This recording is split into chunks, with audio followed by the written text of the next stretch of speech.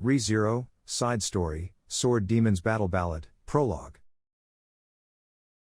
The hot air of the fire scorched his lungs, he couldn't help but violently cough in pain. GH. He shook his head around, as if he were panting, in search of fresh air. However, the only air available around him was consumed by the flames.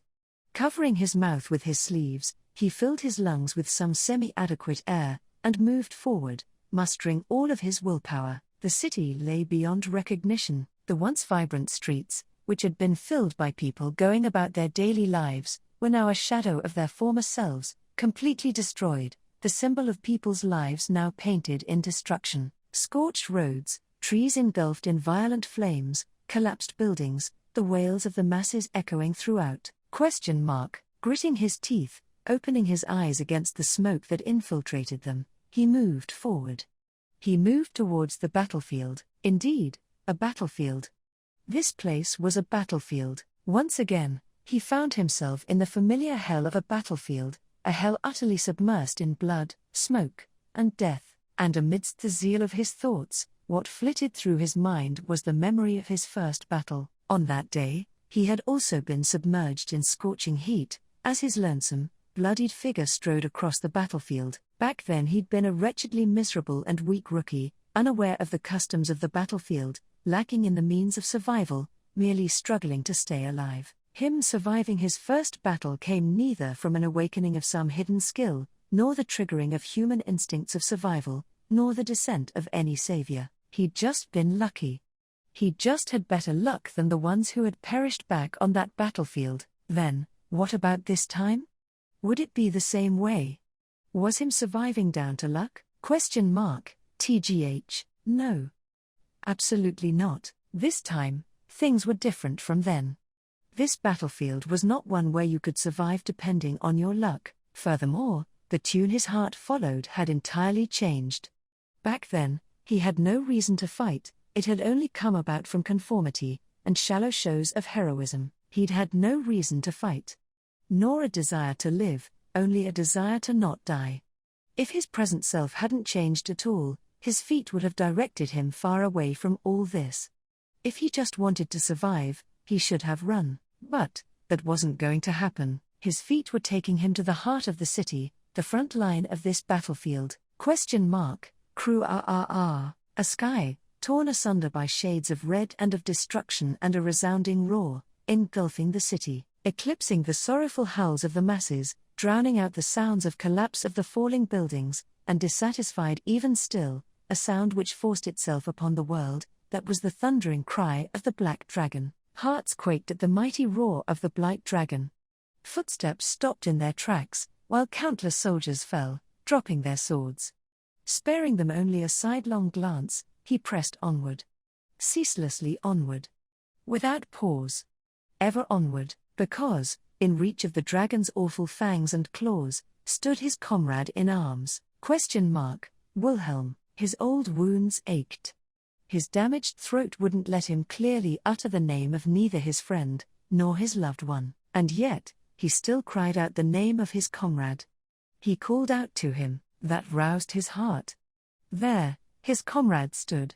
There, the sword demon, waited, the sword demon, the Black Dragon, In that moment, the roars of two shadows, cutting across the scorched crimson sky, collided, clashing head-on with the utterly enormous shadow. Its wings unfurled, was an absolutely tiny one of a person.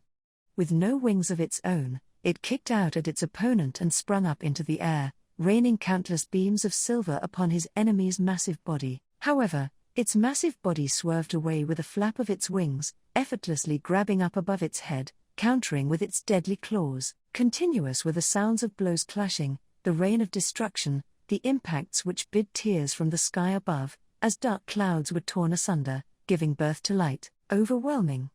Truly overwhelming, was this peak of the sword, forever unparalleled, unreachable by anyone. This spectacle was such where thinking there was no reaching that battlefield, dismissing it as the realms of transcendence, and resigning oneself to defeat were only natural. Even so, he would embark on this journey, because the sword demon, Wilhelm, his comrade, his dear friend, fought there. A battlefield, scorched with searing flame, a whirlpool of chaos and lament. Even in that hell, the fetters of trust and camaraderie remained sound. Wait for me, I am on my way. Setting out, right this second. Without fail, I shall reach you, I won't let you fight alone. Ever, carrying his determination and resolve, the young man, Grimfausen, embarked on a journey through the city stained in red. Echoing throughout were the roars of the three-headed blight dragon Velgrain, like flashes of thunder. Still indomitable as ever, the sword demon Wilhelm let out a throat-rending yell. The flames of the subjugation of the blight dragon burned ever brighter, as if mocking the infinitesimal resistance of mankind. Act 1, Part 1. That's the end of my report. Terminating his speech there, Wilhelm tucked his chin down and straightened himself up, placing his hands behind his back. Dressed in his white knight uniform, the handsome man stiffened his good-looking, fearless face. The sharp glint in his eye, and his dignified appearance gave off a fierceness like that of a razor-sharp sword. Anyone who'd have known him before would likely have been extremely impressed by just seeing how he stood. At any rate, the appearance of the resplendent sword that was sheathed in Wilhelm's scabbard right now marked a great difference to his previous attitude of that even though a sword was a sword, a drawn blade was plenty enough to cut down anyone without heed. Wilhelm spat out a wordless curse, seeing the emotions that dwelled in their silent gazes, showing no concern for them. No matter how many times he was called there, the atmosphere around the main conference room was something that he never got used to. He had grown accustomed to not showing those feelings on his face, but the good and bad feelings which he felt about this place were a matter of his temperament. His nature wasn't something that would change so easily. You still aren't used to this place, even with all the times you've been called here.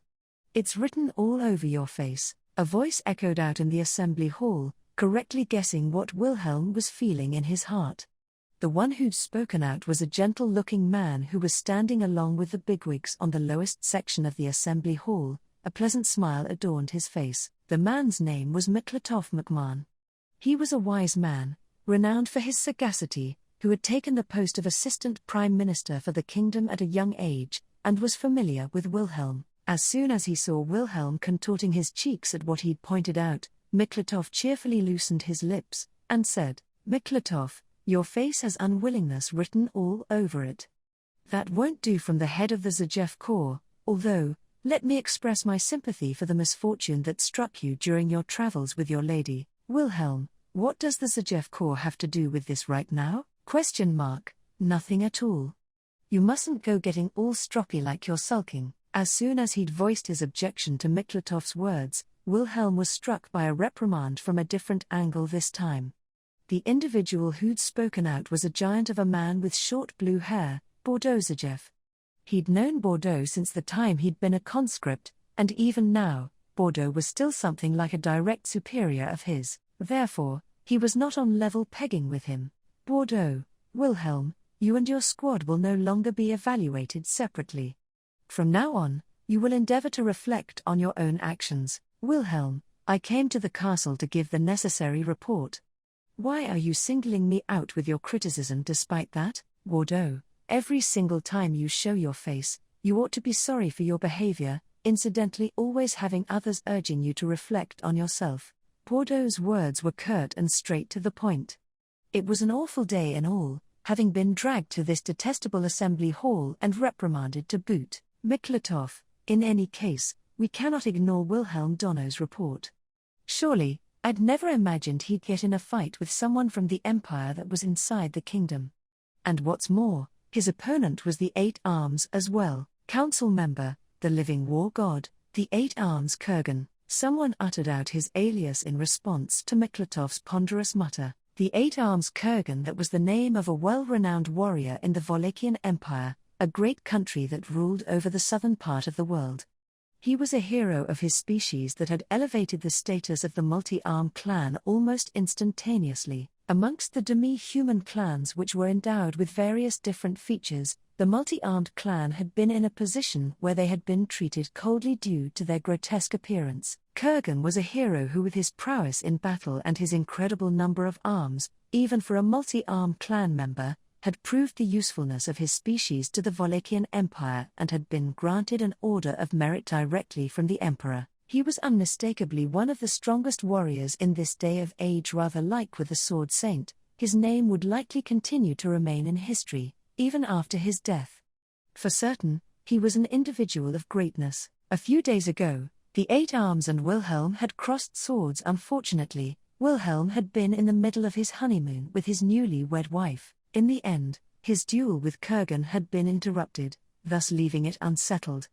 Partly due to having been wounded, his honeymoon had to be called off, and he returned back to the royal capital where he gave his report of what happened. Bordeaux, even so, you went toe-to-toe with the Eight Arms and you managed to survive. You're a damn lucky guy, Wilhelm. If I was lucky, would there really have been such impediments in my trip? It was sheer skill that allowed me to survive when crossing swords.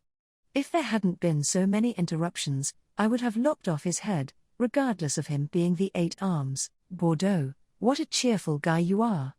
Although, if you say so, it must be as you say. Wilhelm snorted at Bordeaux, who'd given him a wry laugh, and then let out another one in agreement. His battle with that monstrosity with 8 arms that suited his alias had been really intense, but even so, Wilhelm didn't think he'd been inferior in his swordplay one bit, or such. Regardless of how many arms he only had one neck to connect him to his life. Given that there was only one, he just needed to remove it. The outcome was always rather simple. As Wilhelm was getting himself worked up, Miklatov cleared his throat and placed his hands together with a frown. Miklatov, although the presence of the 8 arms is significant, I'm more worried about the one that got in your way. The unidentified person that you said accompanied the 8 arms. Wilhelm, he called himself Stride. If my honored father. If Bertol Astria is right, he is likely a noble from the Empire. Miklatov, not much information can be expected from the Wallachian imperial government about that. Wilhelm gritted his molars in frustration at the bad feeling he got from the reply. The customs of the Wallachian Empire were fundamentally different to those of the Kingdom of Lugnica. The Empire's people should always be strong, those were the teachings of the Empire, that ideology was spread all throughout their nation. It was the right of those with strength to stand at the highest echelon, ruling over and leading the subdued weak. In this empire, even the line of succession was a mere formality, and the social position of each individual is determined in respect to their deeds. Thus, even if they were a so-called noble council member, I'm still unable to judge whether they're an upshot or from a distinguished family whose name gets passed down. Council member, at the very least, there are no records of someone called Stride amongst the names we know. Council member, however, this is far more than it being some weirdo, considering that he was accompanied by the 8 arms. The assembly hall broke into a commotion, with each of the faces of the intellectuals of the kingdom clouding over as they exchanged words. They seemed to have no idea, and Wilhelm too had no more information on him, other than Stride's temperament. He still had no idea what that man had been planning in the city of Pikutat. Wilhelm, what I'm sure about is that it felt like Stride wanted to drag Teresia, the Sword Saint, to the venue of the duel with the 8 arms. Council member, even if he's the strongest in his country, what recklessness led him to making him want to fight against the Sword Saint? Council member, isn't the Empire belittling the Great Calamity too much? Not paying any respect to the name of Sword Saint who subdued the witch is idiotic and barbaric, never mind beyond reckless. Council member, don't go calling challenging the Sword Saint reckless too much. We've got a guy who's self-conscious about that here. Council member R. The mentions of Stride's reckless behavior ended up spilling over to Wilhelm somehow. Turning his cold eyes in acknowledgement of that, Wilhelm scrunched up his face. Wilhelm had been the very man who alone had managed to recklessly challenge the Sword Saint. However, Wilhelm's challenge bore fruit. That's why he was married to Teresia now. Wilhelm, don't compare me with that reject. Besides, I will not let Teresia take up the sword ever again. Miklatov, that was His Majesty Janus' declaration as well. An agreement that ought to be kept for the prestige of the kingdom, and yet, regarding the real meaning behind our opponent wanting the Sword Saint. Wilhelm, yeah, I get it. Wilhelm gave a curt reply to Miklatov's anxieties. He had tried to get the Empire's strongest, 8 arms and the kingdom's strongest, the Sword Saint, to fight each other. Whatever his endgame was, the short-term goals of the fight were easy to imagine. The strength of the kingdom would definitely drop if they lost the Sword Saint, that was plain enough to understand. Miklatov, please, be careful about your lady's safety. Bordeaux, we will investigate into the man called Stride. I doubt the Empire will respond to us so amenably, but don't do anything rash and certainly don't get up to anything stupid. Wilhelm, tell that to our enemy, not to me. Having been given this warning out of the blue, Wilhelm was in utter discontent. It was his opponent who'd picked a fight with him back at Pekutat. Why did they have to go and say all these things, just because he'd accepted it? In that, in this, in everything, Stride and the 8 arms were the ones at fault. Act 1, Part 2. Teresia, so, even the meeting ended up bearing no results, huh? Puffing out her red cheeks, Teresia plainly expressed a look of dissatisfaction at the contents of the report. She was a pretty woman with clear sky-blue eyes and flaming red hair. The time where it would have been appropriate to call her a girl had already passed, but she was still quite childish in her speech and behavior. Honestly, it enhanced her charm, so Wilhelm didn't really want her to change that. In short, Teresia was the most beautiful as she was now. That's all there was to it. Full stop. Teresia, hey, Wilhelm? Are you listening to what I'm saying? Wilhelm, sorry, I wasn't. Teresia, really, why not? Did something put you in a world of your own right now? What were you thinking about, Wilhelm, dash? You of course, Teresia, I see. I see. In that case then, all right then, Wilhelm, dash. Having been interrupted, Teresia blushed hearing Wilhelm's truthful answer. Wilhelm inclined his head at Teresia, who was still stuttering over her own words. And out of the blue, a voice butted in. ? Wilhelm. You bastard, you're doing that on purpose, aren't you? Wilhelm, don't start insinuating things. I just said what was on my mind. ? If that's the case, then your damn lack of self-awareness is irritating me more and more. A woman who was sat in this place butted in between the conversation of the married couple, shrugging her shoulders with a look of exasperation. She was rather beautiful, with features that gave an impression of toughness, just a bit. Her golden hair draped down to her shoulders. She was Carol Remendis, Teresia's attendant. Carol, please get used to it as soon as you can, Teresia Summer. It should already be plenty known that this man is like that.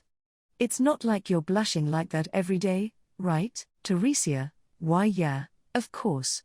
Yeah, for sure. I get like this when Wilhelm tells me. Around about once every 2 days, Wilhelm, only that much? That's not enough. I never get tired of seeing your face like that, Teresia, Carol, Wilhelm. Just as if she'd understood that what he'd done now was deliberate, Carol raised her voice in anger. Next to her, Teresia was blushing. It felt like steam was about to spout out from her head if she didn't stop. Of course, it wasn't just a joke. It was one of Teresia's virtues that every single one of her rapidly changing supervening expressions were adorable. Her blushing face, her angry face, and even her sullen face. Although, her smiling face was the best. Teresia, let's get back on topic. Yeah, like before, Carol, be grateful for Teresia Summer's consideration. So, is that all there is to say about the meeting? Carol got on the same wavelength as Teresia did, who'd clapped her hands together and gotten them back on topic, her face still red. Wilhelm gave a curt nod at Carol's question and replied with an Wilhelm, that's all there is. Still without any concrete conclusion. Even if we asked the Empire, it'd be hard to imagine that they'd answer saying they know Stride. Teresia, it doesn't seem likely that Guy's intentions are in line with the Empire, but, Carol, even the representative of the Sewin Company said that was the first time he'd met Stride. Although, we should assume that he planned everything beforehand, since he was targeting Teresia Summer. It was a problem that the elders had come vis-à-vis with, which they'd had no answer to, back at the conference hall. There were 3 of them here involved now, but it didn't seem likely that they'd find an answer to it. Teresia, still, I really wonder what he wanted to achieve. Wilhelm, he did say we can still enjoy ourselves. Wilhelm reflected back on the words Stride had left him when he heard Teresia's question. Stride had interrupted Wilhelm and Kurgan's duel and leisurely fled away, leaving these words behind: endless amusement, Carol, a sadistic criminal ruled by a doctrine of destruction and fleeting moments of hedonism. You think he's like that, Wilhelm? It's too much to be just that. He involved the 8 arms and dragged Teresia into it. It must be because Teresia is the sword of the kingdom. Teresia, in regards to my public image, yeah? I'm Wilhelm's now. Mentioning that she had moved on from being the sword saint, Teresia took Wilhelm's arm. It seemed to be more something she told herself rather than something that came out of her playfulness. In reality, off the record, Teresia had abandoned her role as the sword saint. First things first though, being the sword saint was something that was inherited by inheriting the divine protection. She couldn't quit out of that of her own free will. In fact, the divine protection of the sword saint still remained in Teresia even now. Until it went to the next generation, the fact she was the sword saint was still there. Carol, Wilhelm understood that Carol was thinking the same thing on seeing her taciturn expression. The ravages of the demi-human war weren't just left engraved between humans and demi-humans. The ravages of the sword saint Teresia van Astria had been left between the kingdom and other countries as well. Thus the Empire, Stride, had set their sight on the sword saint Teresia. Wilhelm, I won't let them. Teresia, Wilhelm. Wilhelm suddenly spoke out in a low tone of voice and embraced her, causing Teresia to look up at him. He merely hugged her slender body more tightly without looking at his surprised wife's face. He held her a little too tight. That was Wilhelm's clumsy way of embracing her. Wilhelm, I won't let those bastards lay a single finger on you. Teresia, yeah, I know. I know, Wilhelm. For them being the words of a vow, they were crude, and if he was trying to reassure her, they were quite blunt. Teresia showed her understanding of her husband's love by affectionately returning his embrace, together, so that the feelings they shared were the same. Carol, geez, struck by the couple's exchange in plain sight, Carol's cheeks reddened as she let out a sigh. She was just reminded of her sweetheart who wasn't here, niggling at her all too much. Act 1, Part 3.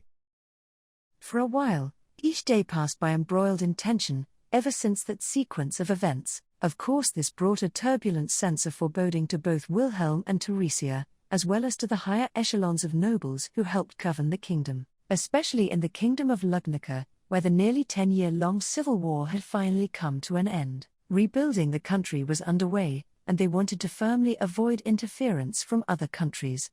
Such was the pride of the kingdom that had reigned as one of the 4 noted major powers in the world ever since its conception. Thus, the kingdom firmly sought an explanation from the empire regarding both Stride and Kurgan, whose names had surfaced up in this matter. However, the empire's response was plain and simple: there is no imperial individual who goes by the name Stride, and the location of the 8 arms is unknown. ? This is ridiculous. The one who'd bellowed in anger at that ridiculing reply was Bordeaux. In an office inside the royal castle of Lugnica, Bordeaux had looked through the letter which the empire's envoy had sent them, and reacted in anger at what it said. An answer like this was completely unacceptable. Bordeaux, this reply. It clearly shows that they weren't going to reply properly from the get-go. The kingdom had rightly demanded an explanation and apology from the empire. They had demanded an investigation and the handing over of those imperial individuals responsible for the acts of hostility against the kingdom, and a public apology if possible. However, the empire's response contained none of those things. It was doubtful whether they'd even conducted an investigation into the person known as Stride, let alone whether it was a sincere response. Bordeaux, they said they don't even know the location of the empire's strongest, the 8 arms. Their reply is making a mockery out of everything. Isn't this as good as a declaration of war against the kingdom of Lugnica? Wilhelm, calm down. You're way too worked up, Bordeaux. Bordeaux, GNNNNNH. Bordeaux, who was on the verge of completely losing his temper, somewhat managed to get a hold of himself after he was scolded. The giant of a man took several deep breaths and sat back down on the chair he'd stood up from without realizing, causing his chair to creak. He looked up at the ceiling. His boiling anger had cooled down a bit. Bordeaux, apologies. I was besides myself. Wilhelm, don't worry about it. If I'd read it first, our positions would have been reversed. They're fucking around with us, aren't they? Bordeaux, yeah, they sure are. Does the Empire wish for war? Wilhelm gazed at the letter that Bordeaux, who had closed his eyes, had thrown down and shrugged his shoulders. Wilhelm had been called to Bordeaux's office because the latter had notified him that they'd received a reply from the Empire. Although it was down to Bordeaux's consideration that he'd tried to notify him of the Empire's developments before anyone else, it had ended up a mess despite having prefaced the meeting with "Don't lose your temper, no matter what their response is." Wilhelm, what's the use of getting angry before, when you prefaced it like that? Bordeaux, what on earth has gotten into me? I'm ashamed. Pivot wouldn't have been impressed by this. Wilhelm, geez, Pivot had been Bordeaux's adjutant who had perished in the Civil War. Having also been his attendant, Pivot had fretted over the somewhat rash, yet bold and fierce Bordeaux until the day he died. After Pivot's death, Bordeaux had been fairly subdued. However, sometimes the face of the man they once called the Mad Dog would resurface every so often. In all honesty, Wilhelm was more familiar with that side of him. In any case, the issue at hand wasn't in Bordeaux's irreparable psyche, but rather in the Empire's agenda. Wilhelm, the Empire wants war, huh? That may not be too far off the mark, Bordeaux, even if those guys tried to attack the Sword Saint to weaken us. Interfering with other countries is an issue on a completely separate scale than civil war. If it becomes an invasion that threatens the existence of the country, the divine dragon should stir. Wilhelm, the divine dragon Volcanica. The dragon that guards our country, who made a covenant with the kingdom of Lugnica? Speaking out its name, Wilhelm frowned, grooves forming along his brow. The divine dragon Volcanica, that was the name of the great dragon who defeated the Witch of Envy and saved the world from the calamity that had once threatened to destroy it. After the conflict, the dragon had made a covenant with the King Lugnica of that time and promised him the removal of foreign threats who disturbed the kingdom's prosperity, as well as long-lived prosperity for the kingdom itself. From then on, the kingdom of Lugnica was called the Dragon Kingdom, and it acquired a prosperity that surpassed that of other countries. However, no one truly knew whether the agreement that bound the kingdom with the centuries-old dragon from their covenant was still in effect to this day. Wilhelm, in effect, even during the long demi-human war, the dragon still kept its silence. Bordeaux, the war definitely was something serious that concerned the existence of our nation. But that was a civil war. The dragon promised they'd help us out if a foreign threat came to light. That's what the kingdom concluded in regards to the demi-human war. Wilhelm, what's your personal view on this? What do you think? Bordeaux, having told Wilhelm the common consensus, Bordeaux kept silent at his question. That in itself was an answer. Realistically speaking, almost nobody in the kingdom believed that the divine dragon would save them from a crisis which threatened the kingdom's existence, or such. No, of course, many of the people who had no clue about the reality of things were probably thankful for the dragon's existence, and probably believed in the covenant's execution. Wilhelm, the country's big wigs don't believe it. As well as everyone who partook in the demi-human war, the dragon wouldn't rescue the kingdom. Even if it did centuries ago, it wouldn't now.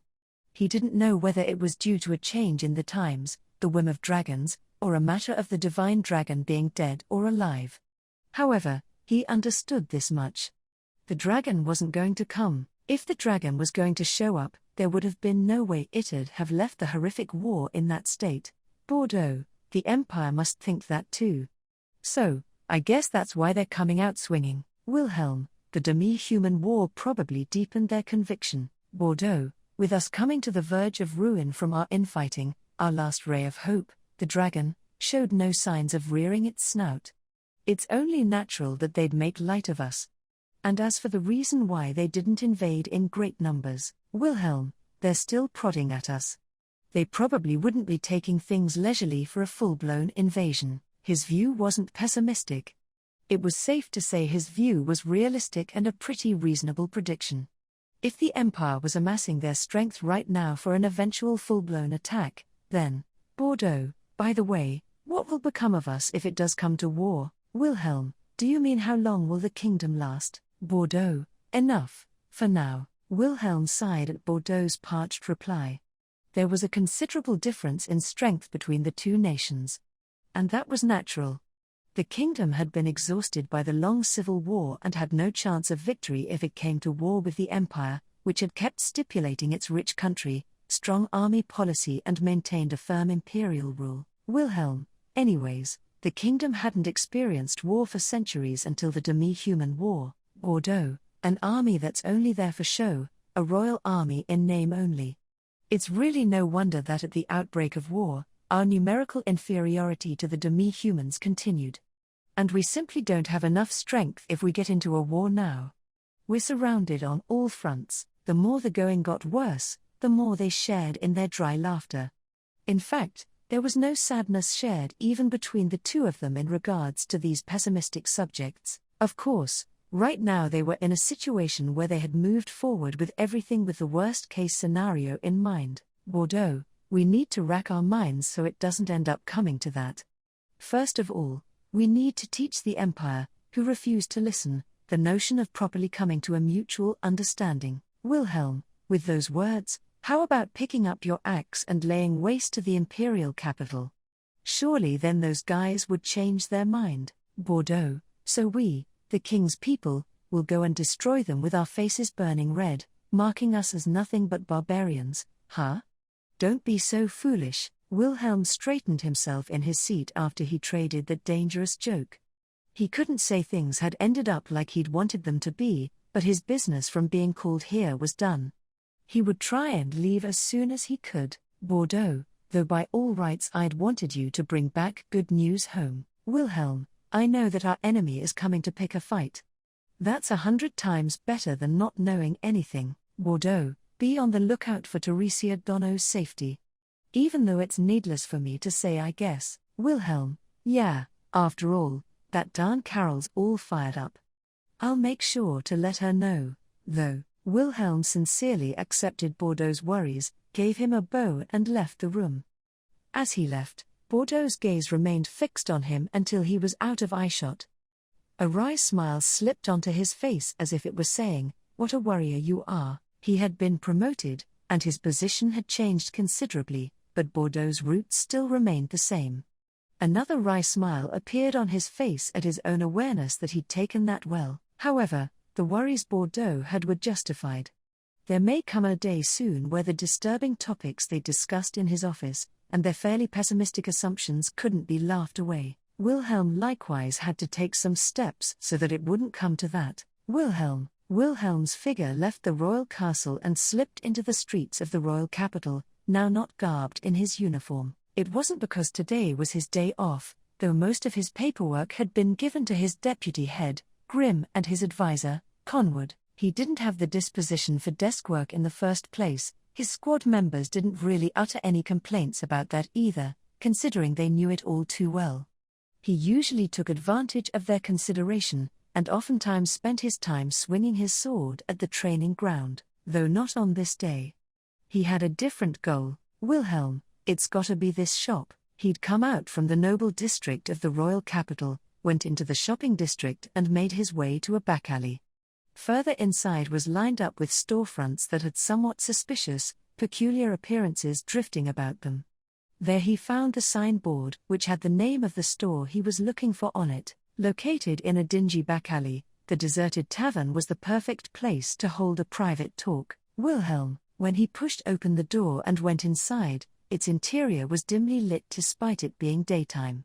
There was a waiter wiping some glasses at the other side of the counter in contrast to the atmosphere about the store. That man, who was clad in a strangely elegant air, gave a nod his way.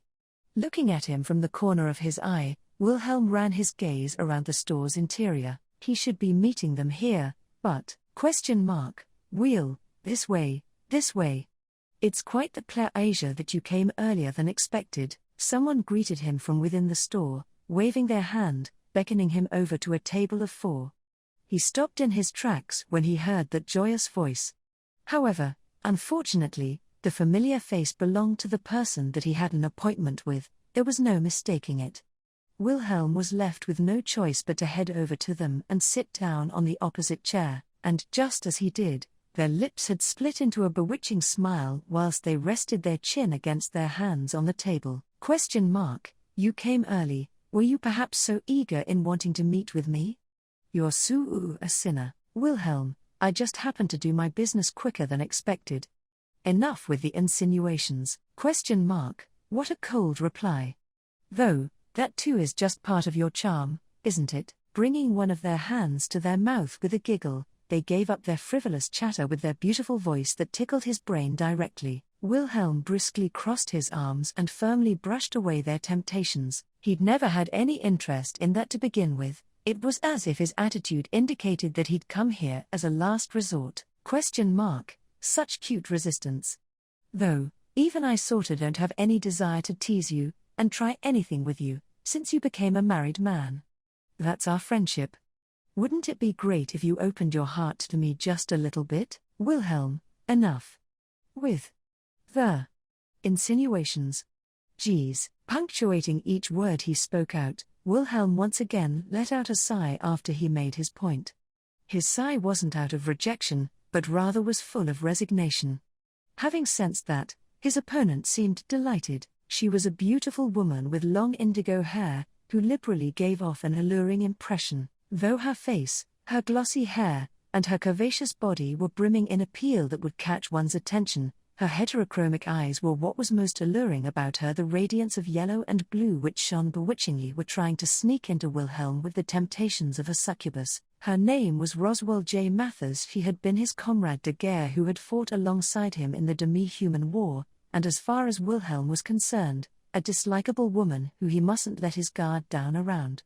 That was the gist of it, although she was his benefactor too, so he couldn't keep her away too strongly. Roswell, I want us to get more acquainted in a good way, thou oof. Roswell smiled sweetly as if she had read Wilhelm's innermost thoughts. That was what was dislikable about her. Thinking that, Wilhelm frowned in distaste. Act 1, Part 4. Roswell, even so, it's such an unromantic topic when I consider that you got in contact with me after such a long time. You ought to take some lessons in dealing with women, wouldn't you say? As if inviting an opportunity for idle talk, Roswell leaned her head towards the seated Wilhelm. Wilhelm narrowed his eyes at that gesture, and gave her a coarse tch. Wilhelm, it's none of your business. Usually, people don't go around bringing such weird topics up to married men. Teresia is the only one in this world that I treat as a woman. You aren't covered by this, Roswell. Treating someone as a woman means more than just treating them as an object of your desires, right? I think we should call that your imagination running wild, or your stereotypes. It's whatever. Having launched yet another comeback at him, Roswell snapped her fingers in front of the stammering Wilhelm. The waiter glided over to the table to the sound echoing through the air. He placed 2 glasses on the table, and left without making a sound. Roswell, well, to start with, let's give a toast to celebrate our reunion. Huh? There's no need to worry about paying for it. Wilhelm, it's daytime. Roswell, meaning, it's the time where alcohol is at its tastiest. Roswell held out her glass that was full of amber liquid and flashed him a mischievous smile. Understanding he had no way to avoid the toast, Wilhelm had no choice but to raise his glass and let it clink against hers. He tilted his glass with ice in it, wetting his tongue with the liquor. He wasn't particularly attached to alcohol, but even so, he immediately knew that this wasn't cheap liquor. Roswell, luckily, the family side business is going rather well. I'm rather fond of high-grade liquor, you know. Wilhelm, I ain't listening to this. Roswell, geez, you're such a brash person. In that case, shall we start talking about what you want to hear? It had been a while since they'd last met, but he had no intentions at all of talking with her about what they'd been up to as of late. Roswell didn't take any offense to that attitude of Wilhelm's, and closed one of her eyes. Reflecting him in her blue eye, Roswell prodded the ice in her glass with her finger, and said, Roswell, boo out the person called Stride that you entrusted me with, right? Even after I tried pursuing my connections, I haven't been able to get anything concrete about what kind of person he is. Wilhelm, after running your mouth, this is all you have? Roswell, my apologies. If I could have, I'd have hoped that what you'd requested of me could have been solved immediately by the perpetual wisdom of Roswell J. Mathers, but things didn't work out so smoothly. Wilhelm, then, did you call me to expressly apologize for not finding anything? Wilhelm posed this question back at Roswell, quite a bit of dejection lapping against his tongue. Whilst Bordeaux and the others had formally inquired about Stride's background from the Wallachian Empire, Wilhelm had gotten Roswell to dig into it from a different angle. It didn't imply he'd had any idea about what had been written inside the letter that was delivered to the kingdom, but he'd always had some fear that things beyond anticipation would crop up. This presentiment was one only Wilhelm, who'd actually come into contact with Stride, felt, and even though his feelings had only been a hunch, Roswell, I had a bad feeling that your hunch was correct. Though, it looks like our opponent's movements are far more shrewd than expected. This sort of thing reminds me of the likes of Valga Cromwell in the Civil War. Thawuf, perhaps Stride is more detestable, given that I can't fathom the motives behind his actions. Wilhelm, he's a bastard who first put Teresia on the game board, and now is trying to make his exit. I have no doubt he's up to no good in the kingdom. How do you see it, Roswell? Right now, even the covenant with the divine dragon is far away. Eventually, failures in it had to come into sight. It may just be like that for now, but what happens afterwards due to that won't be amusing, me included. That's why I made some preparations. Wilhelm, some preparations? Roswell winked meaningfully at Wilhelm right after he'd tried to sincerely inquire about what she had said. Wilhelm raised his eyebrow at the manner she had spoken about it and her behavior. Roswell, some preparations. Since things didn't end up being fruitful, I have to keep face. After all, you managed to swallow your own pride and counted on me. I just thought I would like to return the favor. Wilhelm, all this tedious talk is all well and good. What did you do? Roswell, didn't I tell you? I searched but I couldn't find anything concrete. That just naturally means our opponent carefully concealed his own traces, but I tried to keep digging. Wilhelm, Roswell's tone of voice grew a little lower during the latter half of her speech. Wilhelm recognized the emotion of peril that was lodged there, and held his breath, and then, immediately after, Wilhelm, HK, in an instant, the already dim light of the store interior went out, and its interior was enveloped in a shallow darkness. The lights had been turned off, and even the sunlight streaming in through the windows had been blocked out. In other words, the darkness was man-made, intentional, and under the cover of darkness, a gust of air whistled. Something was drawing nearer to Wilhelm at high speed. Wilhelm, too slow, dumbass. No, calling it high speed was a mistake. As far as Wilhelm was concerned, it was going way too slow. Kicking his chair back, Wilhelm spun backwards over its backrest. In the time it took for his toes to touch the floor, he pulled out his beloved sword and intercepted the attack that came from the darkness, relying on the bloodlust. A shrill clang rang out, and that which had been thrown at him was deftly deflected by his sword blow. It was something black, with a sharp-pointed tip, a throwable weapon that was called a kunai, which assassins someplace far away used. After he deflected all 7 of them, Wilhelm stepped forward into the darkness without any hesitation. His eyes hadn't grown accustomed to the artificial darkness, and his sight was still covered in black. Yet, even so, he stepped forward with no hesitation. That was due to the fact that lurking within the darkness, his enemy's poorly concealed bloodlust had informed him where they were lurking. Wilhelm, there were many of them dressed in black garb that melded with the dark. They held their breaths, realizing that their first attack had failed. However, they got over the shock of it straight away and immediately switched over to close-quarter combat, resuming the fight. That decision was a mistake already. They should have fled instantly when their first attack failed. Wilhelm, grrrr. Right after they put themselves on guard, the roaring Wilhelm rushed forward, letting loose a flash of silver. His opponents met his bifurcating blows with their own weapons. However, one by one, each of them who had tried to parry his attacks were cut in two, weapons and all. Blood of a darkish hue splattered around the jet-black room. Amongst the deaths of his companions, an enemy immediately tried to take advantage of a gap left in Wilhelm's defenses.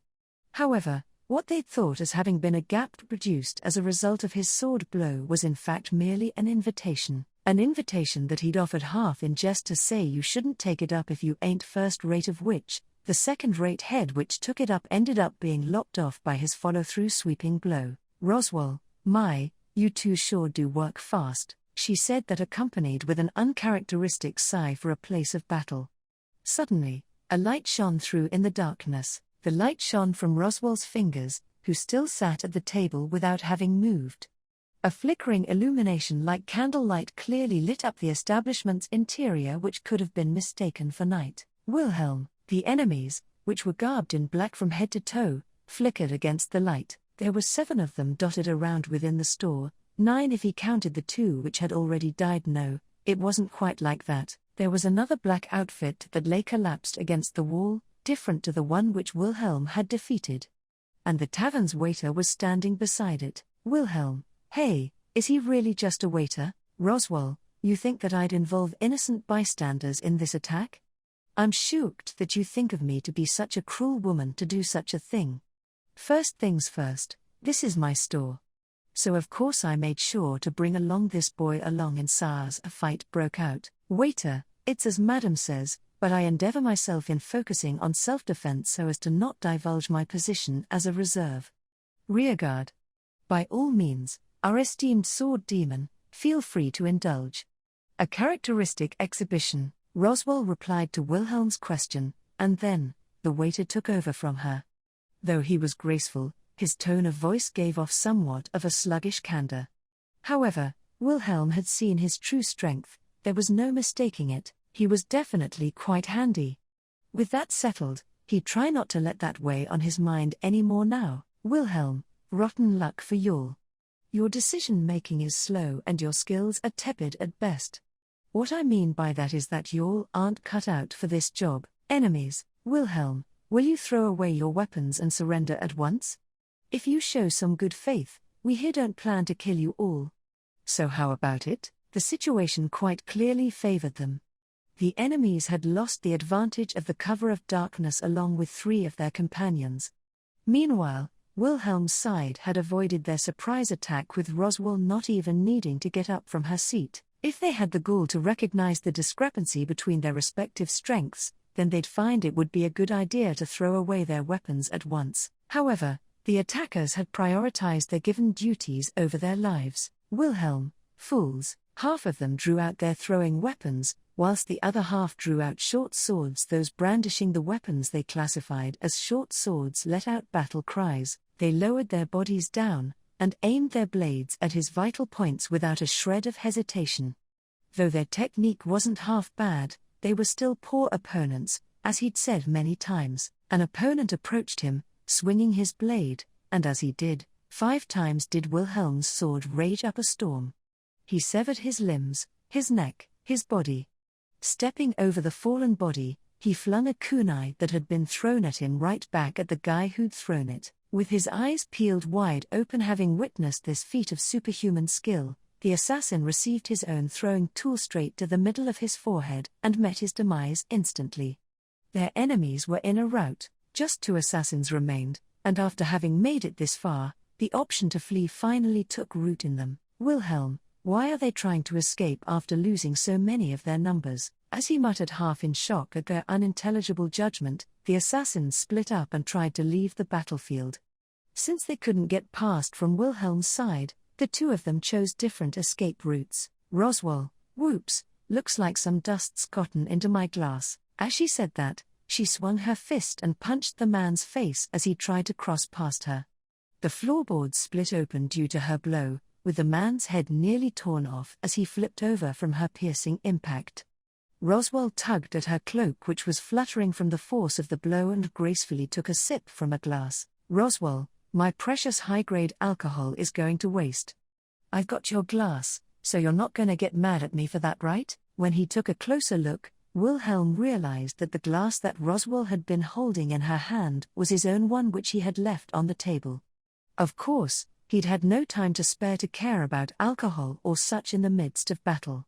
The glass hadn't ended up getting toppled thanks to Roswell swiftly securing it in place. There's no way he'd have devoted any attention to doing that in the middle of a fight where life and death was at stake, but nevertheless, Wilhelm, do what you want. Roswell, oh my, has the old you grown up perhaps? You used to get way more angry. Still, love and then marriage change people, don't they? How splendid, how splendid. Roswell gave a small chuckle and then snapped her fingers once more. This time the room's lighting came back properly and the state of the place, which had become carnage, was laid bare. Everywhere he looked, the inside of the establishment was littered with numerous slain bodies. For sure they would have to shut their business for a while. Roswell, I've opened this shop every once in a while as nothing more than a pastime from the get-go. I don't really care what happens, so long as my store of alcohol which I put here for safekeeping isn't taken away. Wilhelm, I wasn't worried about that. Let's set us aside for now. What about you over there? You all right? Roswell had replied to Wilhelm as he gazed around the store with a response that didn't hit the mark. Brushing aside her answer, Wilhelm called out to Roswell's subordinate, the waiter. The man gave an incredibly polite bow at his words and replied with perfect decorum, "Waiter, my deepest thanks for your concern. Gratitude. But there's nothing wrong with me.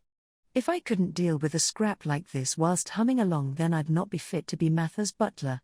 Lacking, Wilhelm, a butler.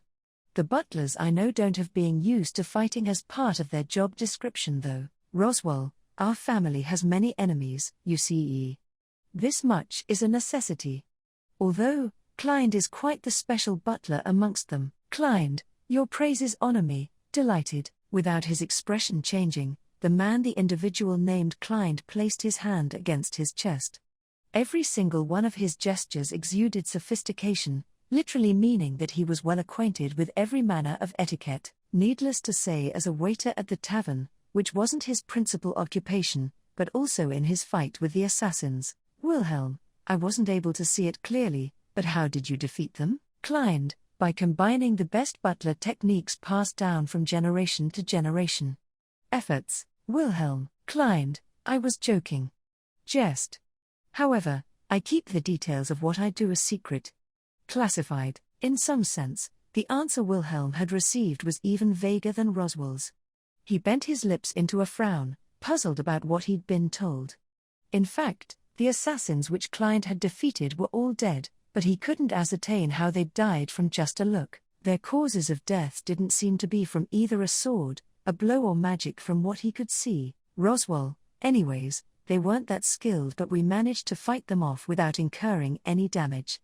We Ruok, Wilhelm, they were after us, stop speaking so lightly about it. Also, didn't you let one of them escape on purpose? What were you thinking with that? Wilhelm frowned in doubt as he wiped his blood-stained sword on their dark garb.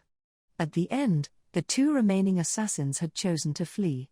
One of them had been silenced by Roswell's fist, however the other one had managed to slip by and escape through a window. Originally, Wilhelm wasn't planning on letting them escape, but Roswell herself stopped him. Wilhelm, you sent him out alive.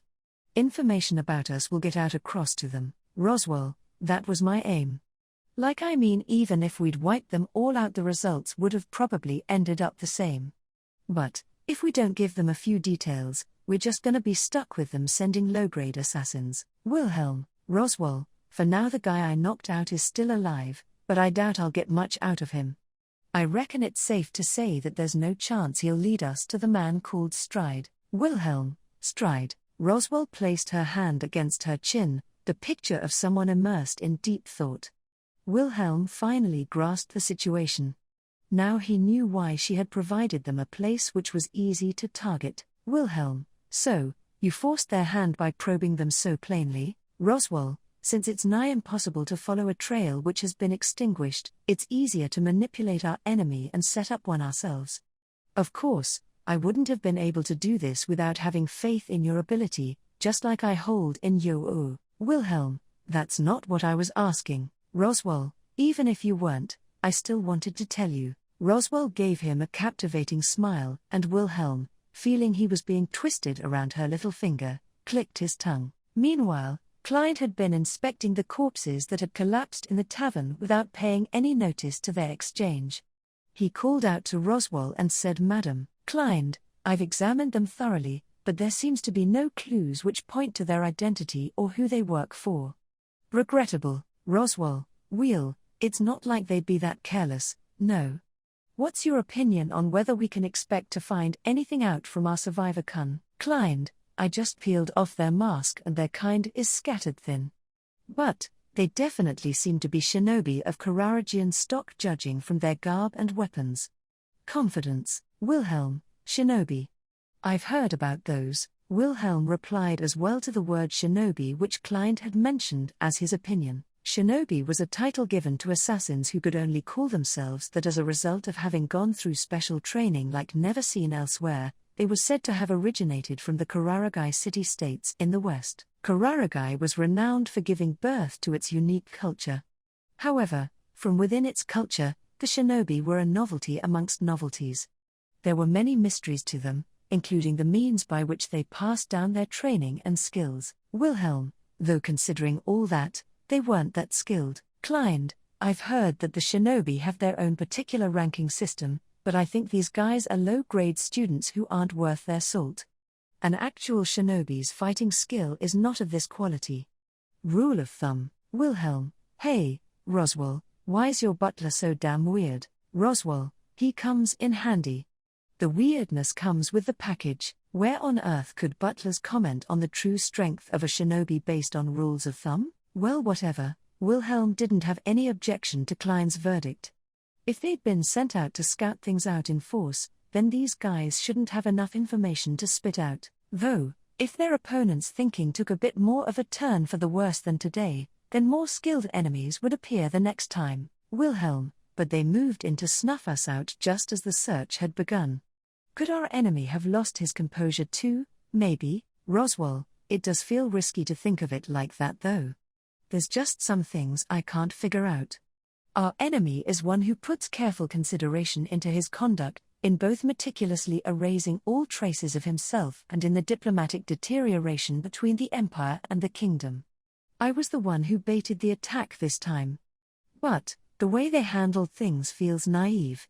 Wilhelm, naive? Immersed in her thoughts, Roswell posed her speculations about the personality of Stride, who should have them enclosed on his board. Roswell, sending out such awful assassins as soon as we search for him, despite how unwise that is, and taking such poorly thought-out measures to evade pursuit. It feels way too clumsy, as if to say, something's not quite right here. Roswell's doubts in regards to Stride's handiwork weren't dispelled. At the very least, Wilhelm couldn't laugh it away as it being her overthinking the situation. If their enemy had been an average player at the game, then they could have reluctantly agreed that their poorly thought-out decision had just come from making a blunder. But, the unfathomable amount of intelligence that the look in that man's eyes had held didn't convince them of that. "Roswell, what I want us to consider right now is the case that Stride exceeded our expectations. There'd be no issue if we were simply overestimating him, or if our enemy was incompetent enough to just run amok. But, that's not the case here, Wilhelm. Then you're saying there is some meaning behind this half-assed attack?" "Roswell, there's a chance he simply may have just wanted to tell us I'm watching you.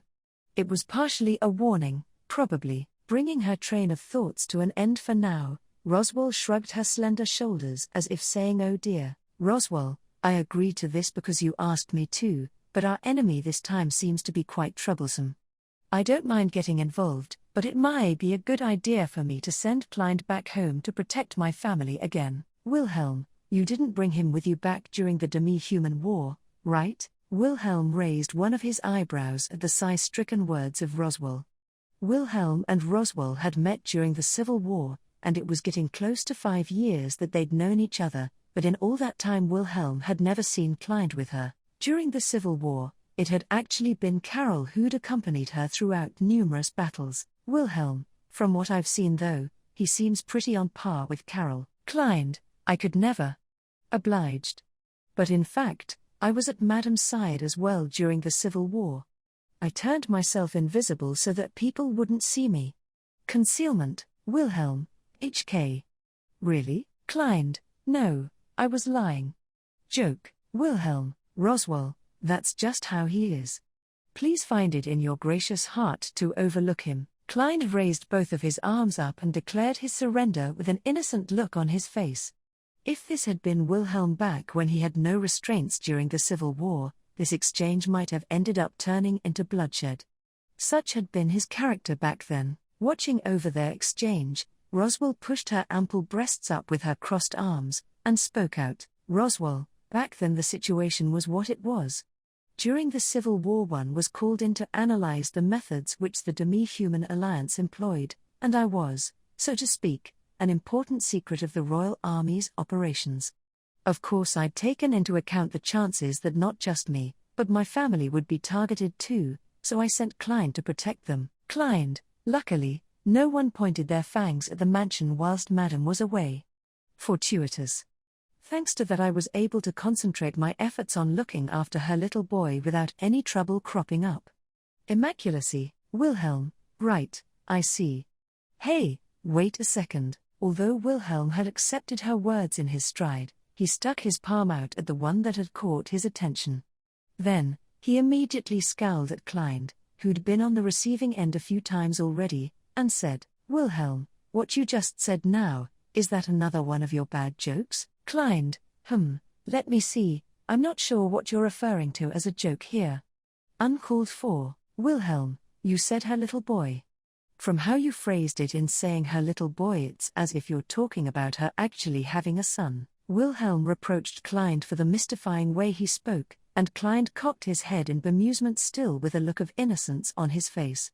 Then he turned his face towards Roswell and spoke. Klein, even if you talk like that, the fact of the matter is that I was entrusted to look after Madame's son.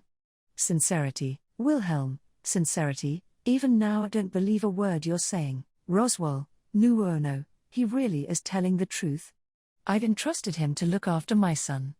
It's just that it's gotten to the point where he doesn't have to look after him around the clock, so today I brought Klein with me. Wilhelm, now it wasn't just Klein, but also Roswell who had proclaimed it true. Wilhelm, in response to that, sunk into a brief silence and then clapped his hand against his forehead. Wilhelm, so in other words, you're married, and yet even now you came and said all those things to me? Roswell, whoa there, you're making a misunderstanding. I'm not married. I did give birth to him, but I don't have a married husband. Hence I'm raising my son by myself. Wilhelm, aren't you a noble? Are you, as the head of the Mathers family, in a position to do that? Though the Triers family had now become extinguished, Wilhelm originally came from a noble family. He knew all too well how much weight was put on the hereditary system, especially in the kingdom of Lugnica. Having been treated as a subsidiary noble family before the Civil War, now that the importance of magic had been looked at again, the position of the Mathers family should have changed. Their current head had given birth to a legitimate child out of wedlock. Really, how far did they deviate from the norm? Roswell, in that sense, we already have people who let their families determine who succeeds them. Rather, it's welcomed by their kin. Wilhelm, typical nobles don't do that. Roswell, unfortunately there's no one who can complain about that in our family. That's because both my parents and my siblings have died. That has allowed me to do as I please. Roswell spread her hands out and chuckled. However, Wilhelm couldn't hide his distress from her smiling face. It's as if he was always being messed with in their differences in thinking, and that included the fact that she had a child. Roswell, my oh my? Did I hurt you by the fact that I've already given birth to someone else's child? Isn't that quite a perverse jealousy you're showing here? Wilhelm, it's just that for me you've become a person that's becoming impossible to comprehend. You can't be fooling about with people you've got nothing to do with, especially when you've had someone you were in love with, and even have a child. Roswell, that feels like a harsh opinion, like let's put married people aside here, but it's like you're saying don't look for another guy to a widow. I shall go ahead and take that as merely one opinion. Wilhelm restrained himself from pressing her further when he heard Roswell's subdued answer. He wanted to see at least once what her son was like, just out of curiosity, a son of Roswell who was being raised by Klein. It sounded pretty scary. Klein, madam, let's stop the pleasant chat here. Interruption. The guards are coming. Turmoil. Roswell, they finally arrived? Wheel, as we've been so noisy, the guards were bound to come. It'd be better if they took care of the resulting investigation. We'll just. Oh dear. In response to Klein's words, Roswell turned to look back as she nodded her head. But Wilhelm, who should have been standing there, was already gone. He pushed the cleanup onto Roswell and Klein and rushed back as fast as he could to his beloved wife. Roswell, although the chances to tease him have gotten fewer, he's still the same at his core. I think that too is something rather likable about him. Klein, it's as you say, madam, he seems like an interesting individual. I think it would be quite okay for him to meet with Carl Summer at least once. Suggestion. Roswell, Klein, are you saying that you are fond of his personality? Letting him meet Carl, eh? I think perhaps so, after we figure out how to settle this incident down. For now. Roswell gave a curt nod to Klein's words and then turned to look towards the direction which the ruckus was gradually approaching them from. How would they explain this bloodbath when the guards came rushing in? For the time being she would have to suitably mislead them about Wilhelm. Roswell, at any rate, Lugnica just gotten out of the demi-human war. It's not been foreseen whether anything will happen at this point in time.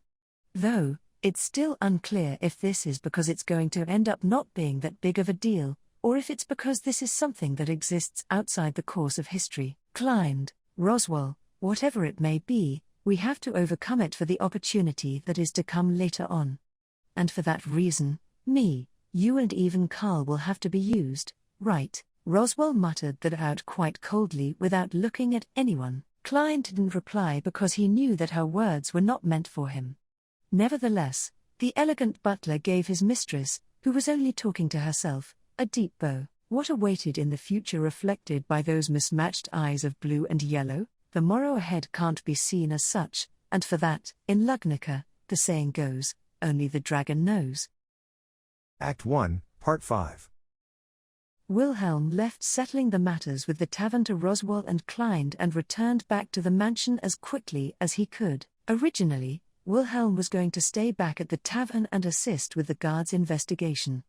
And even if he hadn't, he would have returned to the castle and met back up with Grimm and Co., who were covering for his paperwork, and told them everything about what had just happened. But Wilhelm did neither of those things. He felt that he shouldn't. It wasn't because of something childish like he felt like he could cope with the situation alone, or that he felt like he had no one he could speak the truth to. It was for a far simpler reason. Wilhelm's alarm bells were ringing, telling him to get back to the mansion immediately, and when he did, the sword demon's intuition was, "So you've returned? You kept my venerable self waiting, you sure are quite the bold fool, aren't you, Wilhelm?" Wilhelm had swung the door open as if he was about to break it and strode into the Astria residence, his home.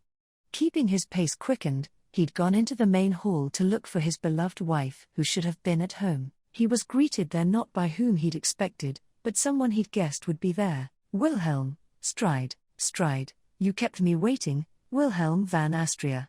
That was your name, was it not?" Stride listlessly replied to Wilhelm, who'd spat his name out in disgust, without any indication of being perturbed by him. The man tilted his head forward as if he were mocking Wilhelm, whilst unreservedly acting like he was at home, at the Astria residence where both Wilhelm and Theresia lived. "Stride, I heard that all of you were clumsily scurrying about hither and thither in search of my venerable self. Thus, the deeply merciful me expressly came here. Come now, make me feel welcome." He narrowed his eyes, which held not a shred of mercy, and declared that to the motionless Wilhelm. Act 2, Part 1. The mansion's great hall was filled with a never-seen-before tension. Wilhelm stood motionless at the hall's entrance. His blue eyes were emanating a cold, sharp sword aura. The reason he had that look to him was thanks to the shrewd, good-looking man standing in the hall in front of him acting as if he owned the place, rather than Wilhelm, the actual owner. At this moment, the man called Stride was an enemy which merited the utmost vigilance from the sword demon Wilhelm van Astria. To be blunt, their relationship was the sort where no one would bat an eye at him if he were to suddenly lop off his neck. In fact, He had no doubt that putting that idea into practice would solve many of his problems at once. Wilhelm was driven by this urge of wanting to yield his body to that snap decision and swing his sword. However, he didn't do that. He couldn't. And that was because, Stride, are you just going to stand there and make that doddery expression? My venerable self bid you to make me feel welcome. Or are kingdom-style welcomes always meant to be such a bore? If so, then my venerable self could commiserate tolerating it. Wilhelm, where did you take Teresia to? Stride. Stride's thin lips cruelly curled up as he spat out his maliciousness to no end. Wilhelm glared at his cold eyes and quietly asked him about the whereabouts of his wife. Stride kept his silence at that question and merely narrowed his eyes. Anger started to boil up within Wilhelm when he realized that he was making no progress. He firmly clenched his teeth. Wilhelm had finished his business, went back home, and he'd been greeted with this reception. There was no way that Teresia, who should have been home, would have let his man in. Him being here certainly meant he was cooking something up. Wilhelm, where is Teresia? Don't make me say the same thing again. Stride, giving orders to my venerable self, now that is the mark of an impudent man. Are women really that important? You have even gone as far as to quench the urge of firing yourself up, sheathing the reason why you are called the sword demon in remaining here facing my venerable self. Stride's eyes were full of scorn. He heaved out another sigh at Wilhelm as if he were disappointed at him. Wilhelm sh at that. Wilhelm, hey, don't you dare run your mouth. This is no misunderstanding. Stride, oh, a misunderstanding you say? Wilhelm had unsheathed his blade and pointed it straight in between Stride's eyebrows, only the width of a hair separated the blade from his skin. However, Stride's expression didn't change a bit despite seeing how sharp the sword tip was. Instead he closed one of his eyes in interest. Faced with Stride's relaxed attitude and misguided way of being, Wilhelm spoke out. Wilhelm, the fact of the matter is, you turned up here without a care in the world, not bothering to even bring that lumbering colossus. Right now it's thanks to Teresia, and no one else, that your head is still connected to your body. Only whether she is safe or not remains your lifeline. Your life is in Teresia's hands, don't you forget that. Stride. Stride's expression changed for the first time in response to Wilhelm's hostility and murder-laced threats. Unexpected emotions flitted across Stride's slightly widened eyes, and for the briefest of moments, he turned back to being a man rather than a demon of arrogance. Of course, it was only for a brief moment. Stride broke into a daunting smile immediately afterwards and said, Stride, bah ha ha, how amusing of you. Your woman is the one holding my venerable self's life in her hands? Only a fool or hero would be able to say such things in a situation like this. So, which one of those are you? Wilhelm, there's no difference in how fast I will swing my sword regardless of which one. If you don't want it to be tried out on your neck, then, let's see if I can get you to talk with one or two of your arms cut off, Wilhelm thought as he began to run short on his temper. However, he had to change his course of action immediately. Wilhelm, dash. In an instant, Wilhelm turned his sword away from Stride and parried the attacks that had come from behind him with his steel. The shock of the blows, which were accompanied by a shrill grating noise, resounded through his wrist. The weapons he'd deflected now stood sticking out from the floor and walls. They were clumps of steel which shone with a dull dark hue, the same kind as he'd just seen when he'd been attacked at the tavern before returning to the mansion. They were called kunai. Naturally, the first thing that popped into his mind was their connection to his enemies from earlier. If this shinobi had been of the same quality as those he'd come across at the tavern, then he would have been able to launch them straight back. However, this was not the case here. In terms of speed and aim, this one was far more skilled. Wilhelm, this guy's better than the ones from earlier? Wilhelm yelled and turned to look around. A shadow jumped out from the corner of his eye as he did. The shadow jumped on the walls and ceiling and flew all over the hall with incredible speed and trajectory. Ching at this extraordinary spectacle, Wilhelm hung close to the wall. He avoided being attacked from all sides and leant his back against the wall, setting himself up to parry the attack. That way he could immediately counterattack regardless of whether the attack came from the left, right or front. However, Wilhelm, GNH, The attack that shockwaved through him from the wall had been one completely out of his imagination. It wasn't magic. This was a type of technique called a wall strike, where you could manipulate the mana circulating inside your body. He'd heard there was a combat technique, unconsciously used by most warriors, which boosted one's control over their body using mana. However, the blow he'd received just now was quite similar to that. In fact, although his enemy's attack hadn't left him any visible wounds, it had caused some serious damage inside his body. Wilhelm, G.H., Uke, H.K., Stride, you are going to die here. That is really a bit of a letdown. Wilhelm, H.N.H. Wilhelm almost crumpled to his knees, letting out an anguished cry as Stride's parched scorn grated against his eardrums. Both Teresia's smile and Stride's scornful one flashed through his mind in quick succession. A blaze raged into life from deep within him. Wilhelm, Gar. He put his right foot down hard on the floorboards and forcibly kept his collapsing body up. In a flash, his unwithering sword spirit spread explosively through the hall, and now he could clearly make out where the shadow was, on its way to deliver the finishing blow. Wilhelm flicked his wrist around and stabbed at the shadow bearing down on him from above. His stab had the potential to deliver certain death as it pierced through the wind, but his enemy managed to twist his neck back and barely avoided it. His black mask was cut across vertically, and the Hashigan wound across his forehead was grazed by his sword, causing sparks to leap up. The two of them clattered into each other, and the shadow that had landed beside him kicked out at him. Wilhelm, G.N.H. A fierce shockwave racked Wilhelm's body, and he gritted his teeth to withstand the trauma of his internal organs being knocked about.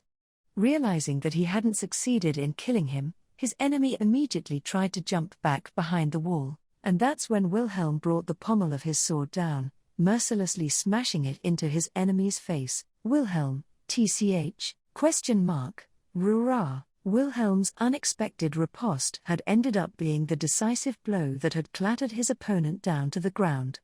He had driven his blow with enough force to beat his opponent to death, however he hedged at their reaction. There'd been enough force in his blow to kill his opponent if it had been a direct hit.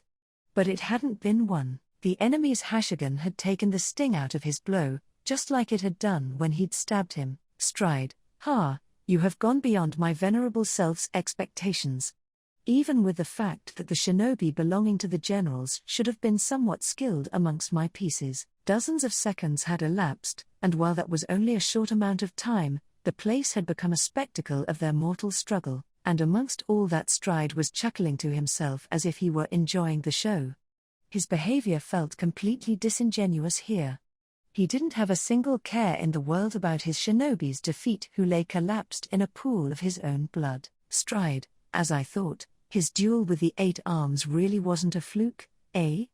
I tried testing things out, but the results were mostly as expected. What a dull affair. Wilhelm, you bastard, what the fuck are you trying to do? Stride, the man had sunk into thought, paying no more heed to the two who had fought, or to the hall whose reception sofa had toppled over. Tables had been smashed and paintings and ornaments strewn all over the floor. Stride's very being seemed so absurd to Wilhelm that it went beyond unnerving.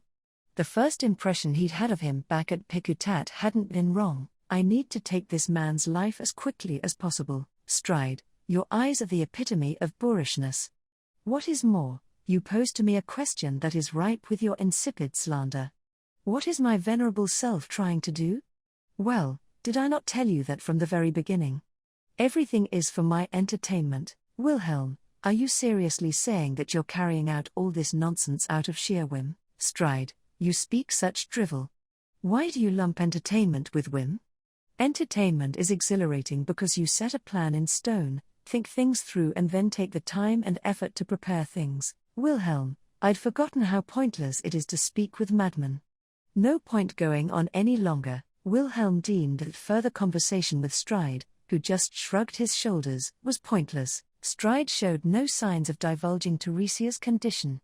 Before returning back to the fight, Wilhelm was going to lop off the shinobi's head and then put the question of his wife's safety to Stride's body. He slowly stepped towards the shinobi who lay face down in a pool of his own blood. Stride, by the way, do you remember my rings? Wilhelm, Wilhelm's breath caught in its tracks at the word Stride had suddenly uttered. With his hands spread out, Stride flashed the rings he wore on his fingers. Wilhelm's eyes were drawn in by their bewitching radiance.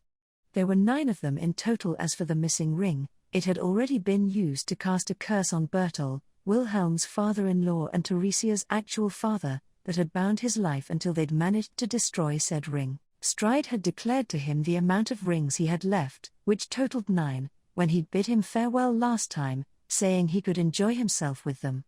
The light of one of those rings, the one on the middle finger of his left hand, glowed brighter. Stride, our earlier amusement ended up as a trial run, but this time that is not going to be so.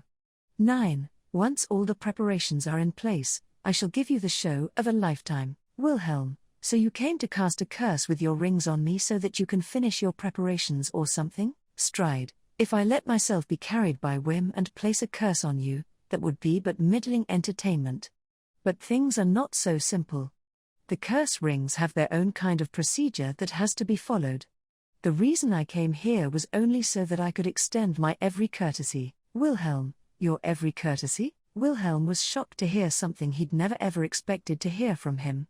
A faint smile formed on Stride's face on seeing his reaction. Stride, depending on things, you have the potential to be one of my venerable self's players in the game. Is it not courteous to say a few cordialities before moving a piece on the board? When it comes to entertainment, logic is an absolute. His ring shone. Wilhelm tried to move towards Stride whilst keeping his eye on the unfolding situation. Perhaps he'd kept talking so nonchalantly because he'd been planning to try and fulfill these conditions of his curse rings. However, Wilhelm's concerns were off the mark. The rings had already cast their curse. Stride, neither money nor loyalty are decisive enough factors in linking a pawn to its master. In order to make someone your pawn, the most efficient way is to bind their life. Wilhelm, tch. Astoundingly, something burst out of the pool of blood in response to Stride's words. That something was the body of the shinobi, who had collapsed there from Wilhelm's blow, leaping up.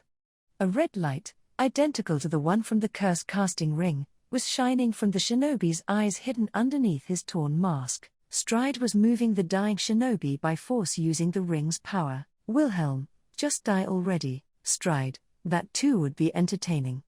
Though a difference tantamount to no more than just dying by the palm of mine venerable self's hand or dying flashily upon the verge of death. The shinobi didn't react to Wilhelm's shout, so Stride responded on his behalf. Wilhelm himself couldn't understand what Stride had meant. He gritted his teeth and held out his sword, but the shinobi, who was now standing up, dug his own nails into himself as if he were tearing up his body. Straight after he did that, a pale blue seal rose up on his body, visible from a gap in his black garb. As it rose, a ghastly aura accompanied by a fighting spirit surged up. Wilhelm bent his knees, expecting a fight to break out. Stride, oh yeah. There was a woman in the mansion, but she is tied up above. You had better go pick her up. Wilhelm, huh? Distracted by Stride's nonchalant words, a flurry of light exploded, taking advantage of his momentary lapse. Then, the shinobi leapt up, utilizing all of his strength. He grabbed Stride by his thin waist, broke one of the windows and jumped outside of the mansion. The shinobi tore grass up from the garden's lawn, and then with just one kick, he took off from the stone wall and left the battlefield. Of course, that meant that Stride was getting away as well, so Wilhelm rushed to the garden to try and pursue them, but there were no signs of the enemy already by the time he reached the garden. This had been the result of them pouring all of their strength, explosively elevated, into their escape. Wilhelm, shit. Damn those guys, acting however they please. With unbearable anger welling up in his jaw, Wilhelm set back out to the mansion. He would need to set aside the credibility of Stride's words for later. For now he needed to rescue Teresia, who should be somewhere upstairs. But Wilhelm was greeted by someone as he turned back to the hall with that in mind. Hey, Wilhelm? What on earth happened here? Wilhelm, Teresia? Grimm, you too. Teresia, who he'd thought had been restrained by those guys, was looking over at the disastrous state of the hall in astonishment. Grimm was standing behind her as well, clad in his usual attire. There was nothing amiss with either of them other than the confusion they showed wondering what had happened. There were no signs of any injuries on them, and Teresia still looked the same as when he'd said goodbye to her this morning. Wilhelm, wait, doesn't your face look a little bit pale? Teresia, N. No idea, but anyone would feel pale and be as surprised as me if they came back to find their home in this state. Wilhelm, you're the one that's hurt. Wilhelm, it's nothing.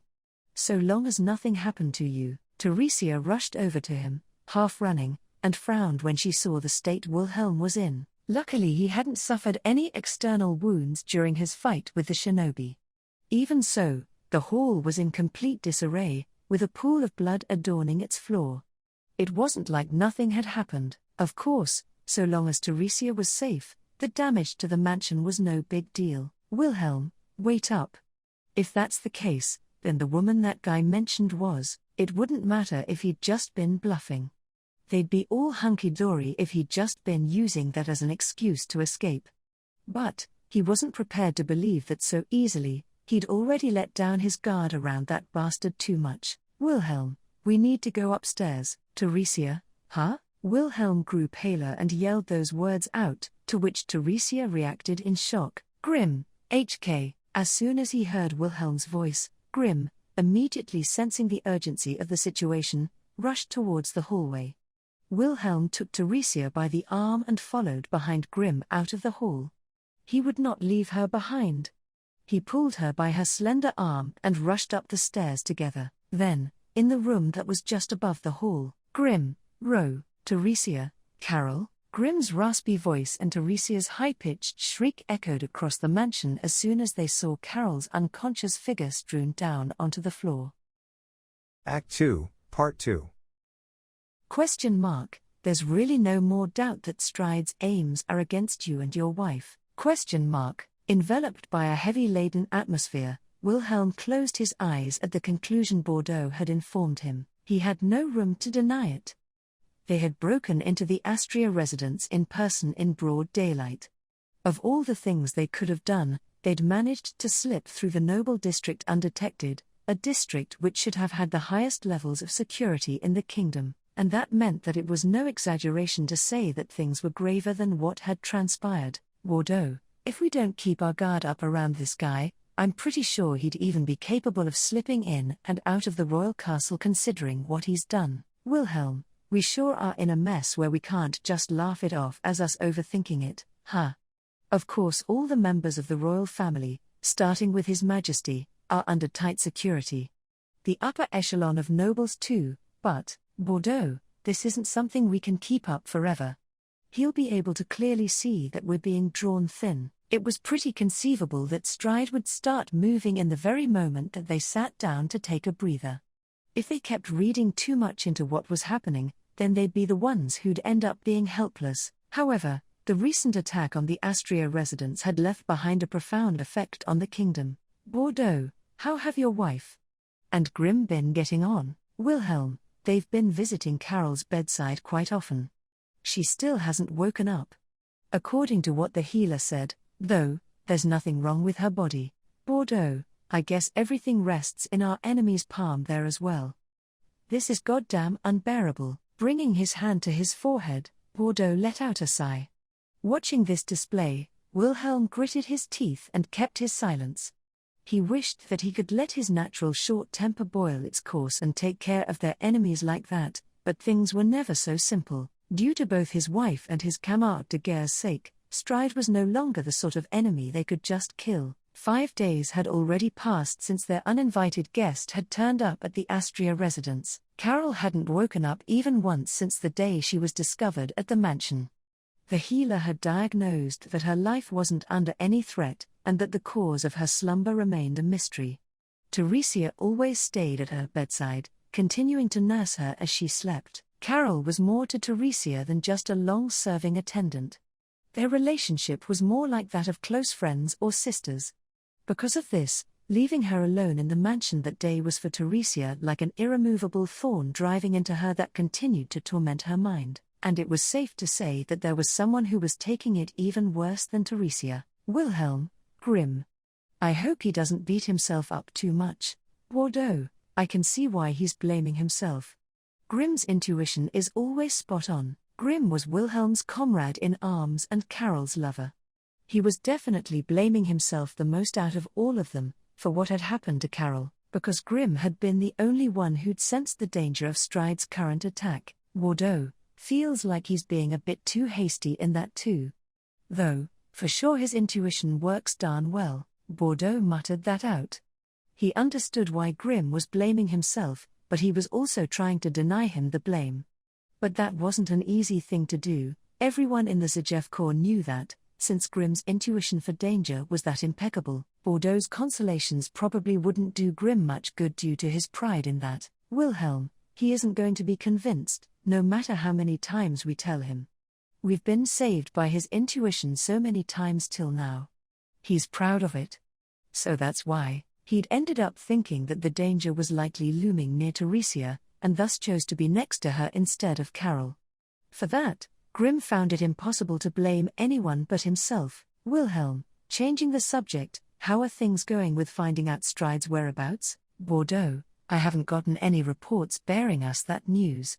As long as we know that he's accompanied by skilled individuals other than the 8 arms, revealing our hand carelessly will just invite them to wreak more havoc on us. Wilhelm, when we find him, we'll encircle him with my troops.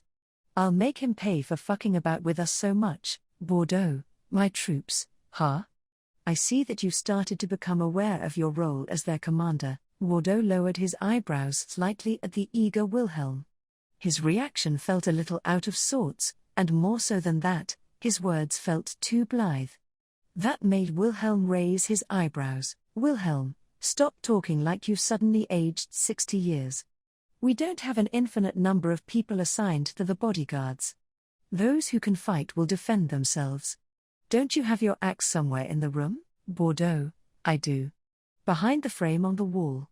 But some progress should have been made. Wilhelm felt relieved hearing that Bordeaux's weapon of choice was still hidden in the room.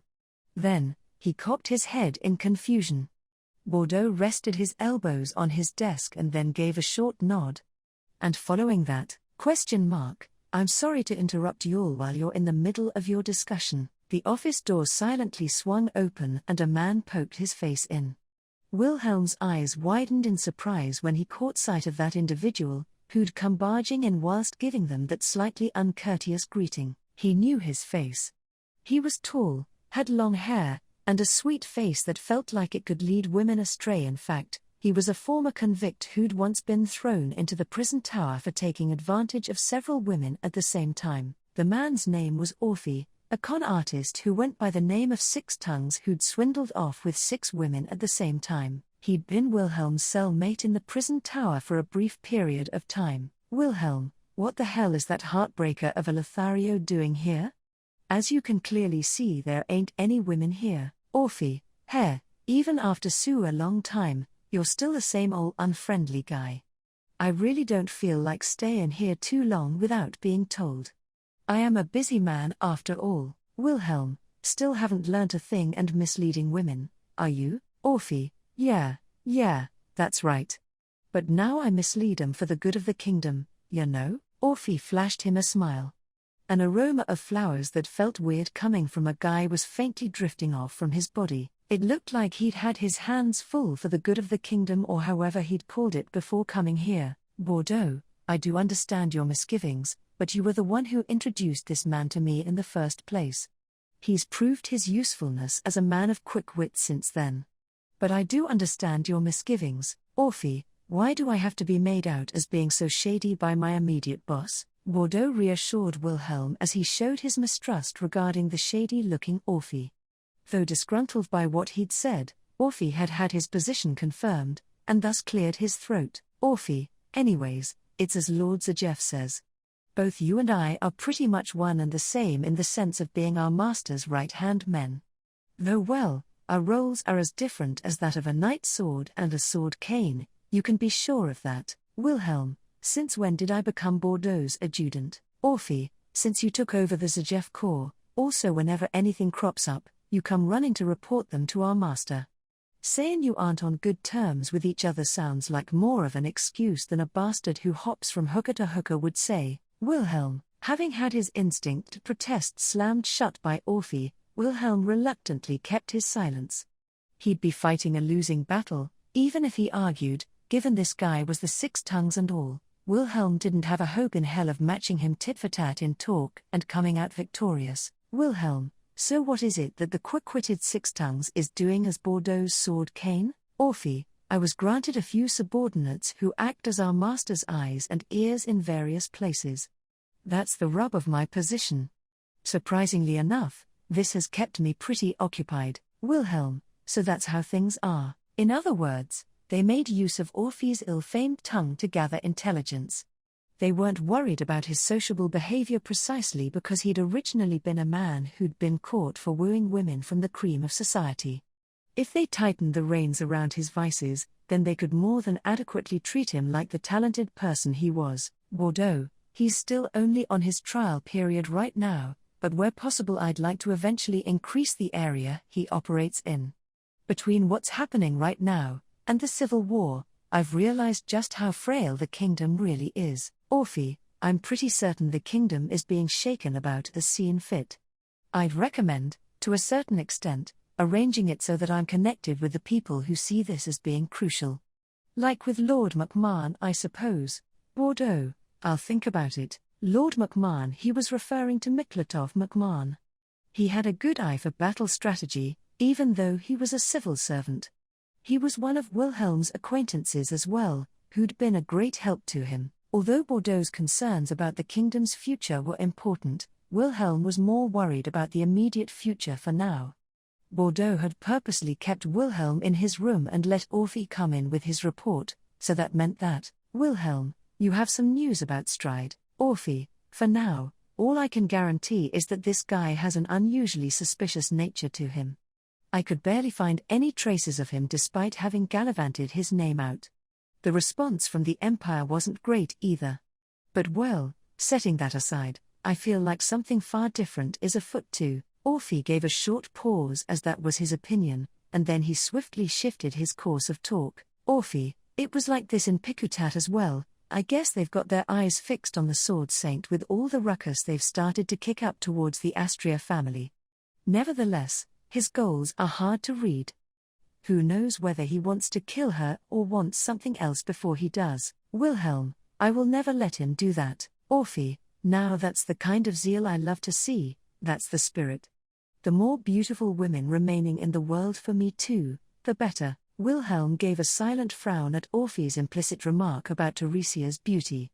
Orphy let a wry smile slip onto his face as he sensed Wilhelm's piercing animosity and shrugged his shoulders saying dear oh dear. Orphy, whatever he's scheming, he's going to do it in the kingdom of Lugnica. That's for sure. Wilhelm heard he was preparing his entertainment, and that's what's crucial. He's most likely wandering over to different places as part of his preparations. Bordeaux, you're taking too long to get to the point, Orphy. Tell us your conclusion. Where is Stride? Orphy, I don't know exactly where he is, but I do know a place he's been to several times. All traces of joking about had vanished from Orphy's expression as he answered Bordeaux's question in a hushed tone. Both Wilhelm and Bordeaux's facial expressions stiffened in response, and Orphy gave a deep nod. Orphy, it was a pain in the ass. After all, this guy, after we turned our attentions to him for a wee bit, Wilhelm, where was he heading to? Wilhelm pressed Orphy to get to the point as he tried to start his story about all the hardships he'd faced. Orphy reluctantly shook his head at that simple question and said, Orphy, Shamrock Valley. A dismal place that is always enshrouded by a thick fog. Act 2, Part 3. Shamrock Valley was a cursed land known far and wide to be a haunt of evil. It was located in southeastern Lugnica on the map, and as Orphy had said, it was notorious for always being shrouded in a thick fog. Fog was seen as an ill omen not just in Lugnica, but in the whole world. Since the fog made it so you could barely see and the weather was unpredictable, Shamrock Valley was regarded as a natural stronghold that kept people away. But it wasn't the fog that clung over the Shamrock Valley that was their issue right now. Shamrock Valley was rumored to be the place where the witch had settled. Rumour thinks that make you scoff. But, It's true that DH Witch once settled in Shamrock Valley. At least, that's what Libre told me. Having been informed about the rumors of the Shamrock Valley, the wizened figure let out an exhausted sigh. He was an old individual with a queer-looking body. He had scaly green skin, a yellow coxcomb on his head and a really long tongue rolled up behind his thick lips which darted in and out of view. At first sight, he looked similar to a lizard person or a frog person, but his eyes were closer to that of a fish than a reptile's. He was from a demi-human tribe that was regarded as a subspecies of the lizard people. There weren't too many of their kind around. However, his standing had no relation to his origins, as he was an important figure who had been pivotal for the demi-human tribes. The wizened individual's name was Cragrel Dawson. He had been one of the 3 commanders who had led the demi-human alliance during the demi-human war. And he'd represented the alliance after it fell. To cut a long story short, he was the current representative of the demi-human tribes in Lugnaca.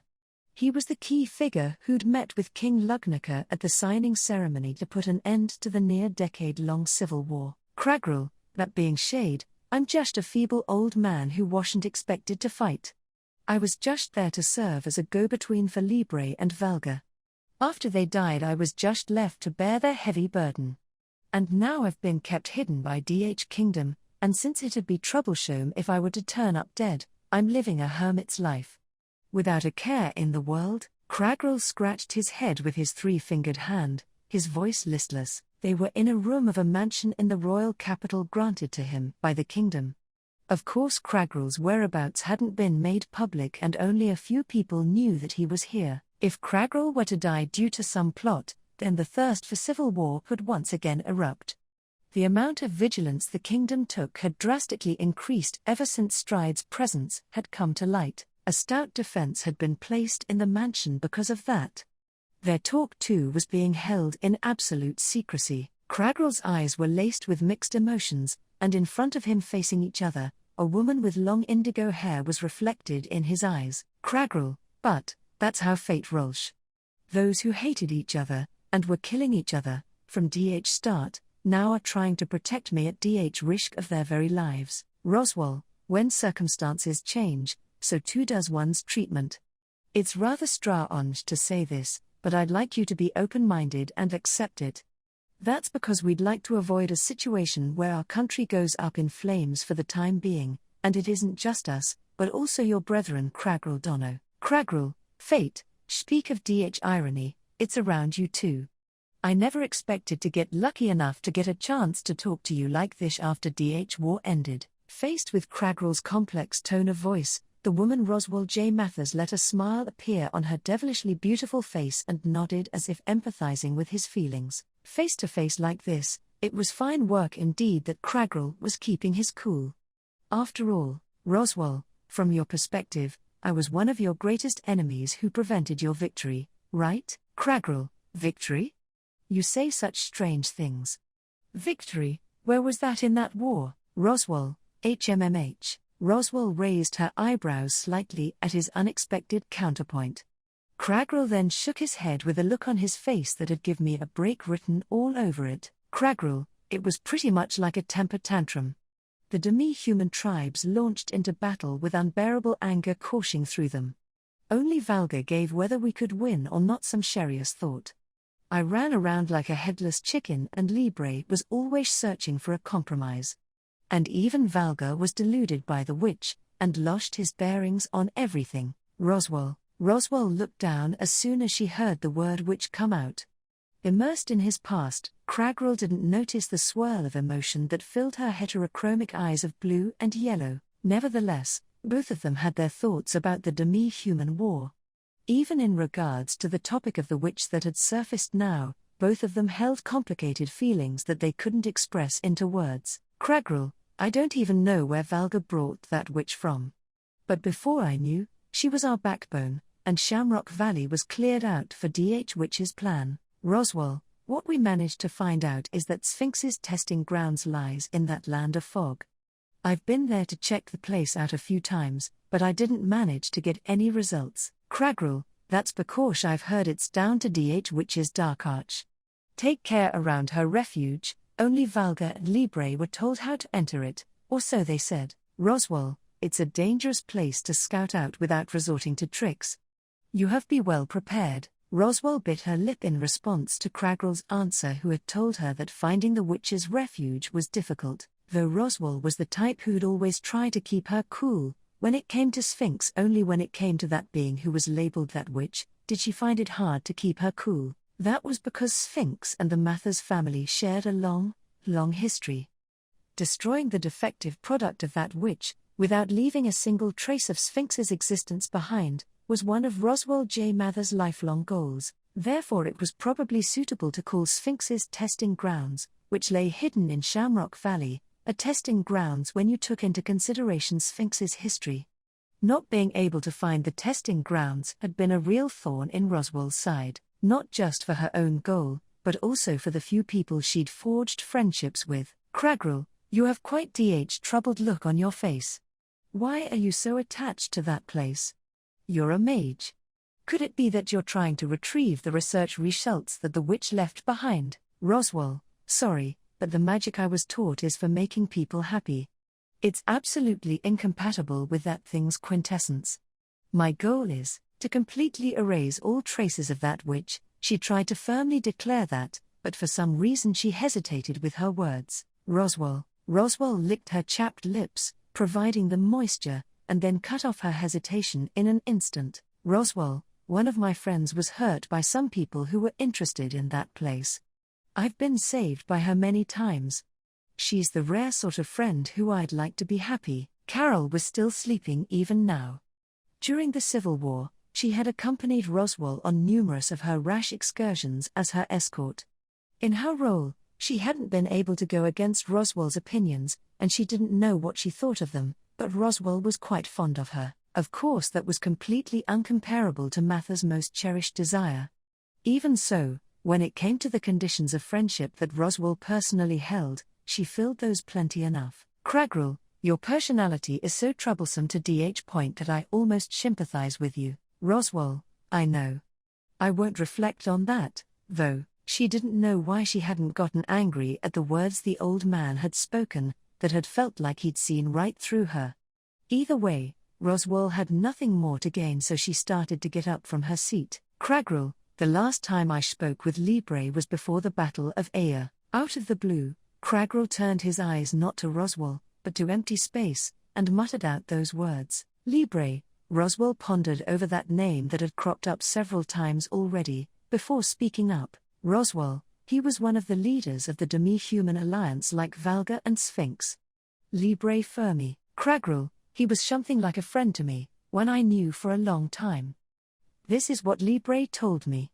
If Valga doesn't cool his foolish head down, the alliance will meet its end when all of us are dead. I will leave it to you to broker peace for when that time comes. Libre was renowned for his prowess in battle, and having crossed swords with many of the kingdom's soldiers on the front lines. After the war, it became clear from the testimonies of people who'd known him that, in contrast to what he was renowned for, he'd been the person who'd most wanted a reconciliation with the kingdom amongst the three leaders. It made sense for Libre to designate Cragrell as the post-Civil War leading delegate. Cragrell, in the end, Libre's intuition was spot on. Only I, a feeble old man, survived, and now I am caged here until I kick the bucket under the pretense of being under the kingdom's protection. I thought I had fulfilled my duty towards my brethren plenty enough with that, but, Roswell, Cragrell, if truly I am to fulfill Libre's final request, then I must do this. Cragrell's eyes, which were gazing into empty space, swayed with emotion. His distant gaze wasn't fixed upon the wall of his dreary room. It was probably fixed upon the past with his now lost friends. Eventually, Cragrell, TSH. Cragrell jerked his chin up and let his tongue unroll from behind his puffy lips out towards Roswell. For a second, Roswell tensed up as if expecting something untoward, but she immediately realized what the old man was doing soon after. A glittering crystal stone rested against the tip of Cragrell's long tongue. Cragrell, this stone has a portion of witch's odd confined in it. Libre told me, when he handed it to me, that with it you can remove the refuge's concealment mechanism. Though with how stubborn I am, I was planning to take it to my grave, Roswell, but you didn't do that. Why? Cragrell, The war ended a long time ago. I see that you two are simply just a Persian who gets sad when one of your friends is hurt.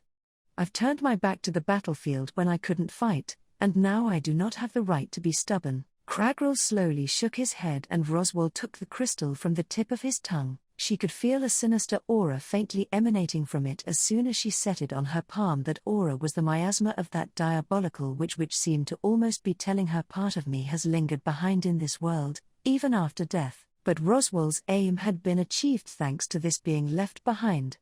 She told her friends leave it to me and then made her way over here, and so would not lose face with them. Relieved by that, Roswell bowed and prepared herself to leave this place. But before she did, Roswell, you have my gratitude, Kragrel Dono. Also, although I may be overstepping my marks here, I'd like to say just one last thing. Kragrel, what is it? Roswell, you fought well on your battlefield. That is something I can assure you, having come here to meet you so. You have nothing at all to be ashamed about in regards to your friends. She didn't mean to comfort him nor overly worry about him. Even if none of her words reached his heart, there wasn't anything unusual about them not reaching a mutual understanding with that civil war between them. Even so, Roswell left those words behind and Kragrel looked down wordlessly. As one thing settled of the demi-human war, merely that was enough. Act 2, Part 4. Roswell returned with the good news, and the decision to mobilize the operation was taken immediately after. With Stride's movements discovered by Orphe, and the testing grounds left by the Witch Sphinx presumed to be Stride's objective, they prepared to set out there to shed light on the situation, and if things went well, they would prevent whatever Stride was planning before it came to fruition and throttle the life out of him. So to do that, you're going to Shamrock Valley, famed for its danger. In preparation for the operation, Wilhelm was changing into his Royal Knight's outfit. Teresia frowned at him while putting on his white jacket, and then asked him that question. Sliding his hands into the jacket's sleeves, Wilhelm gave a reply curtly with a yeah. Wilhelm, that Roswell girl got information about the witch's refuge from Kragrel of the Alliance. After we went through several investigations turning up nothing, we should make a bit more progress with this. Teresia, you really do believe in Roswell-san, don't you? Wilhelm, believe in, now that's a pretty unappetizing way of putting it. Behind him, Teresia reached out to his jacket and smoothed the wrinkles out with her palm. Wilhelm couldn't see what look she had on her face from where he was. But a strange smile spread across his face at what she'd said. He'd sought out her help before in regards to Stride, and now he'd sought out her assistance in regards to the matter of Shamrock Valley as well. He felt a bit reluctant to declare that he believed in her, but in actual fact he probably did. Roswell too had been one of his comrades whom he'd fought alongside within the Civil War. There was no questioning that. Teresia, that place has a lot of witch beasts living in the perennial fog. Do you really think a clue to Wake Carol can really be found in a place like that? Wilhelm, you think it's a trap he deliberately showed off to lure anyone trailing him in? For sure, that plan would match that bastard's rotten nature, but Stride might have let Orphe acquire that information and set a trap to capture all of the people pursuing him from the kingdom in one proverbial net. For certain, he was the kind who'd be capable of doing that. However, Wilhelm, no matter how cautious we are of that, Grim isn't going to stay put. There's no way I am going to send him out alone in the fog. Teresia, Grim Khan has been constantly blaming himself, hasn't he? Wilhelm, you're not one to talk here. Teresia, having been concerned about Grim's emotional state, had completely shunted herself aside. But, in terms of wasting oneself away for Carol, Teresia rivaled him too. Teresia, you know, you're no different when you say that.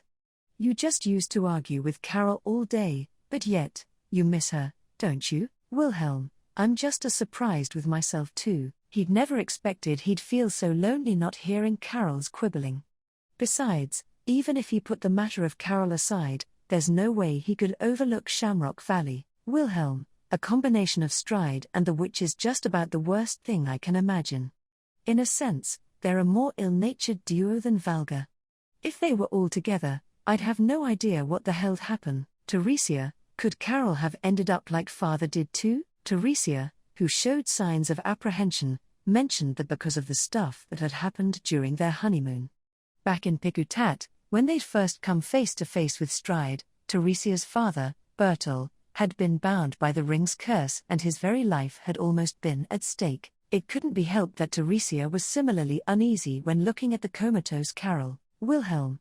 Just like with what happened to our honored father, the diagnoses that technique users like Gerich gave differed from the usual kind.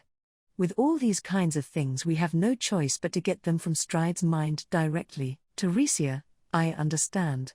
So please, even if you push yourself, come back safely, okay? Wilhelm, don't you usually tell me to not push myself? Teresia, if I say it, will you do me the favor of not pushing yourself? Wilhelm, it depends on the time and situation. Wilhelm was aware that would probably be just about impossible.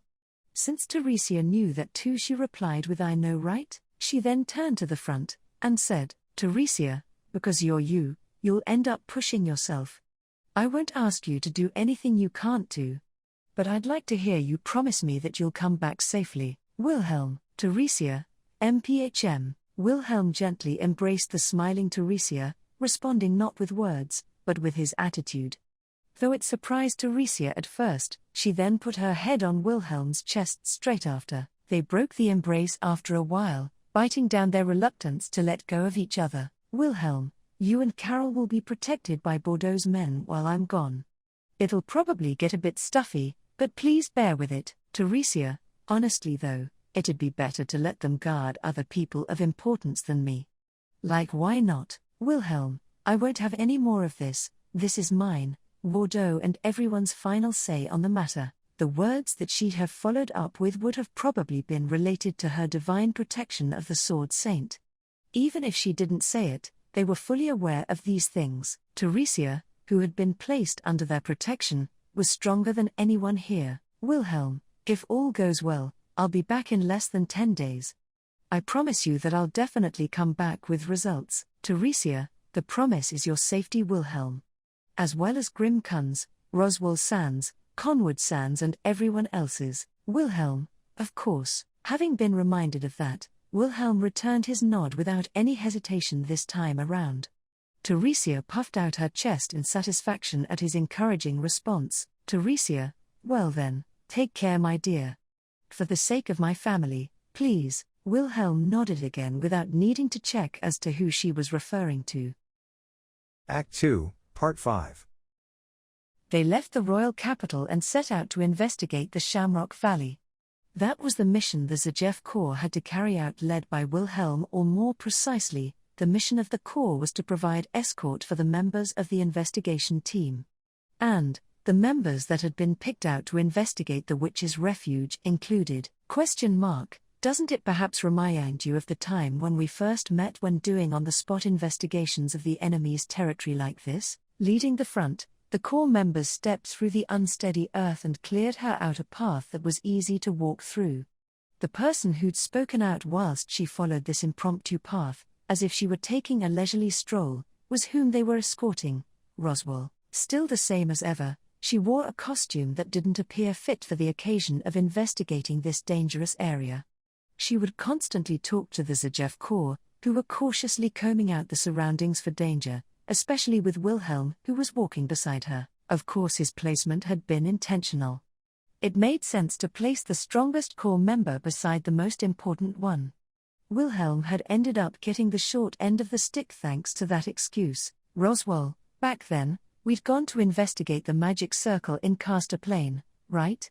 We were investigating all the troublesome stuff left behind by the Demi-Human Alliance. It feels like déjà vu. Wilhelm, you never shut up. At this rate you're gonna run out of breath. Roswell, no need to worry. I take daily runs to keep myself in tip-top sarpi. If we're going to keep traveling through poor terrain, then I imagine I can hold my own against your men. Roswell replied to Wilhelm's scathingness without sounding particularly concerned. In actual fact, her legs weren't tired. Whereas the heavily armed Corps members were about to reach their limits before her, nonetheless, that wasn't to say that his men were weak, because the Shamrock Valley which the Zajev Corps had stepped into, that haunt of evil, had already bared its fangs at them. Wilhelm, Wilhelm ran his sword spirit through the barely visible surroundings and focused on keeping his troops' formation. The valley was full of fog as rumored. The fog itself was more noxious than rumored, trying to sap their strength from them. The uncomfortable feeling of having something intangible like this always damply clinging around them frayed at their nerves and reduced their alertness levels. If they weren't careful, they could start losing members of their team to it. They had to keep their wits about them at all times, so it was inevitable that his thoughts turned to worrying about how much energy they had left. Wilhelm, luckily it doesn't seem to be a witch-beast paradise like the rumors said. Roswell, no matter what they are, rumors tend to be stretched. Few people bother to tread into such dangerous areas like Shamrock Valley. It's all too natural that the rumors end up being exaggerated. I can't say that as a rule though, since there are way more witch beasts in the Augria sand dunes than the rumors say. Roswell shrugged her shoulders. Wilhelm gave an indifferent nod and then wordlessly turned to the end of the column where his deputy commander was bringing up the rear. Although the man's facial expression was indistinguishable in the fog, the drive that exuded from him was hair-raising. It was grim. He'd sustained a wound to his throat in the war, but right now he was speaking little, with it having nothing to do with his wound his heavy laden, though, he'd expected him to be a little bit more optimistic since he was doing this for Carol's sake. Roswell, his self-reproach won't show itself on his surface actions. If his overly strained nerves led to some sort of accident, it would be easy to point fingers at him. Grim Kun too, as talented as he is suffering. Wilhelm, quit reading into what's in people's minds so casually. Roswell, you don't even deny it. I never expected you to become so human. There's a certain charm to you now that you've given up being a sword. Such a pity Thauuf. She spoke to Wilhelm in typical Roswell fashion as if there was something meaningful in what she'd said. Regardless of whether something was hidden behind her attitude or not, the way he got on with her hadn't changed. Wilhelm didn't reply to her for a little while. Then, he spoke up. Wilhelm, Grim has Conwood with him. They should be able to handle anything that crops up. Roswell, wouldn't it make Grim Kun feel better if you yourself were to say something to him? Wilhelm, him prioritizing Teresia's safety was what led to Carol becoming like she is now. What on earth can I say to Grim to settle his nerves? Roswell, you sure are tactless, aren't you? I guess it was far too early for me to have said you've given up being a sword. Wilhelm felt a sense of shame, just like Grim was feeling reproachful towards himself. Ultimately, leaving Stride at large had been Wilhelm's fault. He definitely had his chances to lop off his head both at Pikutat and at the Astria residence. If only he'd seized those opportunities then. He couldn't help but think that way. Roswell, I'm sorry, but can we stop for Juast a little bit? Wilhelm. All troops. Halt. Attention. Wilhelm swiftly responded to Roswell's sudden call to stop their march. Everyone stopped in their tracks as soon as the command had been issued and shifted their attention towards them. With them as the focus of their attention, Roswell took something out from between her large breasts. She brought out a thumb-sized crystal which was fastened to a thin chain. Wilhelm, what is it? Roswell, I got this from Kragrel Dono of the Alliance. It seems like Libre Fermi got it from Sphinx and used it as proof of passage to the refuge. Wilhelm, Libre, huh?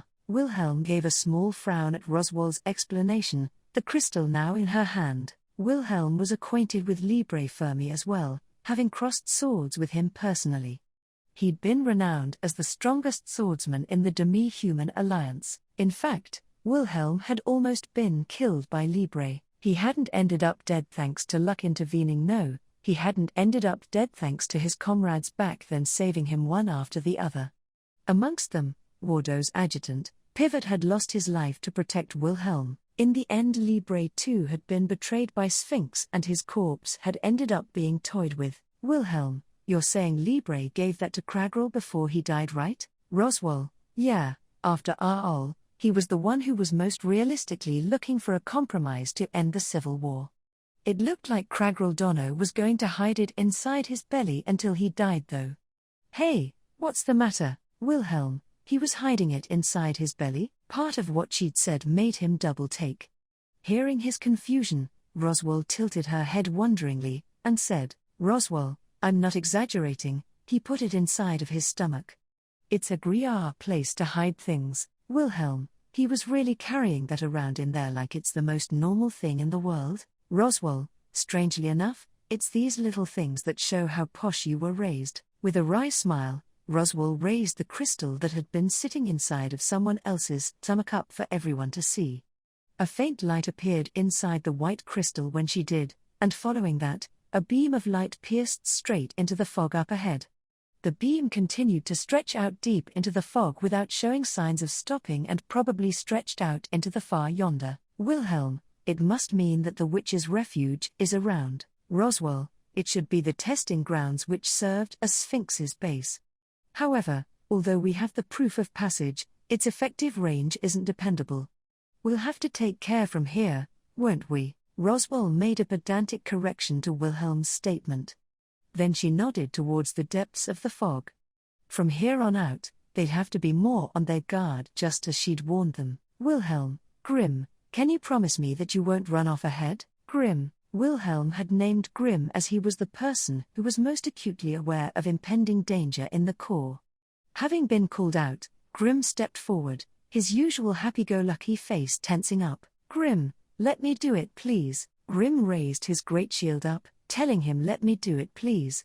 The sigil engraved into his shield was the remendous one, of Carol's lineage. Carol had given him the shield during the Civil War, so the way he handled it was something which he took utmost pride in. His current determination was just as if he'd sworn on his shield. Thus, he could only believe in him. Roswell, here you go. Roswell handed over the crystal to Grimm.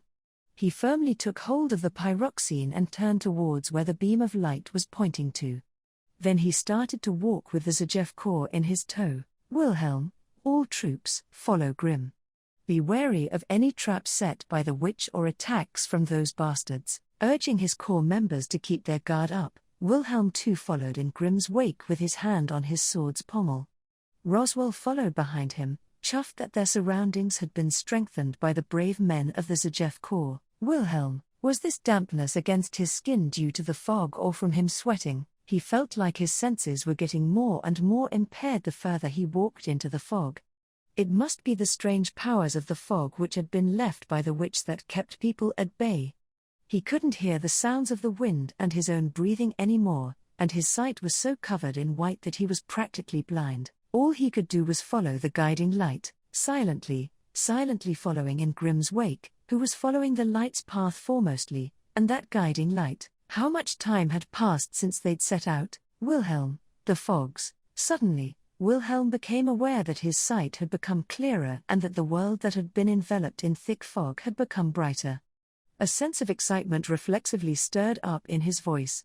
He masked it by wiping away at the sweat on his forehead. Then, he went up to Grimm's side and clapped him on his shoulder. Wilhelm, Grimm, we've crossed the most difficult part for now. After this it seems you've gotten used to captaincy, haven't you? Wilhelm froze in surprise at that clear-sounding reply which Grimm shouldn't have been able to return. However, his surprise was immediately replaced by a different kind of surprise, and that was because the voice didn't belong to Grimm, yet he knew who it belonged to. There's no way he should be hearing this person's voice. That was Imp. It's not just the young lord, but you too that I didn't think would change this much. This is quite the pleasant miscalculation. The man speaking to him was an elegant-looking one with long chestnut-colored hair cascading down his back. Wilhelm was reflected in his eyes, behind the monocle that adorned his left one. The corners of his lips curved up into a smile. He remembered that expression. That smile was tucked away in memories that seemed a little far away. His name was Wilhelm Pivot. His former camarade de guerre who died saving his life was now smiling at him at the end of the fog. Act 2, Part 6. Teresia passed the time restlessly sitting beside the still sleeping Carol. It had been 4 days since Wilhelm had left for Shamrock Valley. The plan had been to make their way there to see if they could find anything at the refuge of the witch who'd sided with the demi-human alliance. Teresia stretched out her hand to Carol's sleeping face as her own wishful thoughts overlapped with what had been arranged. She gently brushed away the golden fringe that lay against her forehead and then traced her eyebrows with her finger. Her typical purpose-kept stiff expression became surprisingly soft when she was asleep. She never really showed it in public, but she looked really sweet when she smiled. Teresia felt a small tinge of pride that she was able to keep that knowledge all to herself, though it was quite a dilemma as well. Teresia, it's really such a waste that only I know what a cute girl Carol truly is. So when Carol had told her she was going out with Grim, whilst stuttering out excuses upon excuses, let's add, Teresia's had burst into both joy and loneliness. If the guy Carol had been going out with hadn't been Grim, then Teresia would have most likely felt extremely jealous. Well, actually, she was feeling jealous of Grim too, but it definitely would have been worse than now. What am I even to Carol, as far as she's concerned? Teresia, I can't really say that I'm like her mistress. And if I said friend, Carol would get bashful and show her displeasure. Sisters is the closest, I guess. Teresia thought herself more as being the big sister, even though Carol was older than her. Carol too thought of herself as something close to that, so the who's the big sister dispute remained unsettled. Teresia, if you wake up now, I can concede this to you, you know. She could say that this would be a pretty big concession from herself. Carol ought to leap up and bask in the honor of her leniency. Teresia's attitude meant that she'd handed her the victory of their long dispute. Carol, this is too great of an honor, Teresia Summer. But, would that really be okay? I'm still not experienced enough, Teresia. Teresia giggled out loud, knowing perfectly well what Carol would say. However, the actual Carol wasn't blushing or awestruck by Teresia's words, as she was still sleeping, and that led to Teresia's sense of dismay. She was fully aware that she was unconsciously acting like a spoiled child. All she'd ever done was place burdens on Carol ever since the demi-human war. In the end, when she looked back on it, she hadn't changed one bit. Teresia shook her head and took a cup from the tabletop which had been placed nearby in the hospital room. She placed the cup to her mouth and took a sip. The tea really didn't taste good, even though she'd brewed it herself. It was as if her anxiety was increasing so much to the point where she'd forgotten even what she liked. Recently there'd been many of these strange occurrences. It wasn't just with tea, there'd been many instances where food and spices had felt off to her too. She also felt rather miserable that she was posing the blame for her terrible emotional distress on her surroundings. Teresia, I can't keep going on like this though. My mother and father will get worried. Her parents were coming from the main Astria residence to the royal capital today to check on Carol's condition as had been pre-arranged. They too considered Carol like a daughter. Teresia wasn't at all sure if she'd have the resolve in herself to leave the hospital room in time, despite saying she'd go out and meet them. She'd let Carol suffer so much whilst she was away. And neither Grim or Wilhelm could be at her side, so at a time like this, she couldn't leave her side. Teresia let out a pensive sigh with that in mind. And, immediately as she did, Sia. Summer, Teresia, eh? Teresia instinctively rushed over to Carol's bed in response to that faint voice. For a moment, she wondered whether she'd mistaken the voice for the sound of the wind, but there's no way she would have ever mistaken that particular voice. Teresia, Carol. She placed her hand onto the bed and gently brought her other one to the supine Carol's cheek. Carol groggily narrowed her eyes to her palm's touch. Carol, your hands. Teresia, what's wrong with it? My hands. Carol, cold. Careful not to get too cold. She'd woken up and her first words had been those. Teresia blinked her eyes in astonishment at that. Her words had been rather typical for her, so Teresia quickly understood that this wasn't a dream. Teresia, oh my gosh Carol, thank goodness. I was really worried. Carol, I'm. Where's Grim? Teresia, already the Grim Kuns are starting right after you wake up?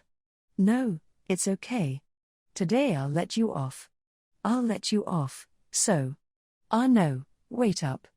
I have to get the healing master, Teresia flusteredly replied to Carol, whose voice was barely a scrap of whisper. She then wiped away the tears that had welled up in her eyes with her sleeve, and rushed out of the hospital room. The knights who were guarding Teresia got pretty agitated seeing the state she was in. But they too erupted into joy when they looked into the hospital room and noticed that Carol had woken up. Teresia, Wilhelm. Grimkun. Carol woke up, she woke up. Teresia reported the news to her husband and friend, who of course weren't there, as she sprinted down the corridor. It's not like they could do anything about it. But she did hope they'd both come back safely. With that hope in mind, Teresia rushed past the healer, Gorich, without even looking at him. It ended up with Gorich giving both the knights and Teresia a good scolding for kicking up such a racket in the hospital with spittle flying from his mouth, along with Teresia's parents, who had been worried sick when their daughter hadn't come to meet them. That was after she'd given them the news. Still no one could notice the footsteps of the destruction wish steadily creeping forward. Act 3, Part 1. The scenery around the valley now that the fog had cleared up was far more peaceful than he'd imagined. With Shamrock Valley situated near the marshlands, there was always an unpleasant wind blowing about. The rocky crags here were covered in moss and bogs littered the area. Needless to say, this made going through the area a chore.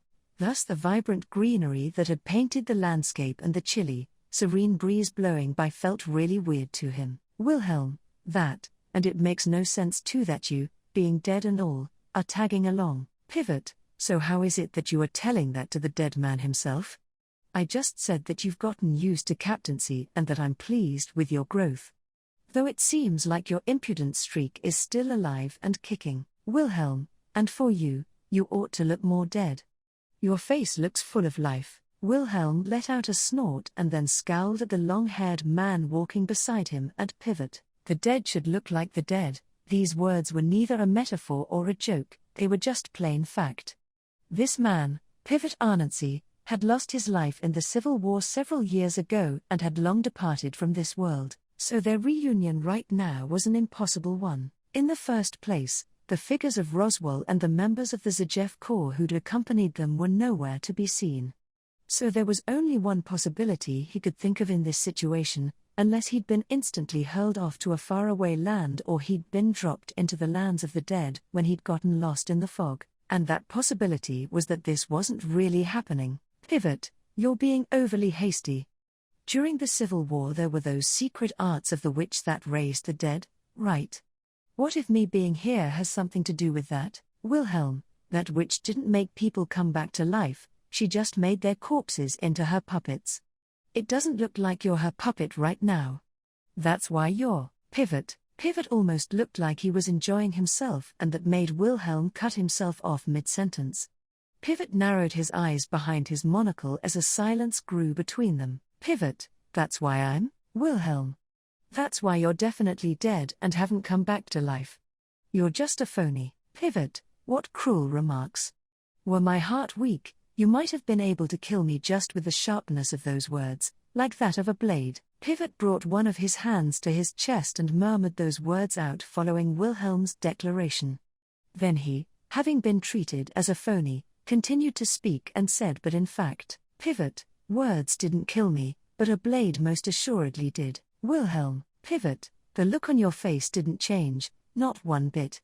Now that's Wilhelm Triers for you. Wilhelm, so did you come here now to voice your grudges against me? Wilhelm didn't understand what sort of intentions he had in mind, speaking like he was making fun of his own death. However, Pivot voiced his denial to his blunt question with a not at all. Pivot, as you imply about having a grudge or whatever, it's too late for those sorts of things. Even if I were to appear before you as a hollow, I still wouldn't be as brash as to start off on the wrong foot. Wilhelm, then why is it that you showed up? Pivot, well, let's see. Wilhelm, why have I? Wilhelm, how am I supposed to know? Pivot replied like he was teasing him and then chuckled at him as he grew more irritated. Wilhelm, were you always like this? Wilhelm was wary about Pivot with his behavior seeming quite frivolous. The Pivot that Wilhelm had known had been a calm, cool and collected man. He'd supported Bordeaux in both public and private as master and vassal. On top of that, he'd also been the kind of person who always tried to keep what he did relevant to the topic at hand. Having been the deputy commander of Bordeaux's Zajeff Corps, he'd often commanded them on behalf of Bordeaux, as the latter had a penchant for getting into the thick of things on the front lines. His composed decisions and precise instructions were like the picture of what a commander ought to be, to the point that even now, Wilhelm had learnt a lot from him back then. However, when you took away that impression of his position and his talents, Pivot, are you and I so close that we can talk about our impressions of each other? Wilhelm, Pivot, we did spend 2 years together in the same squad. But our relationship was always one of just associates. We shouldn't have been so close as to be able to call it one of friendship. Wilhelm, yeah.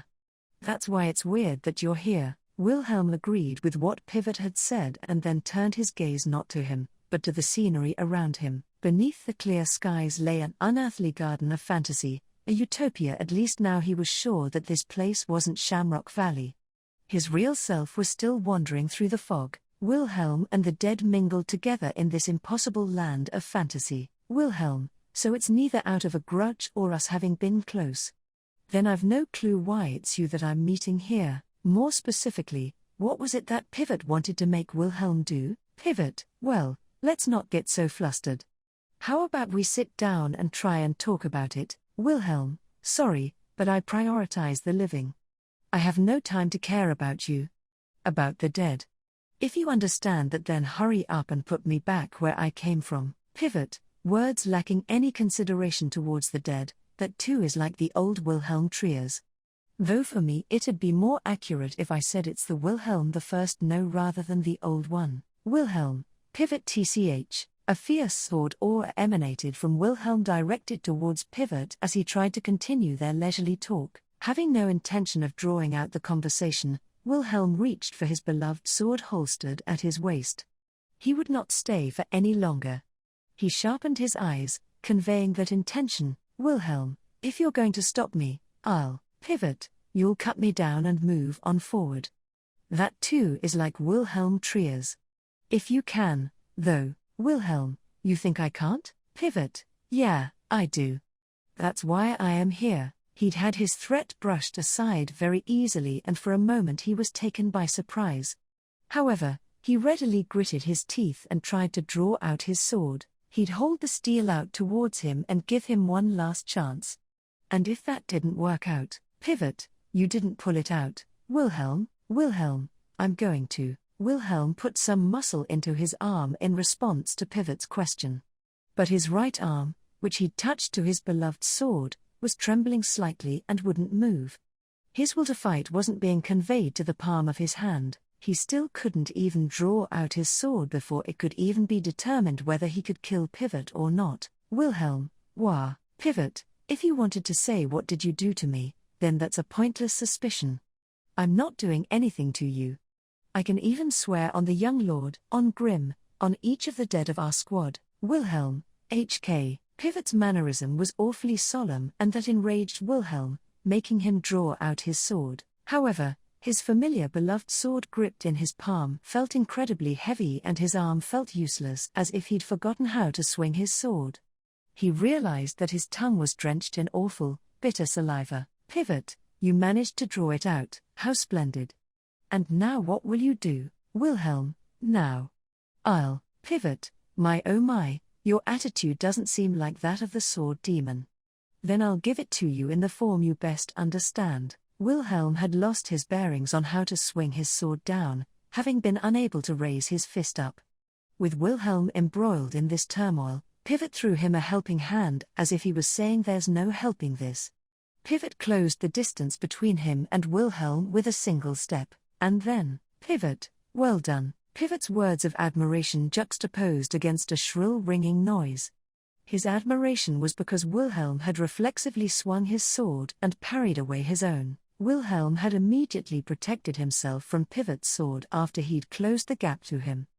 The sword had been aiming straight for his neck, and if he hadn't protected himself it would have surely been fatal. Wilhelm, the hell were you trying to do just now? Pivot, I just thought I'd try and reduce your guilt. If you're hesitant about killing a defenseless dead acquaintance, then aren't things going to be different if it's a hostile dead turncoat? Pivot replied indifferently to the enraged Wilhelm, without any shade of malice. Then he muttered, what an awkward position this is, that I'm in right now, as if it wasn't his business. Pivot, anyways, rest assured, You should be able to achieve your purpose, Wilhelm. My purpose? And what may that be? All I care about is getting back to where I came from. I don't have any time to fight you here. There's no point to this, Pivot. It's rather cruel of you to say there's no point. Certainly my skills with the sword may appear like mere child's play compared to yours, but I am still a knight irregardless. I haven't thrown that much away, Wilhelm, HK. That's not what I'm talking about. Wilhelm flew into a fit of rage at them, communicating like they were on different wavelengths. But Pivot's expression lit up as if he were enjoying his anger, swinging his sword again as he stepped forward. Of course Wilhelm parried that one as well. As sharp as his blow had been, it was far off the sword demon's level. His neck, his side, his belly, below his lower back, he could see countless openings. If he swung his sword at any of those places, he'd be able to put him out of action. He should do that. That'd let him quickly put an end to this phony. Pivot, look out, the next one's coming. Wilhelm, HK. He was forced to take defensive action against Pivot's next blow before he could start his counterattack. Pivot's blows were elegant ones that were fired off with no openings in between them. The battle had turned to one of sheer defense for Wilhelm, as if Pivot's prowess had vastly improved from the time he knew him. Pivot, that can't be right. You should know that too, Wilhelm, GH. Pivot, it's not down to my skill that you're stuck on the defense, it's down to your mind. The reason all you're doing is defending is simply because that's all you're doing. You aren't even mounting a single counterattack back, Wilhelm, Gar. Wilhelm locked swords with Pivot after he told him the reality of the situation and pushed him back by force. Pivot's posture crumbled a bit at that impact and Wilhelm tried to slip his sword into the gap that emerged. Don't let Wilhelm die, Wilhelm. The moment he stepped forward, he heard a blood-curdling scream resounding against his eardrums, or more accurately, in his mind, and it sounded like it was coughing up blood. It was a scream that he'd heard once before. For a split second, that echoing hallucination robbed away his attention. Pivot's figure was right there in front of him. The knight's sword held in Pivot's hand sprung into motion, arcing towards Wilhelm, who'd stopped in his tracks. Wilhelm's gra-ah. Feeling the signs of cold death nearing him, Wilhelm's fighting instinct slowly stirred. He swung his arm as he roared out a battle cry and his sword cut through Pivot's knight's sword halfway up the blade. The momentum that his attack had didn't stop there, instead his flash of silver carried on and cut into Pivot's lean figure in one fell swoop. His blade went through from his left shoulder all the way down to his right-hand side, cutting across his body with a single stroke. Funnily enough, it was the same wound that Pivot had suffered in real life. Wilhelm, Pivot, very good, Wilhelm. Wilhelm widened his eyes at how savage the wound he'd given him was. Pivot nodded at him as he did so. No blood was coming out from his wound. Nevertheless, he traced the wound that Wilhelm's attack had carved into his body with his finger, and said, Pivot, congratulations. Once again, you survived, Wilhelm. Pivot, that's twice you've killed a comrade in arms and ended up surviving, sword demon. His rosy smile and praise morphed into cold words designed to push him away. As Pivot had stated, Wilhelm had for a second time caused his comrade in arms death, and that made him stiffen. Pivot's eyes narrowed from behind his monocle at his reaction, and then he let out a short sigh. Pivot, Wilhelm Triers. It'll be your turn next. Act 3, Part 2. Wilhelm, GH. The pain coming from Wilhelm's temple made him grimace for a moment. He firmly gritted his teeth, immediately pushed back the sudden pain and opened his eyes. A pair of heterochromic eyes were looking at him from in front. Wilhelm Kun. Wilhelm, your face is too close. I suppose that's rude for someone who is married. That said, I'd be grateful if you didn't blame me. After all, you're the one who didn't reply back to my call. The one who'd pulled away from Wilhelm's somewhat menacing cry had been Roswell. Wilhelm raised his eyebrows at her words and said, Huh? Wilhelm, you said you called out to me? Roswell, hey, what's up with that? The one who was saying we needed to keep our wits about us was you, wasn't it? It's quite a pickle that you didn't manage to do that properly. No, Wilhelm, I'm sorry. Wilhelm gave Roswell a meek apology as she shrugged her shoulders in an exaggerated manner. He'd committed an unimaginable blunder and let his guard down, something that shouldn't have happened. As she'd said, whatever happened in this wicked lay of land would be of no great surprise. Under these circumstances, just the thought of him losing himself, even if only for a short while, made him shiver. Wilhelm noticed something not quite right about that, gulping as a result. Damp, horrible sweat had been clinging to his brow, which he'd wiped with his sleeve, yet a closer look revealed that his entire body was drenched in it, including his back and legs. He knew straight away when he felt it that it wasn't due to the lingering fog or the long march. Wilhelm, this null of several seconds, or perhaps several moments, was really starting to worry him. It was like he was overlooking something critical. Wilhelm, Roswell, I think something strange is, ? Wilhelm.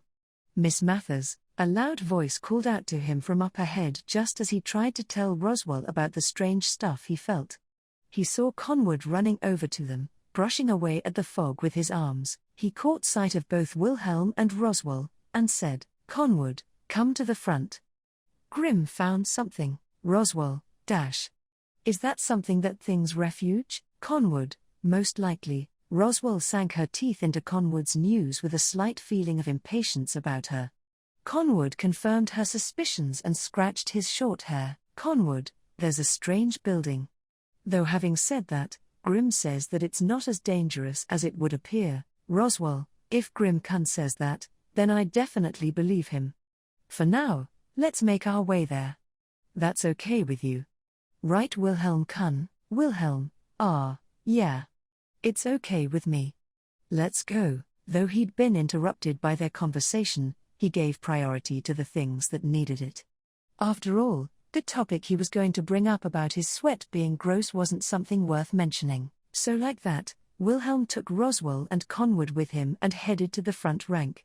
He ordered his troops to remain on standby and joined up with the guy at the very front.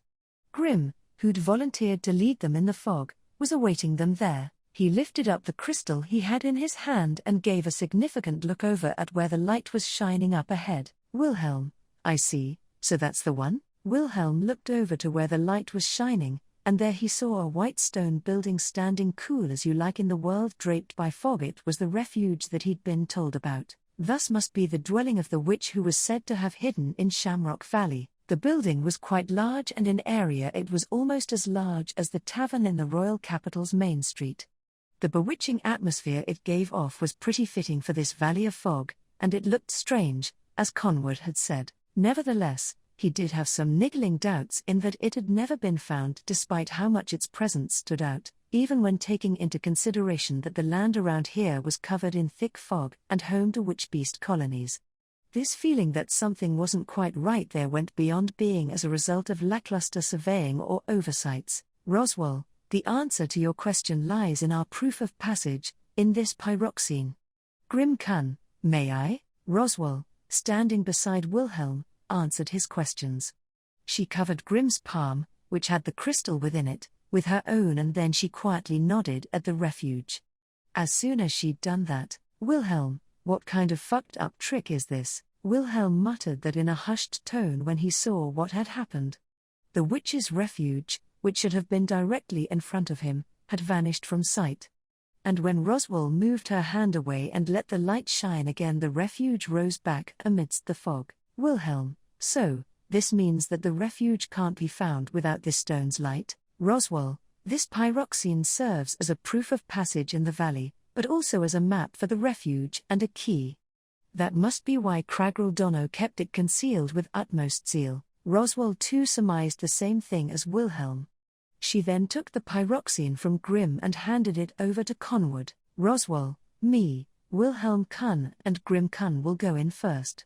I think we'll probably be okay, but I'd like you to keep shining the light on the building from outside. Conwood, very well, understood.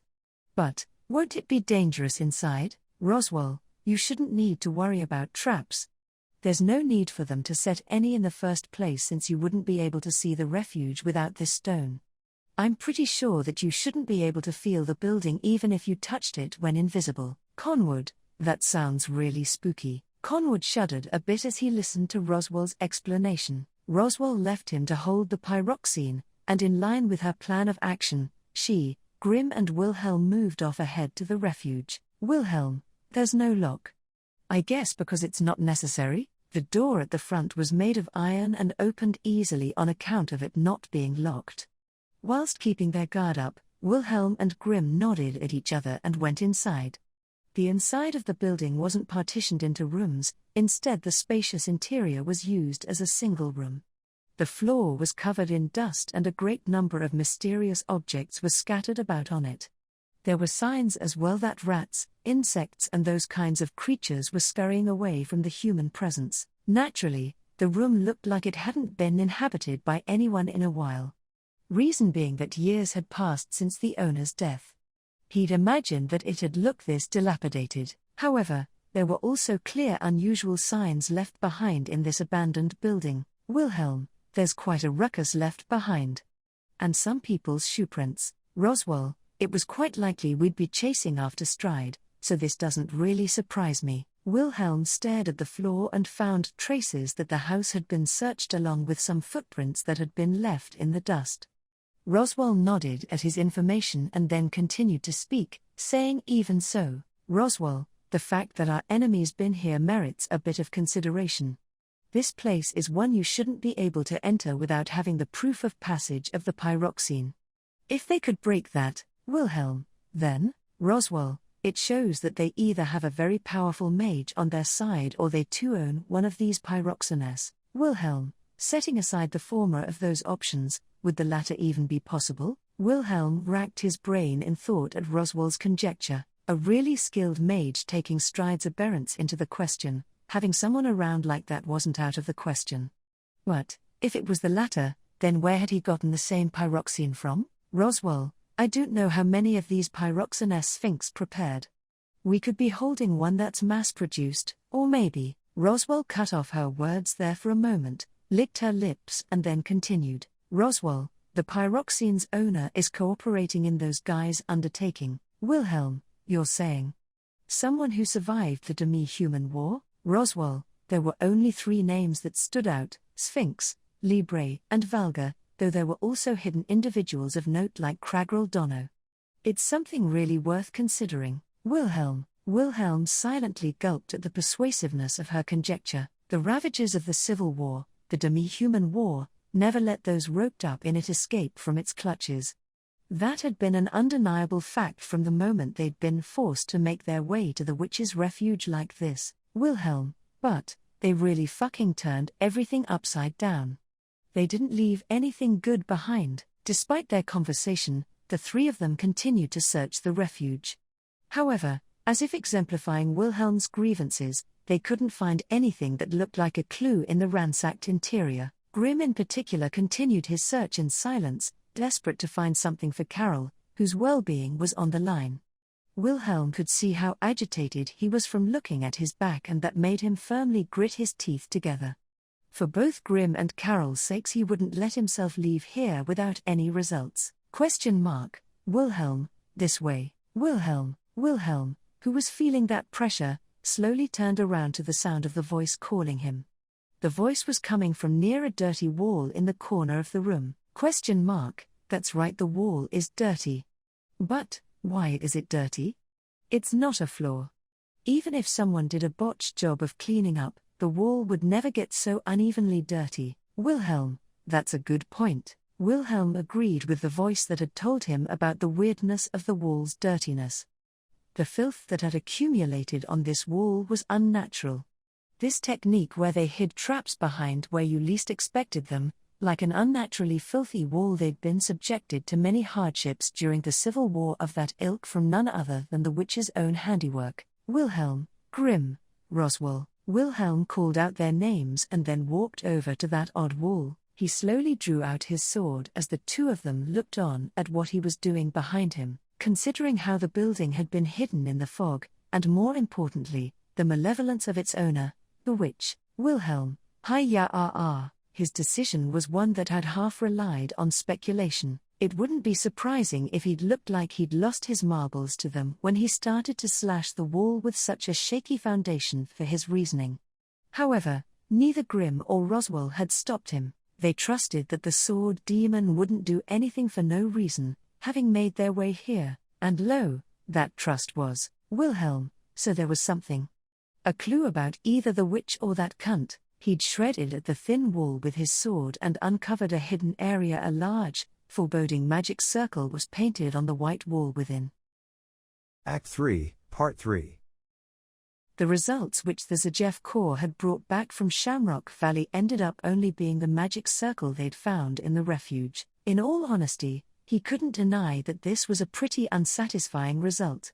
Nevertheless, the kingdom of Lugnaca had been heavily affected by these magic circles in the Civil War, so in that sense having been able to confirm the presence of a magic circle early was a great achievement in itself. Roswell, the magic circle itself was undoubtedly an algorithm left behind by Sphinx. The question is, what sort of effect will this magic circle bring? We'll need to investigate into this. That had been Roswell's judgment after she'd made a copy of it and brought it back. It was her role as the court mage to analyze the magic circle they'd discovered. As frustrating as it was, there was no one better at it than her. All they could do was idly wait for her to finish her analysis. However, an unexpected result had come from the royal capital in stark contrast to the Zajeff Corps, who'd barely managed to find anything. The results came from Teresia's group, who'd stayed behind at the Astria estate. Welcome back, Wilhelm. Look, it's Carol. Wilhelm had returned back to the royal capital and finished giving his report at the royal castle.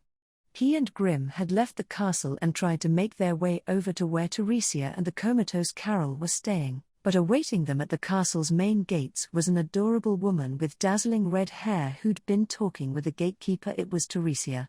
And beside her, she was accompanied by a woman with golden hair. He knew immediately that it was Carol, just as Teresia had proudly stated. Wilhelm, hey.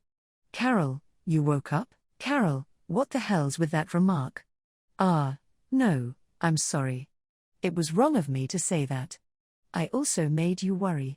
I'm fine now, as you can see. Carol instinctively snapped at Wilhelm, having blurted that out without bothering to conceal his surprise. However, she quickly switched over to apologizing and reassuring him that she was fine. At a glimpse, she didn't look pale, nor did she look ill. Why she was holding hands with Teresia was on his mind, but setting that aside, he was delighted that she'd woken up from her coma. Wilhelm, what's up with your hand? Is Teresia spoiling you? Teresia, no, it's not like that. It's the other way around actually. I'm the one being spoiled by Carol. I just kept feeling dreadful whilst Carol wouldn't wake up. And you weren't with me either, Wilhelm. That's why we've been like this ever since she woke up. After she answered his question, Teresia leaned in closer to Carol and said, "Isn't that right?" Carol became flustered at her mistress' clingy behavior. Carol, Teresia Summer. I get it, but acting like that here where there's so many people about. Teresia, I understand. Then let's get all lovey-dovey later back at the mansion. Wilhelm, Teresia. Wilhelm curtly called out Teresia's name as she kept on teasing the abashed Carol. Teresia reluctantly let go of Carol in response and said, "Okay, Teresia, okay, my turn's over. I'll let go of her properly now." Carol, Teresia let go of Carol's hand and grasped her by the shoulder. As soon as she did, she gently turned her around. Naturally she came face to face with her lover, Grimm. Grimm had just been as shocked as Wilhelm. No, he must have been more shocked. He'd been silent up until now, and not because of his ruined voice. His eyes and Carol's met each other. Carol, they exchanged looks with each other and Carol blushed slightly, casting her eyes down. Not from repugnance, but from shyness. On one hand Wilhelm held quite a stubborn impression of her, but on the other hand she was quite resolute. For that, Wilhelm was slightly surprised at such a typical feminine reaction coming from her. Wilhelm, GNH. Teresia walked over to Wilhelm and grabbed him by his side as if she'd read what was on his mind. Wilhelm became subject to her judgment whenever his impolite thoughts hung over her favored attendant. Looking away from the married couple's exchange, Grim took a step forward towards the bashful Carol. Carol, Carol let out a small squeak and then opened her eyes wide. Facing her, Grim firmly embraced her slender body. His crumpled face was edged with immense anguish, but also relief. Wilhelm had witnessed Grim's anguish firsthand over the past 2 weeks every time he thought about the comatose Carol. They hadn't managed to get any significant results from their mission, and Grim's haggardness had been so bad that he could hardly bear to see it. However, Wilhelm, what on earth caused her to wake up? Teresia, let me see, my love, I guess. Oh, Wilhelm scolded his wife, who joked around and said that with a straight face, by pinching her cheek. He continued to pull at her cheek and scold her whilst relishing the sensation of how smooth and soft it was. Wilhelm, answer me properly. Even the healer said he couldn't do anything when he saw her. Teresia, but I really don't know the reason why. I was just constantly taking care of her. And yet, as soon as she woke up, she looked for Grim Kun. Wilhelm, you'll be putting up with me. Wilhelm finished voicing his protests against the greedy Teresia and shifted his attention back to Carol and Grim embracing. He'd let them enjoy their reunion for a while and afterwards he'd. Wilhelm, Grim. Just as he thought about that, Wilhelm noticed that something strange was going on and called out to Grim. Grim and Carol, who should have been embracing each other in delight at their reunion, were kneeling down. No, the strength from Carol's legs had abandoned her and Grim was crouched down, propping her up. Grim, Ara? Oh, Teresia, Carol? What's wrong? Hang in there. Both Grim and Teresia cried out at the same time, Grim with his broken voice and Teresia with a wail. However, held between Grim's arms, Carol didn't reply to either of them. There was no time for her to do that. She had her eyes wide open and she was clawing at her own throat. Carol, Uke, Wilhelm, what the? Her throat, ? No, you're not quite correct. This isn't about her throat, Wilhelm, her breathing. After he'd had that pointed to him, Wilhelm realized that Carol's suffering came from the fact that she wasn't able to breathe. However, he didn't know why. It was like her mouth was being gagged and her neck being strangled. Teresia, Wilhelm. On Carol's neck, Teresia cried out right after she'd grabbed her arm and tried to stop her from clawing at her throat. Wilhelm was drawn in by her voice and looked at Carol's throat. When he saw what was there, he let out a groan. A dark red mark had swelled up on her pale throat, which she'd been desperately clawing at and was now oozing with blood, and the mark was completely different from her fingernail gouges. It had suddenly appeared and it looked like a bruise which took the shape of a palm. Of course, there wasn't a real arm there. Yet despite that, she was still being strangled by this palm-shaped bruise from an invisible arm, and it was trying to suffocate her. Wilhelm, we need to take her to the healing ward. ? I can't say that's a wise choice. Does this look like a wound or disease to you? Wilhelm, no, Roswell should still be in the castle. Wilhelm's thoughts went into overdrive at the predicament they were in. After he received that advice, he elected to get Roswell's help. What was causing this bruise was unknown, but it must have something to do with Carol's coma. In these sorts of matters, the situation didn't call for the medical ward, but rather for a certain specialist in magic, curses and the like. The question wasn't whether Roswell could handle it, more that he had no choice but to bet on her here. Wilhelm, Teresia. Find Roswell. I'll take Carol. Wilhelm hurriedly blurted that out and then pried Carol away from Grim's arms. This was an emergency. He was going to be much faster than Grim at running whilst carrying her. He'd make Teresia go on ahead, and he'd take Carol to wherever Roswell was. At least, that's what he'd intended to do. Carol, cough. Wilhelm, However, the state of emergency that would have required him to do that had vanished. Carol's breathing had come back to her the moment Wilhelm had picked her up and started to run. Carol, cough. Wilhelm, hey, can you breathe again? Carol, why yeah. I can somehow. Breathe again. All right now. Carol rubbed her throat as she replied, gasping for breath. Though she was panting heavily, she was able to breathe without any issues. The reasons why she'd recovered from her inexplicable coma and now her choking were complete mysteries, but right now she'd been freed from this life-threatening predicament. Teresia, see Carol, are you sure you're all right? Carol, I am, Teresia Summer, I'm sorry for worrying you. And you as well, Grim. Carol extracted herself from Wilhelm's arms, now standing unaided, and apologized to Teresia and Grim. The two of them shook their heads at her apology, relieved that she was okay. Then, Grim once again tried to stretch out his arms to touch Carol. Wilhelm, wait, Grim, don't touch her. Wilhelm had noticed what was wrong and had grabbed Grim's wrist and stopped him. Teresia, Wilhelm? What are you? Wilhelm, her neck. Wilhelm replied curtly to Teresia after she'd raised her eyebrows at his sudden motion. Teresia looked over at Carol with her blue eyes in response, and then she let out a small squeak. The dark red palm-shaped bruise had begun to appear on Carol's neck once again. The bruise went away again the moment he'd pulled Grim's arm away. On the flip side, it came back clearer when Grim took a step forward. Wilhelm, we're going to Roswell. Wilhelm said that as he understood what was happening. Still sharing in their anxieties and distress, the four of them headed towards the castle as if they were clinging to their last hope. It was only moments later that they realized that their hopes had been in vain. Act 3, Part 4. Roswell, she becomes unable to breathe whenever she's touched by a loved one. I have no doubt that's the shackle which Stride's curse rings put on Carol Kunn. Roswell had examined her from top to bottom and her diagnosis had confirmed their worst fears. She'd had her breath choked out of her as soon as she and Grim had embraced at their reunion. Then, whenever Grim approached her, the curse's mark would threateningly loom up onto Carol's neck. Even now, they'd been made to keep their distance, as if he was tearing the two lovers apart. Teresia, can't you do anything at all? Teresia said in a trembling voice in reply to Roswell's provisional diagnosis. She was sitting next to Carol on the bed and had her arms around her. Her round eyes were full of tears as she bit her lip in frustration. Her slender arms, which were wrapped over Carol's shoulders, were faintly, weakly trembling. Teresia, this is just so horrible. The absolute worst.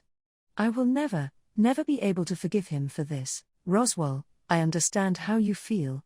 I apologize for my lack of ability. Roswell felt ashamed at her own lack of skill when Teresia stammered that out. However, everyone here, except for Roswell herself, sympathized that it wasn't her fault. They were at the royal castle, in a private quarter set aside for Roswell, the court mage. The quarters contained a guest room, a bedroom and another room for her to put her books and instruments in. She'd carried out her examination of Carol primarily in that room. The five of them had gone back to the bedroom now where they could talk to each other face to face. Wilhelm, so, you're saying that he first put her to sleep and now he's even stopping her from being held by her beloved. You're making me really regret not having killed that bastard. Grim. Wilhelm gritted his teeth in frustration and folded his arms. Then he looked over to Grim right beside him. His usual jovial expression had darkened, and he'd cast his gaze down without a word. He caused his beloved to choke every time he touched her. Fearful of that, they'd placed him further away from Carol, who was sitting on the bed, than was really needed, that had contributed to adding to his misery. He regretted the fact that he'd blown his chances to kill Stride many times till now. However, now that the situation had gotten this bad, his tendrils of wickedness had grown more malevolent, especially with Carol's curse right now. It couldn't be anything but sheer evil. She'd woken up and found out she couldn't be held by the person she wanted to hold the most. What else could this be but sheer evil? Carol, please lift your head up, Teresia Summer, and you too Mathers Summer. Teresia, Carol Kunn. Carol spoke up to try and liven the mood up in the room.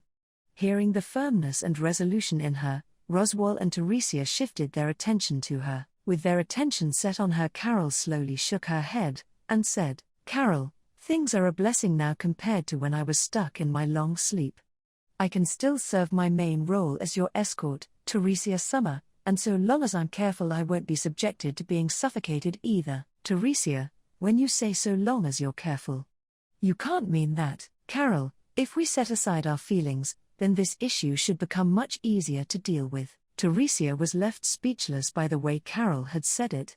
However, Carol would not budge. Of course, everyone knew that she was putting on a show of courage. But even so, Carol was probably going to remain stubborn and continue to vehemently urge that no one here was at fault, and that was correct. Right now, the only true evil was Stride, and no one else. This wasn't the time for all of them to set their wicked enemy aside and wallow in self-reproach. Carol, the wickedness of his machinations is unpardonable, but that guy must have released me so that he'd relish my feelings for his own amusement. Sooner or later I'll make sure he'll reap what he's sown. Teresia was clinging onto Carol's left arm, but with her free right hand, Carol determinedly clenched her fist. The shade of anger lodged in her eyes, merely that was no mere show of courage, rather it was her true feelings. She's a strong woman. More so than before, I feel. Grimm chose a good match for himself. Wilhelm, yeah, you're right. Wilhelm agreed with what had been pointed out to him as well, although he had absolutely no intention of telling her that directly. Though they clashed with each other in personality, he wouldn't be exaggerating if he said that the way Carol was at heart was a virtue. She seemed like a perfect match for Grimm, who was a good man through and through, though soft in some respects, and as Carol had mentioned, Stride had made a big mistake in what he'd chosen as his entertainment. Wilhelm, whatever shape it may be in, he messed up by making more people into his enemies. You'd better make him realize that firsthand. Carol, you don't have to tell me. I won't be able to let even you have that guy's head. Teresia, you guys are always at each other's throats. Carol had kept in sync with Wilhelm's tone, before then shrugging her shoulders. Teresia sighed at them and then closed her eyes for just a second. Teresia, it'll be fine, Carol. My Wilhelm will definitely see to it. Carol, right, Teresia Summer. Thank you very much. Being stared at by Teresia's round blue eyes, Carol meekly accepted her expectation in her stride. Then, she slowly looked over to where Grimm was. Grimm, Ara. The gazes of the two lovers who weren't able to touch each other met, and of them, it was Grimm who opened his mouth first. Since Grimm had lost his voice, his words were rasped and ill-shaped. Grimm, I'm sorry, Carol, if you were apologizing, saying stuff like sorry, then I won't forgive you, darling. Grimm, Carol had anticipated his apology and stopped him from finishing it, making Grimm look at her in astonishment. She looked at him sharper than she'd ever done before and then continued her words, all the while giving off a sword-like aura. Carol, what happened to me was down to my own lack of skill. You and I carried out our duties though. What I wouldn't be able to stand at all would be if this had happened to Teresia Summer and Wilhelm. Grimm, Carol, so, what I'll be doing will be exactly as I said before. I'll give our enemy, who not only carried out these cruel machinations but also slighted me, his just reward. If possible, let's do it together. Carol firmly declared that and gently held out her right arm in front of her. Her left was still being held by Teresia, yet the person she'd held her right one out to was none other than Grimm. The curse would activate if he touched her and she'd get strangled by that bruise. Yet despite that, Grimm understood what she wanted to do and took her hand after a few moments of hesitation. Naturally that activated the curse and the dark red bruise reared its ugly shape onto Carol's pale neck. Nevertheless, the two of them established their shared determination, with Carol doing all she could to not show even a tiny bit of discomfort on her face until he moved his hand away. Carol, HK, Roswell, you really didn't need to choke yourself. Geez, you and Grimm Kun are so reckless. Even though I don't think I may be able to overlook this one, wouldn't you agree? Roswell brought her hand over to Carol's neck as she gasped for breath. She flashed a wry smile at them for their conduct ritual. Roswell would have described it as "you're making yourself suffer without any need for it" and left it at that. However, doing that had been an indispensable ritual for the two of them to share their resolve. That's why Roswell wasn't really blaming them, and it wasn't only her who'd been impressed by their ritual. Emotions were welling up in Wilhelm's heart as well, and above all, Teresia, Wilhelm. Teresia turned towards Wilhelm with a serious look in her eyes. She trailed off her words for a moment, and only for a split second did she hesitate. However, She looked straight into Wilhelm's eyes and spoke immediately after. Teresia, if I were to break that important promise I made you, my dear, would you hate me? Wilhelm, you're not the sword saint anymore. Wilhelm instantly knew what she was referring to without having to ask her what promise she was talking about. Her reaction had been natural. Teresia wasn't ladylike enough to stay quiet in this situation. She had a strong sense of responsibility and care, but above all else, she loved Carol. As a result, Wilhelm was half convinced that his words wouldn't be able to stop his wife. Even so, he told her what her standpoint was because he didn't want her to break the vow she'd made, and he didn't want to see her using the ability she'd never desired forever again. Teresia, I knew you'd say that. But my divine protection isn't going to disappear even if I've abandoned that. That's why even now Carol, no. Teresia Summer, you mustn't. I can't let you do something like that. Carol had realized what Teresia had meant in her talk with Wilhelm, and that had caused her voice to quiver.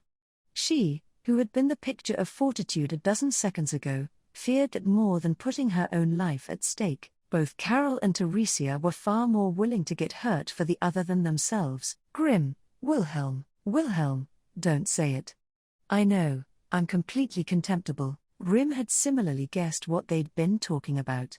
He shifted his gaze over to Wilhelm, who dodged it and the sword saint Teresia van Astria. She, the strongest swordsman, had had her sword taken away from her by the sword demon Wilhelm Triers and her position revoked by the king's favor. Now, she was determined to take up her sword again for her dearest friend. Roswell, whoa there, I apologize for butting in when you're all about to get heated up. Boo-woo-it. Teresia, Roswell-san? Roswell suddenly clapped her hands, so that she could cut into the conversation. Though Teresia had been shot down and widened her eyes as if wondering what was up, everyone in the room had the same question on their mind. With all four of their gazes now on her, Roswell continued and said, I'm sorry, but, Roswell, I have to say that it's hard for me to welcome that sort of disposition, even though I'd really like to. Teresia Kun. No, I guess I should say Teresia van Astria Dono. Teresia, I get really worried whenever you honor me like that. Roswell, worried? It's difficult in some respects to deem what expression is suitable for this news I have. Nevertheless, I can't let your current self, a masquerade of a swordsman, behave as the sword saint. Wilhelm, stop beating around the bush. What are you trying to say? Wilhelm snapped at Roswell, who'd continued to speak in her roundabout manner with a shrug of her shoulders. Irritation was etched all over his face, but it was directed more so towards a different target than Roswell. And he knew in himself what target that was. You don't want Teresia Dono to take up the sword, but you can't stop her by yourself. You're irritated that she's about to grant your wish. Something like that, right? Wilhelm, pipe down. Wilhelm replied to that voice that sounded like it was chuckling, then he silently urged Roswell to continue. Faced with his somewhat insolent manner, Roswell closed one of her eyes. Of her differently colored eyes, only her blue one was returning Wilhelm's gaze. Roswell, in order to dig into the connection between the bruise from the curse and Carol Kun waking up from her coma, I was also allowed to briefly examine Teresia Dono's body who'd nursed her. Carol, what on earth's going on? Mathers Summer, what's happened to Teresia Summer? Carol's expression tensed up as soon as she heard what Roswell had said, which had instilled uneasiness. Carol, there's no way she's gotten sick, right? Roswell, I'm quite sure that there's been a big change in her body. Teresia Dono, have you felt anything weird in your everyday life recently? Teresia, weird. Roswell, yeah, weird. For example, weird things like your head feeling a little heavier or differences in the taste and smell of food. Teresia made a strangled A sound when she heard those specific examples. They could see from the way her eyes had widened that she wasn't bewildered, but rather surprised that she'd hit the nail on the head, meaning what Roswell had pointed out was correct. But what did that mean? Teresia, my fondness for black tea has definitely changed, and my head has been feeling heavier, but, Wilhelm, hey, stop beating about the bush. If something's happened to Teresia, then hurry up and tell us. Roswell, she's expecting. Her voice was gentle and really tender, quite unlike her usual self. Wilhelm, huh? Wilhelm froze in surprise at Roswell's words. This had come at him after she'd implied that there was a chance something was wrong with Teresia and he'd raised his voice at her. The urge he'd had, which almost felt like he was going to lay his hands on Roswell, was knocked out of him. Understanding gradually began to leak out from his ears. What the hell had she said? What did she mean by she's expecting, Teresia, you Roswell-san. When you say that, Roswell, please don't mistake it for the name of some strange disease. To put it in other words, you're pregnant. You were a woman and a wife, but now, you're also a mother. Though Roswell had explained it in a very matter-of-fact manner, Wilhelm was unable to process what she'd said, and that wasn't the case only for him. Teresia was the same. Wilhelm, frozen in his tracks, and Teresia, who was taken aback, slowly looked at each other with bated breath. In other words, being pregnant meant she was blessed with a child. Who? Teresia? Roswell, I can't let a woman who's going to become a mother go out to the battlefield. So, though her determination is noble, I'll have to nip that idea in the bud. Teresia, that's, yeah. I guess so. But is it really this? Wilhelm, don't ask me.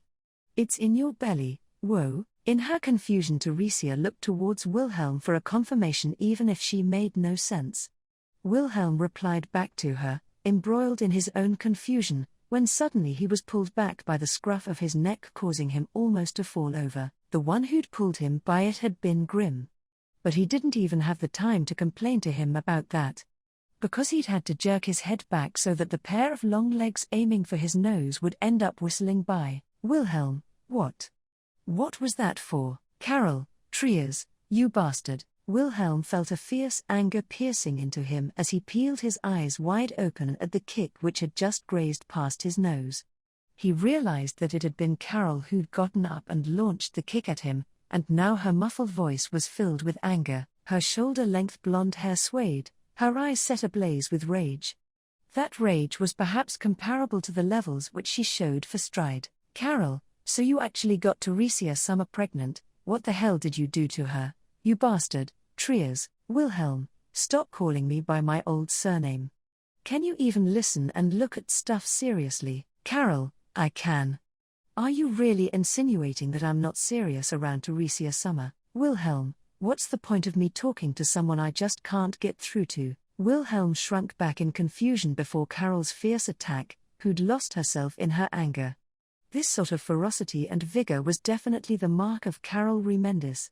This was more like Carol, compared to being in low spirits.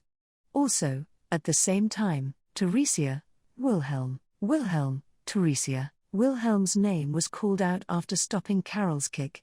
He turned around to look at Teresia. She was still sitting on the bed with the palm of her pale hand resting on her belly, a new life sprouting behind it. Suddenly, his entire body shook. He and Teresia had fallen in love with each other and became a married couple, family. Of course, he'd been thinking about someday adding to their family too. However, he'd willfully imagined that that day was going to be a long way off. Wilhelm, Teresia gently brushed her hand against the taciturn Wilhelm's cheek. The feel of his wife's pale fingers brought him back to reality, and he noticed that her fingers were trembling. It hadn't just been him who'd been surprised, confused and bewildered by the news. She too was facing the same issue and worrying about what she should do, and in this world, only the two of them, and no one else, could tackle this problem together and share it as one. Wilhelm, Roswell's right. I won't let you take up your sword, Teresia. I swear that once more, Teresia, but at a time like this, Wilhelm, there's no need for you to do so, so long as I am strong enough. No, I just have to be strong, regardless of whether it was Stride, his followers, or Kurgan the Eight Arms, he would have to become strong enough so as to not lose. Wilhelm right now should have the strength and companions he needed to ensure that. Carol, Teresia Summer, Teresia, Carol. I'm sorry that this happened, despite all you're going through. Teresia cast her gaze down and tried to apologize after Carol called out to her. However, Carol gently shook her head at her apology and said no. Carol, I'm the one who's really sorry for getting upset. In truth, I should have been the one to tell you, Teresia Summer, before anyone else. Teresia, Carol, congratulations on your pregnancy, I'm really happy for you. Carol put on a brave smile. Her words of congratulations took Teresia's breath from her. Her guilt was still there, and times where she'd worry herself sick would undoubtedly still come. But that time was not now. Now, she only had time for the words which her attendant, who she'd been close to for a very long time and was like a sister to her, had said to her. Teresia, truly, thank you so much, Carol. Maybe she would be let off the hook for replying back to her with a smile. Act 3, Part 5. Wilhelm and Grimm left the room for the time being while only the girls remained behind. Teresia's pregnancy had come to light, and now it looked like Roswell, having been pregnant herself, was going to give her a few words of precaution about it. Men weren't welcome there, having been shooed away as lacking common sense. Wilhelm, that was kinda bad timing, sorry. Not liking the constant silence that had floated over the corridor, Wilhelm decided to break the ice with Grimm. His eyes widened in response and he cocked his head as if he was saying, "What's the matter, Wilhelm?" "It's as I said. Letting Teresia take up her sword would be preposterous. But these are difficult times for you and Carol. It's just, raising my hands up and welcome. GHHKGH, Grimm, TCH. Wilhelm had looked down and continued to speak. However, Grimm had seized him by the scruff of his neck. He pushed him against the wall like that, causing Wilhelm to let out a pained cry. Grimm's eyes in front of him were streaked with anger.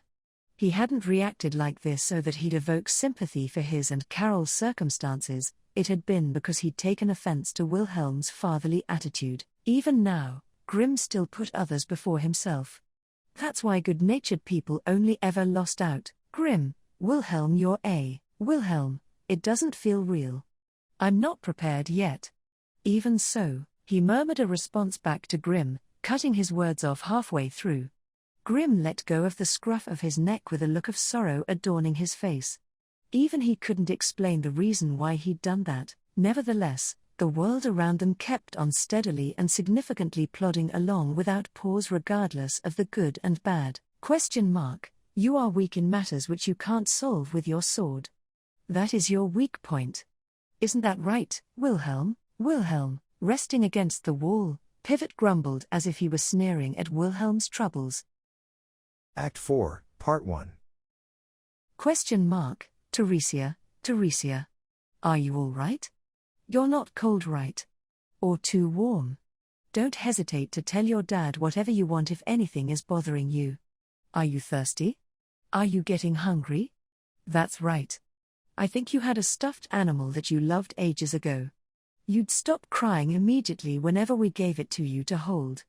I'll go have it fetched for you right away. Teresia, F.A.T. her. Teresia cried out to the man pacing restlessly around the room, stressing each syllable she said. The man had blue eyes, red hair and a respectable beard and moustache. Though her cry had obviously been an angry one, the man turned around rapidly as if pouncing on it. MH, what's the matter, Teresia? Is there anything urgent you want to tell Dad? Oh, I get it. I love you too, Teresia. Father, just sit yourself down. Just sit myself down.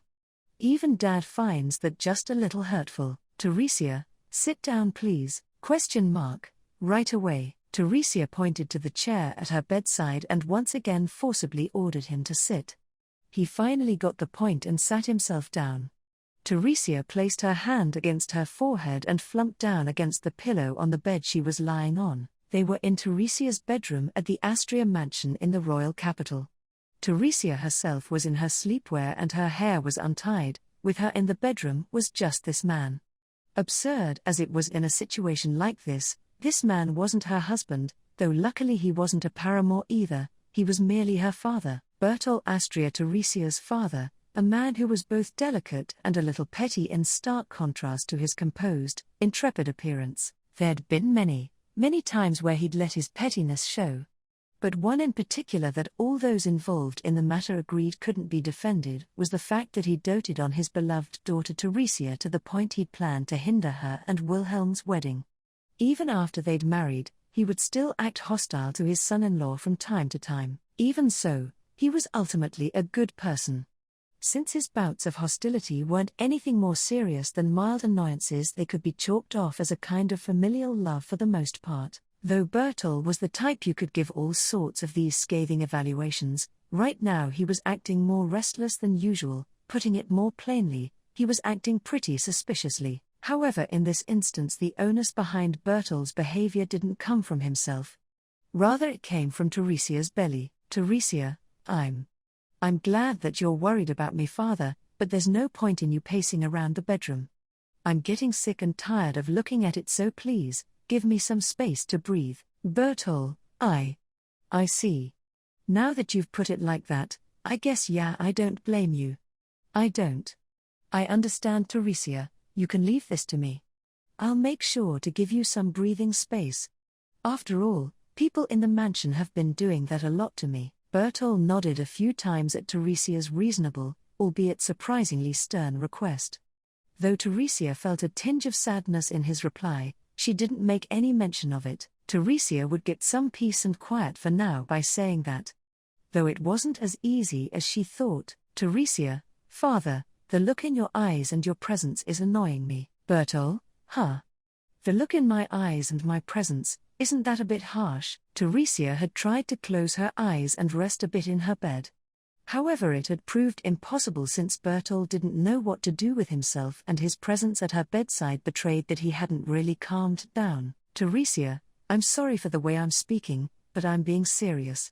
What are you doing? Teresia sighed.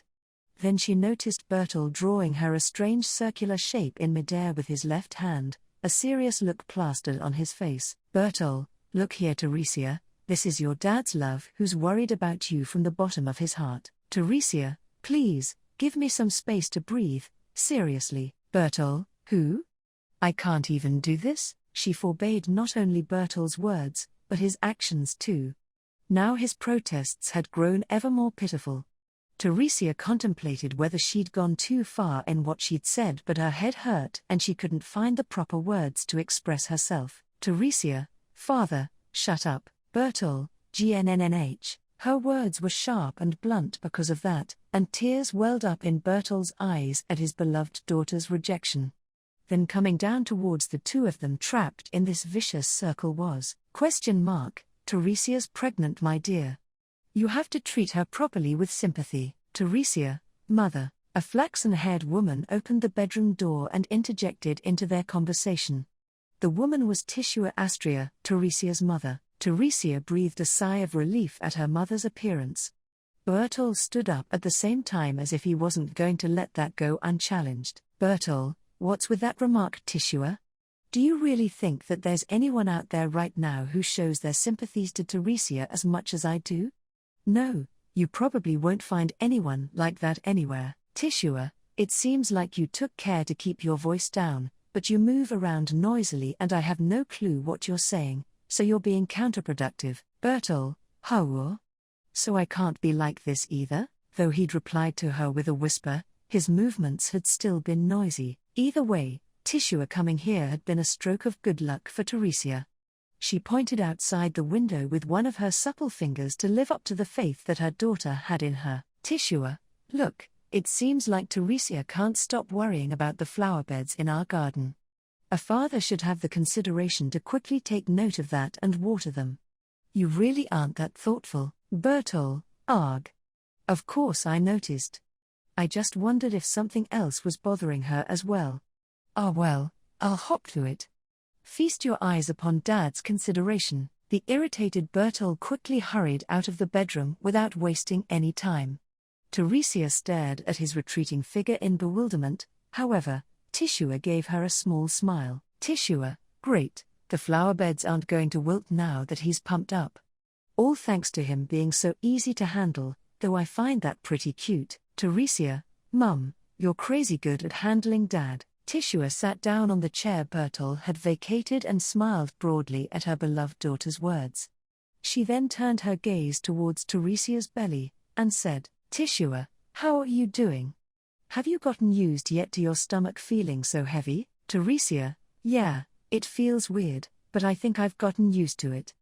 Though I guess I'd really like Dad to calm down some more, compared to me I mean. Tishua, you know that's going to be tough, the world for him is always fresh and exciting. According to Tishua, Bertol's he never learns disposition was wonderful too because it was often heard. Thanks to that, Bertol and Tishua's marriage had always remained smooth. Teresia's parents for her were the epitome of a perfect married couple. Teresia stroked her swollen belly as she felt Tishua's warm gaze on her. Her child was growing day by day there, impatiently awaiting the day of its birth. 3 months had passed already since she'd found out she was pregnant. In all honesty, she'd found it difficult to get excited at her pregnancy, having come to light back then with everything that had been going on. But, as time passed by, her feelings gradually grew. Teresia's unborn child was growing quickly without waiting for her to gear herself up mentally. Her body was changing faster than she could prepare her mind, but with that, her mind would have no choice but to catch up to that naturally. As a result, Teresia was stuck handling the various problems associated with pregnancy and preparing to have a child. Luckily, the people around her were sympathetic, and her parents, who always worried about their precious daughter, frequently visited the royal capital and were happily willing to do everything they could for their first grandchild. She was truly blessed by her family, her husband and her neighbors. That's precisely why Tishua, please don't blame yourself too much about what happened to Carol. Teresia, mother, Tishua, I am your mother after all. I can tell what you're thinking, as well as how guilty you're feeling. I'm betting your father can too. Teresia glanced down wordlessly at her mother's earnest words. She was right. Though Bertol showed plenty of times that he was pretty slow at grasping various things, he never missed the important ones. Much less when the matter concerned his beloved daughter, beloved exactly the same also by Tishua. Tishua, what happened to Carol's body, that dreadful event, is neither your or Wilhelm Sand's fault. Doesn't everyone who knows you both tell you that? Teresia, yes mother, but, no matter how many people had told her that. No matter that even Carol had told her you aren't responsible, the words of blame and rebuke never dimmed, because the one speaking them was none other than herself. Tishua, you sure are someone who makes life tough for yourself, aren't you? I wish you wouldn't brood over things so much, like my husband. Teresia, do you really think so mother? Tishua, I'm joking. I love my husband, but if you two became like him I wouldn't be able to show my face around Wilhelm San. A faint smile slipped onto Teresia's face after hearing her mother's jape. However, she didn't have the capacity to give her a proper smile. Tishua saw that and let out a sigh. Tishua, Carol should be at the castle now, right? Teresia, she has to go to the castle a lot because of her curse. Roswell Sand said that she's been giving her a ton of different examinations to determine the source of the curse. Carol often visited Roswell J. Mathers at the royal castle to get the curse which was eating into her body examined. Despite that, her situation hadn't changed even though 3 months had passed.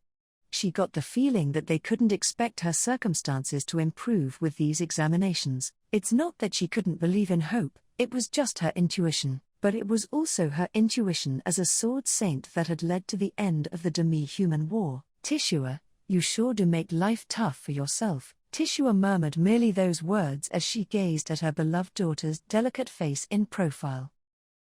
Act 4, Part 2. She put her undergarments back on, pulled on a loose-fit shirt and started to button it up. She let out an unconscious sigh as she reached the buttons above her chest. It was probably one of resignation because she could imagine the results of the examination without needing to ask. A voice called out to her saying wait when she heard her self-diagnosory sigh. You're gonna make me feel terrible as wheel, what with you so straightforwardly showing that you're not expecting anything. I'm sorry. For acting like that despite always counting on your kindness, Mathers Summer. Roswell, it's when you take it so ceremoniously that it makes me feel terrible. Though. A woman with long hair said that to her with a shrug of her shoulders. She was the court mage, Roswell J. Mathers. Sitting opposite to her was a pure-looking woman who gave off a clean impression that starkly contrasted Roswell's bewitching beauty, Carol Remendis. They were in a room in a stone tower built on the royal castle's grounds. A stone tower called the Prison Tower had been built on the royal castle's grounds to house criminals. The stone tower they were in right now had been built as a counterpart of the prison tower but had been shut down over a decade ago. It had been opened up now to Roswell as a research facility for magic, now that magic itself had had its importance re-evaluated in the wake of the demi-human war. Thus many users of magic carried out their research here around the clock, starting with Roswell. Roswell and Carol frequently met on the down low here, keeping their meetings a secret. Roswell, we can't tell anyone, because we're in a secret relationship, isn't that right? Carol, why do you have to put it so unseemingly? It's like we're keeping this a secret. But, I don't understand why it's so risky, just that we're keeping everything in private. Roswell, you're as reserved as ever, Carol Kun. You never crack, even with how long we've known each other. Carol, please don't embarrass me, it's just that I'm always respecting your position. Carol sat herself down on the bed and drew her eyebrows down with a troubled look on her face, causing Roswell to pout at her. The way they interacted with each other in the treatment room came as stark contrasts, albeit there was a certain familiarity in it. In fact, Carol and Roswell had known each other for over 5 years, having been comrade in arms from the demi-human war. But just adding to that, Carol kept a clear distinction between her position and the one Roswell had as the court mage. Actually, as an aside, Teresia too felt the same sense of dissatisfaction at this attitude of Carol's. Roswell, in any case. Though it took a while, here are your results. Carol, did you find anything? Roswell, there's some good news, and some bad news. Which would you like to hear first? Carol reacted in surprise at Roswell presenting her those options, since she'd resigned herself to Roswell saying she'd found nothing. After a bit of thought, Carol made her decision. Carol, well, the good news first please. Roswell, all right, the good news it is. Your curse isn't getting worse. Carol, and the bad news? Roswell, the bad news is that we have no choice other than to ask the one who put the curse on you on how to remove it. Meaning that making any progress will be difficult now, unless your sweetheart catches stride. Carol's expression grew sullen as she heard those words, keeping her silence. Nothing had changed.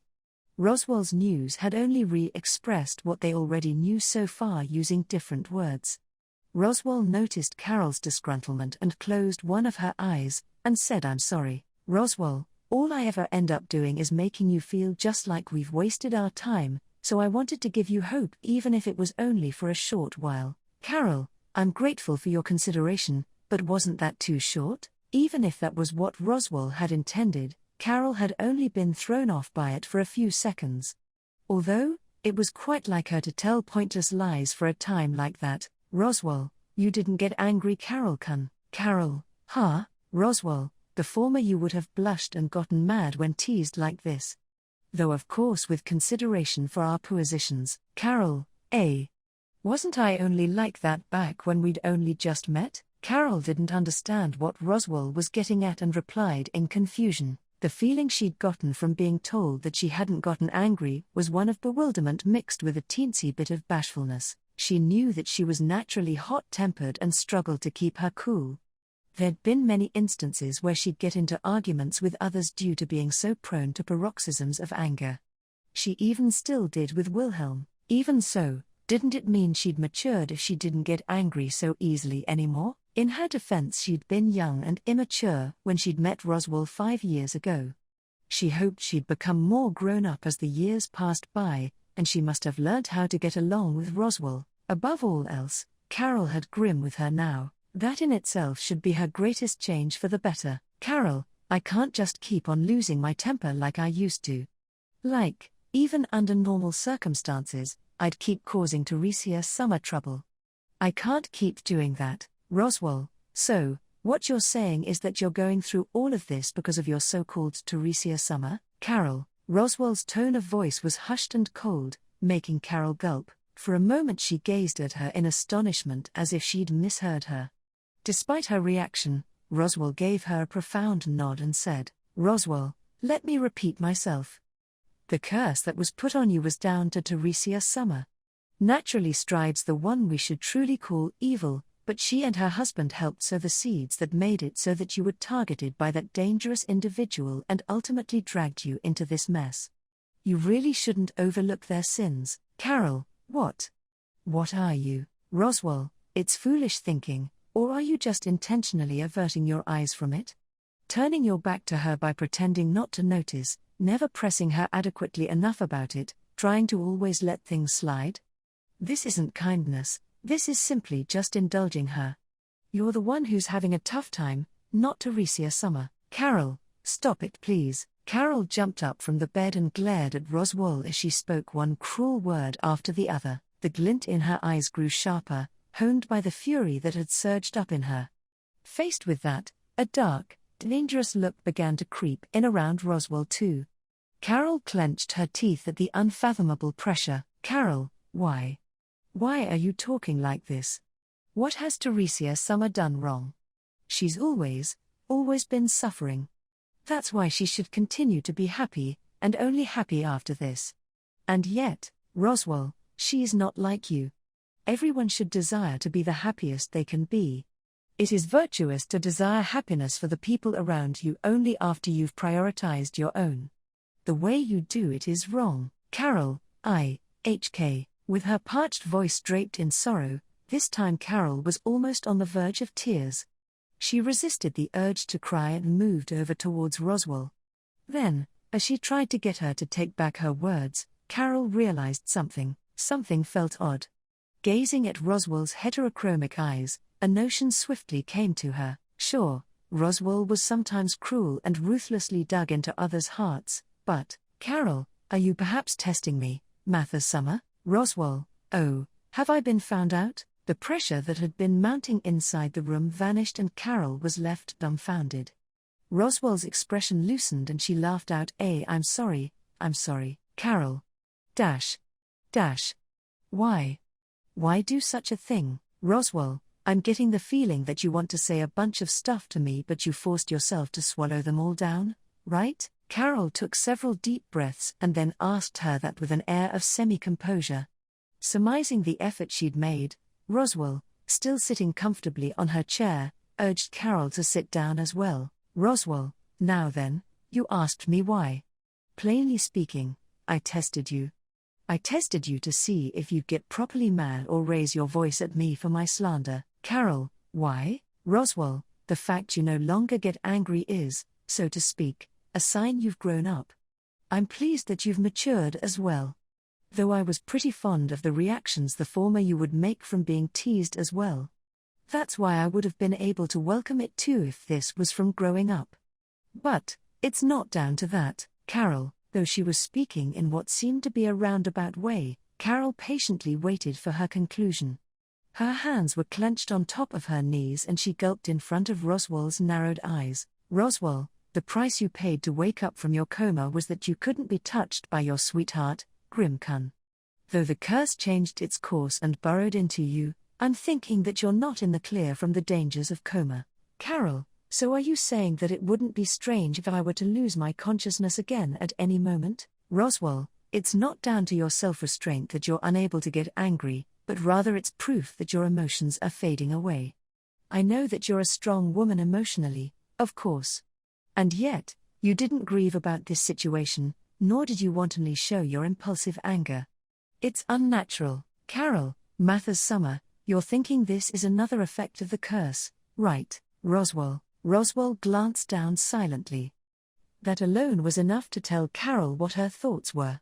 And that silence brought even more news to Carol. Roswell had said that she had good and bad news at the start, and had indicated that there'd been no developments to her condition.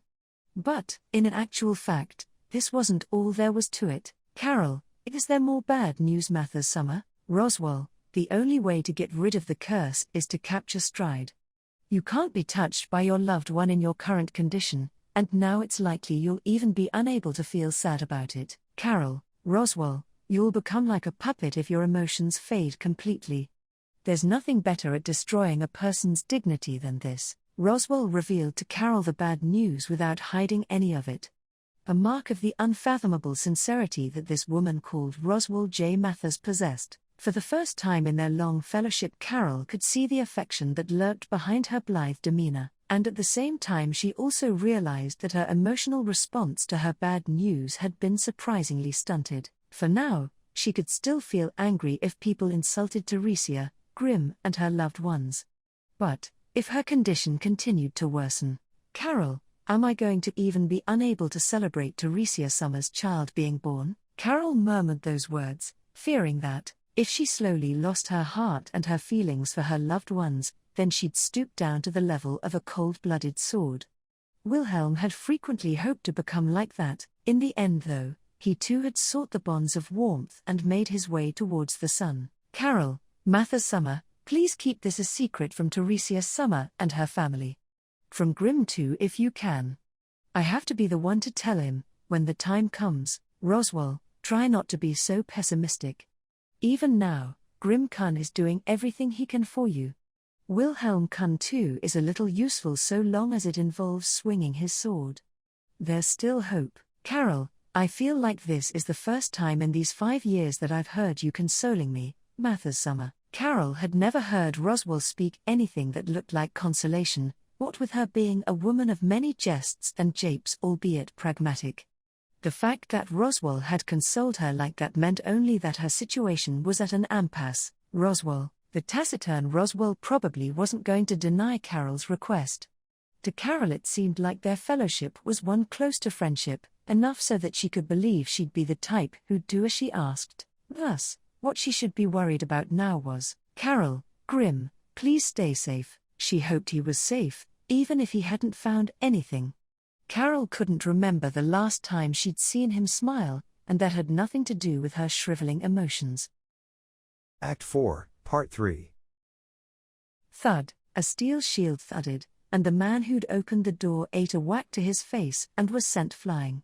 His flailing legs knocked bottles of sake and drinking glasses off the counter they were standing on. The sounds of broken glass gaudily echoed around the tavern. For a split second or two, there was only silence, and then the men inside the tavern realized what was happening. An uninvited guest had come here to attack them. The fuck? Who the hell are you? Intruder, Rura. The intruder leapt towards a man who'd drawn out a dagger from his pocket and tried to rush over to the entrance. He swiveled his shield around, which was about the size of a full-grown adult's body, letting out a battle cry as he did. The shield smashed into the man's arm, dagger and all, flipping the man, who had tried to let out a shriek of pain, up from under his shoulder and making him clatter into the ceiling. Before the man even fell back down, the intruder had already moved on to his next targets. What the, Gyaa? Wait up I said.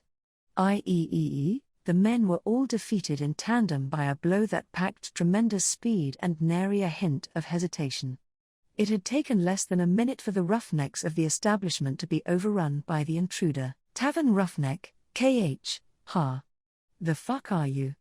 GHHHHHHH. Intruder, the man who'd been thrown up to the ceiling, having clattered back down to the floor, was grabbed by the scruff of his neck and forced to his feet by the intruder. Glaring at the man, who was now on his tiptoes and desperately gasping for breath, was a man with simple, gentle features. He didn't really seem like the kind who could beat up nearly 10 roughnecks by himself, though that only applied if you didn't see the eyes of that gentle-featured man himself. Tavern roughneck, HH. The intruder's eyes were bloodshot and the glint coming from them was one of absolute fury. They were clearly different to that of a typical gentle-featured man. He was lifting the roughneck up with one arm and holding his incredibly heavy shield with his other as if it weighed nothing. He was far from the norm. Things would get far more violent if he made one false move. He could feel that in his bones. Tavern roughneck, the hell does this fucker want? No, what do you want? The intruder of gentle features, tried. Tavern roughneck, you what now? The man contorted his face in confusion at what the unintelligible, broken voice had said. The gentle-featured man lifted his head up in response and showed him his throat. A white scar stretched across it. In other words, it looked like he was saying that he couldn't speak due to that battle scar. Tavern roughneck, what the? Then how are we going to talk? The intruder of gentle features, It's simple. I do the talking. Yet another unfamiliar voice replied to the question the man had croaked out.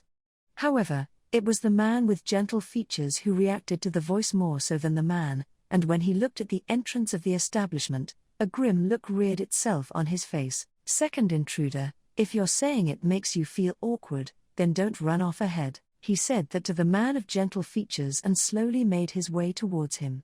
He was a young man with brown hair which he had tied behind his head. You could tell at a mere glance that the aura this man was enveloped in was terribly vivid, showcasing that he possessed more skill than the gentle-featured man. The man, whose friends had been beaten up, kept his eyes on these two monsters.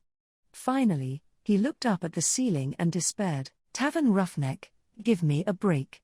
What did we do? Brown-haired intruder, this guy should save us some time. That's what we also wanted to ask. The young man looked at the lamenting man's face, still being hoisted up.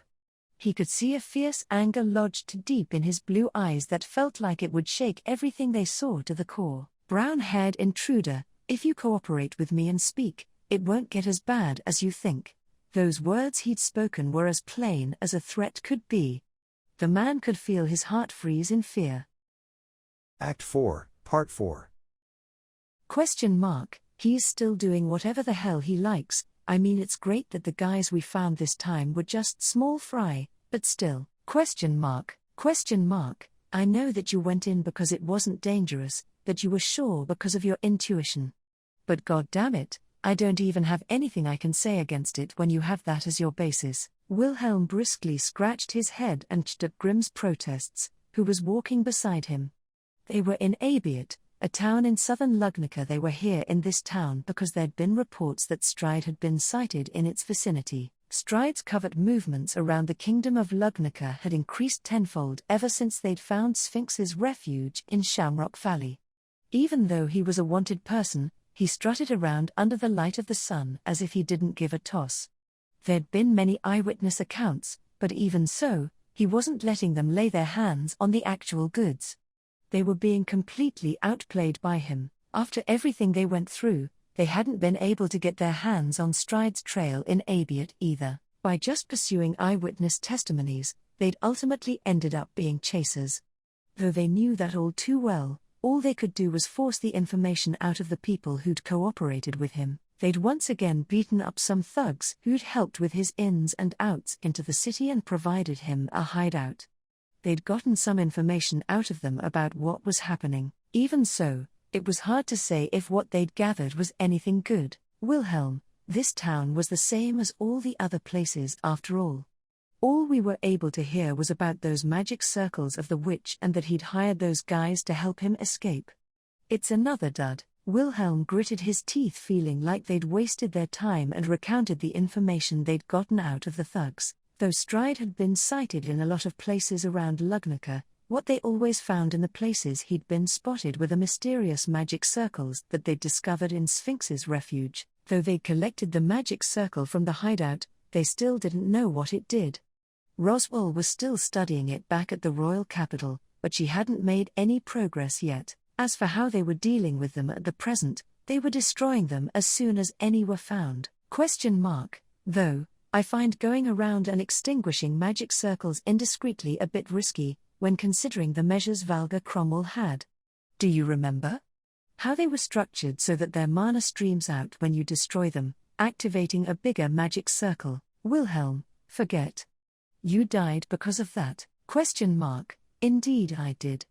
That question now was a bit unkind of me. The long-haired man brushed Wilhelm's worries about the magic circles aside with a chuckle. That man Pivot's departed spirit was another one of the problems that plagued Wilhelm. Wilhelm had come across the departed spirit of Pivot, who'd perished in the demi-human war, when they'd gone to investigate Shamrock Valley.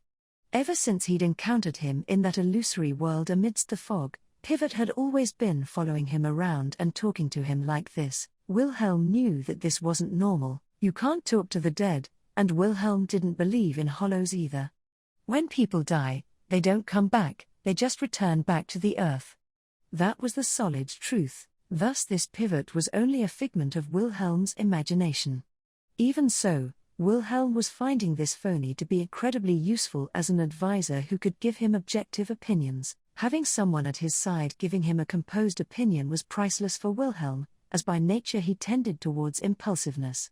Usually Grimm was the one taking on that role, but right now he couldn't manage it. He was especially invaluable now that he had far more problems than usual, meaning he needed advice more than ever. Wilhelm sneaked a glance towards Grimm's face as he walked beside him. His cheeks looked a bit sallow, but his eyes were set ablaze, and he lacked collectedness. Naturally, he hadn't been getting enough sleep, his nerves were frayed, and he'd been constantly jumping into danger as if he craved retribution. It was clear that he was doing this to gain atonement for what had happened to Carol. However, things would get really dangerous for him if he kept doing what he'd just done today. There were limits to this, even if Grimm had been gifted with a blessing that allowed him to sense danger. Wilhelm, how did I get stuck with telling others to stay calm? Pivot, yeah, geez, it's no laughing matter, but it almost makes you want to laugh, right? Irritating as Pivot's cynicism-laced words were, he couldn't deny them. Wilhelm was seeing ghosts, Grimm couldn't keep his cool, Carol was still under the influence of her curse and Teresia was pregnant. His troubles were never-ending even when excluding Stride from them. It was difficult to deal with all these problems at once. Getting rid of them one at a time, starting from the most dangerous one, Stride, if he could, would be ideal. Wilhelm, it almost looks like he's fucking enjoying pushing and toying us about. Pivot, practically speaking, we can't completely discard that possibility. My worst guess is that he's the sort of scum who commits crimes for the fun of it. An even worse guess is that he's moving forward with some sort of plan that we aren't aware of whilst all this is going on. Wilhelm, it meant that things were going to get even worse, regardless of which one it was. That, and the experience Willem had when actually confronting Stride wouldn't let him deny it. That Reject definitely wanted more chaos and for the situation to get worse, make no mistake on that. Wilhelm, in any case, Abiat was a dud. Let's go back to the royal capital. Maybe Roswell's managed to find some results. Grimm, AB, his opinion wasn't an optimistic one, and Grimm's reply was heavy too. Wilhelm hesitated in mentioning that to him, and since he couldn't think of any words to console him, he abandoned the idea. No matter what he said now, it'd just end up a burden. With that on his mind, he started to make his way back to his squad. Wilhelm. Grimm, Wilhelm, Conwood. Wilhelm and Grimm stopped in their tracks and turned around. Conwood, a deputy commander of the Zajev Corps, was running over to them. He'd ordered them to destroy the magic circle which the thugs had informed him about, but it was evident from his complexion that he wasn't here to report the task's completion. With a tense look on his face, Conwood spoke out to Wilhelm, who'd braced himself for whatever was going on. Conwood, we have a problem. Lord Miklatov McMahon has been attacked at his mansion. Act 4, Part 5. Miklatov McMahon was one of the ministers of internal affairs that held one of the most important posts in the royal castle. Though he was still young, he'd made a name for himself with his incredible talent and powers of judgment.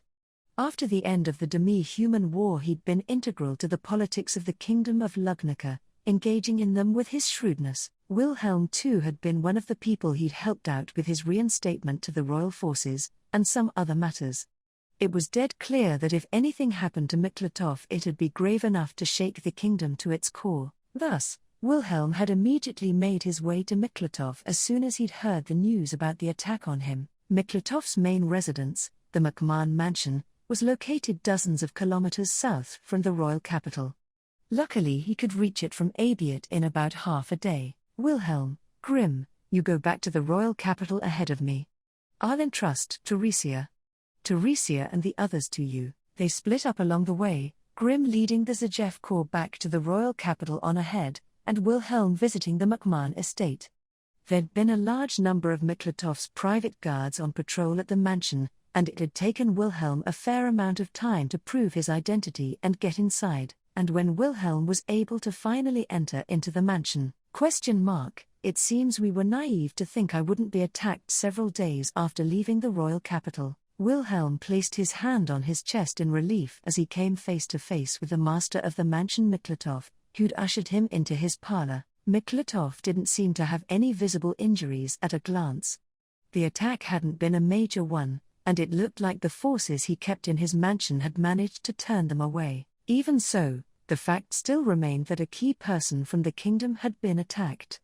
Even in regards to their enemy's guile in setting his aims on Miklatov from the numerous important people who worked at the royal castle, Wilhelm, honestly, this made my blood run cold.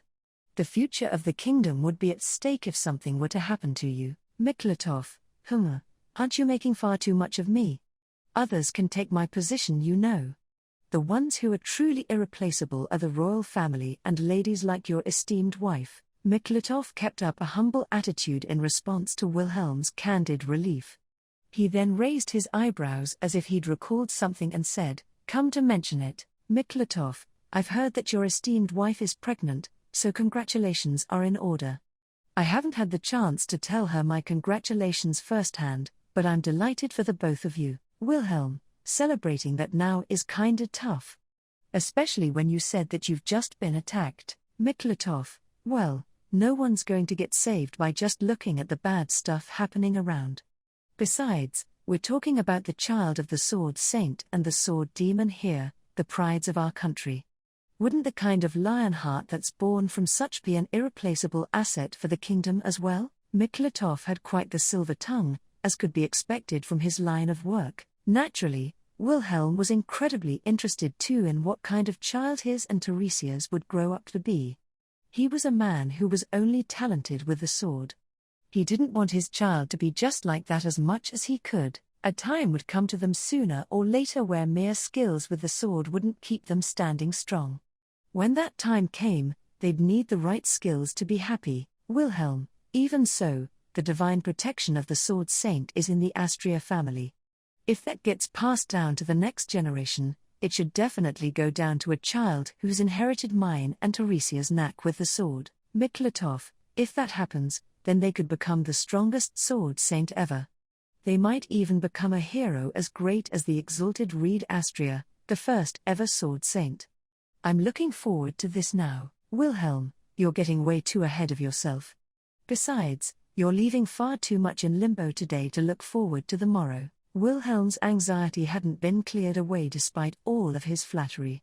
When Wilhelm spoke those words that indicated he wanted to get down to business, Miklatov's mild-mannered expression changed. It changed from one of a pleasant man to one of a man who flourished his shrewdness on a stage of government embroiled in Machiavellianism. Miklatov, based on what's been happening, the individual who turned up at my mansion seems to be connected to Stride. I think based on the reports it was probably the shinobi that guards him. Wilhelm, him. That thing that I nearly killed was skulking about? Wilhelm recalled the shinobi whom he'd clashed with at his home in the royal capital a while ago and clenched his teeth. That shinobi had been quite skilled too, though not as skilled as Kurgan. Wilhelm had let him slip from under his fingers just as he was about to kill him. If that had led to this happening, then this too was another one of his errors. Wilhelm, even so, you're still safe and sound despite being up against that shinobi. Though it may be blunt of me to say, things would have probably ended up with the forces you keep around you being kicked about by them. Miklatov, I did gather my guard for their skill, but they pale in comparison to you. Besides, I can't deny what you're saying. If he wanted to kill me, I imagine he would have done so. Wilhelm, then you're saying that his aim wasn't your life? Miklatov, first things first, I wouldn't call what happened now an attack on the mansion, it's more like a break-in. The shinobi just fled when my men realized that he'd broken in. There wasn't any pointless fighting. Well, actually, no, a few of my men who chased him too far ended up dead. Miklatov cast his eyes down, mourning the men he'd lost. Even so, Wilhelm pondered for a second about what he'd mentioned, and then said, Wilhelm, why are you here at a time like this? Miklatov, Miklatov didn't reply to his question straight away. Wilhelm sensed that something was up with how he'd reacted and spoke up again, starting his words off with a no. Wilhelm, I hate to say this, but you don't seem to be the kind of person who'd be so careless. The royal family and VIPs are being guarded in the royal capital. You wouldn't have behaved like this, leaving the royal capital and carelessly exposing holes for our enemies to exploit. It's not like you, Miklatov, you seem to be looking around at things, unlike what I'm used to about you. Also, I'm genuinely glad that you're evaluating me like that. You've sure grown up fast, Wilhelm, quit fooling about. Though if you're saying that you can't answer me, then you don't have to. Wilhelm could more or less infer that he couldn't talk about it. If Miklatov had gone back to his main home for reasons he couldn't divulge, and as a result, had been taken advantage of by Stride, he'd just need to give him a heads up. Miklatov spent an unusually long time contemplating Wilhelm's consideration. Then, a voice called out towards them, ? You needn't fret, Miklatov. What happened now was due to my venerable self's carelessness. Wilhelm suddenly jumped up in fright at the sound of the voice that wedged itself into the parlor, not because he'd been surprised by this man's appearance. He'd been aware of his presence. After all, he was majestically walking down the mansion's corridor as if he owned the place, and that was natural, of course. This person had nary a reason to shirk away from the gaze of the public. He held a position in the kingdom of Lugnica that boasted majestic authority wherever he went, and that was because he was His Majesty the King, Janis Lugnica. Janis, it's been a while, hasn't it, Trias? No, not Trias. You're an Astrian now, aren't you? But I'll get you mixed up with your wife if I call you that. I think it's better that I call you Wilhelm. Wilhelm, your Majesty. Janis had red eyes and sparkling golden hair, and he declared that with a cheerful, friendly expression on his smiling face. Wilhelm turned stiff-faced at his overly relaxed demeanor, and Miklatov covered his head with his hands. Janis, what's the matter, Wilhelm? Is your stomach aching or something? You are indispensable for the kingdom right now, so I think it's a good idea if you're seen to by a good healing arts user. Like you rich, Miklatov, your Majesty. Janis, please sit down for now. Wilhelm Dono isn't sick.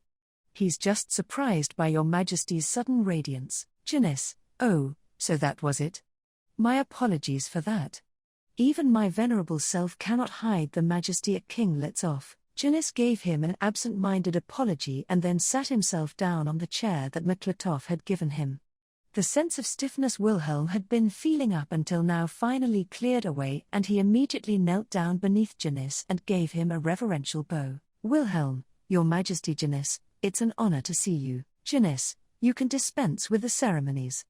After all, weren't you once so bold as to hide yourself in my venerable self's bedroom and talk to me directly? That truly freaked me out, Wilhelm. That was truly inexcusable of me. But, your Majesty, why are you at Lord Miklatov's mansion? Wilhelm felt ashamed when he touched on the subject where back then he'd committed one of the biggest acts of human impoliteness. Now even he knew that under no circumstance should that discourtesy have been allowed. Janis let out a somewhat regretful sigh at Wilhelm's humbled attitude and then said, "What of it, Janis? Miklatov is a friend of mine. He's always been giving me advice whenever I need it.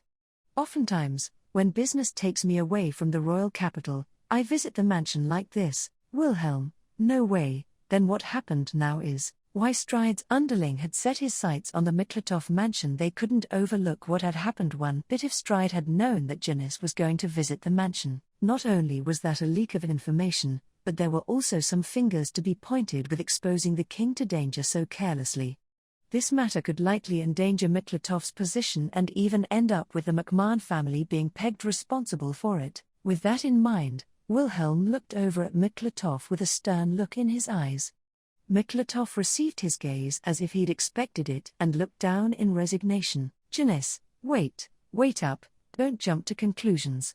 I recommend listening to all what my venerable self has to say." However, Janis himself told him to hold up. "Janis, I told you at the start that what happened now was due to my venerable self's carelessness. Miklatov has no blame in this. First things first, Miklatov has often stopped me from visiting during these times. My venerable self insisted despite that. Because of what I did, I put Miklatov and his guests in danger. I've reflected about that many times." "Wilhelm, you did so, your Majesty. No, even if that's the case, Lord McMahon's duties too. Janice, didn't my venerable self recommend you to listen to all of what I have to say? Wilhelm, Janice defended Miklatov and once again repeated that to Wilhelm when he cut in. Wilhelm instinctively shut his mouth due to the force of his words. A king who's just for show, who's just popular with the masses, unfit for rule, with an overly benevolent temperament and optimistic ideas. Sometimes gossip-mongers would say stuff like that about the Lugnican royal family. In all honesty, Wilhelm too had always thought that being a man of upright character and a ruler went as well as vinegar on lemons. But in this very moment, Wilhelm was undoubtedly kneeling before a king. Janice, my venerable self brushed aside all protests and made my way here to talk to a certain gentleman. Due to certain reasons, I shall not divulge the identity of said gentleman, but my venerable self can guarantee the veracity of what he told me. Wilhelm, what did he tell you? Janice, he told me about the aims of this evildoer who's causing chaos around the kingdom right now. He told me about what this man called Stride plans to do. Wilhelm was taken aback by what Janice had said in a low but firm tone of voice. He saw Miklatov across from Janice also give him a curt nod, with a serious look on his face. The information they'd gotten was the sort which the king had risked danger to obtain, the sort which even the brains of the kingdom placed his trust in. And moreover, Wilhelm, was Stride's shinobi trying to break in proof backing that as well? Miklatov, I even reckon it was worth letting him break into the mansion. Miklatov jokingly replied like that to Wilhelm's understanding. He then exchanged looks with Janice and the latter nodded his head and continued his words with a MHM. Janice, to start with, that gentleman was able to suspect that the Stride's aims involved those things in the report. Those magic circles, was it? And that's because this gentleman is quite familiar with them. I am told he would have likely used them next time. Wilhelm, used them.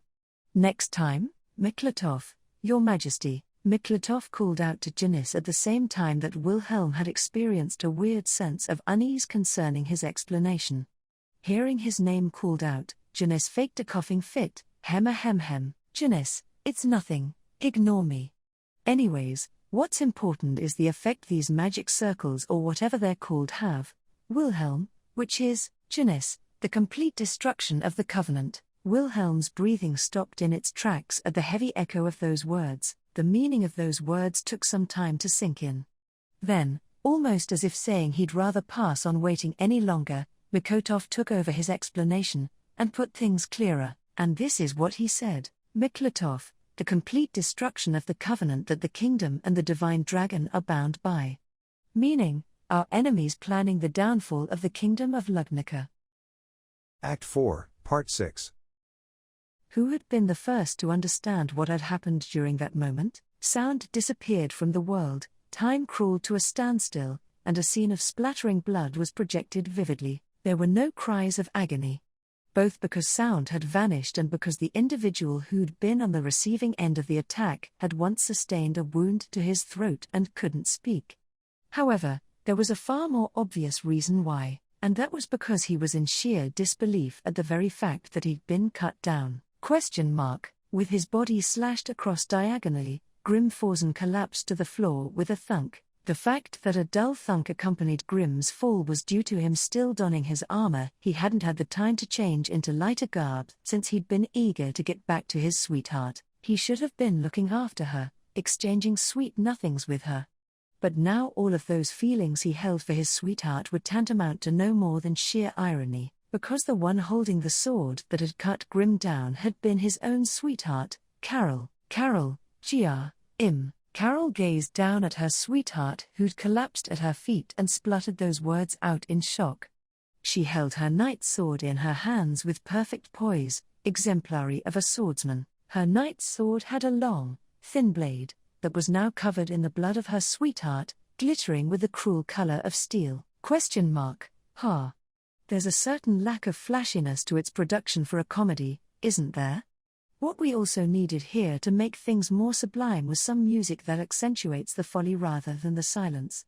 How surprising, the observers in the heavens above lack a sense of aesthetic. A man stood in front of that spectacle, his whole body drenched in malice, and when he declared that, He did so with a bored look on his face. He was currently the worst criminal in the kingdom of Lugnaca, a sworn enemy that the sword demon had been pursuing. Stride calmly walked up to the people who were frozen in their places because of what they'd witnessed, without sparing a single glance at Grim collapsed in a pool of his own blood. When he arrived in front of them, he gave each of them a deep bow in turn, and only that. It was as if he'd turned to his audience atop a theatre stage and promised them an act tonight that would move them. Stride, splendid. The preparations worked properly, even though the start was a little bit dull. Lo and behold, 'tis my venerable self, the playwright. I shall permit you to pay your tributes magnanimously. You may applaud me to your heart's content, no matter how much of a letdown the overture was. Stride said that with a wicked smile. Teresia still kept her silence, an acrid taste clawing her mouth at the unspeakable malice exuding from him. Everything had happened so suddenly. During the time Teresia, her parents and Carol were all sitting together having a good time in one of the rooms of the mansion. It had been a few days since Wilhelm and his squadron had left the royal capital. They hadn't received any good news yet, nor had they been able to make any progress on Carol's curse. In the meantime, Carol had spent her days devoting herself as much as possible for Teresia. Teresia had continued to depend on Carol's favor even after she'd talked to her parents, who'd suggested she should let her do what she wants, even if she felt terrible about it. Carrying on like normal will be for the best, was what they'd reckoned. So even at a time like this, the get-together inside the Astria mansion was as it always had been. Bertel said stupid stuff without thinking, that got misjudged by the women of the mansion. Tishua found it amusing to keep her husband in check when he was like that, and everyone talked about the future of the child that would soon be born into the world. It was during a time like this that Grimm had returned after he'd left the royal capital to accompany Wilhelm. He'd reported that the Zajeff Corps had made it back safely and that Wilhelm would be late coming back due to something cropping up. Then he'd bore the news of his return to Carol and made their feelings of affection known to each other even though they still couldn't touch each other. Seeing the tryst of the two lovers who were unable to touch each other, Teresia gently stroked her tummy. There'd been many a time recently where Teresia and Wilhelm were far apart. Naturally, with the Stride matter at hand, Wilhelm couldn't take the time to settle down. Teresia also felt frustrated whenever she thought about Carol and Grimm, having herself been strictly ordered to take things easy. Nevertheless, she felt anxious, even whilst her thoughts were directed to the utmost on Grimm and Carol's troubles, reason being that she couldn't find the time to talk with Wilhelm about their child. Teresia's belly had already gotten pretty swollen and she could feel the baby shifting about inside her womb. The actual feelings of the fruits of their bond growing to life grew ever stronger day by day inside of Teresia. She wanted to share her feelings, her joy, and her anxieties with Wilhelm. If she could get Wilhelm to take in the feelings she was experiencing, as a father, then she too felt like she could take in the things which he harbored. That's why as soon as Wilhelm got back she'd decided that she'd take the time to properly talk together with him as husband and wife. That was when it happened, immediately after she'd decided that. Stride, it has been a long time, Sword Saint. Have you been keeping well? That man had shown up unreservedly, without a shred of hesitation, ruining the family's happy moment. He cared not a lick that he was about as welcome here as a giant in a Gus Deacon milk bar. He had the audacity to waltz in as if he owned the place no matter where he went in this world. Numerous thoughts whizzed through Teresia's mind the instant she caught a glimpse of him, and the thought that worried her the most was, Teresia, what happened to the bodyguards outside? Stride, humph. The first thing you worry about are those peasants outside instead of my own venerable countenance? Such disrespect, normally I would make you pay for it with your life. But my venerable self is in a fine mood right now. Thus, I shall generously overlook it. Teresia firmly squeezed her eyes shut to his manner of speaking, which was laced with cruelty and arrogance. Although he hadn't answered her question, his apathetic attitude spoke volumes about what end her honorable guards had met. Why this, in this kingdom that had just recovered from that senseless civil war and was slowly building towards peace? Teresia, how can you be so cruel to others like that? Stride, how unthinkable, to be told that by the Sword Saint who slayed not thousands of lives, but tens of thousands. Were I to compare my venerable self's deeds to the amount of lives you took, Mine would seem like mere child's play.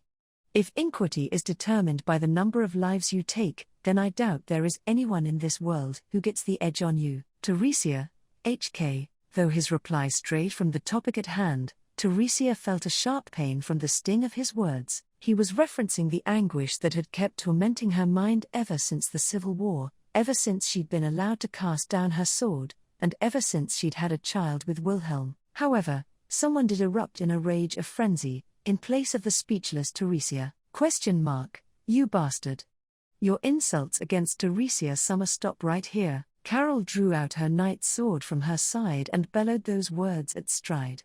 Grim stood next to her, raising the colossal shield he had strapped to his back in front of him. As the two of them turned towards Stride, readying themselves up for a fierce battle, Bertol pulled Tishua back by the arm and placed himself in front of where Teresia was sitting, so as to protect her. Stride, humph. Stride snorted with an air of tedium as he gazed at what was happening.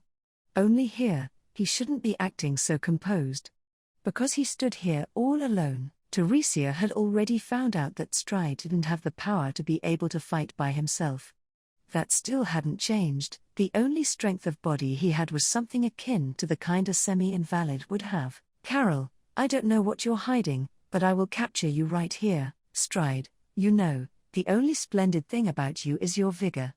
Have you forgotten how uncouth you looked the other day? Carol, even if you try and make me faint with the power of your rings, bastard, I'll kill you just before I lose my consciousness. Stride, ha. Stride scoffed, and in his scoff he placed great scorn and disdain for Carol, who'd readied herself to fight. The moment she saw that, Carol's sword aura exploded and she jumped towards the immobile Stride. She swung her knight's sword in a beguiling semicircular arc, and, when she came to, Grim had collapsed onto the floor, struck by her attack. Stride, making you faint, causing your breath to stop when you are touched by your loved one, all of these are overtures. The curse of the rings are not limited to such infantile restrictions. I have made you into a puppet. Stride raised his right hand and showed it to her. The jewel on his index finger was shining with a bewitching radiance to it. Carol gasped out an "ah" and looked behind her, at Teresia and the others. Carol shook her head in refusal. However, the tip of her knight's sword was pointed towards Teresia and the others, no, towards Bertol and Tishua. Stride, the time is ripe now. Long have I awaited this moment, Sword Saint. Are you going to be able to stop this? Teresia, what are you? Teresia had placed her hand on her swollen belly, stood up, and asked Stride what he truly intended. Stride laughed at her words, then his lips split into a cruel sneer. Stride, do it. He shook his raised finger and issued a short command without deigning to answer Teresia's question. Carol keenly understood the meaning of that command more than anyone else, thus making her scream, Carol, no, no, no, no, no, no, no, no, oh. Tears streamed from her wide-open eyes. Nevertheless, her flesh and bones went against her feelings as it tried to exhibit the skills she had honed up until now as a swordsman, without holding anything back. For the first time ever since she'd taken up the sword, she was pointing it at the family she'd sworn to protect. Carol, run away! Carol screamed, and immediately after, she sharply stepped towards them. Teresia had tried to jump away when she saw that. However, her baby had moved in her womb, and that had caused her to stop in her tracks. She hesitated. Then, Tishua pushed her down. Tishua pushed her down to the floor and shielded her. She could see Bertol standing up with both of his arms spread out before him in front of Tishua. A flash of silver filled the room, and fresh blood splattered around the Astria mansion. Act 5, Part 1. Something strange happened in the commercial city of Pikutat that day. Pikutat was one of the 6 great cities in the kingdom of Lugnica and was located in the south, alongside the border with the Wallachian Empire. The city itself was considered a vital one in the country as it acted as a trading hub with the empire. As usual, Pikutat was lively with a flow of merchants crossing between the border, with people and merchandise moving in and out of the city. Naturally though, the more people there were, the greater the chance of fights breaking out became. To fight against that, Pikutat had posted soldiers around the city who kept a watchful eye for that, so that they could immediately intervene if any did break out.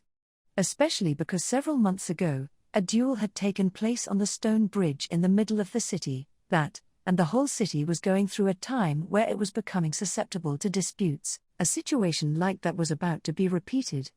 The first one who took notice of the anomaly was one of the soldiers who'd been trying to intervene in an argument between a merchant and his customer, trying to put an end to their quarrel. Soldier, huh? The soldier had grabbed one of the arms of the merchant and one of the customer, and then widened his eyes in surprise at the strange sensation he felt. He was standing between the two quarreling individuals, directly touching them. If things had proceeded like they always did, then the power of his divine protection of empathy would have kicked in and reached out to them so that they'd be able to reach a compromise. The soldier's divine protection of empathy was a gift he'd received from the heavens when he'd been born. The soldier could read others' emotions simply by touching them, and if he stood between two people, he could even go as far as making them understand each other. Thanks to this power, the soldier had long been hailed as an expert mediator, and naturally he'd chosen a future for himself that made use of his divine protection, allowing him to currently take his dream job in the soldiers. All the soldier knew was that when he touched people, he understood their emotions, and that when he made them touch like this he made them come to an understanding. Other than that, the soldier didn't know anything about how the touching worked, its quintessence, or even its purpose. That's why the soldier was extremely confused by what had just happened. The technique he'd been using ever since he'd been born had suddenly stopped working. So, what should he do now? ? You're twisted. Yes, well and truly twisted. The epitome of a twisted lump of flesh. Soldier, huh? The soldier, who'd blanked out due to what had happened, gathered his wits back when he heard an abrupt voice coming from his side. He turned to face the direction the voice had come from, and standing there right beside him was a tall, thin man. The man had dark purple hair and gave off an awfully cold, handsome impression. For a second, the soldier was completely spellbound by him, then he briskly shook his head and said, "No, soldier, what did you just say?" "Excuse me, but after I settle things here, I'll..." Purple-haired man, "Stop their quarrel? Don't be so foolish. You're not too unlike a newborn baby right now. How do you intend to stop a fight between adult men in your state? Don't be so conceited, soldier." The man's voice was even more cruel than the look to his face and in his eyes. The three of them reacted in surprise to his words. Not just the soldier, but also the two men who'd started the incident. The merchant, the customer and the soldier all had no clue what to think about this sudden intruder. Was he a weirdo or maybe a drunk? It wasn't that late yet, but when you got so many people moving about, you'd occasionally get someone who'd let loose even in the earlier hours of the day. Dealing with people like these was one of his duties as a soldier. "Soldier, let's not do this right here. If you have something to say, then you can say as much as you want back at the station." Purple-haired man, "You can tell certain things with touch. That's the root of your twistedness, isn't it, soldier?" The soldier had let go of the quarreling men's arms and tried to grab the drunk instead. However, he'd been stopped in his tracks again by what the drunk had said. Just this time, it wasn't out of surprise, but more so because chills had run up his spine. The man's words had hit the nail on the head regarding what the soldier's divine protection was about. What's more, the soldier had never told anyone other than his family about his divine protection of empathy. Divine protections easily tended to create strife between people who were and weren't privy to one. That was common sense in the world, and the soldier too had sworn by that and never opened his mouth about it. Then how did this man in front of him, whom he'd never met before, know about it? Purple-haired man, "Look, if you want to know, then try getting the information out of me, twisted spawn of the heavens." "Soldier, Uke." The man offered his arm to the soldier, who was staring at him rooted to the spot. The man had goaded him to try. There was no doubt, the man knew about his divine protection. The soldier noticed from the look in the man's eyes that this was a challenge, and that from the fierce, strange aura that was coming from him, he wouldn't let him escape. As a result, he took the man's arm and prayed that his divine protection would work. What he could read with his divine protection of empathy wasn't a person's thoughts, but rather the emotions they harbored at the time. Even so, If he could see a part of one's true, unadulterated emotions, then smoothing things over would instantly become a lot easier. Even the strange fear he had of this man should be eased with his divine protection. Purple-haired man: so, did you find out anything, soldier? Nothing. Purple-haired man: I see. You've been a great help. The soldier had grabbed the man's surprisingly thin wrist and once again felt nothing, shaking his head.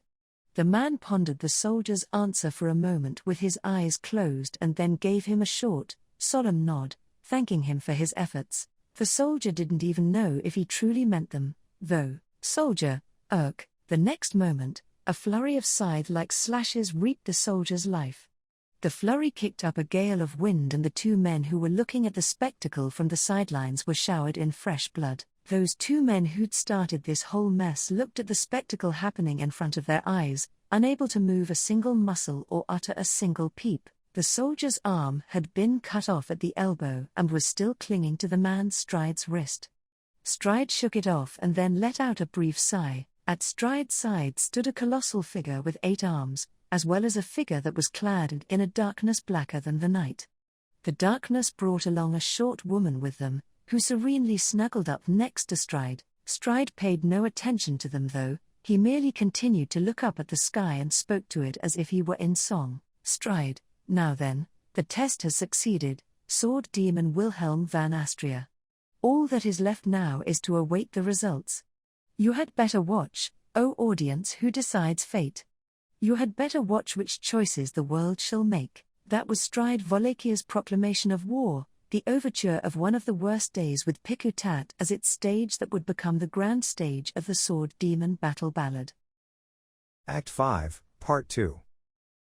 Everything was already over by the time Wilhelm got back to the Astria mansion. Wilhelm, by nature, didn't care much for things being busy and noisy. And he wasn't the only one like that. Teresia was too, so typically they didn't have that many people coming in and out of the mansion. The only exceptions had probably come after their wedding ceremony and the time when Teresia's pregnancy had come to light. Many had turned up at the mansion to bear their congratulations on both of these occasions. It hadn't just been people from the royal castle, knights who knew them and family members who'd come bearing their good wishes for their marriage and pregnancy. People who just lived in the royal capital turned up to congratulate them for those things. The wedding ceremony had been about a year ago, and the baby shower a tad under a half year ago. Yet now, the Astria mansion was once again in an uproar. A stream of soldiers were bustling in and out of the mansion in an attempt to get a hold of the situation. Wilhelm.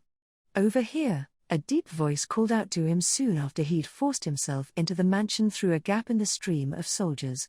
He turned to look towards where he'd indicated, and there waving his arm at him was a giant of a man with short blue hair, Bordeauxjeff. He should have hung up his boots when it came to actual combat.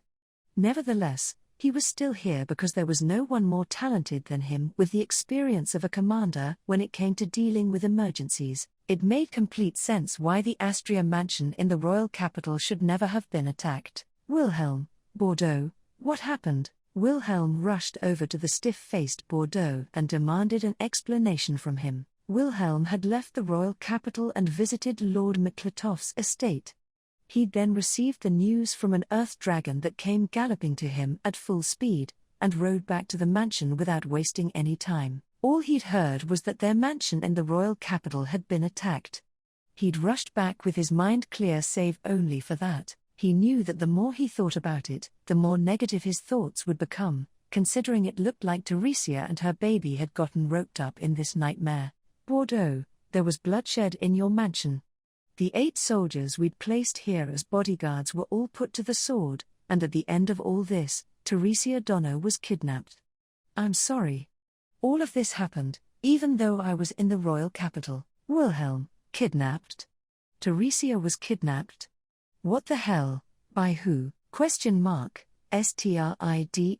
Wilhelm grabbed the apologetic Bordeaux by the scruff of his neck and raised his voice at him. The one who'd answered the sword demon's wrath hadn't been the groaning Bordeaux, no, it had been someone behind him. Wilhelm, Grim. He looked back and saw Grim, his head hung low and a melancholic look on his face. Unlike Wilhelm, He should have gotten back to the royal capital ahead of him and been there during the time of the attack. Though even Wilhelm wasn't going to be so cruel as to ask him why things had gotten this bad with him here, namely because he was sitting sunk into a chair, with his whole body covered in painful-looking, bloodied bandages. Bordeaux, Grimm was the first person he took out of action when things started to kick off. Makes sense that he'd remove his most troublesome enemy before anything else. But what happened here is far worse. Wilhelm's grip on the scruff of Bordeaux's neck loosened, allowing Bordeaux to free himself and then whisper those words into his ear. He wondered why he needed to take the consideration to keep it out of Grimm's earshot. Bordeaux looked meekly at the baffled Wilhelm as he continued. Bordeaux, the one who put those soldiers and Grimm to the sword and kidnapped Teresia Donno afterwards was Carol Remendez. Wilhelm, what the hell? Bordeaux, to be precise, a Carol Donno who was being made to do Stride's bidding.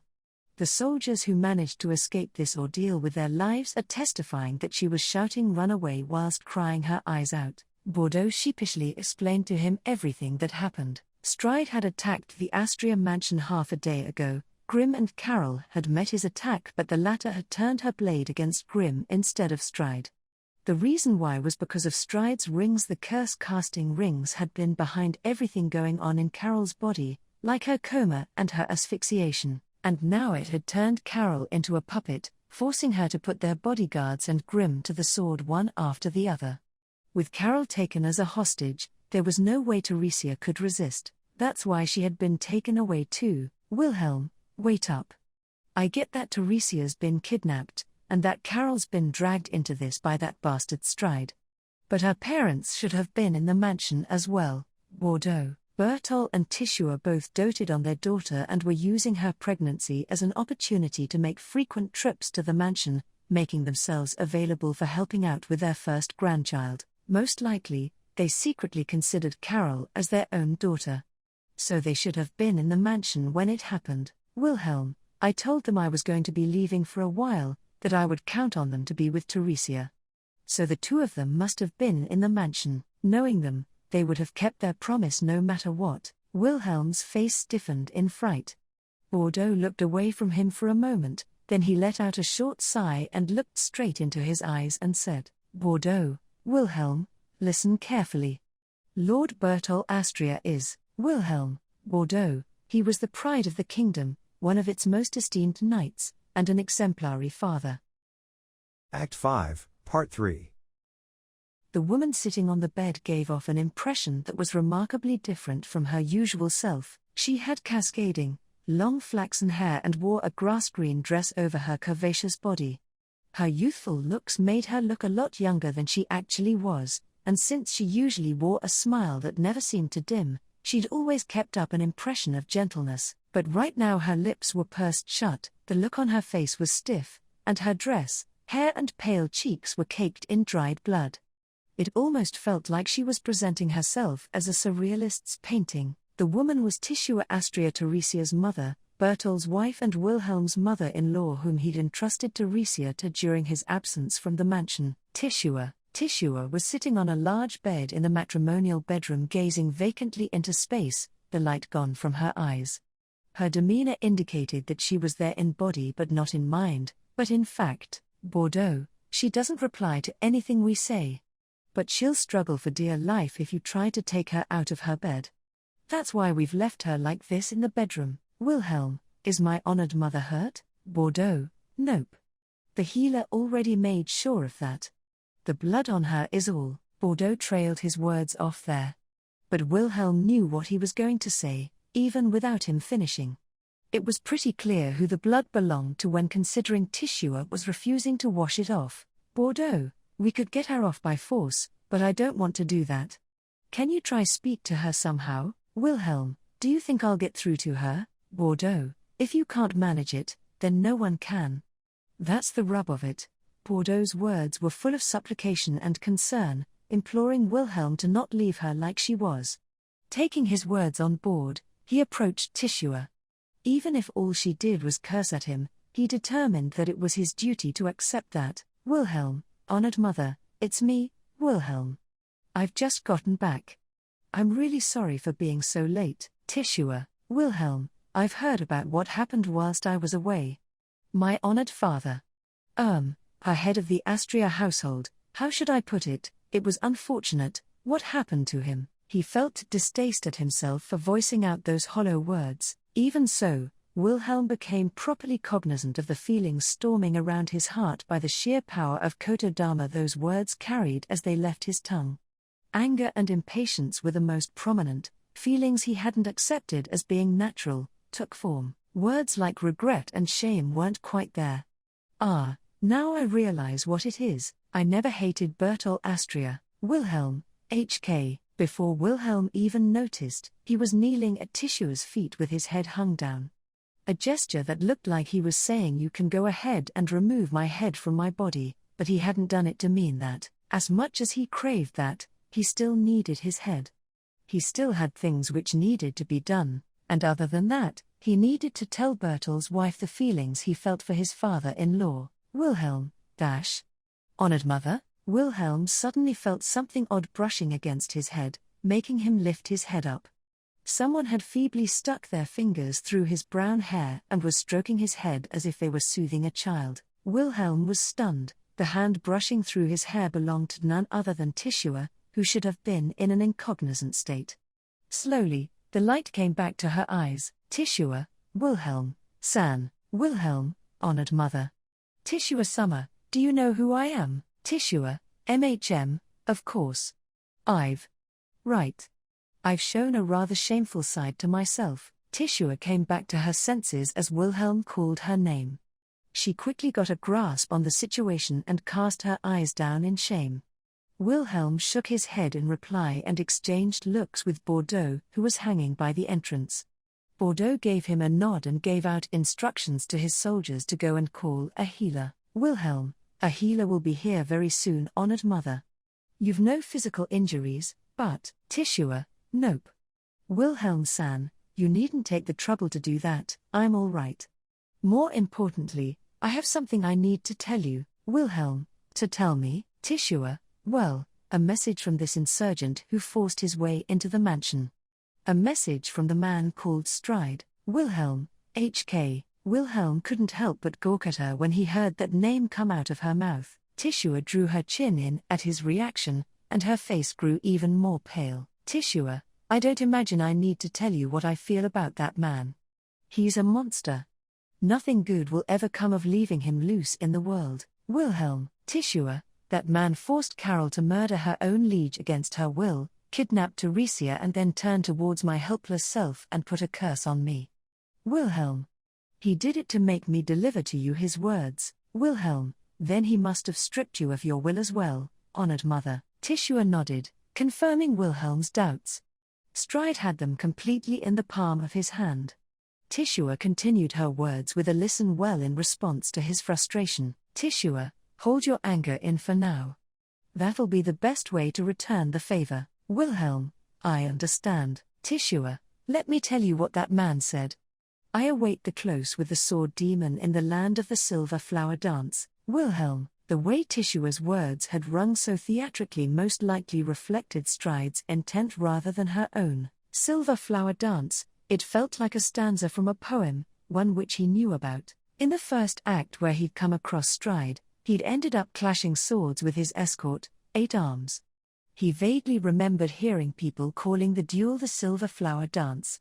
With that ring to it, he couldn't help but feel like it was coming from Stride himself. Wilhelm, that bastard's in Pikutat, both Teresia and Carol should have been taken there. Of course that wicked man would have designated a location. It was hard to even imagine what sort of ugly tricks he had lying in wait for them. Wilhelm, even so, we don't have the choice to shy away. Bordeaux. Wilhelm raised his voice and put the question to Bordeaux, who'd been listening in, about whether he would muster his forces. Even if he rejected the notion, there was no way that was going to be able to stop him. However, Bordeaux, I'll muster together a subjugation force at once. You gather the Zajeff Corps and get yourselves in gear. Bordeaux's decisiveness at taking swift action was his greatest weapon. He'd shown that here as well to the fullest. He was the kind of man who, when he said he'd do something, he'd do it. For that, Wilhelm placed absolute faith in him. Wilhelm knew that he wouldn't betray this faith. Wilhelm, tissue a summer. My honored mother, please leave the rest to me. I will definitely get Carol, Theresia and her unborn child back. Wilhelm looked back around, took Tissua's hand, and swore to her that he would do so. Since Wilhelm had pegged Bordeaux as the sort who did the things he said, it meant that he too had to follow in his example. That was the duty the commander of the Mark II Zajev Corps had to hold, the duty of the man who'd married the sword saint, of the sword demon Wilhelm van Astria. Tissua, may good fortune smile on you. Tissua returned Wilhelm's grip and left him the best words she could, making them no longer than they needed to be, words fit for a woman who'd married into this family of warriors. Wilhelm took her words in and tried to give her a firm nod. But as he tried to, he felt her nails digging into the back of his hand. Tissua mustn't have been aware she'd done that. Her hand was shaking and she'd tightened her grip on his hand without even realizing. Large teardrops were welling up in the corner of her eyes despite her having put on a brave look up until now. Tissua, Wilhelm, you are, Wilhelm, Tissua, you are an Astria. Never forget that, not even for a moment. Her voice was quivering, tears were streaming down her face and her hand was blisteringly cold. Even so, the feelings she'd expressed were incredibly precious to Wilhelm, and so he bowed his head. Wilhelm, I never will. Wilhelm replied with these words and then took his leave from the Astria mansion, vowing that he would make the destruction wish awaiting him in Pikutat get his just reward. Act 5, Part 4. A subjugation force had been assembled at unprecedented speeds under Bordeaux Zajev's command. Though a part of that came from Bordeaux's competency as a commander, it was mostly due to the morale of the knights and soldiers who'd joined the subjugation force being so high. All of them already knew about what had happened with the attack on the Astria mansion and the sword Saint Theresia's abduction. They all knew she'd been the hero who'd brought an end to the civil war. They all knew she was the benefactor who'd saved their friends and families, their mothers, their fathers, their brothers and sisters, and their children and grandchildren. They all knew that the man known as the Destruction Wish had utterly crossed the line. Thus they'd all hearken to her banner right now, faster than anyone else, vowing in their hearts that they would carry out justice and achieve victory for the prestige of the kingdom of Lugnica. Your plans practically cleared out most of the royal capital. I really don't see how you got the permission to go ahead with this. Her voice was quite clear despite them being inside a dragon carriage that was under the effect of the divine protection of wind evasion. Wilhelm was sunk into his seat with his arms folded, deep in meditation, though her voice had made him open his eyelids up just a tad. When he looked to his side, he saw the figure to whom the voice belonged, her long legs crossed together, a smile on her face. It was Roswell J. Mathers, the mage whom he'd ended up being as thick as thieves with, no matter how unfortunate that was. Right now, she, Wilhelm and everyone else with them inside the dragon carriage were heading towards the commercial city of Pikutat. The soldiers from the Zajev Corps all split up between the vast cavalcade of dragon carriages. Wilhelm was riding on board one of them, waiting impatiently for the moment they arrived at the city. Roswell riding along with them had been settled in the blink of an eye. She'd been staying at the royal capital when she'd heard about what had happened at the Astria mansion. She'd then added herself to the subjugation force as if it were the most natural thing to do. As a result, she was currently sitting next to Wilhelm, gazing out of the window and telling him her impressions about the force heading out to Pikutat and stuff like that. She stroked her chin with her supple fingers and said when Wilhelm didn't break his silence. Roswell, I'm just trying to make small talk before we get down to business. Aren't you going to help me ease my nerves? Wilhelm, nerves? Don't make me laugh. No way you're the type who gets nervous. I'm sorry, but I don't have the time to chit-chat with you right now. Let's just wait for our arrival in peace and quiet. Roswell, you actually doing that sounds like a bad joke. Besides, no matter how much you've blamed yourself, nothing's going to change. Wouldn't you agree? Wilhelm TCHD at Roswell, who'd closed one of her eyes and looked over at him with her blue one. She was the same woman as ever, always talking like she understood him. To make matters worse, those kinds of remarks always felt like she was hitting the bullseye. Her nature was the worst. In actual fact, Wilhelm's meditation didn't help him keep his zen up at all. Whenever he closed his eyes, a voice would speak to him, tormenting him with blame. And now, ?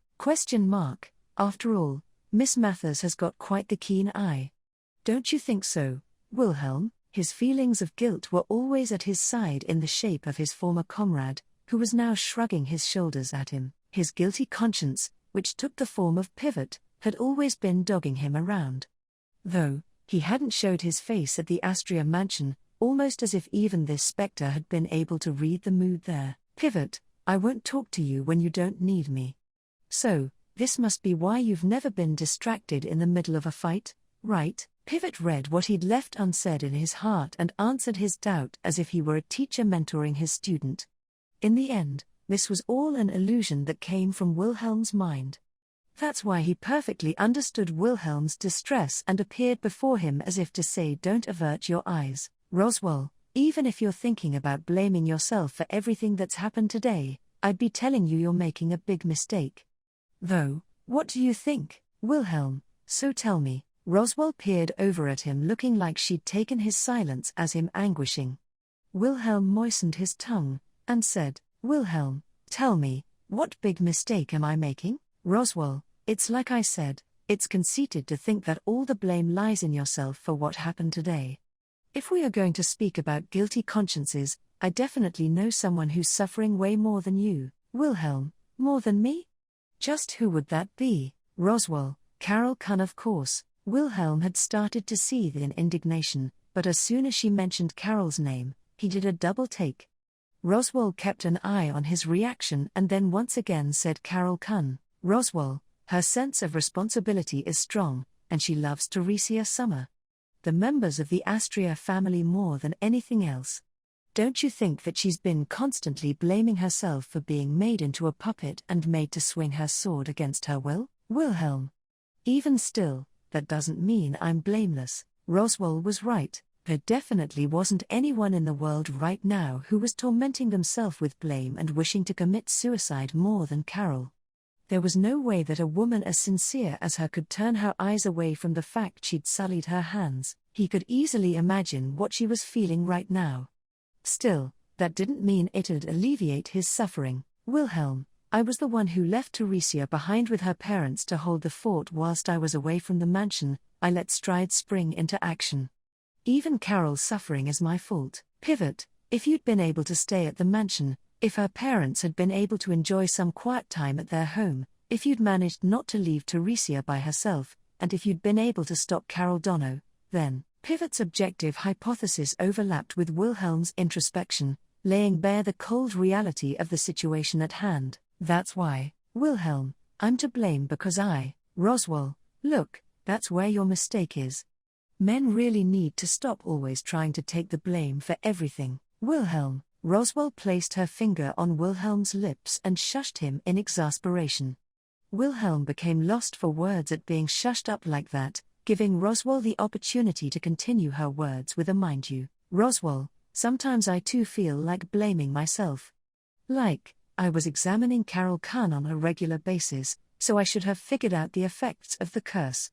Or like, I wish that I'd gotten to the bottom of those magic circles Stride left behind before Miklatov Dono told me the news. Wilhelm, Roswell, we all feel such blame. That includes Bordeaux Dono, Conwood Dono, and the other soldiers.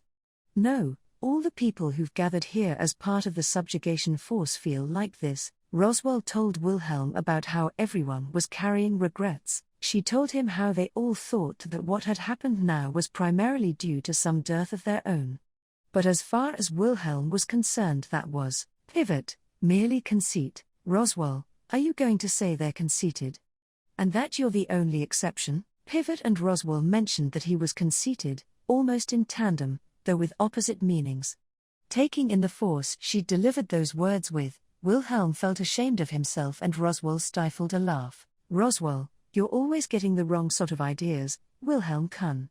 If you're pinning the blame on yourself, as in, you're saying that you think of yourself as the only villain here, then that's the obvious mistake you're making. Roswell cut her words off there again with because. Roswell, because right here, right now, the only one at fault here is Stride himself, make no mistake about that. Wilhelm, Roswell, of course, there's his companions too who help him, but he's the only villain here if we look at the big picture.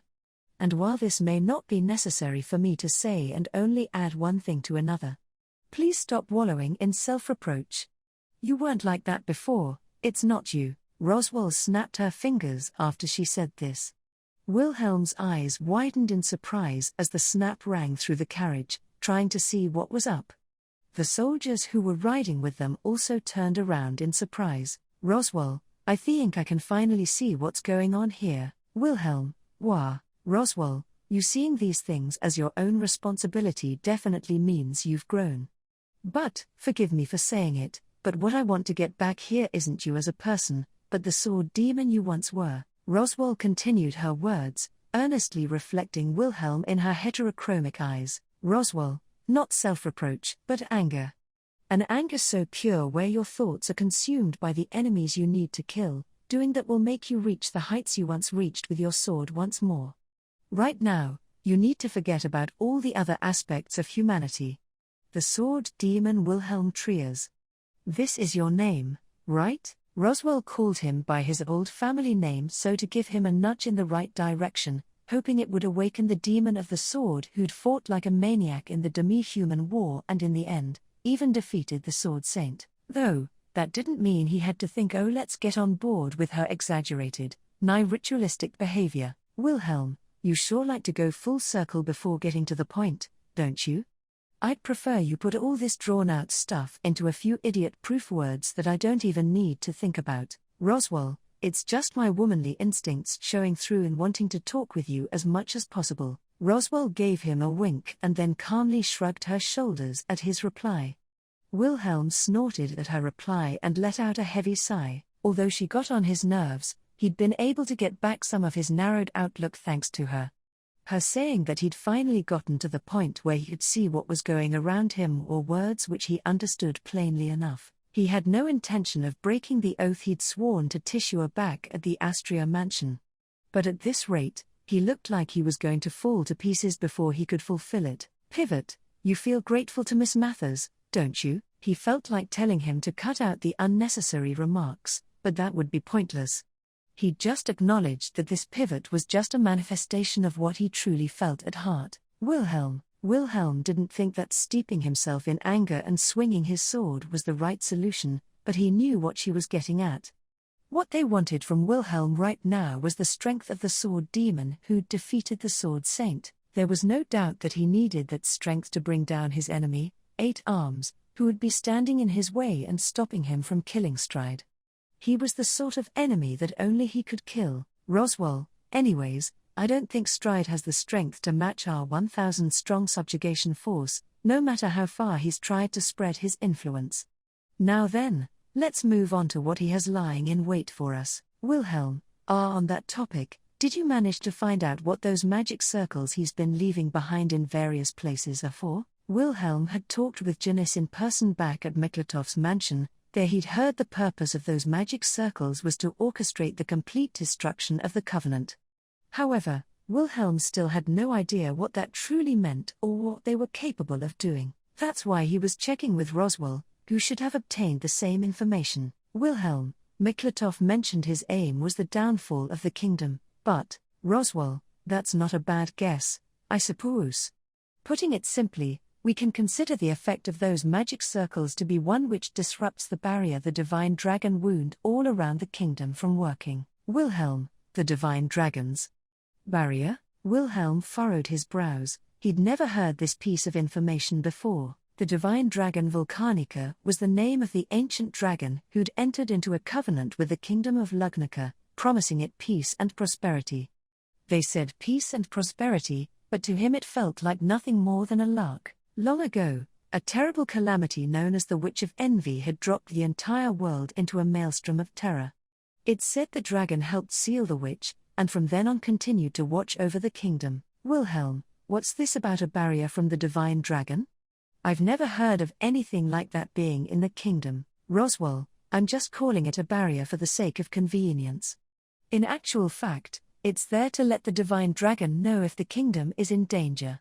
It's kind of like some sort of Naruko. In situations where the kingdom needs the divine dragon's help.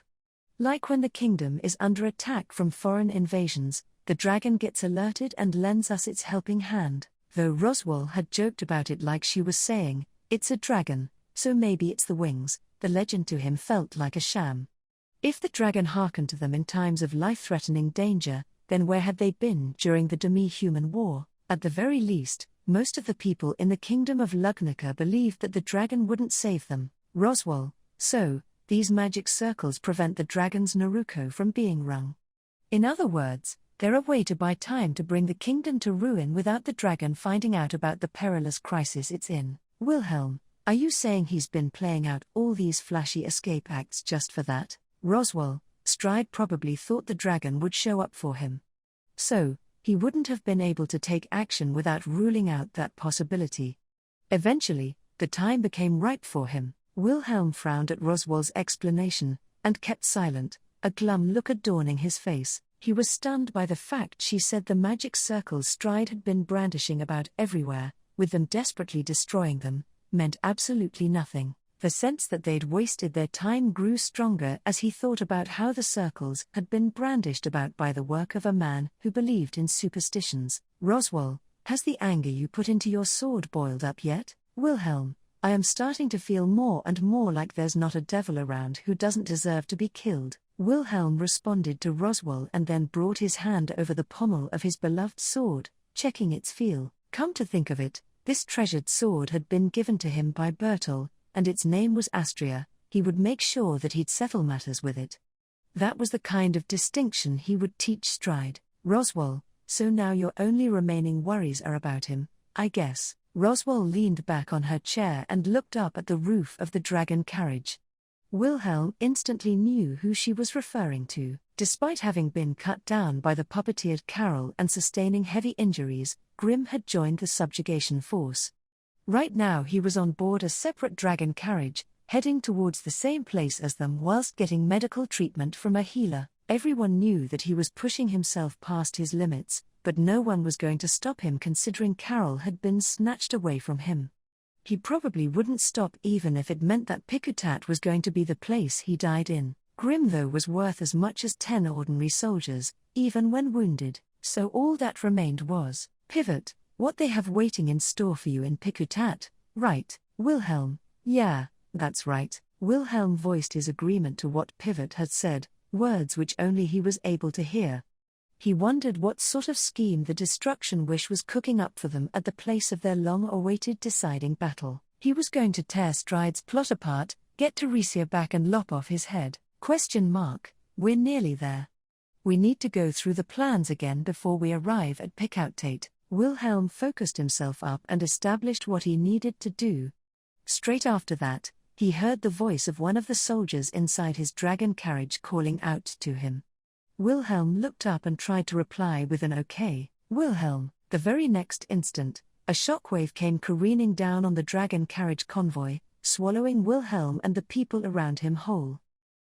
Act 5, Part 5. ? You're quite the tough woman, aren't you, not shedding even a single tear at a time like this. Saying this, Stride jabbed one of his thin fingers under her chin and forced her head up. She could see through her barely opened eyes the scornful smile of the most despicable man in this world. Needless to say, the woman Teresia's sky-blue eyes were full of fury as she firmly clenched her teeth. Stride, what a lovely face. Though, maybe I was wrong to use tough. Valiant is far more suiting. Teresia, I have a husband. Get your hands off me, wretch. Stride, you think I'd lust for a woman with a stomach as bloated as that? No, I bet it excites your husband in your case. Before you became a mother, you were so repulsive, to the point I would hesitate to even touch you. Teresia, hurt welled up in Teresia's eyes after being hit hard by the full extent of his malice. Actually, if Teresia wanted to, she could easily kill this man considering how close he was standing next to her. She could immediately stamp out the root of all of their problems were she to not think about the consequences. Yet, she couldn't do that. She'd vowed to Wilhelm that she wouldn't take up her sword again, of course, but other than that, there was a far more pressing reason why she couldn't, and that was because, Stride, any resistance from you, and my venerable self's curse shall snuff the breath out of your unborn child. Make sure you do not forget that. Stride flashed Teresia his ring. The same ominous light that was reflected in the ring's crimson jewel faintly shone on her swollen abdomen. It was this light that acted as the shackle keeping her in check. She'd seen the horrible, evil effects which Stride's curse rings had over and over again. They'd eaten into Bertol's body, turned Carol into a puppet, made Tishua into a mouthpiece, and now were holding the life of her and Wilhelm's child hostage. That's why Teresia couldn't lay a single finger on this root of all evil that stood in front of her. Teresia, you wretch! Teresia denounced Stride again and looked away from him. Though by doing that, it didn't mean she'd be averting her eyes from the wrongdoings this man was committing. At the edge of her averted gaze, she could see a bunch of people shaking in fear who'd become prisoners just like her. Right now, Teresia was being held captive in the spire located in the central district of the commercial city of Pikutat. Pikutat was split into 5 large districts, with the main facilities of the city gathered in the central one. The spire she was in was popularly known as the symbol of the city. Choosing a place like this to orchestrate his evil doing was a scheme very befitting of Stride, considering how much he trampled over people's wishes. The scene perfectly illustrated his theatrical tendencies and his craving for the limelight. Teresia wondered in silence about the reasons why specifically these prisoners had been selected. They were all of different ages and genders, and they seemed to have nothing in common with each other than the fact they were taken from this city. Of course, Stride taking hostages at random wouldn't be anything strange or such when you considered what sort of individual he was, but, Stride, Shazuk and Rizo have returned. Whilst sunk in her thoughts, Teresia heard the sound of a door swinging open and then a low, deep voice. A blue-skinned, grotesque 8-armed figure with an expression that looked like it was chiseled out of stone peered into the room they were being kept captive in. It was the 8-arms Kurgan, hero of the multi-armed tribe, a warrior hailed far and wide as the strongest man in the Walachian Empire. This dignitary, who'd sided with Stride for goodness knows what reason, was still here doing his bidding. Maybe it was because he too had metaphorical shackles fitted around his burly neck, thanks to those rings' curses, Teresia thought. Stride, it's about time you both got back. How are things proceeding? We brought 2 more. Though, I humbly think that piling her with any more burdens will become really taxing for her. I'd say there are limits, even to your esteemed wife's eyes. It hadn't been Kurgan who'd responded to Stride's arrogant voice, but rather the shadow at his feet. His rather appropriately huge shadow began to squirm. It slowly began to rise up from the floor, as if it had come to life, before finally morphing into a shinobi clad in jet-black clothes. The shinobi was holding 2 bound men under his arms, whom he promptly threw into the room without much concern. The 2 of them bundled down onto the floor, letting out shrieks of pain, before looking around their surroundings in fear. Once again, they had no idea why they'd been brought here. All they knew was that putting up a fight against Stride and his men would be a very unwise choice. Stride, limits? Do you think that tools can determine their own limits as they please? Quit messing around. You'd better go bring me Melinda, shinobi. But, Stride, I am not going to say this twice. Stride paid no heed to the captive's feelings and instead ordered his shinobi around, cutting out his protests. The shinobi shook his head and gently tapped the floor underneath him with the tip of his toes. This time it was the shadow of the shinobi that started to squirm and rose up in a similar manner as before. Then, a second shinobi who looked identical to the first one emerged in its place. However, this second shinobi was carrying a young-looking girl in his arms. She had long, wavy grey hair and was rather short of stature. She was looking down at the floor and both of her eyes were squeezed tightly shut. She was dressed in a long grey robe that covered her entire body, and was dragging its hem, which was long enough to cover past her feet, along the floor. Stride, Melinda. The girl's shoulders violently shook in response to Stride calling her name. She didn't open her eyes or lift her face, but her attention shifted to him as she fearfully clutched her head. This wasn't the first time Teresia had seen this girl called Melinda. She'd been with Stride at the start just like Kurgan and the shinobis. In other words, She was one of Stride's allies. No, from what she'd hazarded from their talk, she was far more than that. She was Stride's. Stride, answer me carefully, Melinda. Has your evil eye reached its limits? Have you gotten so exhausted that you can't live up to my venerable self's desires, your husband's desires? Melinda, no. Stride, answer me straight, Melinda, no. No. No. No. No.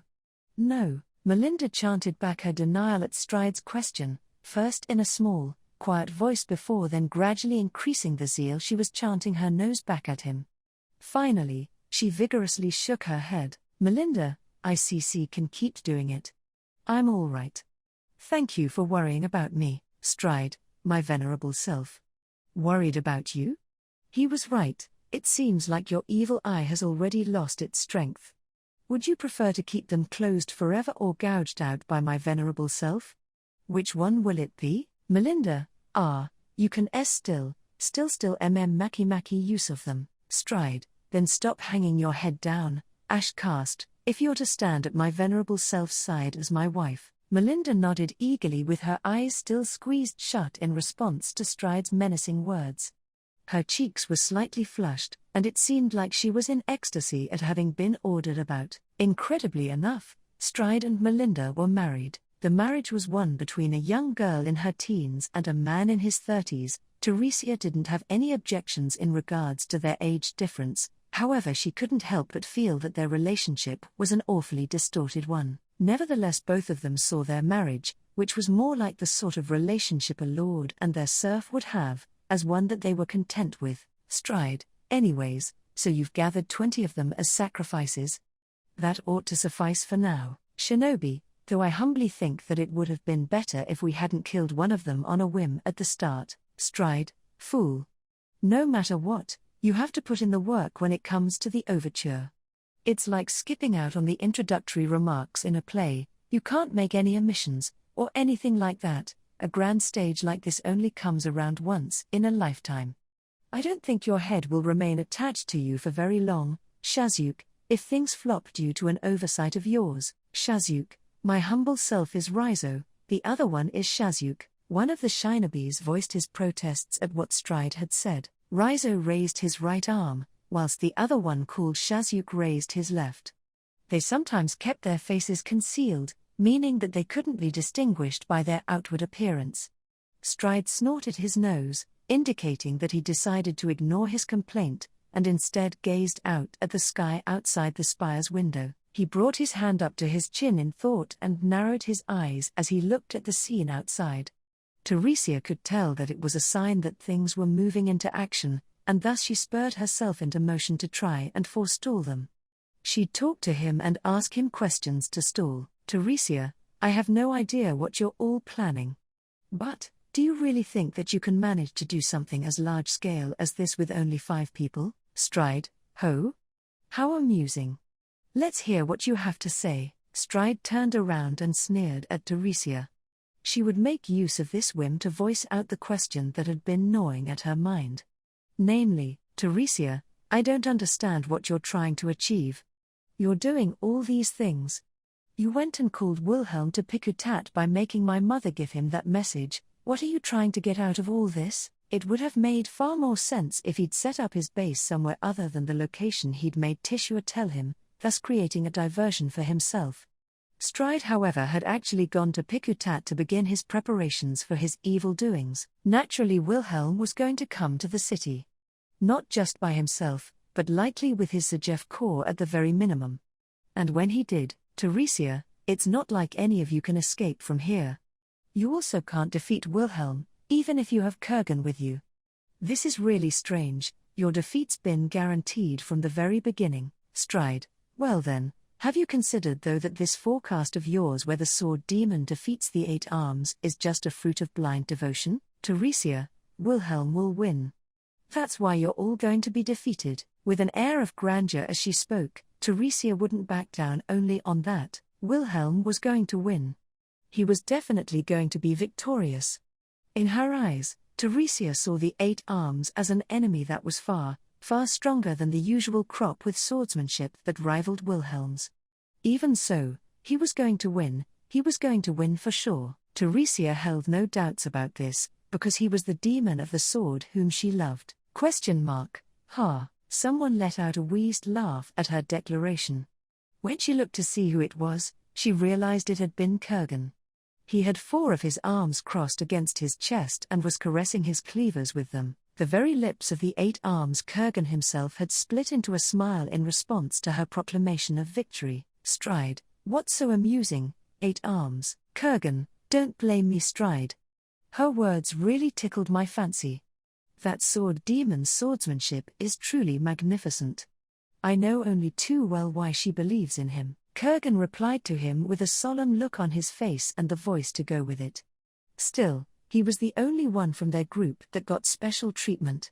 Stride didn't blame him for talking back to him as an equal and merely contented himself with giving Kurgan a small snort in response. Stride, let's assume that it is like that. Teresia, huh? Stride, let's assume what you're saying is correct and the 8 arms doesn't manage to defeat the sword demon. Stride narrowed his sharp eyes and began to lay out this assumption to her. That surprised Teresia a fair bit because she'd been prepared to not get an answer when she'd posed her question. Stride, if the 8 arms is defeated, then garbage like these stray shinobi twins will meet the same fate too. Melinda, being too slow to get away, would end up getting raped out of anger, and as for my venerable self, he'd probably take my head for the sake of the kingdom's prestige. Even if the sword demon doesn't do any of this, the rabble that follows him most certainly will. Teresia. Then why? Naturally, Stride was imagining the same things as Teresia in regards to how things would turn out for them. She wondered, if they lacked the combat prowess and numbers, why he'd still challenged him to this showdown. Stride, avoiding waging a battle in the face of inevitable defeat, is the normal thing to do. So you must have figured it out now, right? Teresia, what do you mean? Stride, hey, you can't be serious. What an imbecile of a woman you are. It's as if the child in your womb is sucking everything out of you. Even a fool would be able to understand what's going on when I've already said this much. Stride injected heartfelt scorn into his voice, mocking Teresia who'd shown her lack of understanding to him. She frowned in response and then tried to reason out what he'd meant by these cruel words. There'd be no sense in him waging a battle that would just end in his defeat. Even so, considering he'd moved to wage this battle. That meant that, Teresia, you have Stride, a chance at seizing victory. Stride powerfully declared this at the same time that understanding finally dawned on Teresia, and as he declared this before anyone could even blink, he produced a twisted dagger in his hand which he promptly used to stab one of the prisoners in their chest. Teresia, wah. Teresia's reactions to this terrible act were delayed for a moment. Had it been an attack, there wouldn't have been any reason why Teresia couldn't have stopped it. However, Teresia hadn't been able to read his behavior.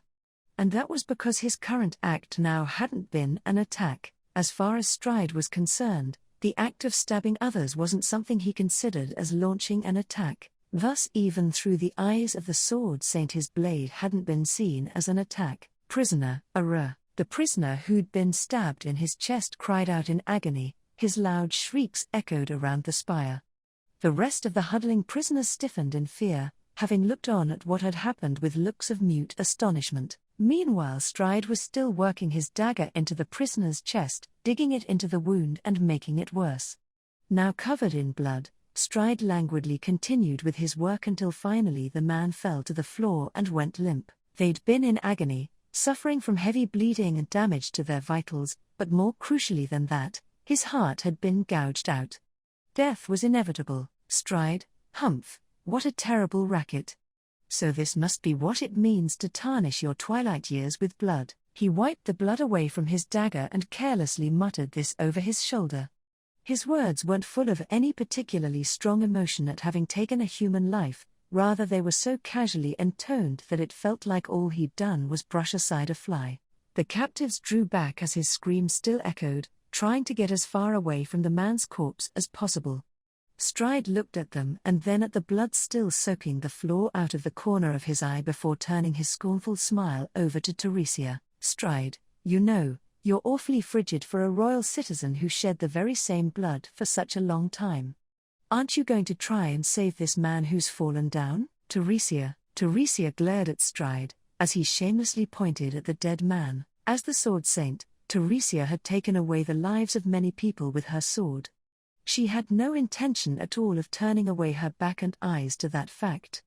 This was the karma she'd decided to bear until the day she died. However, Teresia had never swung her sword because she'd actually wanted to kill someone. Therefore, this was the first time she had glared at a man with murderous rage rather than righteous indignation, a man she couldn't allow to live any longer. Stride, only after doing this, do your eyes look human? Stride wearily dismissed the dangerous look that had appeared in her eyes and then gazed down at his blood-soaked dagger. It was twisted in appearance, and the blade was too roundish to be called a sword.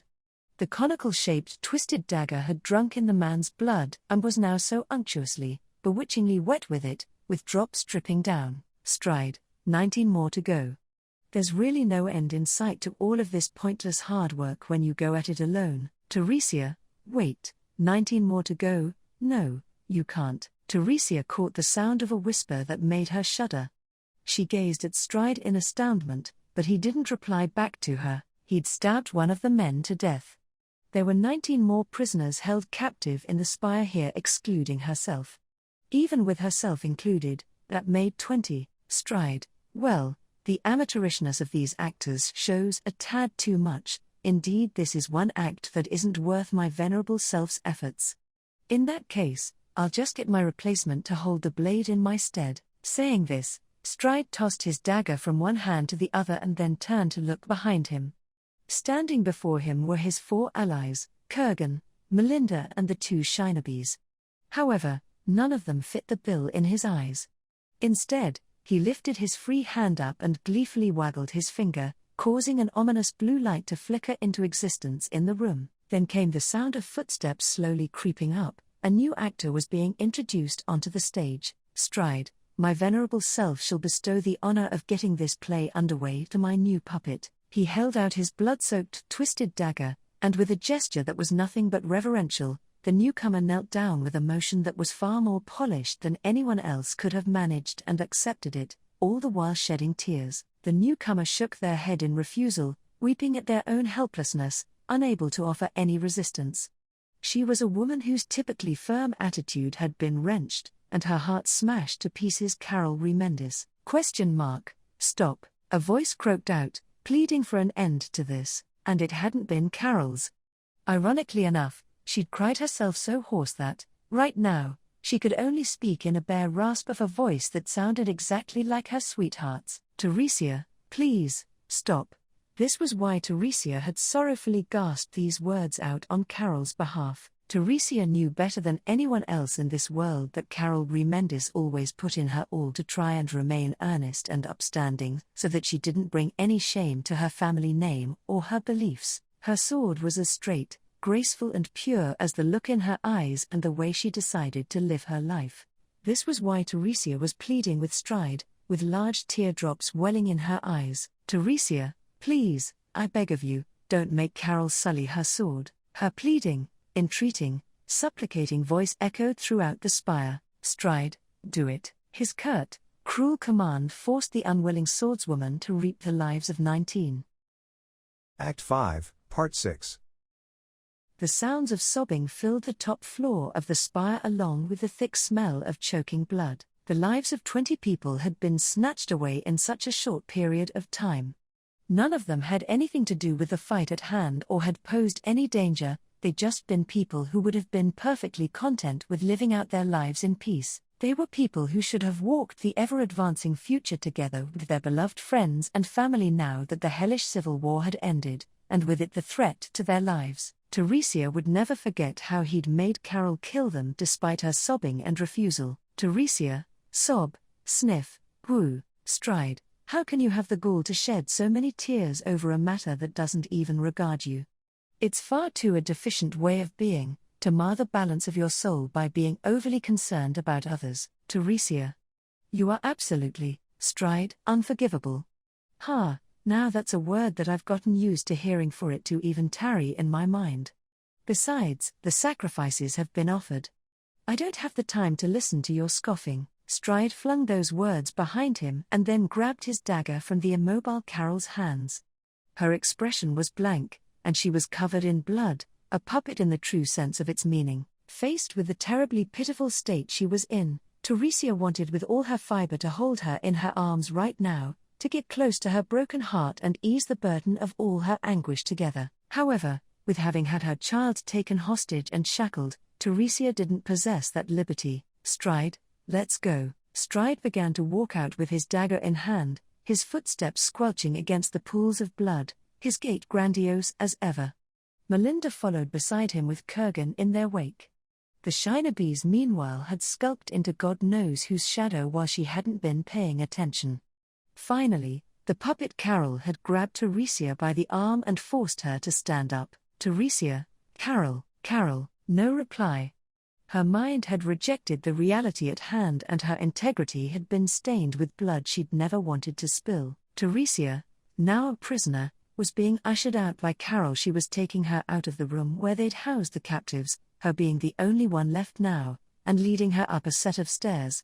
There weren't any rooms above, all there was up there was the spire's rooftop that overlooked the city. A strong gust of wind buffeted them as soon as they opened the door and stepped out onto the rooftop. Faced with the strong high-altitude winds and the view that overlooked the city, Teresia was struck by a strange feeling of unease. There wasn't a sign of anyone about in the commercial city of Pekutat. Stride, the play would come to naught were people cast with minor roles to interfere. We've taken care of these factors in advance. Stride stood at the edge of the rooftop, and revealed to her the reason why the streets below them were eerily quiet. As he did so, he held up his dagger which had drawn in the blood of the 20 captives and pointed it at the sky. He'd said that 20 people were going to be sacrifices, and he'd carried that out by giving his dagger blood. Stride, that's right, I didn't deign to answer your foolish question earlier. Teresia, Stride, you alluded to whether we had any chances of victory. And if we did, where it would come from. Well then, feast your eyes. Stride's cold smile was brimming with confidence. His words were interrupted, and suddenly a shadow loomed over the rooftop. A strong gale of wind accompanied it, causing Teresia's long red hair to blow everywhere. She closed her eyes for a moment due to the wind, and then slowly opened them back up again. There, she saw what was there in front of her. With its vast wings spread out to the sky was a colossal creature with pitch-black steel-like scales running across its body. It had a body with 3 heads attached to it. The heads themselves looked like a cross between a lizard and a snake's, and they were all lined with sharp fangs. A dreadful aura was coming from it and its appearance was imposing. Indeed, it was one of the mightiest of creatures that lived beyond what one could fathom a dragon. The 3-headed black dragon unfurled its wings and glared down at the people on the rooftop. Note, you can find a picture of the dragon here, https://rezero.fandom.com/wiki/Velgrain. Teresia, those living in the kingdom of Lugnica all grew up hearing about how everyone in the country was under the protection of the divine dragon. Even if they'd never actually seen its venerable figure, they still revered it. The same was true for Teresia, who'd always felt this reverence towards the dragon somewhere deep inside her.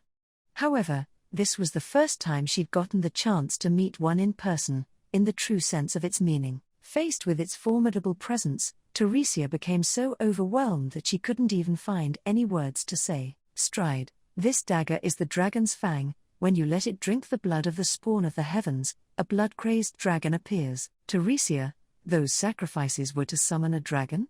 No, even if it's like that. Dragons were very proud creatures, and they weren't the sort who'd willingly bend to a person's will. And most of all, there were hardly any humans or dragons in existence who'd approve of what Stride was doing. They were going to be burnt to cinders by the breath of the dragon he'd summoned. In fact, the black dragon had now lifted all 3 of its heads up and was glaring down at the rooftop with clear hostility in its eyes. It would only be a matter of time before it released its scorching fiery breath. Faced with such a critical situation, Stride, 3 heads, 3 souls. You're quite greedy, aren't you, baying for 3 of mine rings? An eerie light shot out from 3 of the rings on Stride's raised left hand. They shot out a red, Black and green radiance similar to the ones that had been put on Carol and Tishua, then linked themselves to the enraged black dragon and began the process of binding its souls. Naturally, the black dragon tried to stop itself from being restrained. It swung its long tail and tried to sweep them all off of the rooftop as its souls began to be shackled by that invisible power. Kurgan caught its blow with his cleavers and then parried the follow-up it had delivered from his blind side with the claws on its black wings. Little by little, the fight from the black dragon started to dwindle. Stride, Sword Saint Teresia van Astria. Stride called out Teresia's name almost abruptly as the rooftop filled with the black dragon's roars. He turned his darkly glinting eyes over to her, still in mute shock at the spectacle that was unfolding in front of her eyes, and gave her a gloating smile. Stride, you did tell my venerable self, right? Bet you'd vowed you'd never take up your sword again. Even so, my venerable self doesn't believe your promise. If your own body, or that of your husband's, were to be in peril, my venerable self reckons you'd break that promise and take up your sword. As the transcendental being you are, you would rely on your divine protection. He said this, as dark blood trickled down from the corner of his lips. This was why Stride had kept a close eye on Teresia, before bringing her into his schemes. Stride, thus, I was waiting. Waiting for the moment you'd become pregnant, the moment you'd become a mother, the moment you'd become weak. He'd meticulously arranged the pieces on his board so that they wouldn't be destroyed by transcendental beings like the Sword Saint. Teresia was completely lost for words at how purposeful Stride's considerations had been. Then, standing in front of the astonished Teresia, Stride pointed his left hand, along with the shimmering rings on it, to the horizon, towards the main road that stretched out from Pikutat and continued past the horizon. The crazed black dragon, Velgrain the three-headed, released a breath of ruin and destruction towards the horizon. The curtains that marked the subjugation of the blight dragon rose, unfurling one of the worst days in the history of Lugnica. Act 6, Part 1.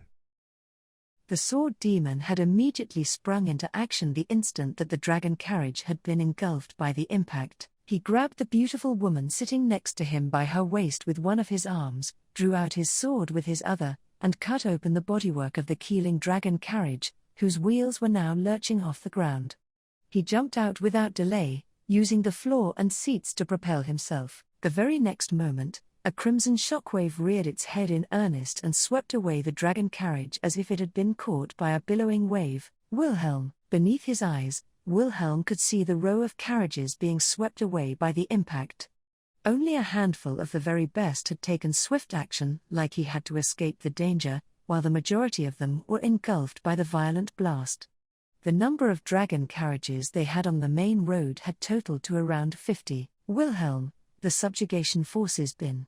From head to tail, HK, Wilhelm now found himself on terra firma, firmly clenching his teeth as he looked at the catastrophe unfolding in front of him, blanketed by the smoke. They'd been gathered together to subjugate the destruction wish Stride, and they'd made their way towards the city of Pikutat. Stride had preempted this and struck first without warning, destroying their ranks through and through. Bellows of anger and cries of grief flew about, and just like that, the subjugation force quickly became a mass of casualties. Some of its members pulled themselves out of the toppled dragon carriages, and started pulling out the heavily injured who'd shed blood and weren't able to move, thus beginning the rescue efforts. The situation was starting to look like that of a field hospital. No way. A dazed voice escaped from the lips of the woman standing beside him, as if she couldn't believe what she was seeing. That woman he'd grabbed by the waist and immediately taken out of the dragon carriage had of course been Roswell. It was rare to see her actually showing her distress when considering she was typically the sort who never broke from her usual composed, collected and easygoing demeanor. So much so, that this was quite alien to him. Roswell, Wilhelm, Roswell? What are you looking at? Wilhelm looked over to his side, puzzled at the state Roswell was in. Her heterochromic eyes were wide open and frozen in fear. They were looking far off at the sky in the distance rather than the row of carriages that had been mowed down by the impact. Wilhelm followed her gaze and narrowed his blue eyes, and then he saw it. Wilhelm, wah, far off in the distance, past the main road, he could see the silhouette of the commercial city's streets. A strange black cloud with an unbroken view of the entire city was drifting over the sky right over its center. The black cloud flapped its black wings and glared down at the ground with its 3 long, mighty heads. The black cloud, no, not a black cloud, but a being that everyone in the world knew about, yet, one that lived beyond what mankind could fathom. Moreover, a being that should have been impossible to lay eyes on the real thing. Wilhelm, a dragon, not a lesser dragon but an actual dragon with multiple heads, black wings spread out, hovering over the Picutatian sky. Everyone remaining from the subjugation force was drawn in one after the other by its grandeur. Looking up at the sky, surprise began to ripple through them. The number of people rooted to the spot out of shock skyrocketed. This lasted for a while until Bordeaux's angry bellows brought the subjugation force back to its senses. Act 6, Part 2. The assumptions we came with have been completely shattered. What the hell even is that thing? Do we really have the time to continue our discussion? The subjugation force had taken their wounded and fled off the main road for the time being. Their commander Bordeaux was the one who'd spoken up. Luckily the wounds Bordeaux had sustained were shallow and didn't interfere with his ability to fight or command. Blood was streaming out from a cut on his forehead, but it wasn't anything that a bit of spit wouldn't fix. He had a far more serious problem at hand, namely, what sort of connection the black dragon who'd suddenly appeared over the city's sky had with Stride. Stuff like dragons showing up were rarities that happened once every 100 years. It was hard to think of it as a coincidence when it had attacked their forces which were going to subjugate the scum threatening the kingdom. It really wasn't that surprising that the black dragon had attacked them, considering they'd been about to launch their assault. In other words, it meant that the dragon was either Stride's ally or its subordinate. Subjugation force member, could that black dragon be the divine dragon Volcanica of legends? Subjugation force member, it looks completely different to how it appears in the murals. Besides, we're in the dragon kingdom of Lugnica here. Why would the dragon have bared its fangs at us? Subjugation force member, give priority to the injured now. Shit. We're short on healers. Turmoil in the subjugation force had reached an all-time high, having been hit full force by their surprise attack. Their initial blow, which had served the purpose to crush their morale, had definitely been the perfect tactic. Things had truly turned into a nightmare for the side receiving it. In fact, their subjugation force, which should have been made up from the cream of the crop, had been halved by the dragon's breath. Staying on the battlefield with so many casualties would be suicidal.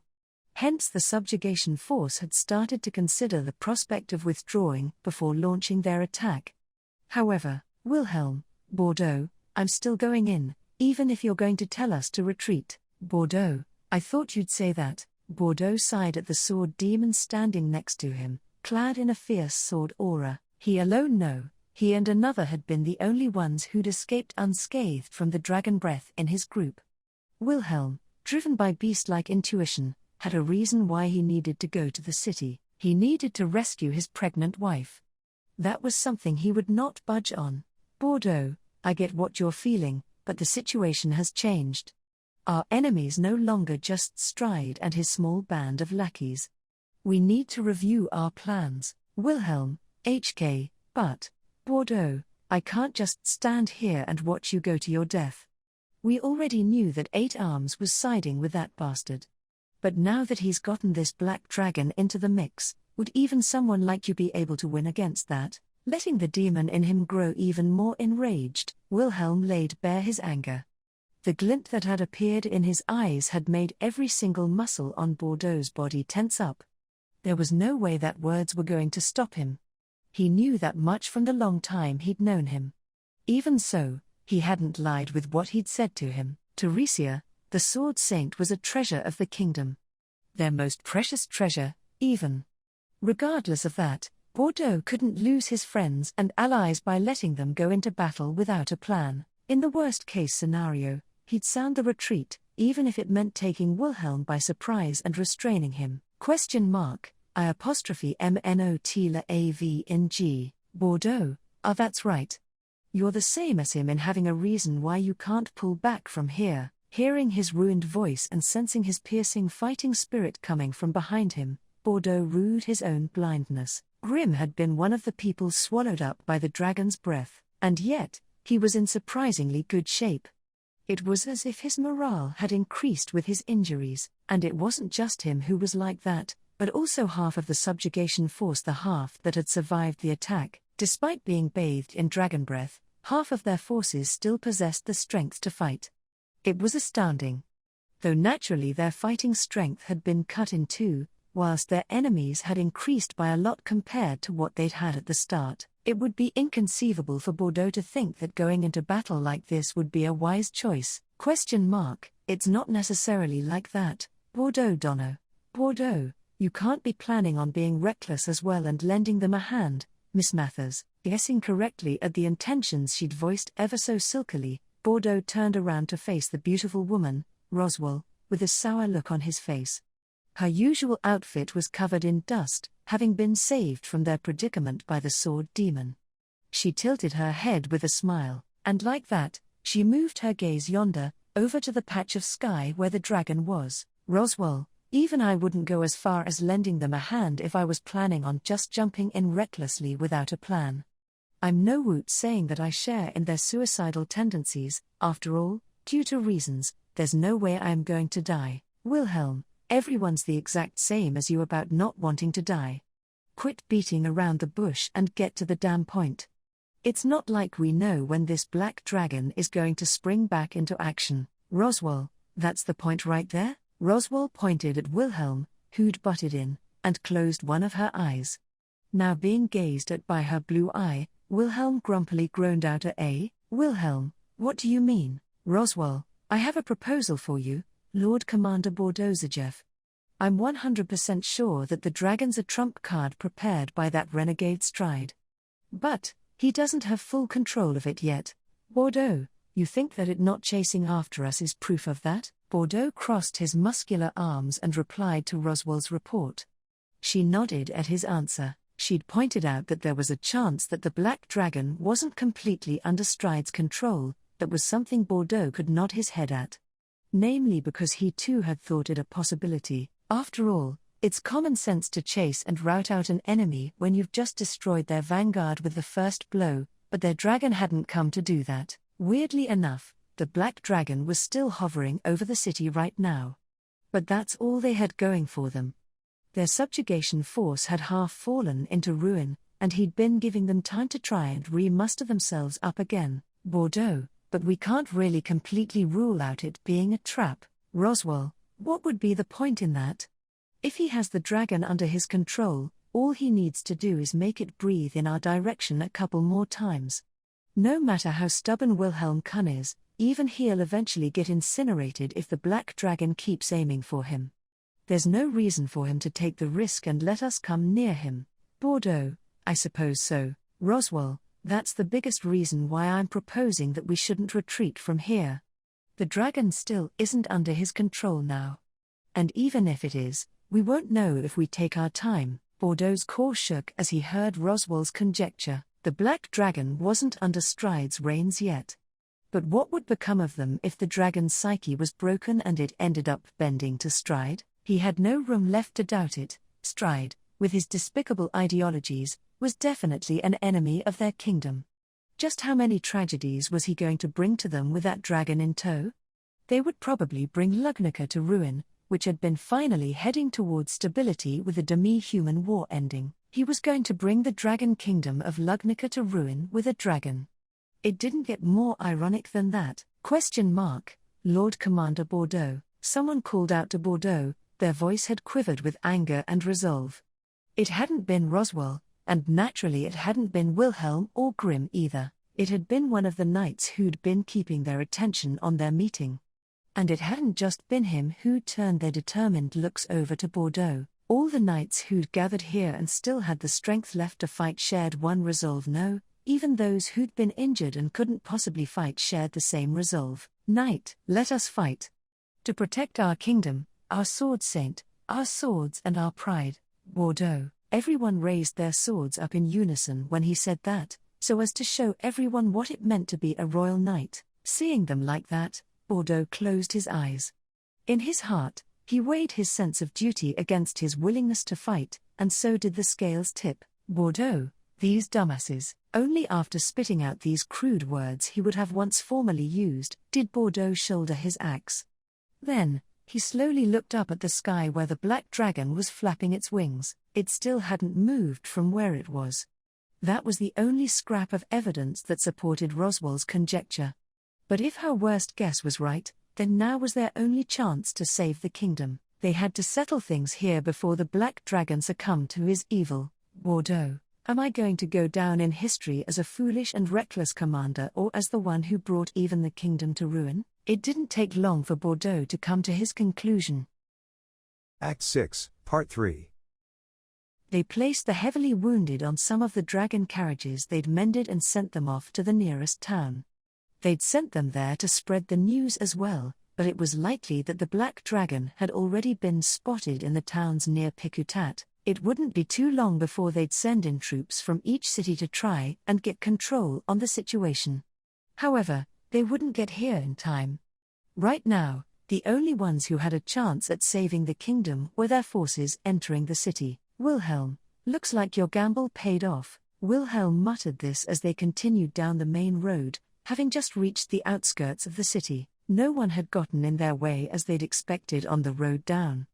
Their forces had managed to make it past through where they'd initially been attacked and were about to enter into the city. Meanwhile, the black dragon had stayed in midair, keeping a watchful eye on them. No, it wasn't keeping a watchful eye on them.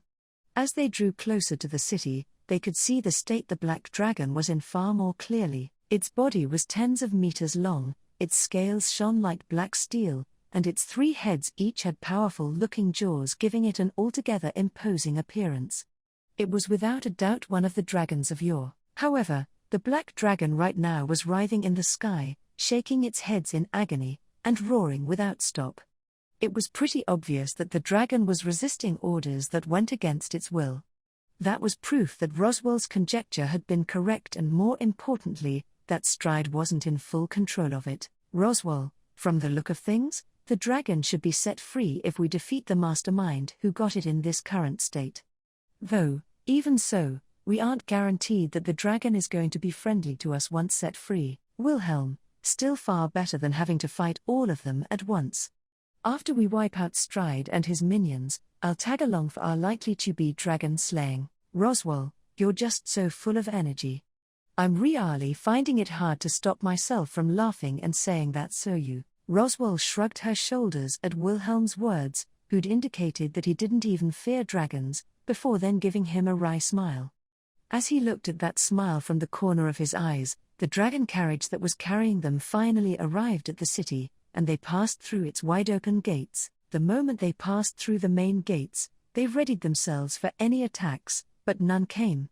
The dragon carriage made its way inside the city uneventfully, meaning that the subjugation force had reached their intended destination. However, Wilhelm, G.H. What the hell? Wilhelm frowned at the sensation suddenly thrumming against his skin. Then, immediately afterwards, the body of the dragon carriage started to shake and jolt, making him choke up in surprise. That hadn't just happened in Wilhelm's dragon carriage, but also in all of the other ones. The Earth Dragon's divine protection, it's come undone? Pivot's ghostly illusion put the sensation Wilhelm had felt into plain, easy-to-understand words for him. His illusion had accompanied him all the way through thick and thin, so right now, he accepted him. His presence was priceless to Wilhelm, for he was a pair of eyes who would take a composed approach when assessing things. After all, there'd be no exaggeration in saying that what lay in his heart right now was the polar opposite of composure. Bordeaux, everyone, halt. Our dragon carriage's divine protection of wind evasion has come undone. It's not just us, right? A murmur of assent spread out from all the other dragon carriages after Bordeaux stopped his own just inside the city. The divine protection of wind evasion was one that was unique to the Earth Dragon species. It allowed them to disregard anything that would be a nuisance to them while running and drawing their carriages. The only time that the divine protection broke off was in cases where you didn't wait out its cool-down period after stopping.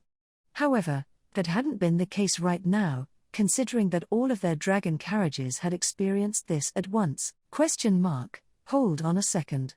Was it actually just the divine protection of wind evasion that came undone? Roswell had been the one who'd butted in with that doubt whilst raising her hand. She looked all around them and then furrowed her shapely eyebrows. Roswell, if any of you here have a divine protection, I'd like you to speak up. No need to tell me what it does, since I know that's an awful thing to ask about. I would just like to hear if your divine protection is still working now. The knights looked at each other in confusion after they heard Roswell's question. The divine protections that individuals received at birth were blessings given from the world. However, being born with powers that differed from person to person also meant said people cultivated different values from each other. Thus it was typical for people who had divine protections to keep what they did a secret so as not to cause any unnecessary problems. Roswell had taken that into consideration with her question. And to that, a single knight timidly raised his hand up. Knight. No, I'm not getting any kind of response from my divine protection. It felt like it got removed as soon as we entered the city. Roswell, so it's as I thought. Is there anyone else who felt this other than him? Once one hand went up, others did as well in their 2s and 3s. However, they still totaled to less than 10. It was unlikely that others were hiding it. After all, divine protections were rare gifts, so even getting a number like this was no short of a miracle. Roswell, so this is what the complete destruction of the Covenant means. Seeing this result, Roswell's face tensed up as if she'd realized something, and then muttered these words. That made Wilhelm raise his brow. The complete destruction of the Covenant. He heard those words directly from His Majesty Janis back at Miklatov's mansion. Though in all honesty, Wilhelm hadn't been able to properly understand what that meant. Roswell, Stride is invalidating the divine dragon's covenant. Rather, he's invalidating the constraints of the world. Wilhelm, the constraints of the world? What do you mean? Roswell, the divine protections disappearing are good evidence for it. I think it's likely just limited to this city, but Stride is cutting the link between mankind and the world with his magic circles. Meaning that in this city, both divine protections and the dragon's covenant will not work. We won't be receiving the divine dragon's salvation. Wilhelm, is it really that big of a deal not having divine protections? Though Roswell's explanation had been tinged with unease, Wilhelm didn't really get what all the fuss was about. Originally, Wilhelm was a rookie who'd been blessed neither by a divine protection or talent with a sword. He wasn't affected by any disadvantage that this loss of divine protections would bring about. And he'd made up his mind long ago that he wasn't going to believe in the divine dragon's covenant. Everyone other than the most pious who believed in the divine dragon probably shared this sentiment. No one really believed in the covenant, or otherwise, being handed down in the dragon kingdom. However, Roswell shook her head at Wilhelm's understanding. Roswell, it is a big deal. There's no point in us arguing about the dragon's covenant here, but the disappearance of everyone's divine protections is a disaster. For those who are privy to one, it's like losing a third leg you were born with. The more useful it was to them in everyday life, the greater the impact. Also, what'll happen next is that, pivot, Stride is going to spread this around the kingdom. If he manages that, the amount of damage he'll cause will skyrocket. Though, the Black Dragon might burn the kingdom down to ashes far quicker before that comes to pass. Pivot finished the rest of Roswell's words as if he were trying to put on her voice. She'd said the same things as well, but the words of this spectre were more effective. In the end it was like this. Wilhelm, so this bastard's plan isn't just to try and snatch away people's wives and their country, but also their divine protections. Roswell, his actual intentions aside, he's definitely setting his sights on that sort of thing as an end result. In any case, that's given us another reason apart from his black dragon why we can't leave this guy at large. Wilhelm, there's been no reason from the start why we should even leave this bastard's head still connected to his body. The number of reasons why they couldn't let this man live any longer had gone up from 10 to 11. Ching at that feeling, Wilhelm turned to look over at the streets with his hand over the pommel of his knight's sword. Wilhelm, anyways, it feels way too quiet. Silence had fallen on the city that had the destruction wish in its heart and the black dragon in its skies. That in itself was far too weird in a situation like this. Cities and streets had ended up becoming battlefields many times during that murky civil war. Based on his experience back then, places that would end up becoming battlefields would have a peculiar kind of atmosphere to them, and tension would hang all over them, but he couldn't feel that in this city. On the contrary, this should have been one of the most populated cities in the kingdom of Lugnaca, and yet there wasn't a single soul in sight despite it being daytime. It went beyond being eerie. No way they could have killed all the people in the city in just half a day after they'd been delayed by Stride, right? Or perhaps, if it's Kurgan they were talking about, then that wouldn't be impossible, though. Knight, hey, look over there. Wilhelm's thoughts were interrupted by one of the knights calling out. The knight was pointing at the main street that led to the city center. Someone's figure come into view there. Tension spread around the subjugation force for a moment, but they immediately relaxed. Reason being, the person who'd showed up definitely wasn't one of Stride's men, rather he was actually from the city. He staggered over to the subjugation force, holding nothing in his hands. The subjugation force breathed out a sigh of relief seeing that figure, but then immediately noticed something that wasn't quite right. Knight, hey, there's no way. They could hear the sound of footsteps coming from the main street in droves, that felt nigh about countless. And they weren't only coming from the main street, but also from the streets to their left and right. No, they were coming from the entire city, and all of them were heading towards them. They gradually became a sea of black, and their pace quickened. They began to push and shove each other, stampeding towards them as if they were racing each other. Without speaking a single word, with crazed eyes, all at once, their escape route had been promptly cut off by the time they'd had a chance to think this is looking bad. The subjugation force became surrounded by the swarm of people rushing towards them and were forced to stop them from punching into them. Bordeaux, everyone, hold up your shields and reinforce the perimeter. They're going to flatten us. Receiving Bordeaux's bellowed instructions, the knights instantly raised their shields up and reinforced their perimeter. They tensed every single muscle in their body and met the swarm's blow head-on. Crash, bang, crunch, squelch. The sounds of fierce crashing was overlapped by anguished screams. The crunches of flesh mashing and bones breaking squelchily resounded. It didn't stop with just one round. Wave after wave of them kept bearing down on them. The swarm kept on throwing themselves against the knights' shields without cease, even when the momentum of their assault began to ebb away. Bordeaux, force them back. The subjugation force responded to his bellow and launched their counterattack before they were crushed. They pushed people back with their shields and forcibly opened up a sortie by knocking their bodies away. They didn't have the time to think about what had happened. All they could do was keep staving off the rush of bodies that ceaselessly descended down on them. Wilhelm, if we cut down just Roswell, that's exactly what our enemy wants us to do. They're just being controlled. We'd be playing straight into Stride's hands if we kill them. Wilhelm had tried to say in his impatience that they'd fall in line if they just killed 2 or 3. However, Roswell had stopped him. She was standing right beside him, using her fists to punch people in their vitals one after the other, stopping them from swarming her by knocking the lights out of them. Though it was a daunting and grueling task, they didn't have much other choice in regards to dealing with them. Roswell, they're in some sort of frenzied state right now. They've completely lost control of themselves and are being guided to attack us, Wilhelm, so we just knock 'em unconscious. Should have told me this more clearly. Wilhelm unleashed a flurry of attacks with his sword, though still in its sheath, threading them through the swarm of people.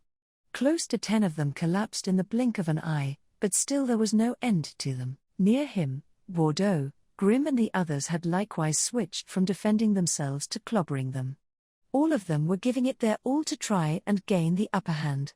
However, some of their knights had succumbed to the swarm's momentum and had ended up being pushed down and trampled over, putting them out of action. And once one of them fell over, so did many others. To the point where it looked like they couldn't stop them. Wilhelm, no, it's not just that. Wilhelm noticed out of the corner of his eyes that one of the knights who'd been stopped in his tracks had been pushed down in a really unnatural way. He unsheathed his sword and swung it out towards the source of that strange sensation. The silver blur of his sword pierced towards completely empty space. Then in a flash, The ring of steel against steel echoed, and someone took a great leap back. That someone was a short figure that was clad in black garb. Its familiar sight caused Wilhelm to clench his teeth, having seen them once before. It was one of the enemies he'd failed to kill, the shinobi he'd come across at the Astria mansion a while back. He'd been skulking in the shadows of the swarm and killing the knights one by one as their backs were turned, a cowardly maneuver. Wilhelm, truly the mark of a filthy professional who lacks the balls to face people head-on. Shinobi, humbly speaking, I've grown used to being told things like that, being a shinobi and all. Anyhow, the shinobi stooped down to the ground and held a kunai knife in each of his hands in a backhand grip. Those weapons allowed him to either slice with them or throw them. Shinobi, I'm sure we both hold regrets at not being able to take the other's head last time we met. It shall not end like so this time. Wilhelm, the hell is up with you speaking like you're from the Middle Ages? Are you fucking screwing around with me? Just die already. Wilhelm closed the distance between them in an instant, bearing his attack down on the shinobi at lightning speed. The shinobi caught his sword with one of his kunai and struck back with his other one. Wilhelm avoided it by ducking his head, but a split second later, the shinobi tried to knee him in the face, only barely missing and making Wilhelm tch. The shinobi's body had been trained rigorously and was tempered like steel. He was short, but his whole body was just a clump of muscle, so he came close to Wilhelm's sword strength with strength of his own that was greater than appeared, and worst of all was that the swarm of people that had been turned into this mob was still attacking them, meaning that Grimm and the others were stuck dealing with them without his help.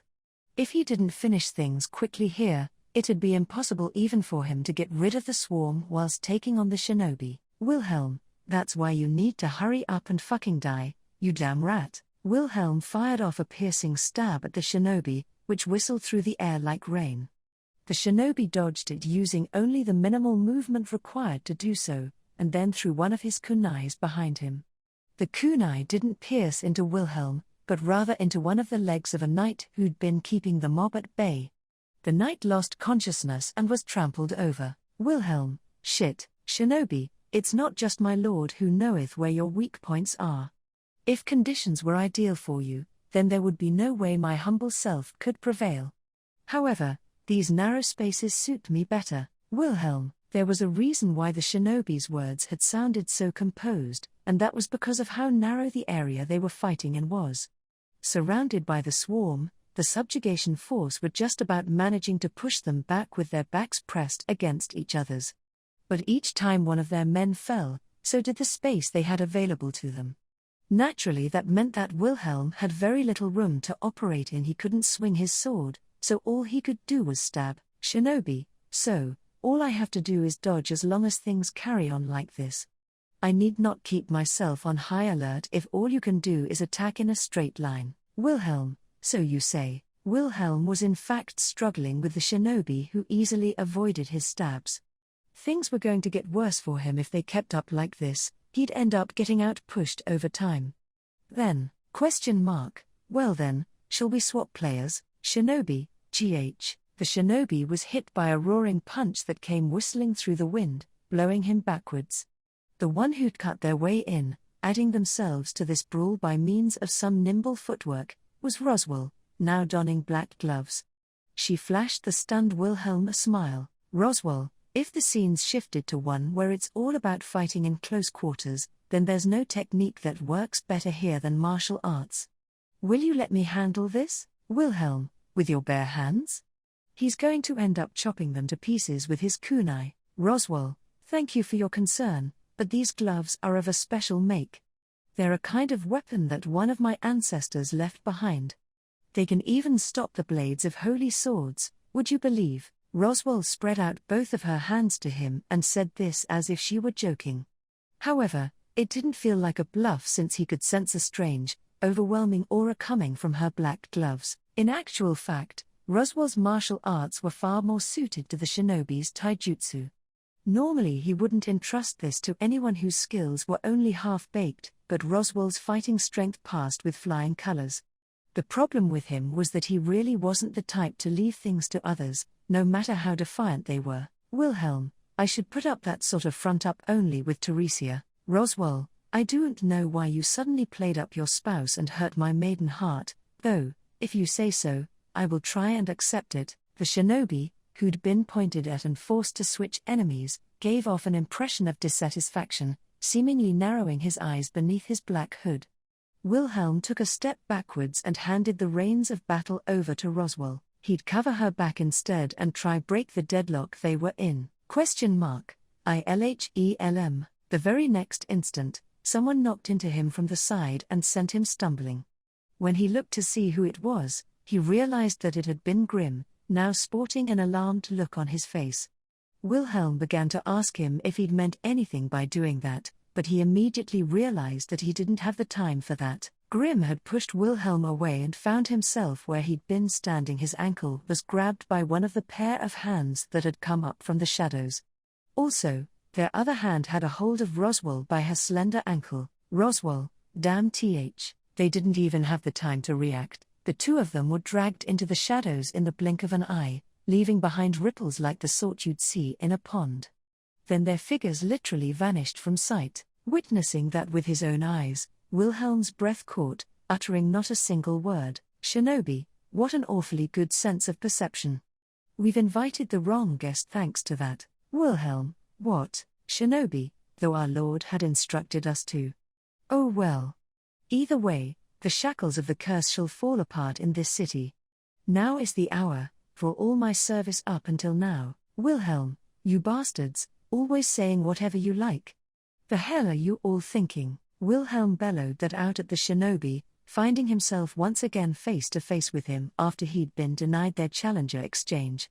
Though worried about the safety of the two who'd been snatched away, his fury had reached murderous levels, and it now lay in his sword. Pivot, Wilhelm, what, shinobi, the spectral pivot, however, had called out his name right next to his ear before he could swing his sword, causing him to shout back at him. That puzzled the shinobi, but he didn't have the time to care about that.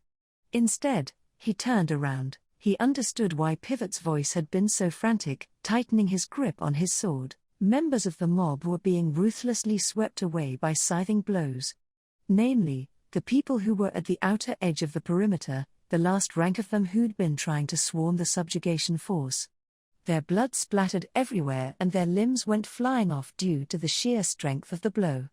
The perpetrator took no notice of that and swung again, and again, spreading death amongst them. Then his imposing, grotesque appearance came into view, as he brushed aside their lives as if they were annoying little pebbles in his way. He was a blue-skinned, 8-armed first-rate warrior. Wilhelm, 8 arms, Kurgan, GHK, Kurgan, it has been a while hasn't it, sword demon. Have you been keeping well? His low, imposing voice came back in response to Wilhelm's strangled one.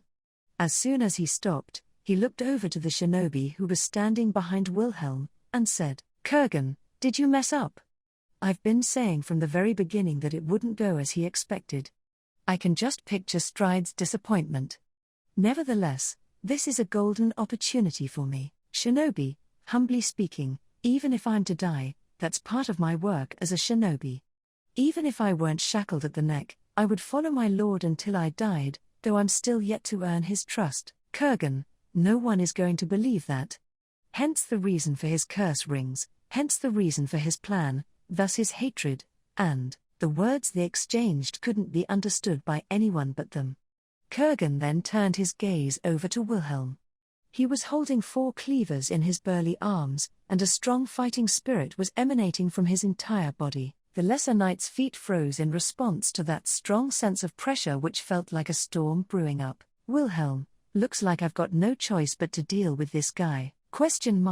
Then I've got no choice but to take over against the shinobi, right? Bordeaux, who'd been keeping the swarm at bay with his axe, segued into what Wilhelm had said. Wilhelm gave a glance to his words and then thought for a moment. He only had Bordeaux left here from the remaining knights whom he could trust in their strength now that they'd lost Roswell and Grimm. Bordeaux's combat style, however, was a very poor match for the shinobis. Just how much would Bordeaux's clunky fighting style work against an opponent like the shinobi who operated best in narrow spaces? Wilhelm, I'll pivot, Are you saying that you're reluctant to leave this to the young lord? Is that something to do with his ability? Or could it be, Wilhelm? Wilhelm was stopped in his tracks by Pivot, before he could blurt out his instinctive answer. Pivot, who should have been an illusion that reflected Wilhelm's innermost thoughts, shrugged his shoulders in response. Truthfully speaking, it was as if he was making fun of how conflicted he was, as if he were punishing him. Bordeaux, I'm counting on you, Wilhelm. I ain't gonna take long with this guy though. Bordeaux clapped him on his shoulder as he hesitated, and then crashed into the shinobi.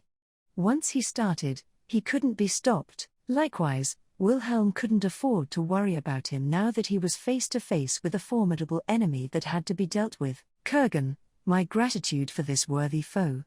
For this duel fit for the last moments of the kingdom. Wilhelm, you're still the same asshole as ever, always spouting out whatever you like. I'm not going to be taking long with you, Kurgan, then let us make it the best moment of our lives. With these words, the sword demon and the 8 arms clashed with each other. The petals of the second battle of the Silver Flower Dance bloomed amongst the tumult in Pikutat. Act 6, Part 4. Grimm's senses of what was up or down were completely out of sync, so he lost his balance the moment he was let go. Grimm, letting out this choked sound, he somehow managed to stop himself from falling by planting one of his knees on the ground. Immediately after he caught himself, he jumped back and raised his great shield that was emblazoned with the Remendis family crest, expecting an attack. However, no attack came. No, of course not. After all, the place he was in was different. It looks like even my venerable self is not blessed with his subordinates, what with them not being able to handle even one little thing properly. Setting the woman aside, does the other one even have any worth? Dear me, what a surprise. I never expected to be invited straight to the root of all this evil, the beautiful woman standing next to Grimm replied. Having been dragged along with him into the shadows, Roswell glared at their enemy with a look of wariness in her heterochromic eyes. Grimm likewise wasn't able to completely hide his shock and surprise. Before their very eyes, standing completely defenseless, was the sharp-eyed man who had become the kingdom's long-pursued arch-nemesis, the mastermind of all these atrocities, none other than Stride himself. The two of them had been thrown out from the shadows onto a stone floor that was being buffeted by a fierce wind.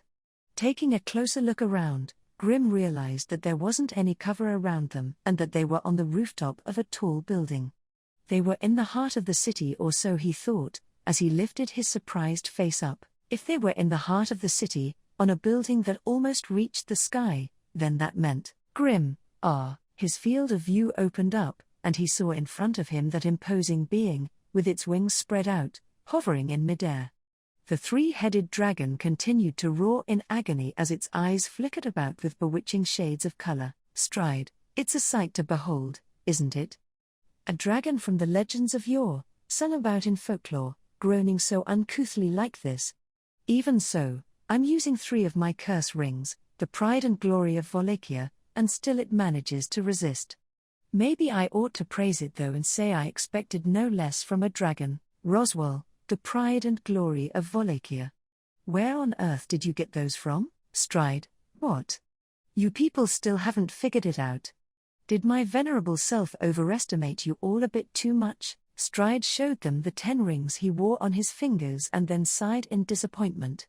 He shook his head as if he were saying, good grief, Stride, it should have been obvious, my venerable self is Stride Wallachia.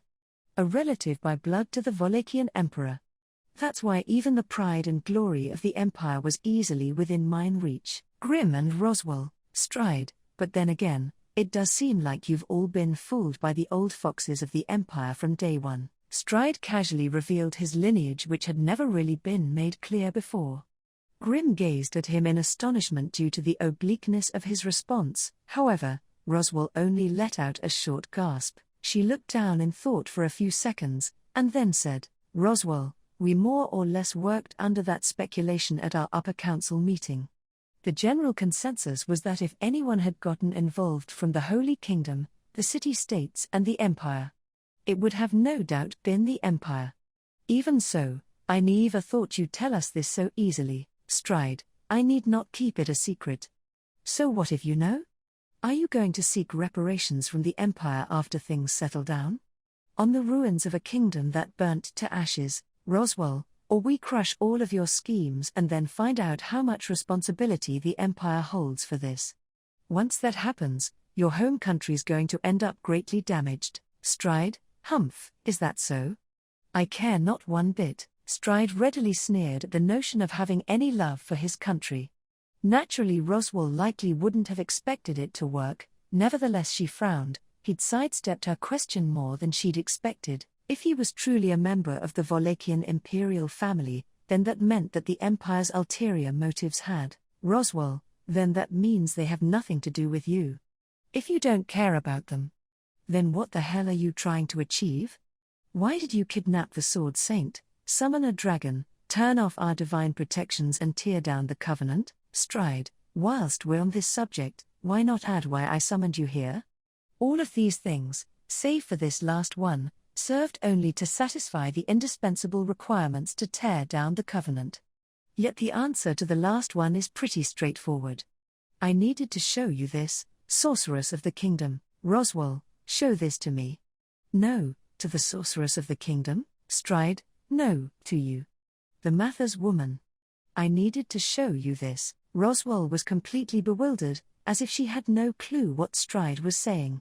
Stride on the other hand gave her a curt nod and closed one of his eyes in satisfaction. Then he obscenely caressed the rings that he wore on his right hand with his left, and said, Stride, with this, my oath with that deranged criminal has been fulfilled. Now, I'll be allowed to do as I please. Roswell, wait. What are you? Stride, my venerable self shall not wait. Long have I been waiting. I shall not wait any further. What is there to wait for? Shazuk, at your command. A shinobi rose up from Stride's shadow at his sharp command. The figure was clad in black garb and perfectly resembled the shinobi who'd slipped into the middle of their brawl earlier. He looked over at Stride from his side. Shazuk, all of them. Stride, only if you hadn't invited the wrong guest. Get rid of them. The one that's... Oh, that's right. Stride looked over at Grim and his lips contorted into a grimace halfway through his command. It took some time for Grim to realize that his grimace was actually a scornful smile, so different had it been to the kinds of smiles he'd seen. Leaving aside what Grim was thinking, Stride continued to smile his crooked smile. Stride, now that I think about it, your face looks familiar. Weren't you one of the small fry who was at the Sword Saint's abode?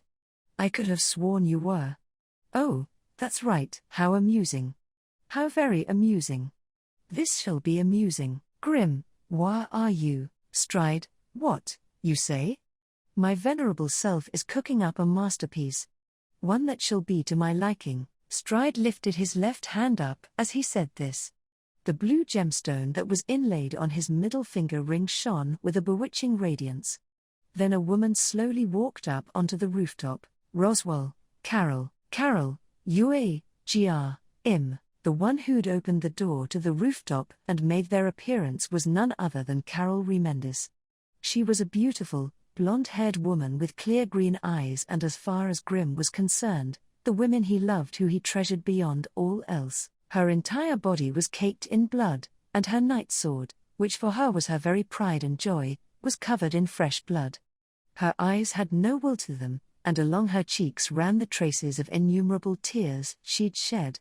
Tears which even now resumed to stream down her face the moment she laid her eyes on Grim and Roswell on the rooftop. Carol shook her head in refusal as she wept, having poised her night sword up with a fluid motion. Stride, you're the one who's in love with my venerable self's loyal wooden puppet, right? Why not try and make her tell you from her very own lips just how much innocent blood she steeped her sword in? Carol, no. Stride, that look of refusal on her face sure is an arousing one as well. It's rare to find a woman who suits having a tear-stained face as well as she does.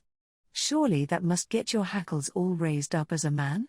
If it doesn't, then... Stride's vulgar tirade was interrupted by a shrill clang. That was because the shinobi garbed in black called Shazuk had glided over to Stride, stood in front of him and turned aside a chunk of stone that had been aimed at Stride, with his kunai. The chunk of stone had been broken off from part of the floor and kicked at him by Roswell. She was now glaring at him with clear, cold hostility on her otherwise handsome features. "Roswell, shut your mouth, scum. I can't stand to hear your voice any longer." Stride, what an odd coincidence.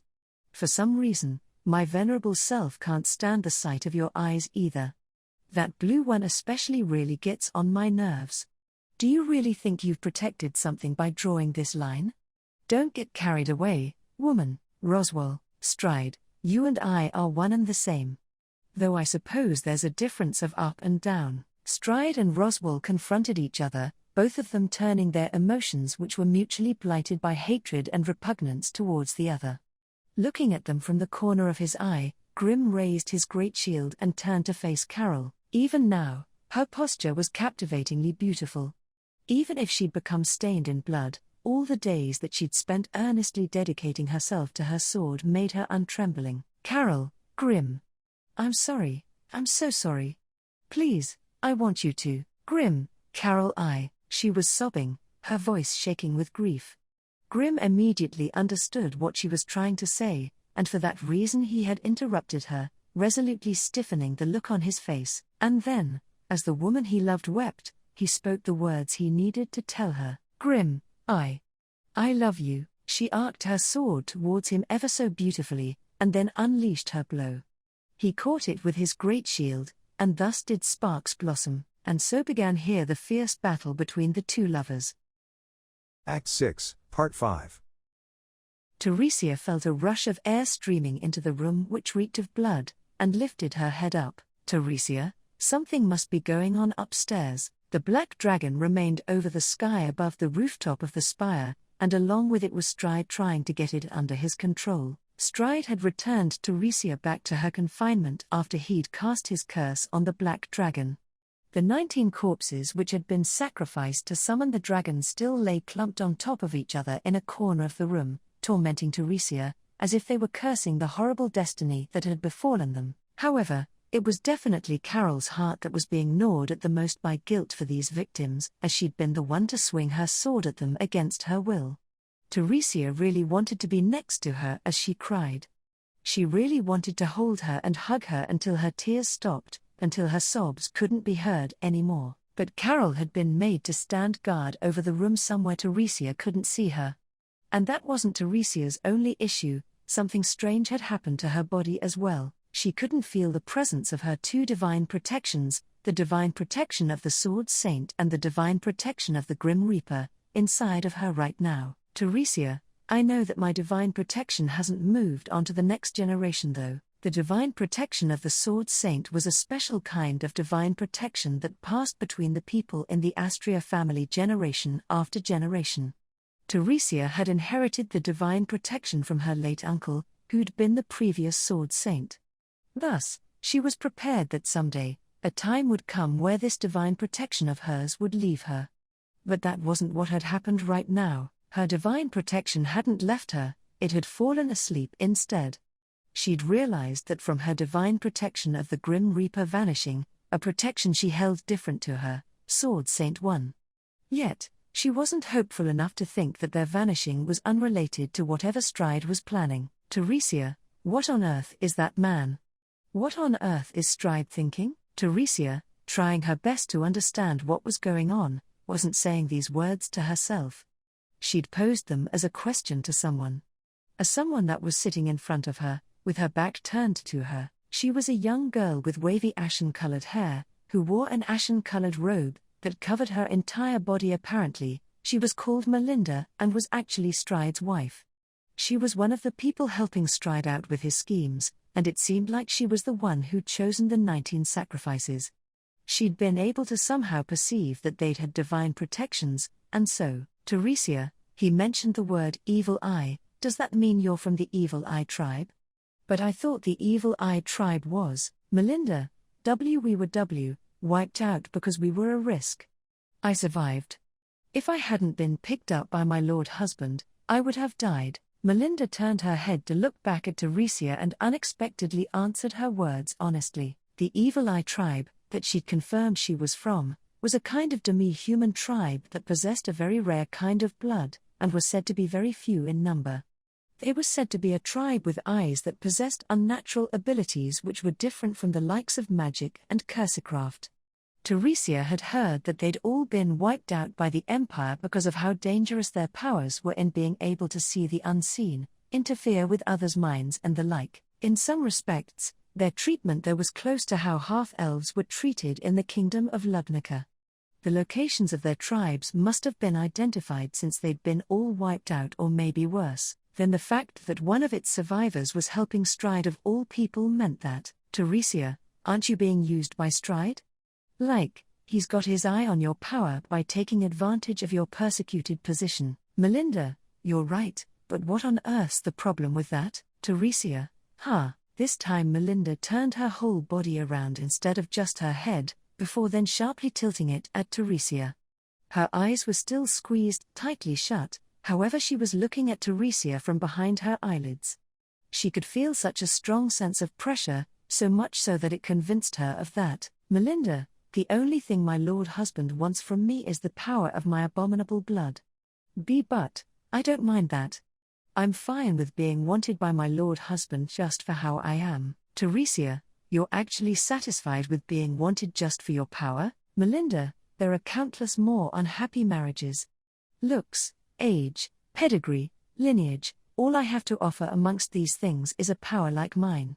Stride Summer wanting me for who I am is my ideal, compared to a marriage where I'm not wanted for who I am. She'd given a response that had differed from intoxication or adoration that had made Teresia ashamed of herself despite the scene. She could hardly imagine that Stride felt any love for Melinda as a wife, but Melinda understood that and so loved Stride in her own way. Although the nature of her love was vastly different, it wasn't a one-sided relationship. Melinda, my lord husband is the pariah who was abandoned by his homeland.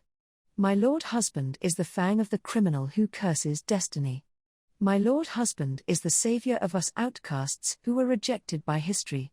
My lord husband is the absolute blow to the observers who sit in the heavens above. Teresia, Melinda, I am the foundation for that. I shall use my cursed blood for that. My evil eye is key to our defenses. It's my most cherished desire as a wife, something that even the 8 arms wouldn't be able to carry out. Teresia, the key to your defenses. Teresia swilled those words around her mouth and then closed her eyes in thought. Over half a day had gone by already since she'd been brought to this city. Though people would probably get captivated by the Black Dragon's appearance, what was far more strange was that she hadn't heard any sort of commotion coming from the streets nearby so far. It had been strange in the first place that no one had made any kind of noise when they prepared the 19 sacrifices. Something was up there with their sense of perception. It probably had something to do with Melinda's evil eye, and Melinda had boasted about herself being the key to their defenses. She had a role to carry out in this city. Something that would almost certainly slow Wilhelm down as he hastened here. Melinda, HK, please don't try anything funny. Melinda was keenly aware of Teresia's movements, even with her eyes shut. Her body had gone rigid as soon as Teresia had stirred, and she'd sternly raised her voice at her. Teresia hadn't been restrained here. Even if her divine protections had been taken away, she could still move freely. Naturally, she couldn't do anything that required too much exertion, being pregnant and all. Still, she could probably move more than Melinda. The problem, however, was that, Melinda, remember, your unborn child is still cursed. Try anything funny and the curse will take the life of your unborn child in exchange. Teresia, I know, that terrifies me. It truly does. But, that man. Stride isn't here right now. I can't imagine something would happen straight away. Melinda, are you putting the life of your child at stake over such a tenuous bet? Teresia, suffering will come to mine and Wilhelm's child regardless of whether I want it or not. That's because they're in Astria. They won't be able to run away from their destiny either. Though I'd really like it they could find happiness by living out an uneventful life in peace, just as an ordinary person, that would be my preference. Teresia cast her eyes down and silently thought about the future of her child that was growing in her swollen womb. A life without troubles was something which wouldn't come to her child. She wanted to shelter them from the many problems they'd find along their way, but that was practically impossible. That's why, Teresia, there and Astria, so they too shall fight, for me, for my darling, and for our country. One day, if it's to be so, they will succeed me as the sword saint. Melinda, what arrogance! To not protect them as a child, and instead let them fight. Why you disgust me. I cannot forgive you. Melinda couldn't hide the shock that had crept into her voice when she heard what Teresia had said. She brought her hand to her face and then slowly opened one of her eyelids, reflecting Teresia in her pitch-black eyes. There was no white to her evil eye, it was completely dyed in black. It locked onto Teresia, and in an instant she was seized by a horrible feeling, like her soul was being swallowed by her eye, and then, a feeling like she was falling down. Melinda, please now, sink into the dark depths of your sinfulness. Your unborn child may bear no sin, but within you, the mother, there are sins which cannot be washed away so easily. Please, awaken to them. Melinda's voice, which should have been coming from in front of her, including her disgust, was fading far away. Teresia registered that at the back of her mind as her consciousness slowly plunged towards the abyss. Teresia, Wilhelm. Before she fell, she spoke only that one word, calling the name of her beloved husband out. Then her lights went out. Act 6, Part 6. Fierce battles had broken out everywhere on his stage, the commercial city of Pikutat, betwixt the black dragon in the heavens above, the people on the earth below, and the world with its blessings deprived. Only did that one insurgent smile. Standing at the edge of the spire's rooftop that overlooked the entire city, Stride Wallachia spread out his arms. As he listened in satisfaction to the dragon's roars, which could be heard all around the city, he opened his mouth. Stride, lo and behold, with this all of the actors have gathered upon the stage. Kingdom. Empire. How does it feel having your imperturbable faces dragged through the mud? The hour of the end is near. Shall you accept this ruin along with mine venerable self, or shan't you? Stride hadn't raised that question to anyone in particular, it had been closer to a monologue. He wasn't seeking an answer. Only his eyes shone brightly in his pale face. Stride, the testament of the realm fades away, and so the dragon's salvation shan't come. The light coming from your divine protection seeps not through, and so heroes become ordinary men. Witness, cruel observers who look down at us from the heavens above, feast your eyes to your heart's content. Witness the choices the world shall make. Stride turned around and looked behind him, with his black cloak fluttering in the gale being produced by the wings of the black dragon. The fierce clashes of steel against steel were unfolding right here as well. Clang, two battles were taking place here, on the spire's narrow rooftop. One of those battles was pitting the skills of the shinobi, who'd reached the limits of what was humanly possible via rigorous training, against that of the formidable talent for martial arts that the woman, who should have been a mage, possessed. The woman was catching Shazuk's attacks that were coming from his two kunai with her strange black gloves, trading sharp blows back at him. Both of them had honed their skills to perfection and were holding their own. From a purely battle-orientated perspective, there were many noteworthy things worth seeing from their fight. However, it was the other confrontation that had captured the spectating Stride's interest far more. Ra-ah-ah, a graceful sword blow came from the hand of the woman, whose eyes were now puffy from crying herself dry. She'd poured the results of all her years of training into her sword and swung it without any reserve. A great shield caught her blow, first came a shrill clang, and then sparks flew around the rooftop. There was no hatred or animosity in either of their blades, instead there was but grief and love unquenching.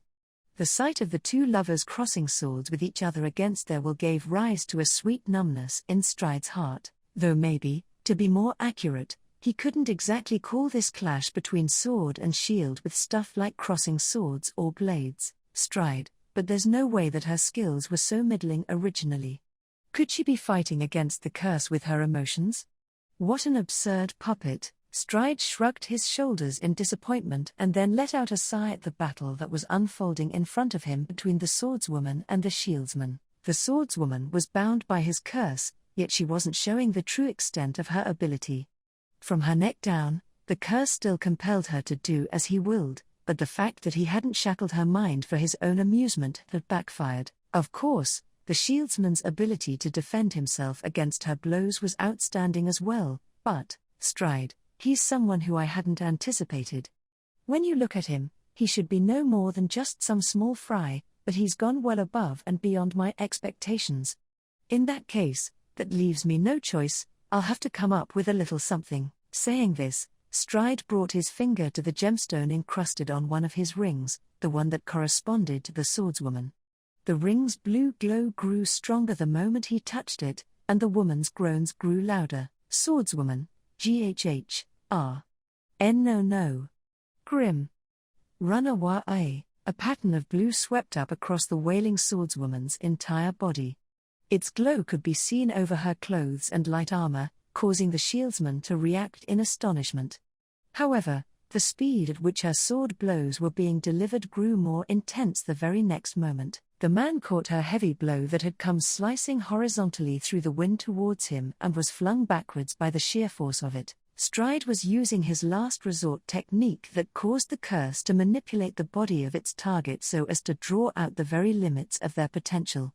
Naturally, the burden that it placed on their body was inordinate, making it a technique that would likely destroy the puppet, but he didn't care. As far as he was concerned, the only thing he had on his mind right now was enjoying himself.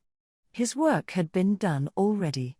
What mattered now was, Stride, just this thriller of a show to see which one of you shall triumph over to mine venerable self. Swordswoman, hiya. The swordswoman burst into a frenzy of attacks, letting out a scream as if she were blotting out what he'd muttered. Her long sword was greater in length than a typical knight's sword, and she moved it splendidly like it were one of her own limbs, all the while driving her lover back. The man shrunk back and desperately defended himself against her blows. However, he would likely reach his limits and sink under a pool of his own blood soon enough. Chances were the wound the woman had given him back at the mansion hadn't completely healed. The woman was going to cut him down a second time, except this time she was going to reap his life and sink to the depths of despair. Swordswoman, grim. Please. I want you to. The woman held her sword up and once again said these words just before she swung it back down at him. I want you to kill me. She was probably trying to say something like that. Stride gazed at them indifferently, feeling rather bored. However, his boredom swiftly vanished due to how the man had reacted. The man had let go of his great shield the moment the woman's blow had come bearing down on him, rendering himself completely defenseless to her. Swordswoman, wah. Shieldsman, Carol. The man's face softened into an awfully gentle expression as he called out the woman's name. It all happened in a flash. The woman had a look of desperation on her face, yet her arm still yielded and thus the blow from her long sword crashed down upon him. It went straight down the man's whole body, cutting him in half from head to inseam. Swordswoman. The sword had torn the man's flesh asunder, yet not a single sound matching the intensity of that deed could be heard. Namely because the sword had actually stopped an inch away from the man's face. Their wholehearted love producing a miracle. Was not the reason why this had happened. The man had caught the blade between his bare hands and protected himself that way. It was as if he'd been able to perfectly judge the sword's speed and trajectory. Shieldsman, J. Oost. Ho wmushmustihave pi cked up from watk h in gcarolandthesworddemon. With the sword still caught between the palm of his hands, the man somersaulted over the woman's Carol's head. The glint in his eyes focused itself on Stride, fury raging within them. Stride looked at the man properly for the first time. Grim, that was what the man was called. Having witnessed how inconceivably hard he'd fought, Stride's face contorted, not in anger, but in delight. A smile appeared on his face due to this unexpected find. Stride, surely, Grim, Stride, surely you must be the one? You must be the ordinary man my venerable self sought for. Rather than the sword demon. Grim frowned in confusion, not understanding the questions Stride had thrown at him. However, Stride didn't care about how he'd reacted. He'd already made his conclusion. He should test this. to see whether this'd make his lifelong goal come true. Stride. Meanwhile, Carol and Grimm's duel was continuing. But no matter how hard Carol pulled, her sword didn't yield an inch from in between Grimm's hands. Ordinary run-of-the-mill swordsmen were probably nowhere near Carol's level. So Grimm too should have been below her in terms of pure fighting strength. However, the only opponent that the shield of this Grimm had gotten through to was Carol, someone he'd spent a long time gazing at her sword technique by her side. In other words, that man had overcome his destiny. In that case, Stride, Shazuk, he curtly called out the shinobi's name. The Black Hand of Woe immediately understood what he'd meant by that, and moved into action. The shinobi dove into his shadow, leaving its fight behind. A moment later, he emerged from Carol's shadow, who'd stopped in her tracks. The shinobi no longer had a kunai in his hand, instead he was holding a short sword. He was going to skewer it through Carol's back along with Grimm, who was standing in front of her. Grimm, having dropped his shield, had no way to defend against it, and he couldn't even see Shazuk's figure. The shinobi's merciless blow pierced towards Carol's back, and a split second later, "I can't let you do that." A tall figure closed the distance between them and Carol in one leap, forcing themselves between Carol and the blade. The short sword pierced through their abdomen and fresh blood spurted out onto the rooftop. Carol's breath was knocked out of her by the blow that had knocked their back against hers. She moved her head, which had become free, and saw what had happened behind her. A woman had thrown her body in front of the shinobi's blade. Roswell J. Mathers had been stabbed in her belly. She opened her green eyes wide in shock at the spectacle in front of her and screamed, "Carol, Julia!" Her anguished scream echoed through the sky. Echoed forevermore. In the sky, the black dragon continued to roar. Already the light had vanished from two of its heads, likewise the resistance its final head was putting up was only a short matter of time. Act 7, Part 1. Teresia swayed in the darkness, enveloped by a feeling like she was sinking down to the dark depths of the abyss floor. Perhaps using the word darkness was sort of a mistake here, because according to the enchantress who'd sent her here, the place where she was sinking to was the dark depths of her sinfulness, a cold place that was darker than darkness itself, where no one could save her. "Teresia, I'm sorry for being this kind of mother." The feeling from her arms and legs were indistinct in this place. Even so, Teresia touched her belly and apologized. There, in her swollen womb, her baby was awaiting the day of its birth. Teresia, the sword saint, and Wilhelm, the sword demon's fruit of love, had already fallen into mortal danger before even being born into the world. Her baby wouldn't even get to be born if she didn't manage to make it back. "Teresia, I absolutely won't let that happen." Teresia quietly said this with a strong sense of determination hidden in her voice. She'd been the one who'd gotten her unborn child dragged into these depths, there was no argument to that.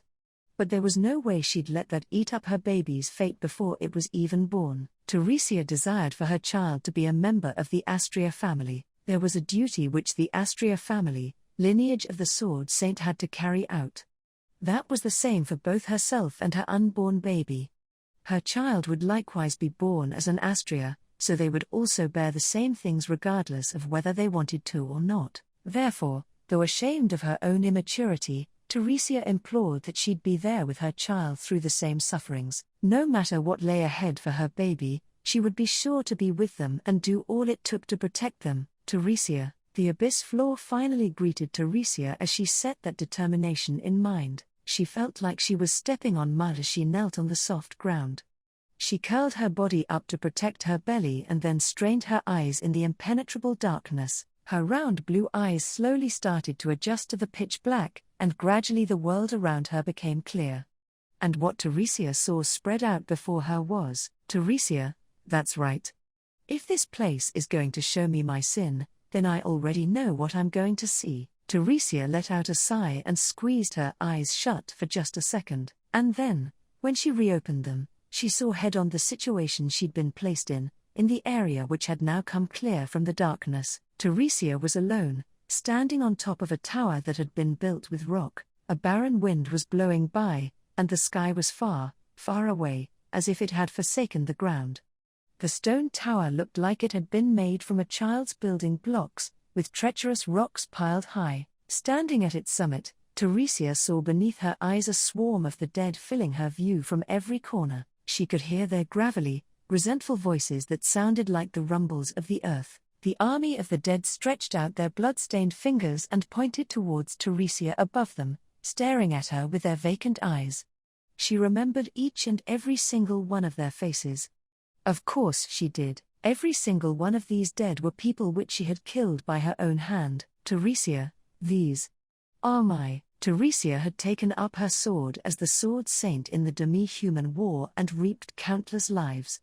The number of people she'd killed had probably neared 10,000. If all life had an equal weight to it, regardless of whether born low or high, then she'd tip the scales far, far too much. Thus, if the groans of the dead were their cries of condemnation, she had no right to deny them. Teresia, this place is the end of the line for sinners, the peak of condemnation where happiness and tranquility were not permitted. These were the depths of sin which Teresia van Astria was sinking to. Teresia, this place is my. Teresia once again let slip a whisper of self-awareness, faced with her own wrong. She unconsciously brought her hand to her belly, and in her mind, thought only about her husband, her beloved demon of the sword. The tower of rock shook. The dead below her were clawing their way up the tower, clambering over each other as they screamed out their inhuman cries. With the awareness of her sin being laid bare by the evil eye, the condemnation of the sword saint was about to begin. Act 7, Part 2. It had been a while after Wilhelm had come to see Pivot's ghostly illusion. Pivot, I'm the very guilt that still dwells in your heart after all. Pivot said this with a cool smile on his face.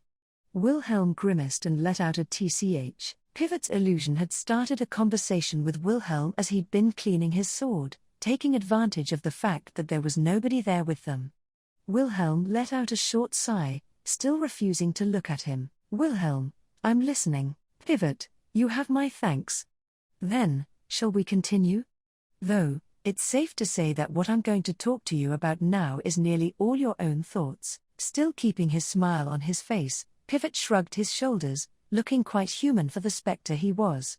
It was these types of behaviors that were the reason behind why Wilhelm didn't think he was just your ordinary run-of-the-mill illusion. Wilhelm didn't feel like his existence was affecting him negatively. In fact, it was the opposite for him. Considering how easily he got emotional, he found him at the very least to be someone useful in providing him objective advice. However, it was Pivot himself who'd spoken against Wilhelm's perception. Pivot, Wilhelm, I don't recommend that you keep taking this situation for granted. Wilhelm, for granted? Me? Pivot, yeah, that's right. Even you should be convinced of this already. That the me here with you is not the same Pivot Arnancy who served as the deputy of the Zajev Corps.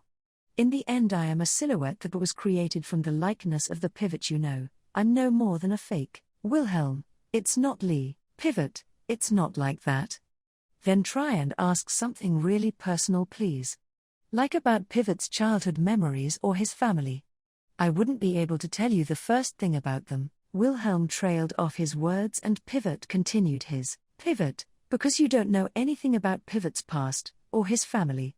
In the end I'm the dredges of your sin that clings to the back of your heart. I can't tell you anything that you don't know. Wilhelm, Pivot, you need to get a grip of yourself and recognize this. I am the sense of guilt that was first born in you when you awoke to part of your emotions, due to you becoming more human. Simply put, I'm saying that I'm the first person to whom you hold regrets for their death. Wilhelm couldn't deny Pivot's words as the latter pressed him, because none other than he himself had been about to admit that he was right. Pivot, my existence is like a shimmer of hot air that eventually disappears. Your old war buddy whom you hold regrets about, Pivot, has already passed away.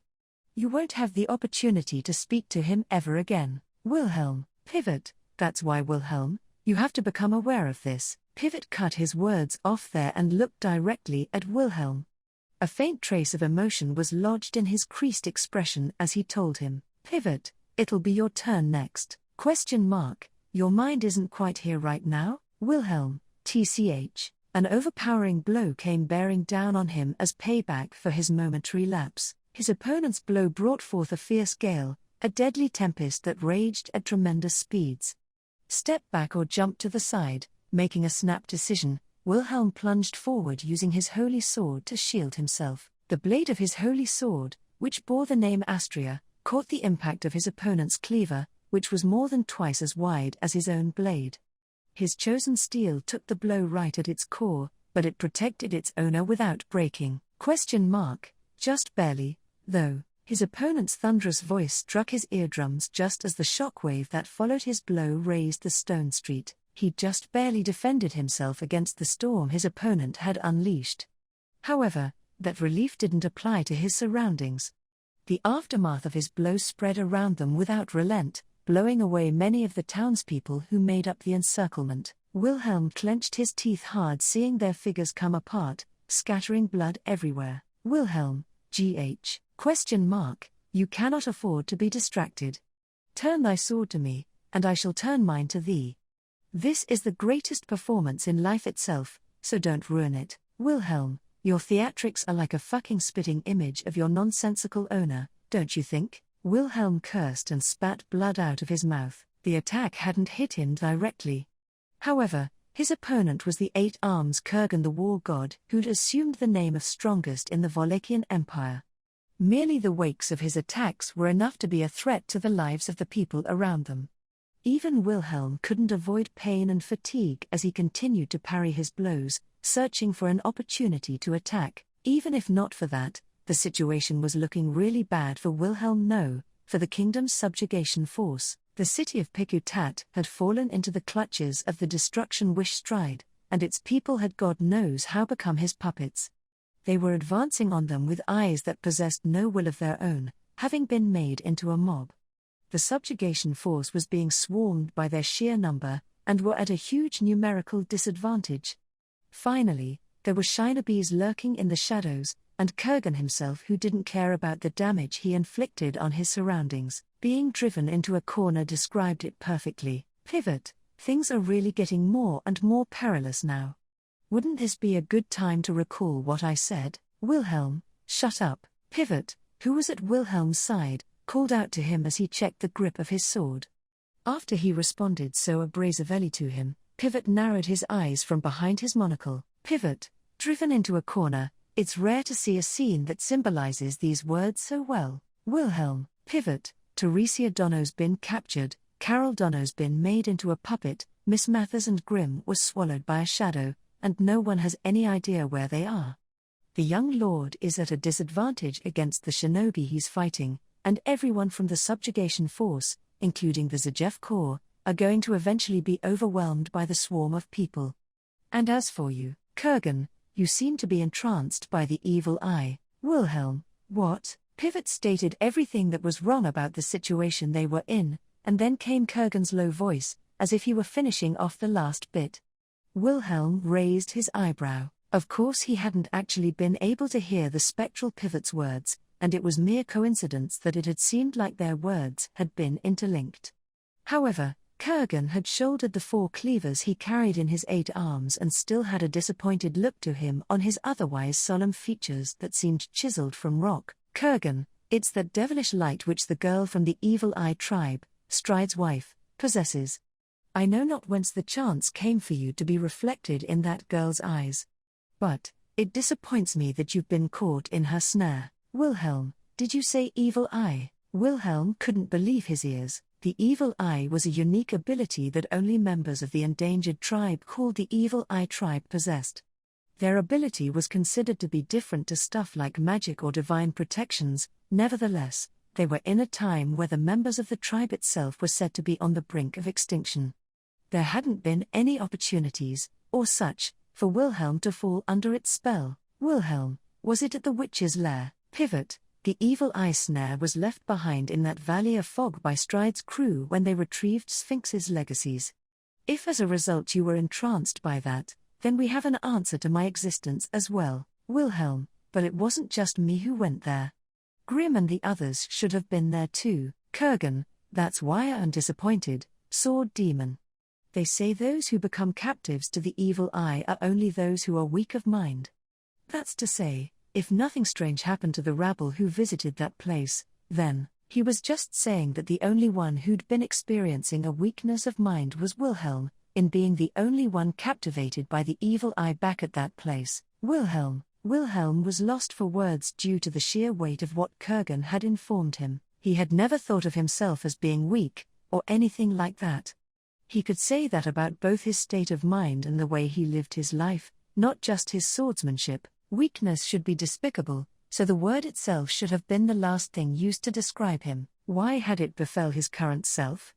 That was, Kurgan, devote everything to your own ability to fight, and only that, sword demon.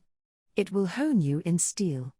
That is what I seek from a worthy foe, a conclusion with someone who's honed both their mind and body in steel, and merely that. Wilhelm, their mind and body, in steel. The war god lifted his four cleavers up, a blood-stirring sword ore emanated from him. Wilhelm looked down and then brought his hand to his chest, the one that wasn't holding his sword, and clenched it into a fist. He would devote everything to his own ability to fight, aka his sword, and only that. It should have been like that. Wilhelm should have done as he always did. He just wanted to become strong, give up every inch of himself to his sword and thoroughly master it to its peak. He'd ended up marching onwards, weighed down by many burdens that he'd not even been aware of, making it so his desire was no longer pure. He'd become weak as a result. If he was truly devoted to his sword and in a state of mind to be worthy of being called the sword demon. If he couldn't reach that state of mind, if he couldn't reach the heights of 8 arms, then, Kurgan, indeed. That is what is required. That is what I expect of you, Wilhelm. Letting his strength flow to his sword hand, Wilhelm tried to get rid of the heavy burdens that were weighing him down. Kurgan's eyes lit up in anticipation seeing that sign, and the hair-raising sword aura that was coming from him intensified. Right here, right now, it's about whether he could kill him, and nothing else. ? Don't you dare look down on our commander of the vanguard, damned 8 arms. Wilhelm gawked in astonishment as suddenly a roaring voice cut through the strained atmosphere. The one who'd been behind this shout was the giant of a man on the other side of the battlefield, holding his axe at the ready. Bordeaux. He'd been peppered with cuts all across his muscular body and was covered in blood. From the remaining members of the subjugation force here, Bordeaux was second only to Wilhelm in terms of ability. He'd been the one taking on the shinobi. Bordeaux had nigh the worst fighting affinity with the shinobi, who was chaining multiple attacks together, paired with his agility, as his weapon. In fact, Bordeaux looked like he was losing a lot of blood, being unable to withstand the shinobi's relentless attacks. Nevertheless, Bordeaux laughed fearlessly, displaying an attitude that didn't betray one shred of such weakness. Bordeaux, it took me ages to barely bring him back from the path of a beast to that of a human. I am not gonna stand for him being turned back into a beast with your selfish logic. Kurgan, a giant of a man carrying an axe, could it be you're the mad dog of the kingdom? Bordeaux, what, you know of me as well? It really doesn't sit well with me that nickname is still knocking about, but well, whatever. A frown appeared on Bordeaux's face for a second, before then immediately vanishing. He looked over at Wilhelm, and said, Bordeaux, don't hold back, Wilhelm. Hold your chest out proudly without any scruples. You are the strongest in the kingdom no matter what is weighing you down. Wilhelm, Bordeaux, you are the sword of our kingdom. Our sharpest, most precious steel that can fight against this unprecedented danger. Bordeaux had firmly stated no matter what is weighing you down to Wilhelm. Bordeaux twisted his blood-stained features into a smile, and the knights around them nodded in approval at his words. With their weapons in hand, they were doing everything they could to keep the mob bearing down on them at bay without hurting them. All of them were entrusting in Wilhelm's sword to find a way to tide them through this. They were proving that they were staking their very lives on their absolute faith in leaving this to the sword demon. Pivot, is being the sword demon who threw everything away a testament of your strength? Pivot had been keeping his silence for a while, but now he posed this question. Wilhelm turned to look at him, and his lips broke into a faint smile as he looked down at him. Wilhelm, you're going to change your attitude after cornering me this much? Pivot, you're misinterpreting that I've cornered you. I've never held the least bit of interest in wanting to drive you into a corner. You still never listen to all of what people have to say, both now and back then. Pivot shrugged his shoulders and let out a sigh of exasperation, looking rather like he had done whilst he was alive. Pivot, you remember how I lost my life in front of you, right, Wilhelm? Of course I do, Pivot. I guess for you it must have been like a bolt out of the blue. Because, back then, I guess you'd have never even imagined that someone would have been killed in your place on the battlefield. The man gave him a small smile as he said so. He'd stood in front of the demi-human tribe's strongest warrior and protected Wilhelm, taking their deadly blow. Wilhelm still relived that moment in his dreams. That's why even he couldn't deny things when Pivot's illusion told him it'll be your turn next. Pivot, Wilhelm, it'll be your turn next. Pivot once again spoke these words to Wilhelm, a curse that said Wilhelm was going to lose his life next, just as Pivot had done. Those words should have been the curse, but they had a continuation to them. Pivot, next shall be when you put your life on the line for what matters to you. Thunk, Wilhelm smacked his forehead with the hilt of his sword all of a sudden. A dull thunk resounded and blood streamed out from his split forehead. Pivot, Wilhelm van Astria, the demon of the sword who desired to live life as steel. Up until now, and from now onwards, I imagine many deaths will shadow you to the end of the path you walk. Even so, you must never stop walking it. Wilhelm wiped away the blood that was streaming down his forehead with his sleeve, gritted his teeth and looked forward. Pivot, these are the only words I, as the deputy of the former Zajev Corps, have to say to the current commander of the Zajev Corps. Wilhelm, that's enough. He took a step forward. Pivot, standing nearby, didn't follow him. Of course he didn't. He wasn't here anymore. The dead cannot catch up to the steps of those who were still alive. Like once before, he watched the sword demon drive into the front line, and Pivot, Wilhelm, coordinate, Wilhelm, Bordeaux. Wilhelm heard Pivot's voice and then shouted. Hearing his name, Bordeaux readied his axe and nodded. Wilhelm kicked off from the ground in an instant, as if he were a cork whizzing out from a bottle, and rushed down towards Kurgan. Kurgan swung one of his demon cleavers down in response, aiming for Wilhelm, who'd gone in low. However, Bordeaux brought his axe in its path and caught the blow mid-swing, using all of his strength to stop it. Kurgan, NGH, Bordeaux, Gar. Man is a blow from the Empire's strongest something heavy. An involuntary groan escaped from Kurgan's lips due to his unexpected interruption. At the same time, Bordeaux's wounds gushed out blood because of how jarring the blow had been. However, his pride and spirit had made him catch the blow in its tracks, leaving an opening. But that didn't apply just for Kurgan, but for Bordeaux as well. Shinobi, showing your back to me was foolish. Bordeaux had abandoned his own fight and left his back exposed. The shinobi had crossed the shadows over to Bordeaux and pointed his short sword at him, right towards his heart. If the shinobi's blow went into him like that, Wilhelm, you dumbass. You put your life on the line just to say that, shinobi, GH. The shinobi reacted in surprise to his voice, then a flash of silver was let loose that arced across his sightlines. He immediately tried to defend himself against the blow with his short sword, but the sharpness of the blow shattered it, and continued onwards, severing his right arm at his elbow. The arm spun away, spurting blood out all across the street, and it didn't stop at that. Flashes of silver came at him from every angle. The now one-armed shinobi jumped backwards and tried to dodge the attack using his taijutsu and remaining left arm. But, Wilhelm, shinobi, oh crap. The shinobi's left arm was eventually deflected by the sheer power of his sword, and his body was cut through diagonally. His wounds were deep and would surely bring him a death inescapable. He coughed up blood, well aware of that, but the shinobi clung on despite his useless body and took out the last trick up his sleeve. Shinobi, even in death. This body is not that of a man, but that of a shinobi. It has one last duty. The shinobi cried this out and then plunged his hand into his own belly. He instantly triggered the explosion hex that had been placed in his body, and his small figure began to swell up, producing a terrific amount of heat that caused the air around him to shimmer. A suicide attack. Wilhelm readied his sword, noticing the signs. Perhaps he could minimize the damage if he chopped his body to pieces in the short time he had left before he exploded, or, Bordeaux, there's no way you'll manage. Move aside. Bordeaux told Wilhelm off for his recklessness and let go of his axe.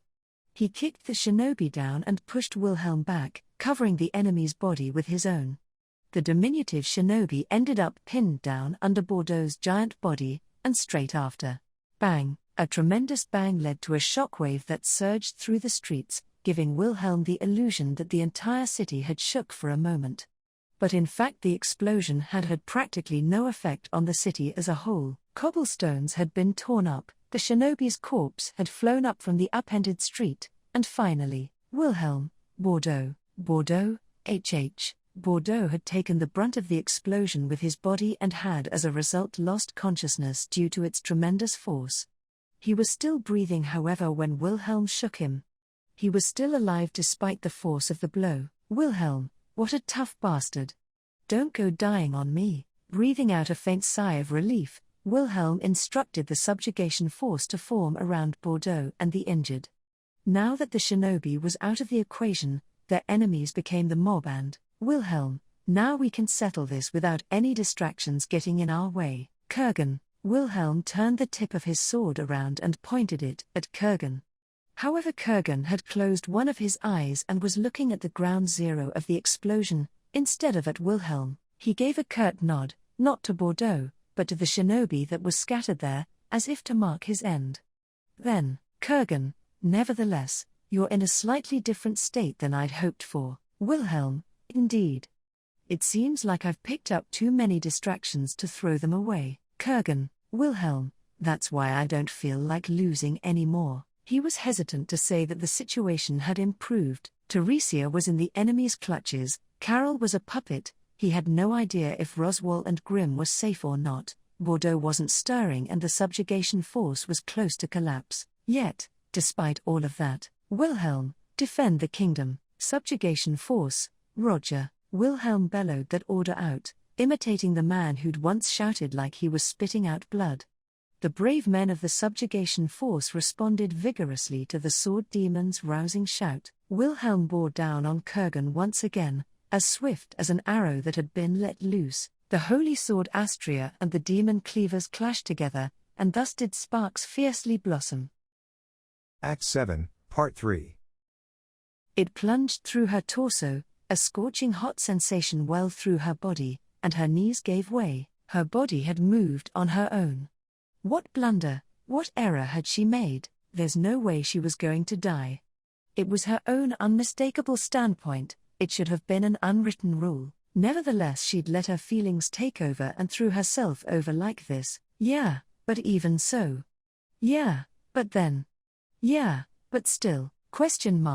Julia. An anguished voice called out her old name, drawing a smile out from her. Something started to fill the empty parts in the depths of her heart, making her, unexpectedly, feel relief. I'm glad that I could protect you, she thought. That's why, by that alone, Roswell J. Mathers was. Grim. Seeing Roswell's face split into a smile and Carol's tear-stained face letting out that sorrowful cry, Grim Forsen's heart flared fiercely. He'd taken care of the possessed Carol's weapon, and the shinobi, who operated from the shadows, was being held in place by Roswell. There was no way to stop Grim from attacking the culprit behind everything now. Grim breathed out and forcefully brought his foot down. Leaping up from where he'd stamped his heel, came the great shield he had dropped to catch Carol's sword. Grim kicked the great shield with all of his might, hurtling it straight towards Stride, who stood by the rooftop's edge. The spinning silver disc was a steel great shield that was as large as a human body.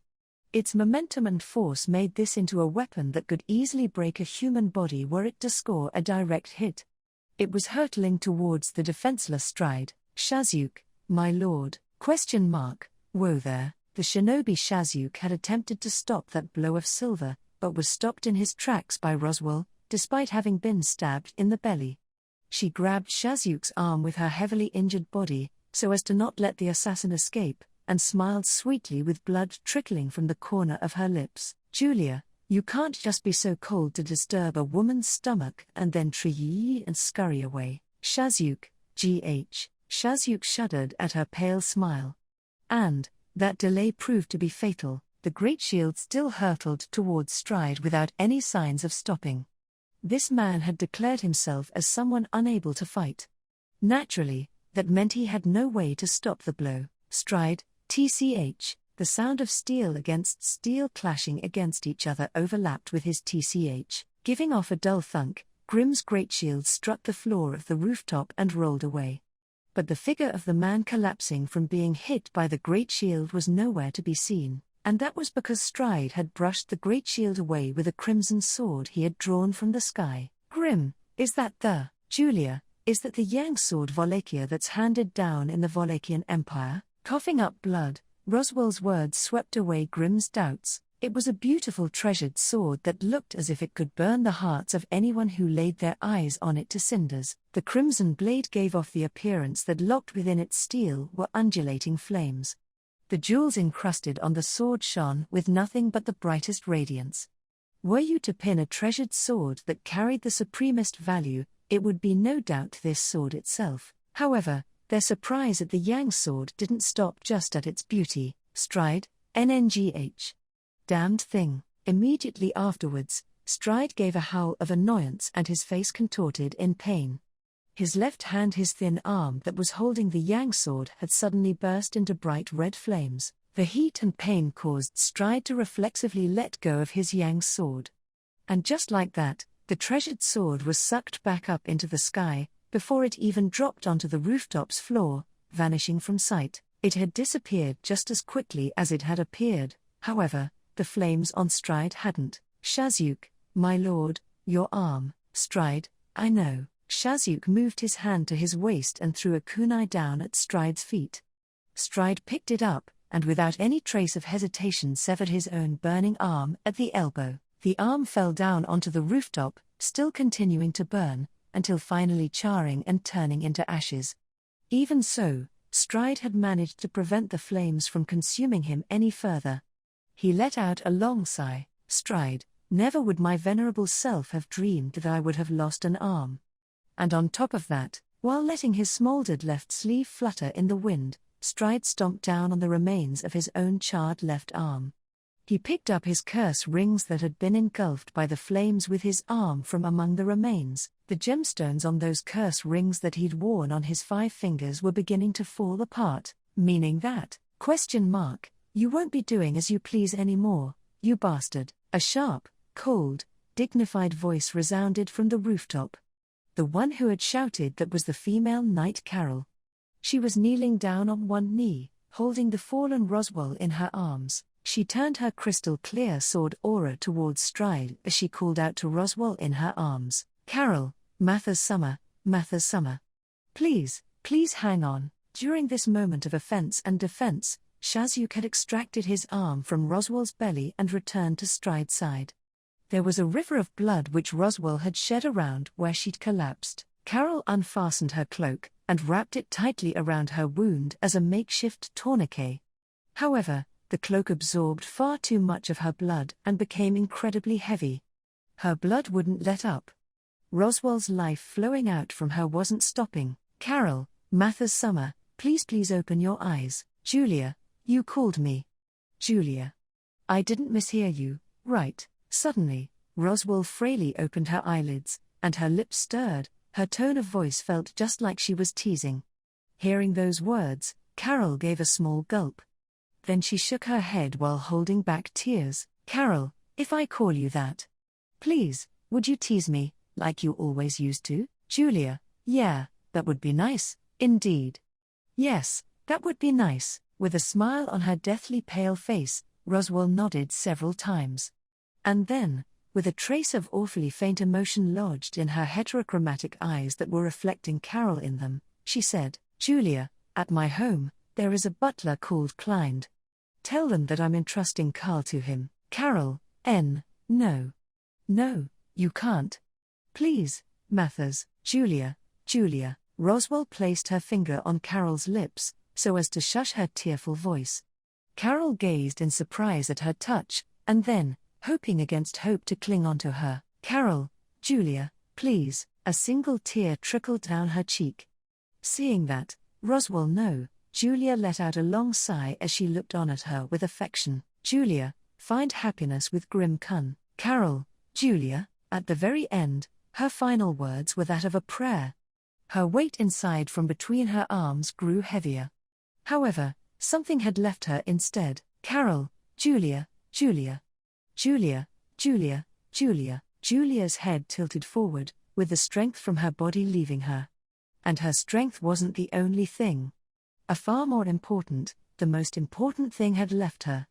That was that she'd never again. Carol, Julie, Stride, she died? Halfway through, he said that in an awfully parched voice. It was, however, a voice that was devoid of both scorn and sarcasm. Stride, who had lost his left arm, was gazing at Julia dead in Carol's arms. His expression was cold, the feelings dwelling within his eyes were unfathomable. Not a single soul would have been able to guess what was going on in his mind, but, in a part of those complicated emotions, surely it felt like he was glimpsing at her with envy. Carol, don't you fuck about. Seeing this envy, Carol's anger reached its limits. It was natural. Of course it was natural, she'd just lost someone here right now. He'd snatched away someone who was most dear to her. And for that, Carol, even death would be a mercy for you. Stride Wallachia, Stride, forsooth. Even my venerable self cannot bear to think the end awaiting me is in the same place as the masses. Carol had no intention of listening to his bullshit. She gritted her teeth. Strongly, she laid Roswell's limp body down, crossing her arms on top of her chest. She then wiped away the blood that had trickled down the crook of her lips, and straightened her fringe. After she finished doing this, Carol slowly stood up. She stood next to her sweetheart who had picked his great shield back up, with her knight's sword in hand. Leaving her friend behind, she looked upon the enemy. Shazuk, my lord, please forgive me for removing my bonds. Stride, the curse ring which binds you has burnt to cinders. Why are you still here? Seeing the chance, shouldn't it have been you and your unworthy younger brother's dearest wish to lop my venerable head off? Shazuk, Rizo is my older brother. We always intend to follow you, my lord, even without the curse rings. Stride, humph, snorting as if he were making light of it, Stride raised his right hand. The 5 gems of his remaining curse rings glittered bewitchingly there, and both Carol and Grim remained vigilant for his next move. Stride, don't be frightened, scared little mice. Even my curse rings are not so omnipotent. At this moment in time, they cannot bind neither your minds or bodies. My venerable self does not have enough entrails remaining to pay their price. Carol, entrails, to pay their price. Stride, each ring causes everlasting damage to a part of your body. That's how they work. Even without them, I'm forcing myself to keep moving this corpse-like body. I have nothing left to offer. Receiving those words along with the radiance of those gems, Carol intuitively understood what he meant.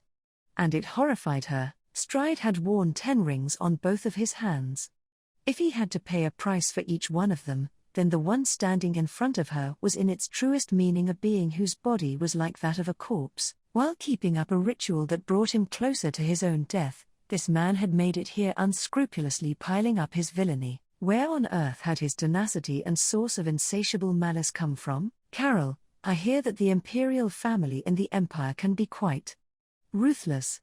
Does all of this have something to do with the issue of succession? Stride, you mean from when I was served poison by my father, the emperor? I suppose that was the start of me becoming like a corpse. Carol, tch, Stride, Don't go thinking that such a trifling thing was the origin of who I am. What my venerable self detests is not my father, the emperor. And of course, it's not my half-siblings who battled for the line of succession either. What my venerable self detests is the construction. Clenching his right hand where the gems were, Stride continued, fervor filling his voice. The man had brought down scorn for everything about the world, always with cold indifference, yet now he continued to speak with fervor filling his voice. Stride, this world is the cruel observer's miniature garden. Fixed events, fate that has already been decided, where tragedy and comedy are a matter of course. It's no more than a puppet show, merely produced and garnished to make it look as if it were real. Carol, such wild delusions. Utter nonsense. What meaning is there to this situation when you say that? Stride, it's quite simple, man and woman of minor roles. The observers hath cast their roles in their miniature garden. Namely, the divine protections. And you small fry differ from their pawns. My venerable self as well. And my venerable self's wife, the shinobi twins, and even the 8 arms. What the observers expect of us is tantamount to nothing more than playing these nameless minor roles, which we do so like bumbling idiots, in an environment where everything is already decided. And then with a lurid smile, Stride put his right arm into the depths of his bosom pocket, and slowly, he took something out of it. Carol, that's a. Seeing what it was, Carol gazed in astonishment, and Grim too was lost for words. A black spine, along with a cover that bore no title. There were hardly any opportunities to see the real thing, but just its existence was something that was well known by many people living in this world. It was a symbol of absolute evil. It was a book that was owned by just those who were chosen. Or perhaps, those selected ought not to be referred to as chosen but rather as cursed. Stride, my venerable self is not going to finish with a minor role. No, actually, on the contrary. I don't mind even a minor role. Scratches can be made upon the surface of the board regardless of whether a minor role is curtailed by the script. The stage can be broken. I shall teach them that. Carol, Stride Wallachia, you bastard. Stride, it's not like I believe in that foolish witch or anything, but emulating that psychotic criminal who handed this over to me, I shall say this, held against his chest, was that evil book the gospel. Stride continued to give a wicked smile, and said, Stride, witch cult sin archbishop, representing pride, Stride Wallachia. Carol, the witch cult? Stride, unfortunately though I'm just a sham that managed to obtain the authority and position. There's no way I'm going to revere the tyrant of the world, the witch of envy like that lunatic does. Though perhaps, if you were to look at that too from the perspective of that which acted as the destroyer of the world, then I guess they're on the same side as my venerable self. Confusion swept over Carol's chest as she received Stride's cynical words. The entity he had referred to was the name of the most abhorrent group in this word. Knowing now that Stride was associated with that group of utmost evil was, CROL, Carol, GHK, Grim, I'm so sorry.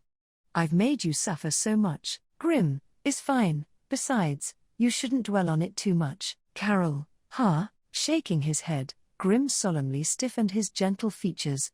And then, he jerked his chin towards their friend who had collapsed right behind them. Grim, we gotta wipe the floor with this guy. We have another reason why. Carol, receiving Grim's candid encouragement, Carol widened her eyes. Then she looked behind at the collapsed Julia, setting her eyes on her pale face. A heat started to fill her body. She kept those emotions in check by gritting her teeth, and then nodded. Carol, yeah, you're right. I am Carol Remendis.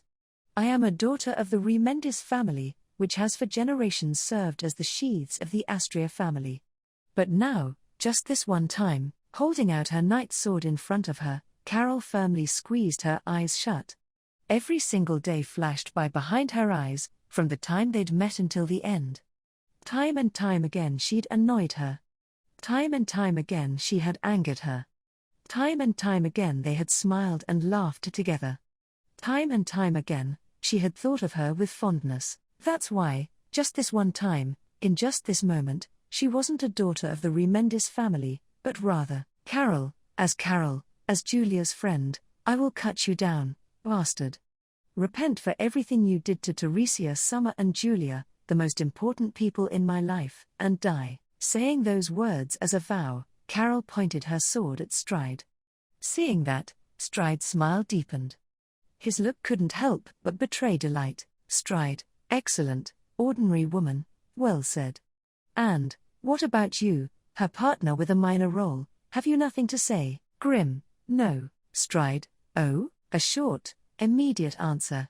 Stride raised his eyebrow at that reply, and Grim said, Grim, you're just some madman passing by. Stride, that's the best answer. One could never hope to understand Stride as he smiled at those words. That is what Carol and Grim concluded, their sword and shield springing into action simultaneously. But, just before the battle commenced, something stirred.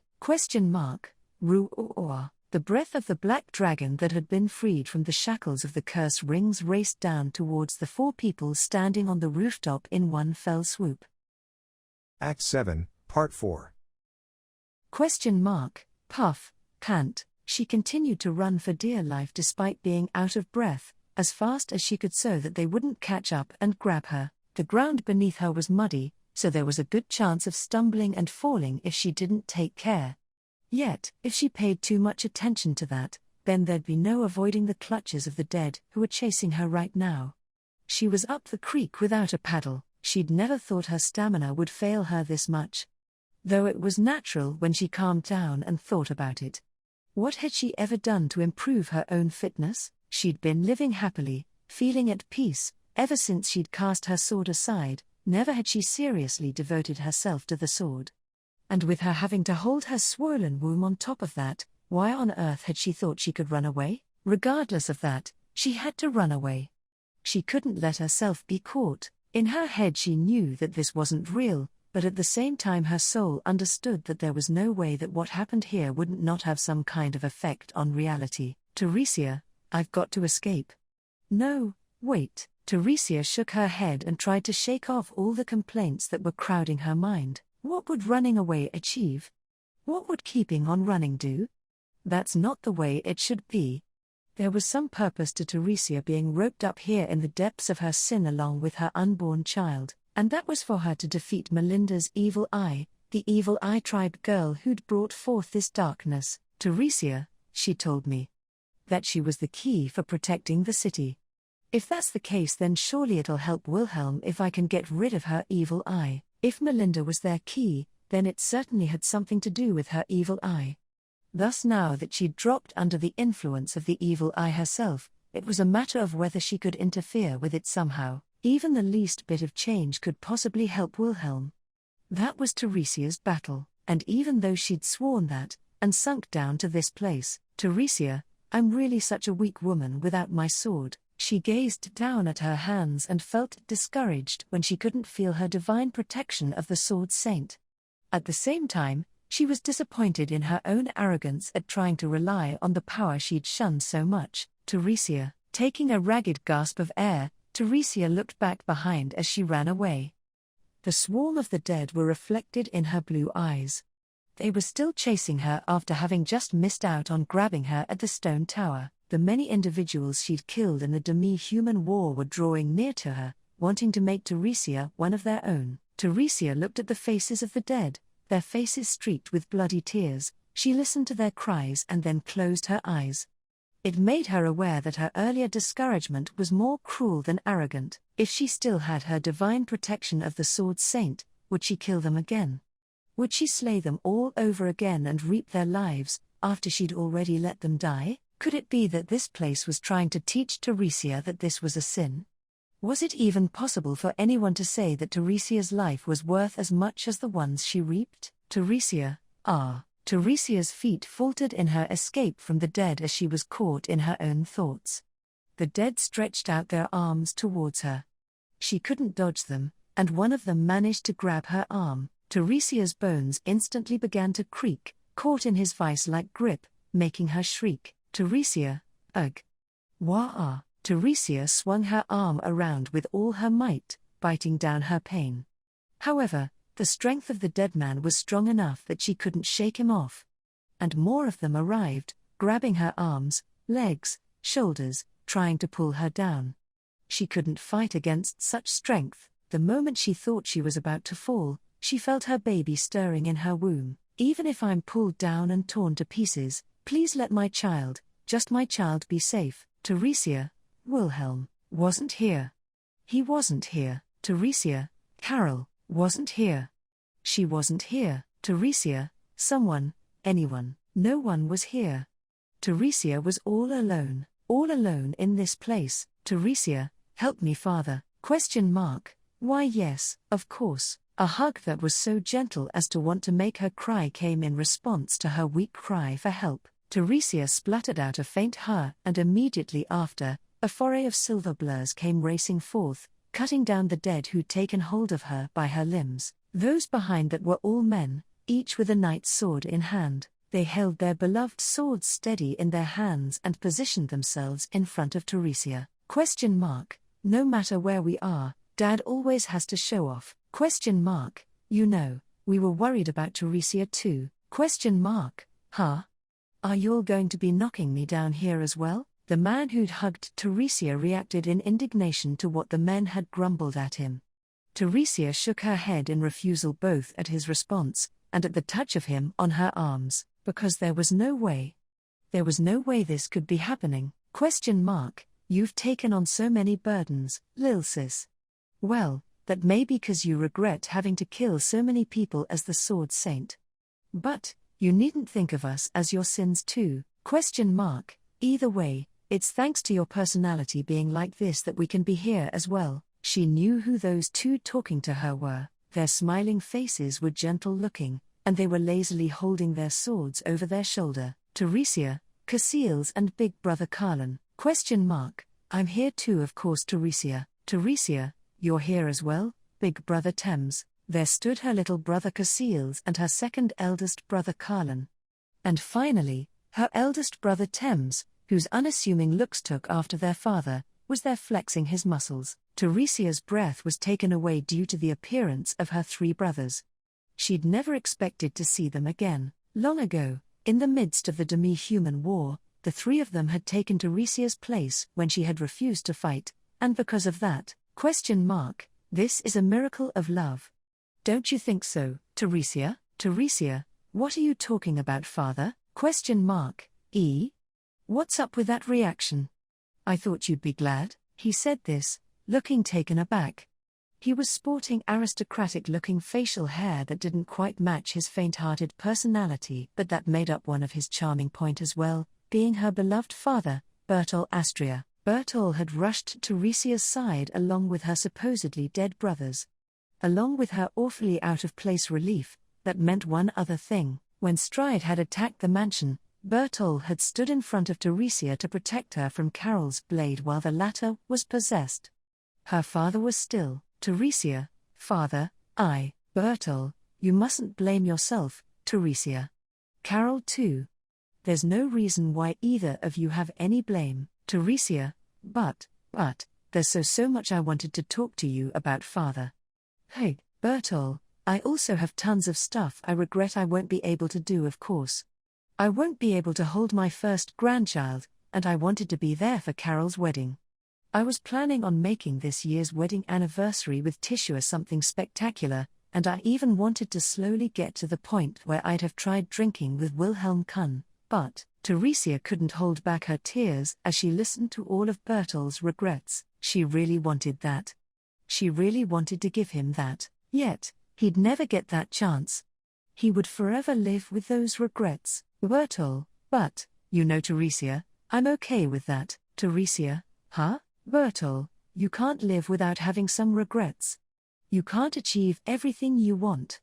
I lived happily, and so I died happily. The wants of a happy man know no bounds. I would have other desires if I'd fulfilled my current regrets. They'd keep coming and coming with no end. Bertol proudly puffed out his chest and continued his words. Bertol, that's why, Teresia, we love you. That's why you, and your child, and their child will take over what we couldn't do.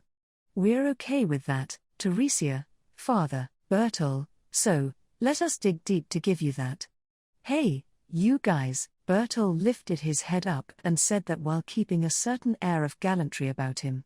His three sons heard him, and looked back at him. Cassiles, we've already started while you were talking. Carlin, it's not like the dead are gonna wait quietly for y'all to finish speaking. Thames, you really suck with the sword, Dad, so even when you're saying to dig deep it's just gonna be us doing that. Bertol, you're really saying that? You know, if you guys are gonna be like that, I'm not gonna bring in our reinforcement. He received a scathing judgment from his sons, even as they were busy cutting down the advancing dead as they talked. Teresia, however, who was still being embraced by Bertol, cocked her head in confusion and said, a reinforcement? What kind of reinforcement could he be thinking of, that'd save her more than she'd already been in a situation like this?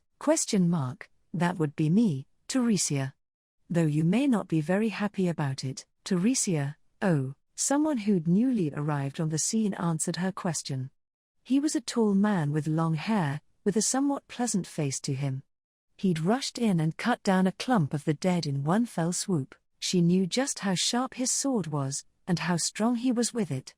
Because the man was Teresia, Uncle Freibel. Freibel, the previous sword saint, hastened here after swallowing his pride. The man, Freibel van Astria, gave her a wry smile. He was Bertel's younger brother, and he'd been the sword saint before Teresia.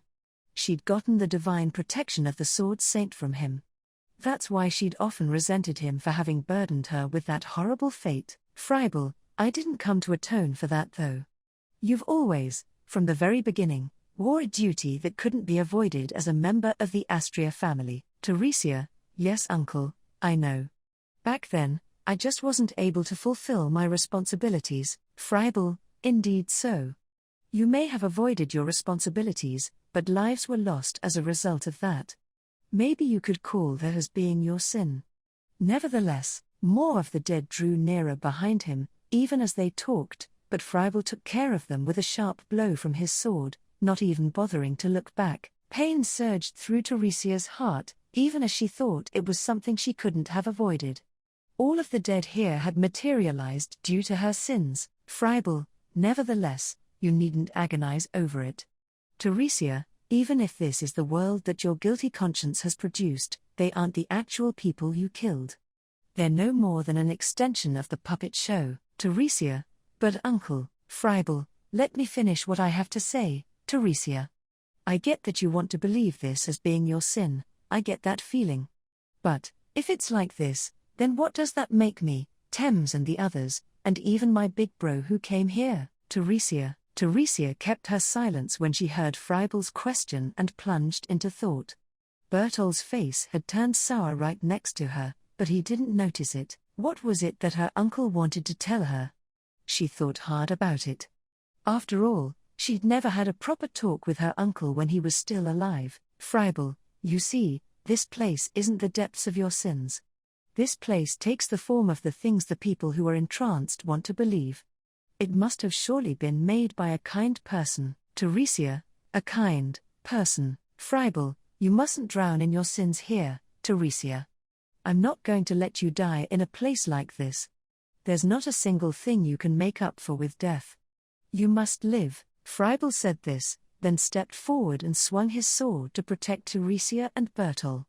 Thames and the other brothers stood by his side, once again forming a defensive line. Bertol, there's so much I want to say, but Bertol trailed his words off there and looked at the Astria men as if he were looking at something dazzling. Envy was in his gaze, for not having been blessed with any talent for the sword. However, that envy quickly passed and he looked back at Teresia with only affection in his blue eyes. Bertol, what Freibel said is correct. You must live, Teresia. You needn't burden yourself with all this sin.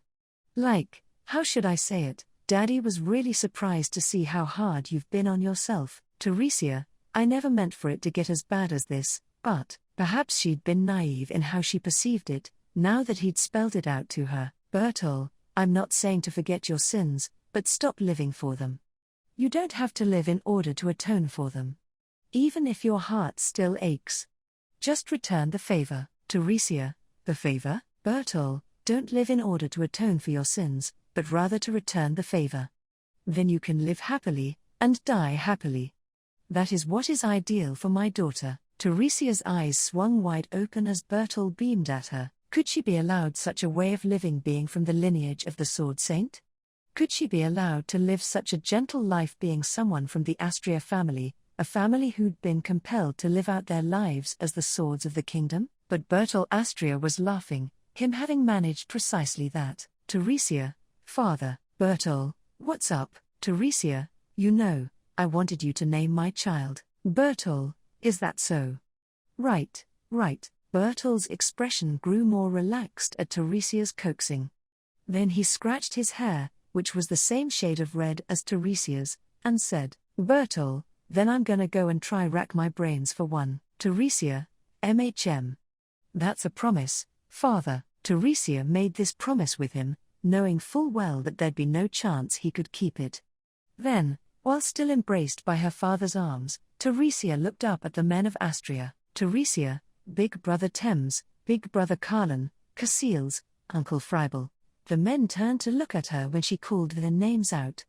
All of them were in a state where they couldn't really afford to do that, but they put on a show of courage, so as to not look weak in front of her. Now that she paused to think about it, it finally dawned on her that she'd been protected all this time. Teresia, I love all of you. Thames, Carlin, Cassiles, Fribel. Did I manage to give them a proper smile? Did I manage to be the Teresia Astria they knew before I had the van added to my name? Can I think of the smiles that everyone showed me at the end as an answer to that? Act 7, Part 5. A sound like cracking glass signaled its collapse. Teresia, HHR. Teresia crouched down and clutched her chest in agony, unable to breathe for a moment. She raggedly gasped for air over and over again. The air was full of dust, and the room stunk of blood. She'd made it back. Ah? My evil eye has been defeated. Someone let out a piercing yell as soon as Teresia's senses returned to her, that person being the user of the evil eye, Melinda. She dragged her long robe, which was long enough to brush against the floor, over to the window of the spire and looked out of it in complete panic. Then she screamed, tearing at her ashen-colored hair, Melinda, egg, it was broken, it's been broken. Teresia, Melinda, my spell was broken. The townspeople are back to normal. My lord husband's desires, his wishes. Melinda yelled her head off in a complete frenzy. Then she looked back at the crouching Teresia, and with her eyes that she'd been squeezing tightly shut now wide open, she ran over to her with hatred in her evil eyes. She grabbed Teresia by the hair and forced her up. Teresia, ow. Melinda, how dare you do this? My lord husband left this to me, he entrusted it to me. I was finally appreciated. My ideal dream. How, Teresia?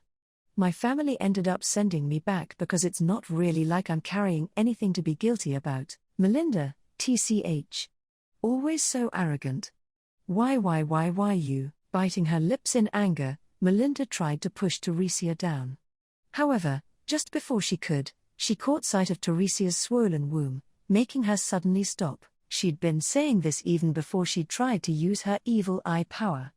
Then, her uncle was right. Teresia, you care about my baby. Let's stop this here. Melinda, I see. Teresia, you can't do that? Well, you shouldn't be. I don't have my sword or my divine protections right now. I'm just a woman, a mother.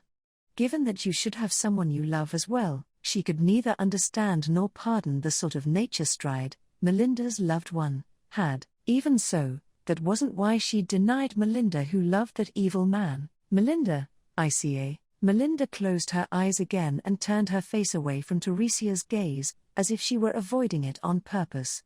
Teresia didn't look away despite that and kept urging her. Melinda's hands were trembling all over, struggling to withstand her gaze. A few brief moments passed with her in that state before she continued speaking. Melinda, Melinda tried to blurt something out, as if she'd made up her mind. Seeing a glimmer of hope there, Teresia nodded her head with a yeah. However, Teresia, just a moment after, Melinda's face tensed up and she pushed Teresia away by force. Teresia fell backwards, offering no resistance to her unexpected behavior.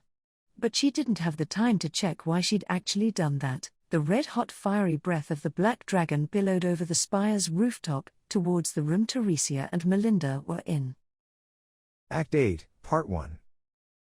The shinobi were Shura that were birthed as a result of modifications akin to the tortures of hell. In the beginning, their names were taken away.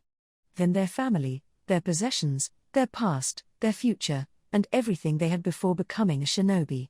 Only after being bleached like this, were they readied as a shinobi prototype. Only after that, was the true essence of the atrocities that took the name body modifications, carved into their mind and body. They were trained, drugged, magicked and subject to all kinds of heresy from everywhere, and every time 1 in 100 of them would manage to escape suicide, 1 in 100 from those would manage to keep their human form, and from those, 1 in 100 would manage to not die from insanity.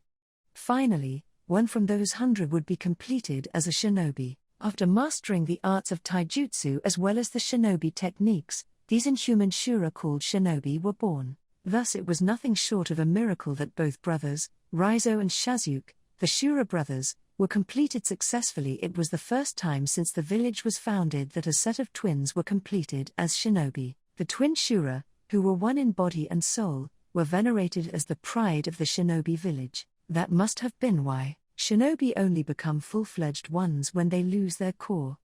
The twin Shura, hailed as the greatest masterpiece of the village, swore a vow of retribution for their fellow villagers after their village had been burnt to the ground. And thus they ended up siding with the destruction wish. The shinobi village had grown too powerful. Its burning had been an instigation from some of the empire's nobility who feared they would mount an insurrection.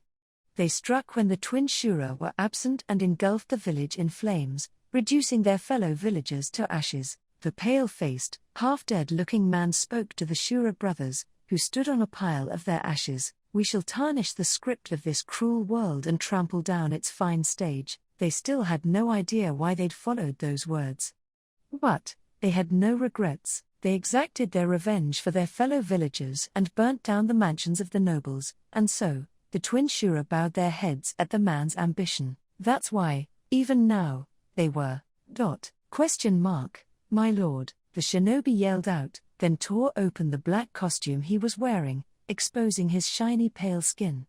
A phosphorescent light brimmed out from the mottled pattern that rose up across his entire body, and he began to run faster. In an instant, the shinobi, Shazuke, grabbed the man next to him, and desperately fled to the sky. A moment later, a wave of heat billowed through the spire rooftop behind them, where they'd previously been standing.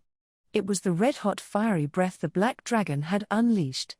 A being that went beyond what humans could fathom, now spreading its black wings over the city. Its fiery breath glowed a pale green, yet contrary to its beauty, it began to melt the stones of the spire. A direct hit would make short work of you, and merely the hot air that came from its wake was plenty to burn one's internal organs to cinders.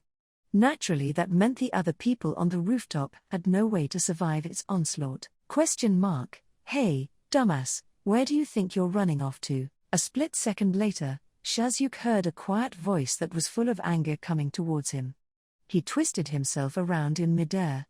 But he wasn't able to dodge and was hit full force by a sword slash.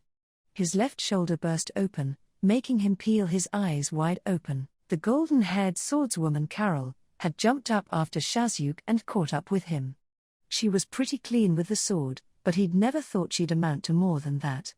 And yet, she'd kicked her way over to him, as if she were using the very sky as her footholds, slashing at him whilst he'd been unable to move. "Carol, kicking up in midair is my domain. It looks like you've made a misjudgment." "Shazuke, but what happened to your beloved if you're here?" Very few people would have been able to escape from the rooftop that had been scorched by the dragon's fiery breath. Shazuke and Carol, who had abilities that let them run up the sky, were exceptions. But there'd been one more man, an ordinary man who just had a great shield with him. There was no way that he would have survived. That's what it's all about, ordinary man. Within his arms, Stride wasn't paying any heed to the blade bearing down on them, and was instead looking in the complete opposite direction as he spoke with a fervor in his voice. Shazuke followed his master's gaze to see what had caught his attention. It looked to be the rooftop that was smothered in the lingering heat. He could see a glistening great shield there, as well as the ordinary man who tided through the flames, protecting the body of the dead woman. "Carol, I am the sheath, Grim is the shield, and we shall remain as companions of our sword, by his side." Shazuke caught her flashing blow with his kunai and jolted back, managing to gain a foothold on something. That something was the black dragon's back. The black dragon, considering the dragon was way over 10 meters tall, the weight of such puny humans was nothing to it. Its roars resounded, now having gained its freedom from the ring's curses. And as they resounded, a fantastical swords dance began to unfold between the shinobi and the swordswoman, making use of the transcendental creature's back, wings and arms to conduct it. The black dragon twisted its body around in midair, its claws and tail lashed out relentlessly all around them. A gale blew up that would mark certain death were it to sweep over them. Shazyuk gritted his teeth, faced with this moment of battle. He was holding his master with his injured left arm, and crossing blades with the first-rate swordswoman using only his right arm. He was wielding the power he'd honed as a Shura of the extremes on the back of a dragon, a being of legend. Like this was some kind of jape. He couldn't believe this. Was this really happening? It should have been his destiny to rot in the darkness, to be shunted away and lurk in the underside of legend, in the shadows of the world and history. Yet such a grand stage had come to the shinobi, Shazyuk, Ka. The shinobi bared his teeth and let out a gasp of air. No, he'd laughed. It had been a very long time since Shazyuk, who should have lost his core and thrown away his emotions, had laughed. The last time had been when he'd been a child, before he'd become Shazyuk. He gave a full-toothed grin and finally he realized why he'd sided with Stride. It was just because it felt fantastic. He found everything delightful about the man who cursed destiny and was trying to upend the world, from the gratification he got from him, to the way he sneered at them being constrained by their limited way of life as that of a shinobi. That's why, Shazyuk, yes, indeed, it has been truly delightful. He thrust his kunai forward at godlike speeds, trying to stab it through the swordswoman's pale throat. However, the shinobi's godspeed skill didn't come close to the likes of a blow from the sword demon. Therefore it was swept aside by the skill of the shieldsman who'd been keeping an eye on them from nearby. Grim, Carol. The man had jumped onto the black dragon's back and risked his life just for that one blow. He shouted her name out, and in response, the woman rushed forwards without a shred of hesitation and swung her long sword up. Looking at that from the corner of his eyes, Shazyuk released the clasp on the magic sigil that adorned his entire body and burned through his odd to turn his body into steel. There'd be no reason why the blade couldn't bounce back off him were it a half-baked one. However, the shinobi knew that he was as good as a scrap of paper in front of that blade of crystalline purity. Shinobi, big brother, I hope you managed to fulfill your part. Her sword slash came at him diagonally and cut into him from his right shoulder all the way down to his left hip, severing his body in two with a single stroke. Having received such a fatal blow, Shazyuk spat out blood and smiled the best smile of his life. I hope you two big bro were able to smile in your last moments. Shazyuk, pardon me for leaving, my lord. The shinobi breathed his last on the dragon's back, covered in blood. Likely they were going to be the only shinobi who had died so spectacularly. Feeling such a sense of satisfaction, the twin Shura fulfilled their destruction wish, and thus perished in Pikutat. Act 8, Part 2. Shazyuk, pardon me for leaving, my lord. Saying this, the shinobi collapsed with his blood and viscera splurging out. The pale blue glowing pattern on his body had lost its light, and he was definitely dead. The shinobi's remains slid down the black dragon's scales and fell to the ground below. Barely paying any attention to that, Carol wiped her blood-stained night sword clean and once again readied herself for combat. In front of her, that evil man in black was clinging to the dragon's back as it stormed about like the wind. The man had now lost the shinobi that had served as his faithful guard. It was Stride Volakia, the man who'd named himself as a Sin Archbishop. Carol, you're all out of options, you demon. Your black dragons escaped from your clutches, and your plot has all come to nothing. Stride, so you are the sort who runs her mouth silly as soon as she sees that the tide has turned. But I shall forgive you. Changing your ways to the fluctuating vibrato of the accompaniment is likewise the karma of a minor role like yourself. Carol, Stride's left arm had been reduced to ashes. He'd offered his entrails as payment for his curse rings, and now he was on the verge of death, having just lost his last ally. Despite all of this, his attitude hadn't changed. Carol realized that she was gazing at him awfully calmly. The man's words should have really gotten to her. They should have tormented her as if she'd just been given all of the world's anguish, anger and sorrow.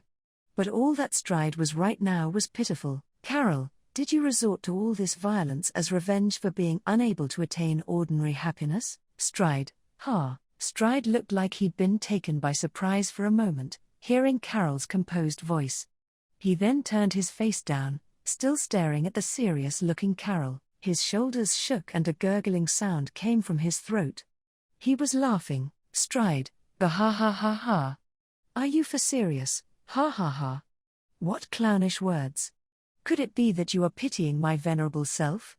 How foolish can you get, to find yourself in my venerable presence, me, the guy who's at the core of all that which has happened, and only be able to get this modicum of understanding? Carol, that's right, I'm a fool.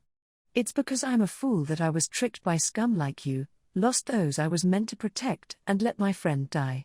I hate myself for being made an idiot of all this time. Carol looked down at her blood-stained hands in response to Stride's words that were marked with a sneer. Carol had let her precious friend die and laid these hands on her benefactor that she was meant to protect. She'd made countless mistakes. Come to think of it, hadn't she always been making mistakes ever since she'd met Teresia for the first time? Despite that, such a foolish Carol was. Grim, I love you, Carol, I love you too. Julia loved me too. Bertol also cared a great deal about me. And Teresia Summer loves me as well. Carol gave a nod at Grim's affirmation, who now stood right next to her, and then a gentle grin appeared on her face. Stride's expression tensed up when he heard those words, and the scornful glint vanished from his eyes. A heated fury akin to that of the black dragon's fiery breath replaced it, but that tempestuous emotion vanished from him in the blink of an eye. He slowly stood up. Gale-like winds were still blowing past the black dragon's back. He sucked at fighting, so it was unlikely that he was going to last more than a few seconds without his left arm. As if to prove that point, Stride immediately lost his footing and slowly started to topple over. He was thrown from the dragon's back, into midair. Carol, not after coming this far HGH. Carol brought her long sword down and flew towards him with a single jump, as if she was saying she wasn't going to let him suicide. She was going to catch up with Stride's falling body and cut him down with a single blow. At least, she believed that would be a good way to mourn for Julia. However, her sword never reached him. Grim, no, she'd been held back from behind the moment she'd jumped, making it so she'd stayed fixed in place. The one who'd held her back by her slender waist had been Grim, having flung himself at her with a look of alarm on his face. His normally gentle look had been replaced with one of urgency, similar to that of a drawn blade. He jumped backwards with all his might, still holding onto Carol. A split second later, the black dragon's enormous tail crashed down where they'd been standing a moment ago. With its tail covered in rocky scales, had it scored a direct hit, it would have easily ground them into chunks of flesh. They'd managed to escape their demise, however. It had come at the cost of that scumbag Stride dropping down right beneath her eyes. The black dragon, the black dragon, with its three heads still scrapping amongst each other, followed Stride down, setting their sights on him. Stride, come. Carol could see Stride in the distance facing the looming dragon, moving his lips to say that, in his final moments, that man escaped from Carol's blade and surrendered his life to the fangs of the black dragon he'd summoned. Yet, just before that came to pass, Stride Summer. A woman jumped out of the ruined, burnt spire window. The woman was completely burnt all over, to the point that it was a miracle that she was still alive. The woman, Melinda, clung to her husband's body in midair as he moved to meet the dragon. Yet the dragon's maws hesitated not and swallowed the embracing married couple up. Act 8, Part 3. The dragon's fiery breath engulfed the spire rooftop, and a part of its intensity reached the inside of the spire as well. Teresia, the green flames billowed in from the open window and burned through the remains of the wretched sacrifices that were piled up in a corner of the room. Then, with no signs of stopping, the flames surged towards the two women as well, Teresia and Melinda. No, that wasn't quite right. The green flames were crashing down on only one of them. Melinda pushed Teresia away and shut the iron door that led to the staircase with her body. She was left alone inside of the flame-stricken room with the scorching heat mercilessly burning her back. Melinda, her screams of agony echoed through from behind the iron door. Teresia, protecting her womb, rushed over to the door and tried to open it. However, the iron door had partially lost its shape from being melted and didn't budge an inch under Teresia's slender arms. Teresia, damn this. Melinda, open the door. Teresia banged on the scorching iron door and called out to her inside. Even from where she was, a tremendous amount of heat was coming through. There was no way that anyone could survive being subject to this without some way to protect against it. Teresia, why did you, Melinda, the child in your womb? No. Sin, Teresia, HK, Melinda. Melinda's struggling voice coming from beyond the iron door made Teresia's head jerk up. The deformed iron door still remained tightly shut, keeping the two women separated from each other. Tappei, Melinda, listen to me. I'm sure that we'll get you treated right away, so I just need to find somewhere we can get through. Melinda, I'm the evil eye for my lord husband. I'm my lord husband's unworthy wife. My lord husband's, Tappei, Melinda? Melinda's voice was delirious. Tappei instantly knew what that meant. She had been in many battlefields during the heights of the Civil War in her role as the Sword Saint. She'd heard that kind of voice many times in the fronts of battle where life and death were intertwined. This was the voice of a human being gripped by death and on the verge of losing their life. The flames that had surged into the room had burnt Melinda's body so badly that death was an inevitability.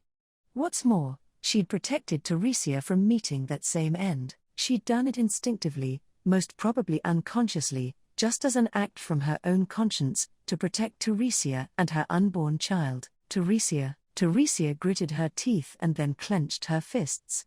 She needed to get back into this room by any means possible. Even if she couldn't save Melinda, she couldn't let her die alone. No one should ever die alone. Tappei climbed up the staircase whilst holding the weight of her swollen belly. Considering the black dragon had unleashed its fiery breath at the spire, what was happening above was also gnawing at her mind. She was worried about whether Carol was all right, since she would have been on the rooftop. With those thoughts plaguing her mind, Tappei rushed over to the door that led to the rooftop. The iron door had been warped out of shape as she'd expected, but she just managed to squeeze her body through a half-open gap. Then, on the smoldering rooftop, she caught a glimpse of a corpse of a beautiful woman who'd been laid to rest, eyes closed. Tappei, Roswell-san. She instantly knew the beautiful woman was Roswell. They'd interacted with each other quite a few times after all. She also immediately knew that her pale sleeping face was one that would never wake up again. A painful pang went through her heart. Both Wilhelm and Carol would mourn her death since she was an irreplaceable friend for them. Tappei, the black dragon. However, she couldn't run over to her corpse and lose herself in grief. Focusing her attention, she could see the figure of the black dragon flapping its wings around the sky near the rooftop. Seen at a distance, the dragon had several figures on its back. And soon enough, one of those figures, the one wearing black clothes, slipped off of the dragon's back and fell down. Stride Summer. A shrill voice echoed through the sky a moment later, and an ashen-haired woman jumped out from the tower window. A gentle woman who'd been brutally burnt by the flames, with her whole body covered in burns. Melinda. She jumped down to Stride, who was falling from the sky, and wrapped her arms around his slender body into a tight embrace. Tappei could see that her eyes, the eyes she'd long shunned as evil eyes, were full of happiness. As they fell, Stride's right hand and Melinda's left clasped each other from the front. The two of them, just in that moment, were nestled up close to each other, truly like a married couple who loved each other. Tappei, their two bodies were swallowed up by the maws of the swooping black dragon. Their three heads sunk their fangs into the two bodies, as if scrapping for them, and mercilessly began to tear them apart. Even though all of the black dragon's scrapping heads shared the same stomach, its vicious hunting still turned the married couple into chunks of flesh, as if there was some meaning to rending their fangs amongst their flesh and blood. Tappei thumped down to her knees where she'd been standing. The strength had gone out from her, and her feet were refusing to move. Had she sunk to her knees out of discouragement or relief? Her heart hadn't been able to really take in Melinda's final moments. She wished she could have spoken some more with her. Would that have let her understand, even if but a fragment, the happiness her evil eyes had filled within her final moments? Tappei Summer. Someone suddenly called her name out, making her lift her head up. There she saw Carol's figure. She'd knelt down and gently placed her hand against Tappei's cheek. Teresia placed her own hand on top of hers. It's definitely warm, she thought. That meant that she was herself again. She started to shed tears. Teresia, Carol. Are you okay? Carol, I am, all thanks to Grimm. And Julia, Teresia, Julia. The name was unfamiliar to her, but the look in Carol's eyes told her all she needed to know. There'd been a profound sadness and affection in her eyes when she'd spoken out the name Julia. Roswell J. Mathers, the woman Carol had called Julia, was probably to thank for bringing her and Carol back together again like this. Teresia Summer. Teresia, I'm sorry for everything I've put you through as well. Grimm-kun. Where's Wilhelm? Grimm, still fighting in the city. Teresia closed her eyes after she heard Grimm's response, who'd moved over to be beside Carol. Wilhelm's fighting. Of course he would be. Wilhelm's always fighting. He's always swinging his sword about, fighting to protect something. That's why my dear is still fighting even now. Teresia, the head honcho of the Stride faction's dead, but, as for his black dragon, Carol, I hope the dragon he summoned is going to go back to where it came without a hitch. Legend has it that the divine dragon Volcanica was a deeply benevolent being as well as a rational entity of sagacity. However, even though the kingdom of Lugnica took the name of the Dragon Kingdom, no one had ever recorded anything about encountering a dragon other than Volcanica. The black dragon could be a history-redefining being. Earth dragons acted friendly around people, water dragons acted gruff around people, whilst winged dragons were hardly ever fond of people. Then, how was this dragon, which you could call their progenitor, going to act in this situation? Carol, TCH. The dragon, Carol yelled and then pointed up at the sky. The black dragon had finished chewing up the body of that evil man and his wife, and had now unfurled its wings and soared up high above the city sky. They hoped it'd continue to flap its wings like this and head over yonder to the great waterfall.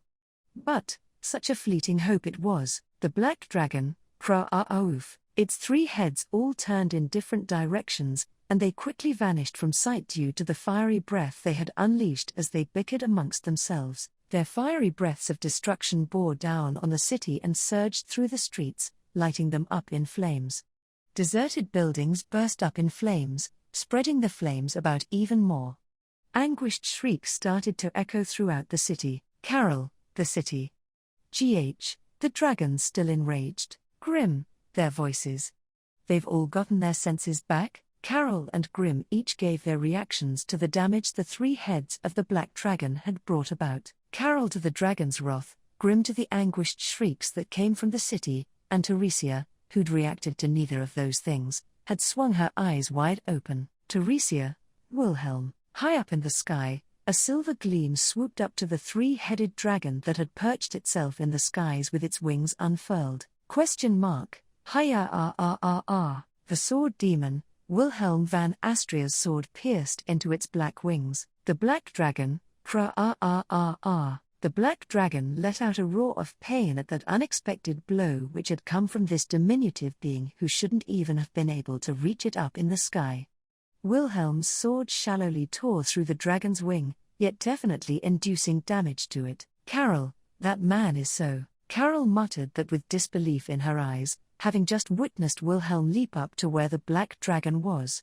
Next to her, Grimm's eyes crinkled up, a trace of vexation flitted through them before he then turned to look at Teresia. Grimm, please escape with Carol. Teresia Summer. Teresia, Grimm-kun. Grimm, it's our duty to protect the city. Carol's duty is to protect you, Teresia Summer. And your duty, Teresia Summer, is. Grimm's gaze shifted to Teresia's belly. Teresia realized that she'd been unconsciously keeping her hands over her belly ever since she'd looked over at the black dragon. She'd been gently stroking her belly in instinct, so as to reassure her unborn child. Carol, Grimm, Grimm, go with Teresia Summer and Mathers Summer. Carol, but Carol's eyes had swayed with hesitation after she'd received Grimm's instructions. Shouldn't she, who had the strength left to fight, stay here and help out? It was that kind of hesitation. Grimm pulled Carol close to him and silenced that with a kiss. Carol, Grimm's lips overlapped with Carol's sweet, soft ones, her body stiffened in surprise. Then, Once Grim slowly pulled away from the kiss, Carol's face grew bright red as she stammered out a wah wah. Grim, I'm leaving the life of the person I love to you. Carol, all right. Grim, you too, please. Carol placed her hand on Grim's chest, her hesitation melted away by his lips, and placed within these words of supplication. Grim gave her a resolute nod and then turned his attention to Teresia. His look was one of resolve and determination. Teresia had no intention of stopping him. Grim, I can't let him fight alone. Teresia, you may go. Grim Forsen. Knight of the Shield. The sword Saint Teresia van Astria sees your resolve. Grim, THNKYU. Grim received Teresia's blessing and gave her a firm nod with an imposing look now adorning his face. Then he turned his back to Teresia and Carol and looked up at the evening sky where the sword demon and black dragon were fighting. Grim, hiya. He shouldered his great shield and let out a heroic shout. Then he jumped from the spire rooftop to the building next to it. He jumped again, making his way down to the ground in a single bound. When he touched earth, he kicked off from the ground so to make his way down below where his camarade de guerre was. Carol saw Grim off and then gently picked Roswell's corpse up. She turned her head around and looked at Teresia with an expression that she'd cleared of sorrow and unease. Teresia likewise gave her a resolute nod in return, seeing that look. Carol, Teresia Summer, we too need to. Teresia, yeah. Let us do what needs to be done, so that we do not bring shame to the people we love. Act 8, Part 4. Rewinding back a bit from when the sword demon commenced his attack on the black dragon in the sky. Her evil eye has come undone? Wilhelm parried the deadly blows that came from his cleavers, and with his own blow of silver, nicked a scratch across his opponent's massive body. The blue-skinned, bare-chested 8 arms took half a step backwards before Wilhelm heard him mutter that in his solemn tone. Wilhelm grasped what he'd meant by that from the corner of his eyes, causing him to powerfully gnash his teeth together. Wilhelm, he could see the citizens of Pikutat from the edge of his sight, confused by what they'd just been doing, utterly bewildered. They'd been made into a mob thanks to the power of the evil eye and had been bearing down on the Zajev Corps. They'd been freed from their spell now and gotten their senses back. Commander. Everyone's come back to their senses, as soon as his deputy commander, Conwood, shouted that. All the other group members also raised their swords and cried out cheers of joy.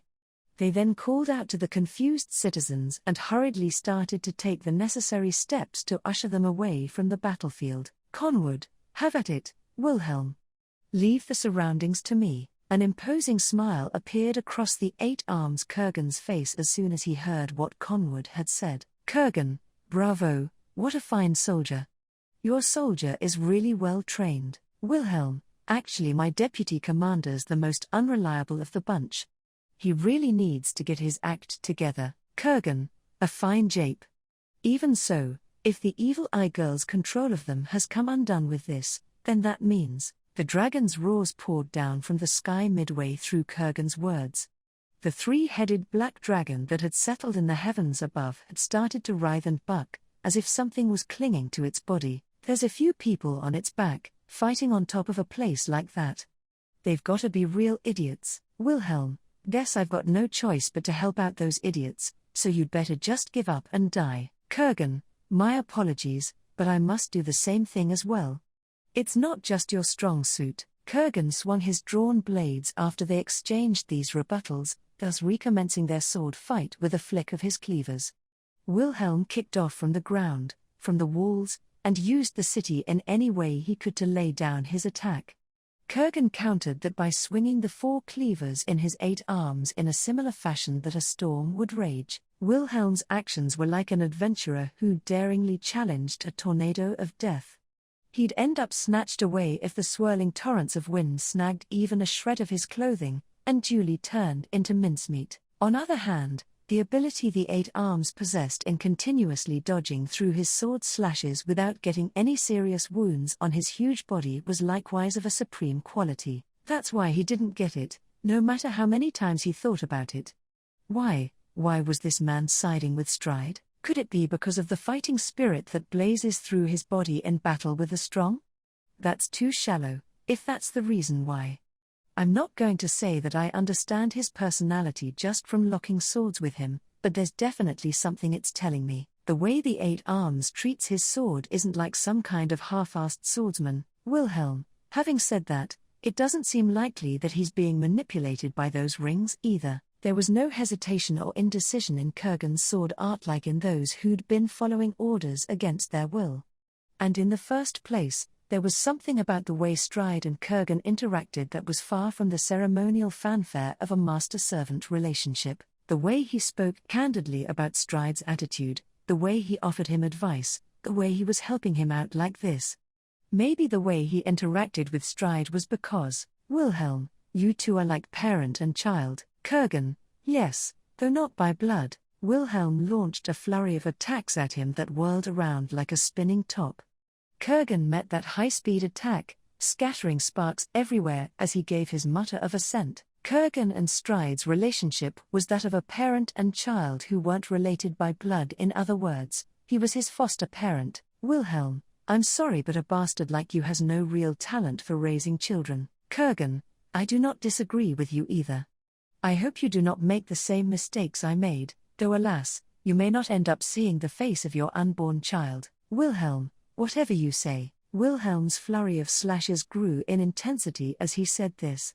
Kurgan brought his cleavers down and continued to parry his blows, his eyes widening a bit in response. The fact of the matter was, a rust had grown in his demon cleavers. That was a sign that Wilhelm's ongoing cascade of sword slashes were all aiming for the same place, with little deviation, and a split second later, the monstrous skill of the sword demon's blade finally shattered one of the Eight Arms cleavers. 8 arms and 4 cleavers. With this, the tide of battle he'd been contending shifted in one go. Wilhelm brought his holy sword down and stepped forward to defeat him with a single blow. Kurgan, demon cleavers. Suddenly, a chill of the likes he'd never experienced before rose up across his entire body. In front of him, Kurgan swung his 8 arms out in different directions, and his 3 demon cleavers came bearing towards him with 3 separate trajectories. His empty hand had grabbed a hold of Wilhelm's sword blade and made use of it as a pivot. Kurgan's grip strength was pitted against Wilhelm's strength to shake him off, and when Kurgan released it, destruction came bearing down on him from 3 different sides. Kurgan, let's see if you're able to dodge this, sword demon. If he pulled through this, he would win, but if he didn't, he would be defeated. Struck by that challenge, the sword demon clenched his teeth and let out a roar. Wilhelm, rah-ah! Death approached him at the same time from 3 sides. Act 8, Part 5. Let's recount an aside to the story. The succession to the throne as Emperor of the Sacred Wallachia Empire is determined by quite harsh means. The Emperor of the Wallachia Empire marries a great number of wives, and begets them with a great number of children in various places in the empire. And then, the children who obtained the rights to inheritance compete to kill each other. The last one remaining then succeeds the emperor. The empire's people must be strong. That was the way of the Wallachian Empire. The emperor led the way in showing the empire's citizenry the way to live by. Thus, the Wallachian Emperor only came to be after they eradicated their own brothers and sisters. Stride Wallachia was likewise one of these children dragged into this inheritance conflict. The sequence of events that led Kurgan to taking charge of a still young Stride weren't anything too complicated. Ever since birth, Stride had been weak and frail of body, leading his family to conclude that him succeeding the emperor was impossible. They quickly proposed to offer the renunciation of his inheritance rights to another family, and Stride ended up being exchanged for a suitable recompense. On the surface, the messenger that brought Stride along had said that he hoped that the child would grow up to be strong in mind and body under the 8 arms, but it was obvious that in truth he was meant to be unable to endure Kurgan's harsh training, and in the process lose his life. Bearing the name of 8 arms, Kurgan had been granted an elevated position as the Empire's unparalleled hero. Still, even he had lost his aspirations in these times of languor, and he just accepted that role to pass the time. Or perhaps, it may have even been that he had a grudge towards that blood relative of the Wallachian Emperor, who'd put him in this position. But, whatever the case may be, those thoughts didn't hold any sort of meaning. Kurgan's heart throbbed in excitement at the bottomless darkness lodged in the eyes of the child he'd agreed to take in stride. His idle days had come to an end. His heart had throbbed as a premonition of the times that were to come, the times where he would again smell the choking scent of blood. In fact, Stride grew to adulthood under Kurgan, and as a young man, in accordance with his duty as a successor, took care of the siblings he shared blood with one by one using various schemes, bringing himself ever nearer to the throne. However, in contrast to his outstanding resourcefulness, Stride had an issue with the emperor's succession. Ever since he had once succumbed to a high fever, he had lost the ability to make children. No matter how qualified he was to be the emperor, he couldn't devote himself to one of the greatest duties, the prosperity of the empire. Being infertile, Stride was unfit for the seat of emperor. That was probably why the former emperor had tried to poison his own son, Stride, in an attempt to rob him of his life. For 3 days and 3 nights, Stride kept coughing up blood. For 7 days and 7 nights, he sported a terrible fever and verged between the boundary of life and death. Finally, after 3 months, having drifted between the vast oceans of reality and dreams, the poison left his body. Stride, listen, Kurgan. My venerable self saw the truth in the midst of my delirium. My venerable self saw the way the observers are, seated in the heavens above, looking down upon us with scorn, toying with us as if we were mere pieces upon a board. Stride was more thin and ragged than ever, he'd ended up like a walking corpse. However, the longing lodged in his eyes was no longer set on his once desired throne, thus Kurgan revised his own path. Kurgan, no matter how foolish the path trodden is, Stride is my son. I shan't follow the empire that orders death, and not life, upon mine son, even if no one else would, just he would love his lonely, foolish son, who wasn't able to even love anyone. When his final moments came, this man was probably going to be scorched by the flames of loathing and fury, his remains were probably going to be made a mockery of by just about everyone, and they'd likely cruelly deny his quintessence. He deserved that. He deserves that. I am not going to not stop that. If that was the path he was going to take to the journey to the end, then they would walk along that path together, along with the demons of vengeance, the twin Shura, who'd had their hometown burnt to the ground. Along with the ashen bride who cursed her blood after being shunned for her evil eye. And along with the now fallen hero, the 8 arms, together they would see where the destruction wish arrived at. That was his own kind of love he could give to his foolish son, a father, who they'd even called the war god. Act 8, Part 6. Wilhelm, faced with death that had been unleashed at him from 3 sides at once, the sword demon's answer was decidedly simple. If death unavoidable was coming for him, then he only had one yearning as a swordsman: to use his silvery steel to thrust death faster at him. His sword sublimated to a might that went from superspeed to hyperspeed to the speed of God, until finally transcending the very concept of steel. Upwards, leftwards, rightwards, he had no way of knowing what sort of feeling must have gone through the 8 arms' heart the moment that he'd parried all 3 of his critical attacks head-on. Wilhelm himself couldn't comprehend in the very moment how stunning of a feat that it was he'd accomplished.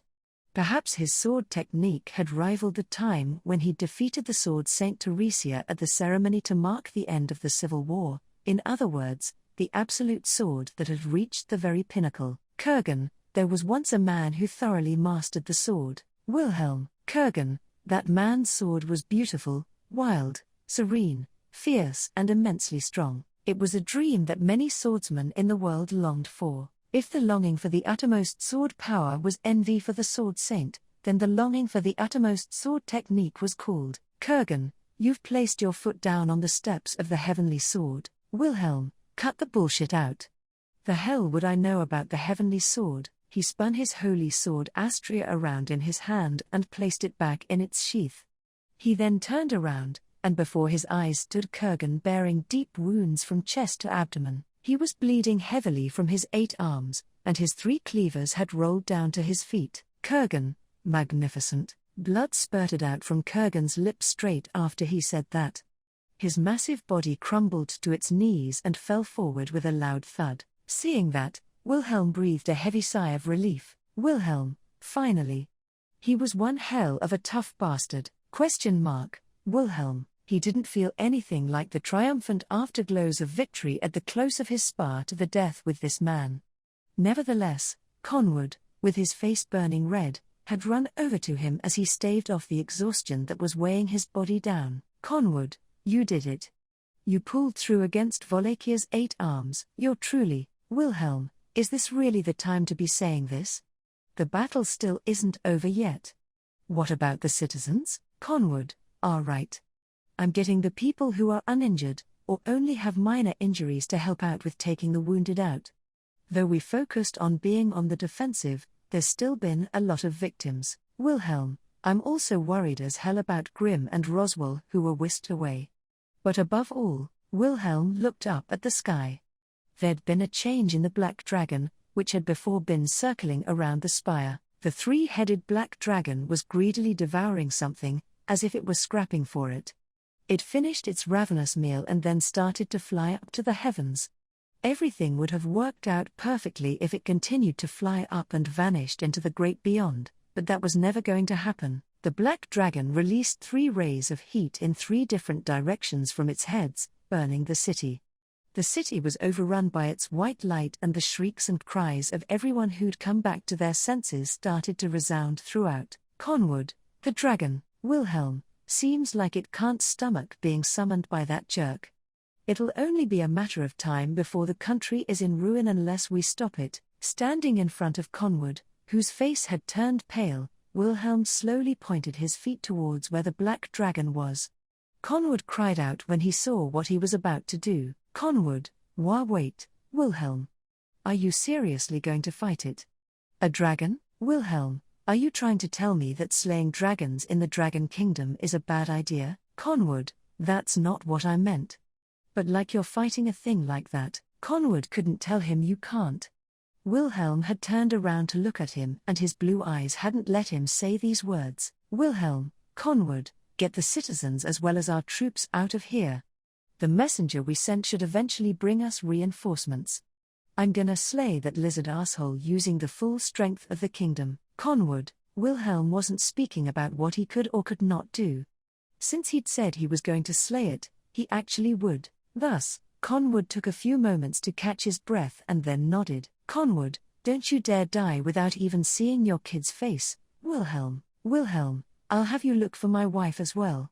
You don't look like the sort of guy who can fight whilst looking for a girl. Wilhelm left only those words behind before he sprinted off. He kicked off from the desolate street, ran up the wall of a building that had been burnt by the flames, climbed over its burnt rooftop and swung his holy sword at the black dragon perched in the twilight sky. Wilhelm, higher at the wings of the black dragon, which had never considered that such a puny being would have put up a fight against it. The silver beam of the sword demon pierced into its eerily beautiful wings as if it were being sucked in. Act 8, Part 7. He ran, first at a steady pace, then at a hurried pace, and finally at full sprint. Grimforsen desperately kept on running straight through the city that had turned into a battlefield. Rays of heat had aimlessly ripped through the city. The city had been burnt by the white beams of light that had come fired from different directions, enveloping it in bright red flame. It had turned into a hell, where even taking a breath would scorch his lungs. The setting sun in the sky, along with the flicker of the dazzling flames on the ground, were each trying to scorch the world in red. Cries of anger filled the sky, sorrowed screams swept through the ground, all the while Grimm ran towards the sounds of echoing steel. Grimm, Ilhelm. The battle that was going on overhead had long transcended what humans could fathom. How do you take on a dragon that has wings, is several times larger than yourself, has scales stronger than steel, and is a being that has marked its status as a creature of myth? How do you even get the guts to try and fight something like that? How could such a puny human being take on such a mighty creature alone? Who would be able to stop themselves from cowering in fear and dropping their swords? Who would be able to stop themselves from shrinking back with tears in their eyes? Nevertheless, Grimm pressed on.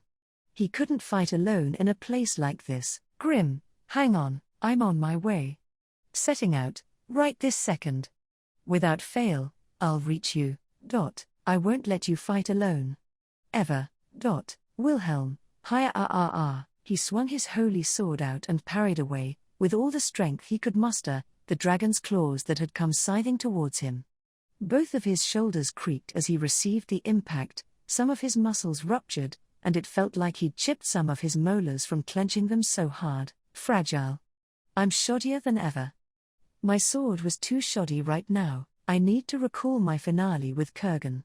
The moment where I avoided that guy's blow of certain death, and get as close to it as I can.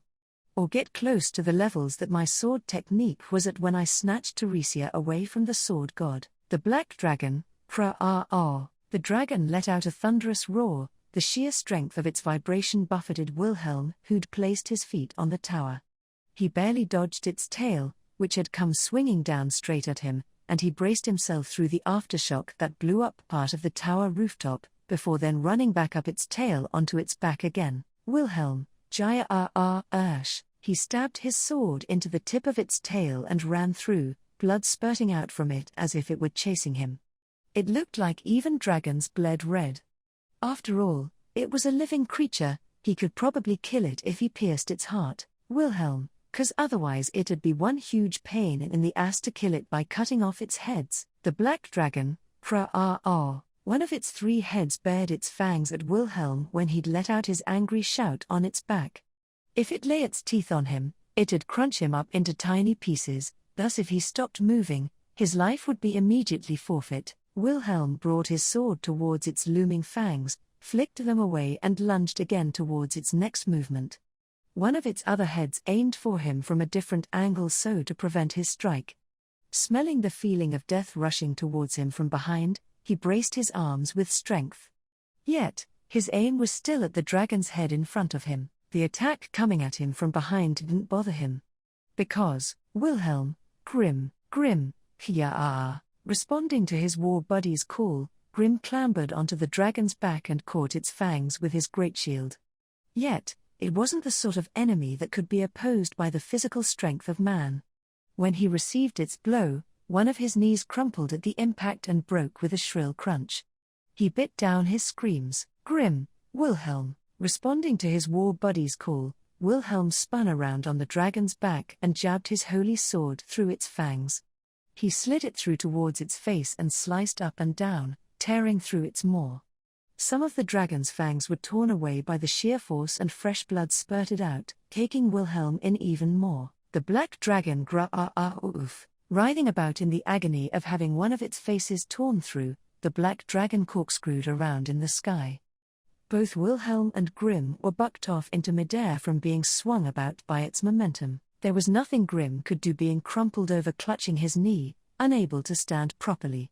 Wilhelm kicked off against a wall, forced his way over to him and grabbed him by the arm, both of them just barely managing to tumble down onto the top of a different building. Wilhelm, shit. What a goddamn reckless idiot you are. Grim, As if you can talk. The corners of Wilhelm's mouth couldn't help but curve up into a smile after Grim had chewed him out in his grazed voice. Then he looked up overhead, at the black dragon roaring in anger. Wilhelm narrowed his blue eyes and Wilhelm, what a stubborn son of a bitch. Grim, a trace of confusion flitted across Grim's pained expression when he heard what Wilhelm had muttered. Wilhelm breathed out a short sigh in response, and thrust his beloved sword up towards the black dragon in the sky. Wilhelm, look at the way it fights, it's goddamn awful. Do dragons really fight like that? The way they're going about it is like an amateur who hasn't got a clue how to. Grim, then, Wilhelm, it's no dragon. It's that bastard Stride. Grim grew speechless at Wilhelm's declaration. His reaction was a natural one. Even Wilhelm hadn't said it as a statement with clear basis, yet, Grim's intuition was screaming at him, telling him it was like that. Stride's manner of evil had been to bind others' souls with his curse rings and make them into his puppets. So, in the last of the last, that man had gotten his hands on the biggest, baddest puppet of the lot. Wilhelm, in the worst case we can stop it if we kill its puppet master, Stride, but, Grim, that's impossible. He's dead. Wilhelm. That's what I thought. Wilhelm gritted his teeth in response. In exchange for his own life, Stride had taken away the means to stop the Black Dragon from the kingdom. Then did this mean that even at the very end, the situation was still in the palms of that man's hands? Wilhelm turned around. Grim had collapsed onto his back, his right knee was in a sorry state, it was going to be impossible for him to continue fighting. It was going to take time before the reinforcements arrived, and Bordeaux being fighting fit was also way off. Roswell was probably going to have a tough time fighting too if they didn't show up. There was no way she would prioritize her own safety in a situation like this. That was the kind of woman she was. How much am I going to be able to do alone? Wilhelm. Grim spoke up from his side. Wilhelm once again looked at him and then gulped. That look on his face, Grim, you are not alone. An answer came, through his words which were full of belief and conviction. Voices began to rise up from everywhere around the burning city. Wilhelm lifted his head up at the sound of those voices, and his eyes swung wide open. From everywhere around the city of Pikutat, people were raising their voices, lifting their swords up and glaring at the Black Dragon in the ether. They'd had their hearts broken by the Black Dragon's baying, they'd had their streets scorched by its fiery breath, and they'd sunk to their knees, nothing but that, and yet, like Wilhelm who'd been fighting alone, they raised their voices as one, and, standing next to the standard-bearer, Conwood, with the Zajeff Corps who were leading this rousing cry was, Wilhelm, Teresia. There, propped up by Carol right beside her, was Teresia's figure with her red hair swaying in the searing breeze. His pregnant wife stood there majestically at the head of the most valiant men in the kingdom, her chest held out proudly. Their hearts were deeply stirred by her voice, and their shattered souls roused once more. Now, the people on the streets rose up. Teresia, Wilhelm, standing at their head, Teresia's lips stirred as she gazed at the frozen-in-place Wilhelm. Only Wilhelm knew right away that she'd called out to him. She wasn't carrying a sword, and had remained a mother, yet she was still inspiring everyone as the sword saint. Man, what an amazing wife I've got. The Black Dragon, Kruhu Aura. Not a single person had given in. Not a single person had yielded. Not a single person had turned their gaze to the ground. Their will was made directly known to the Black Dragon in the sky. It forgot its pain and trembled in anger. Then, its three heads began to build up its fiery breath again, preparing itself to release a horrific amount of heat to the ground.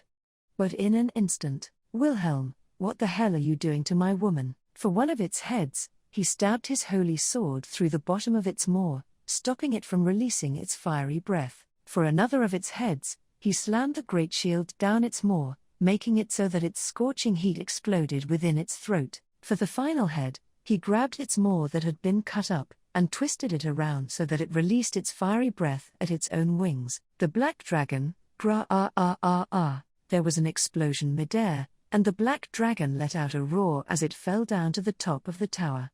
The sword demon began to fall down to the ground at the same time as that, with half of his body covered in flames. Wilhelm continued to drop headfirst down to earth, having greatly wounded the Black Dragon. At this rate, he was going to fall to his death. Yet, below him was, ? You have no idea how many times you'd have died without me around. You absolute dumbass. Wilhelm was caught by a pair of thick, muscular arms. He managed to force his eyes open amidst his pain, and he could see a man there giving him a resolute grin. Bordeaux. Wilhelm gave him a wry smile in return. Wilhelm, you're the one who almost died, just how goddamn tough are ya? Bordeaux, as a matter of fact, I was woken up by a voice that I've dearly missed in my dreams. Wilhelm, Bordeaux, this is no time to be sleeping, young lord, he told me. Like whoa, I was lucky to wake up. Wilhelm closed his eyes in response to what he'd said. A voice that he could no longer hear, the symbol of the regrets he had carried, manifested by his entrancement by the evil eye. He didn't think that the product of his delusion could have affected reality, but if it weren't for that sort of miracle, he wouldn't have been alive here today, that's for sure. Bordeaux, you hung in there admirably. This battle is your victory. Wilhelm, don't be so hasty, you dolt. It's not like the dragon is dead yet. Wilhelm clambered out of Bordeaux's arms, and said that as he panted for breath. However, Bordeaux shook his head at what he'd said. Bordeaux, nope, wrong. The battle has ended. His Majesty has stirred. Wilhelm, His Majesty, Janis. Hearing those unexpected words, Wilhelm furrowed his brows in doubt. The king of Lugnica, Janis Lugnica, he was a good-natured person. On that point there was no need to talk about the innate goodness of his character, but Wilhelm couldn't see how he was going to be the deciding factor in this battle. It's not like he'd be grabbing a sword and rushing over to the battlefield to try and fight the dragon himself. Wilhelm, and right at that moment, Wilhelm's breath caught. The reason why had been surprise, and the cause behind his surprise had been his own actions. Wilhelm had kneeled down, without him even realizing that he'd done so, and bowed his head. Looking around, Bordeaux, who had been standing next to him, was acting the same way. And other than him, he knew in his bones that everyone else was acting the same way. The city had plunged into silence. The people's voices who'd risen so bravely to quell the roars of the black dragon had disappeared. Everyone had ceased to speak, and bowed their heads down to that being, because, in accordance with the covenant of antiquity, for the descendants of the Lion King, I have hastened to thee with mine wings at thy service, because of the arrival of the blue divine dragon who truly ruled the heavens above, with the blood-red setting sun at its back. Wilhelm, faced with its overwhelming presence, its sense of awe that made every instinct in you want to prostrate yourself in front of them, its tone of voice that made it impossible for you to even think about going against it, and the shock it brought, as if it were whispering directly to your soul, every single soul in the city kneeled. Thoughts were dyed in white, voices froze in surprise, and the senses in their bodies stopped working. Even so, a name everyone in the kingdom knew, fear towards the absolute, floated to everyone's minds. The noble being who had made the covenant with the dragon kingdom of Lugnica, truly a being that was a true dragon. Volcanica, I am Volcanica. I hath hearkened to the appeal of the blood of mine old friend, and so manifested here. The divine dragon Volcanica had descended down with its wings at their service. Because of that, the situation was already decided. Crash, bang, thud, crash. On the battlefield where everyone remained kneeling out of reverence, sounds of destruction crushed the world ruled by tranquility into savagery. Those sounds were from the three-headed black dragon raising its enormous body from the top of the spire and rending down its stone tower completely. Even the black dragon was awestruck. It feared the unfightable being. How come it looked so small now? Compared to the divine dragon that had descended down to them, the black dragon's being was so frail and small to the point that it looked pitiful. The black dragon, Kra-ah, it was as clear as day to anyone that there was a massive gulf in strength between them. There was no way that the black dragon's instincts couldn't understand its hopeless position.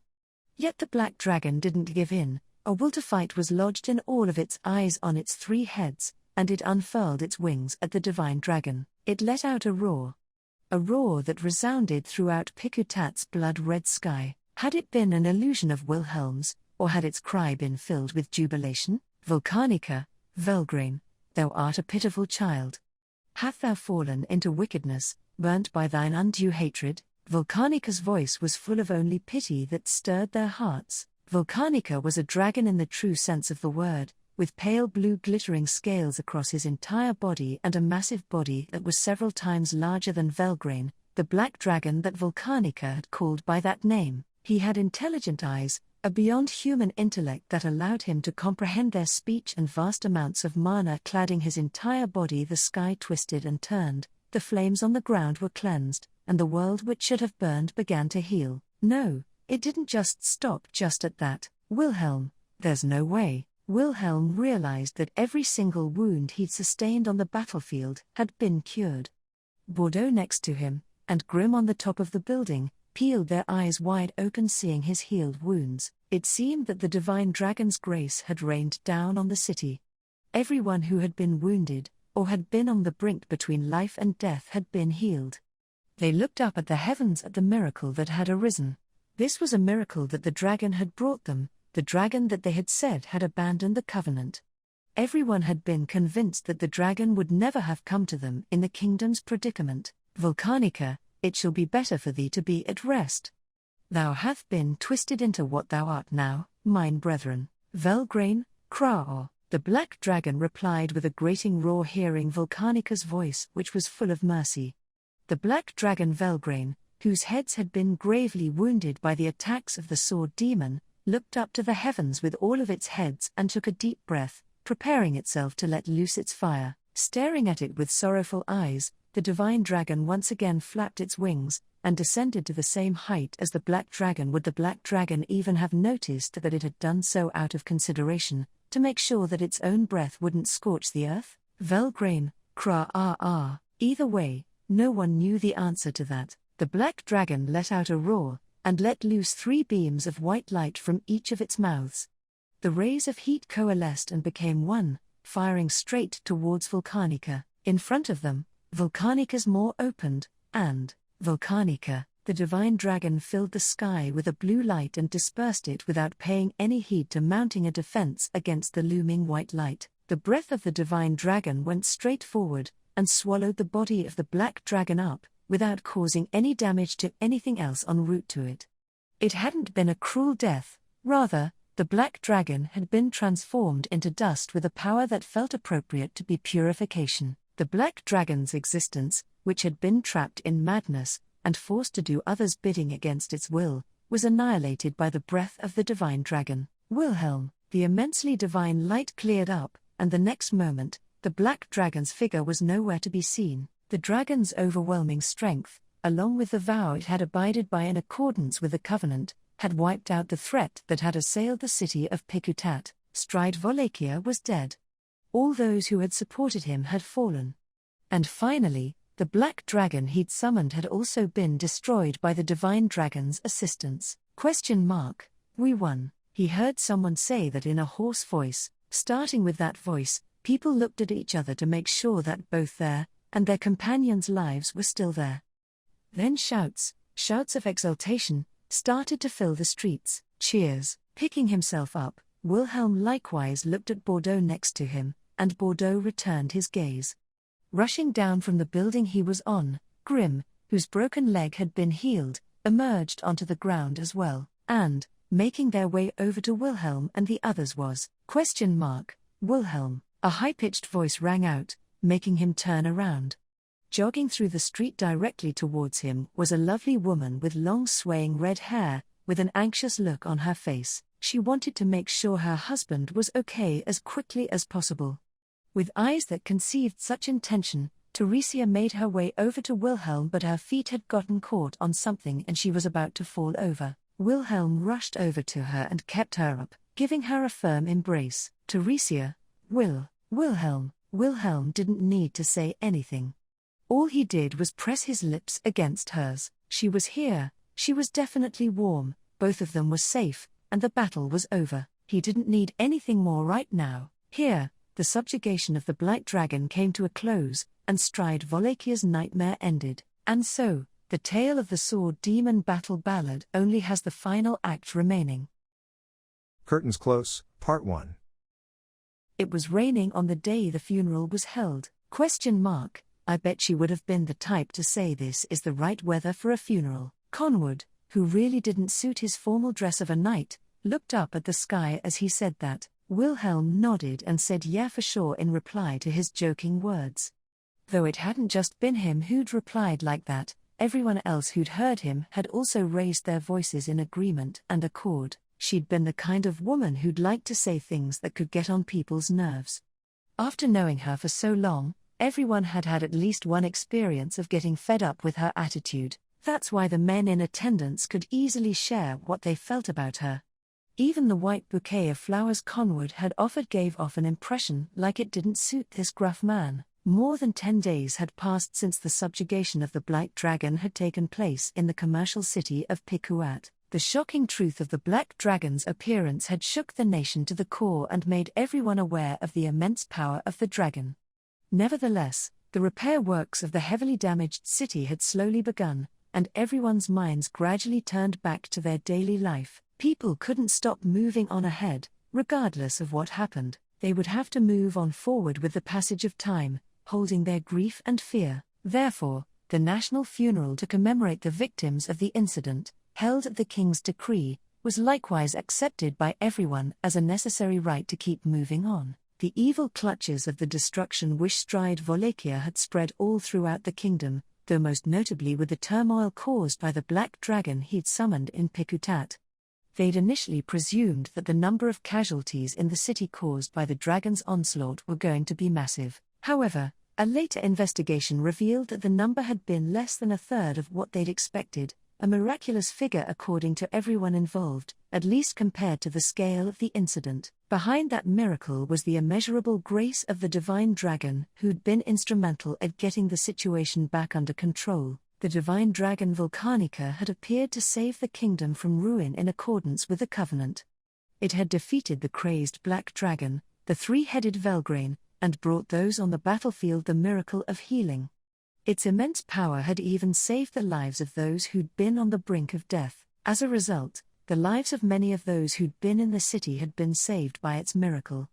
This was one of the reasons why the number of casualties had been far fewer than originally predicted. Of course, there were still casualties despite that.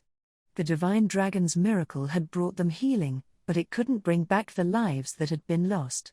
Even the dragon couldn't undo death. Those who'd lost their close ones exercised their rights to grieve their death and curse their absurd fate. Their profound sadness could be seen clearly pretty much everywhere across the state funeral. Losing a loved one was always an excruciating feeling, like that of being cut apart in a place where blades couldn't reach. That pain made no distinction between adults and children, bringing everyone to their knees equally. That reason alone made the attitude of the person standing in front of Wilhelm worthy of deep admiration. You must be Wilhelm Sommer. My mother has told me a lot about you. A young child who wasn't even 10 years old yet said this to him, giving him a deep bow. He had shoulder-length indigo hair, a well-proportioned face that gave an inkling towards his future good looks, and he was wearing formal wear over his slender, prepubescent body. He was gazing straight at Wilhelm with his eyes of blue and yellow. It felt to Wilhelm like it'd be the greatest sort of insult to his benefactor if he didn't meet that gaze properly. Therefore Wilhelm corrected his posture and received the boy with the courtesy of a knight of the kingdom. Wilhelm, I am a knight of the kingdom, Wilhelm van Astria. Your honored mother helped me out so much. I am incredibly indebted to her. That's why. Wilhelm trailed his words off there and then closed his eyes once again.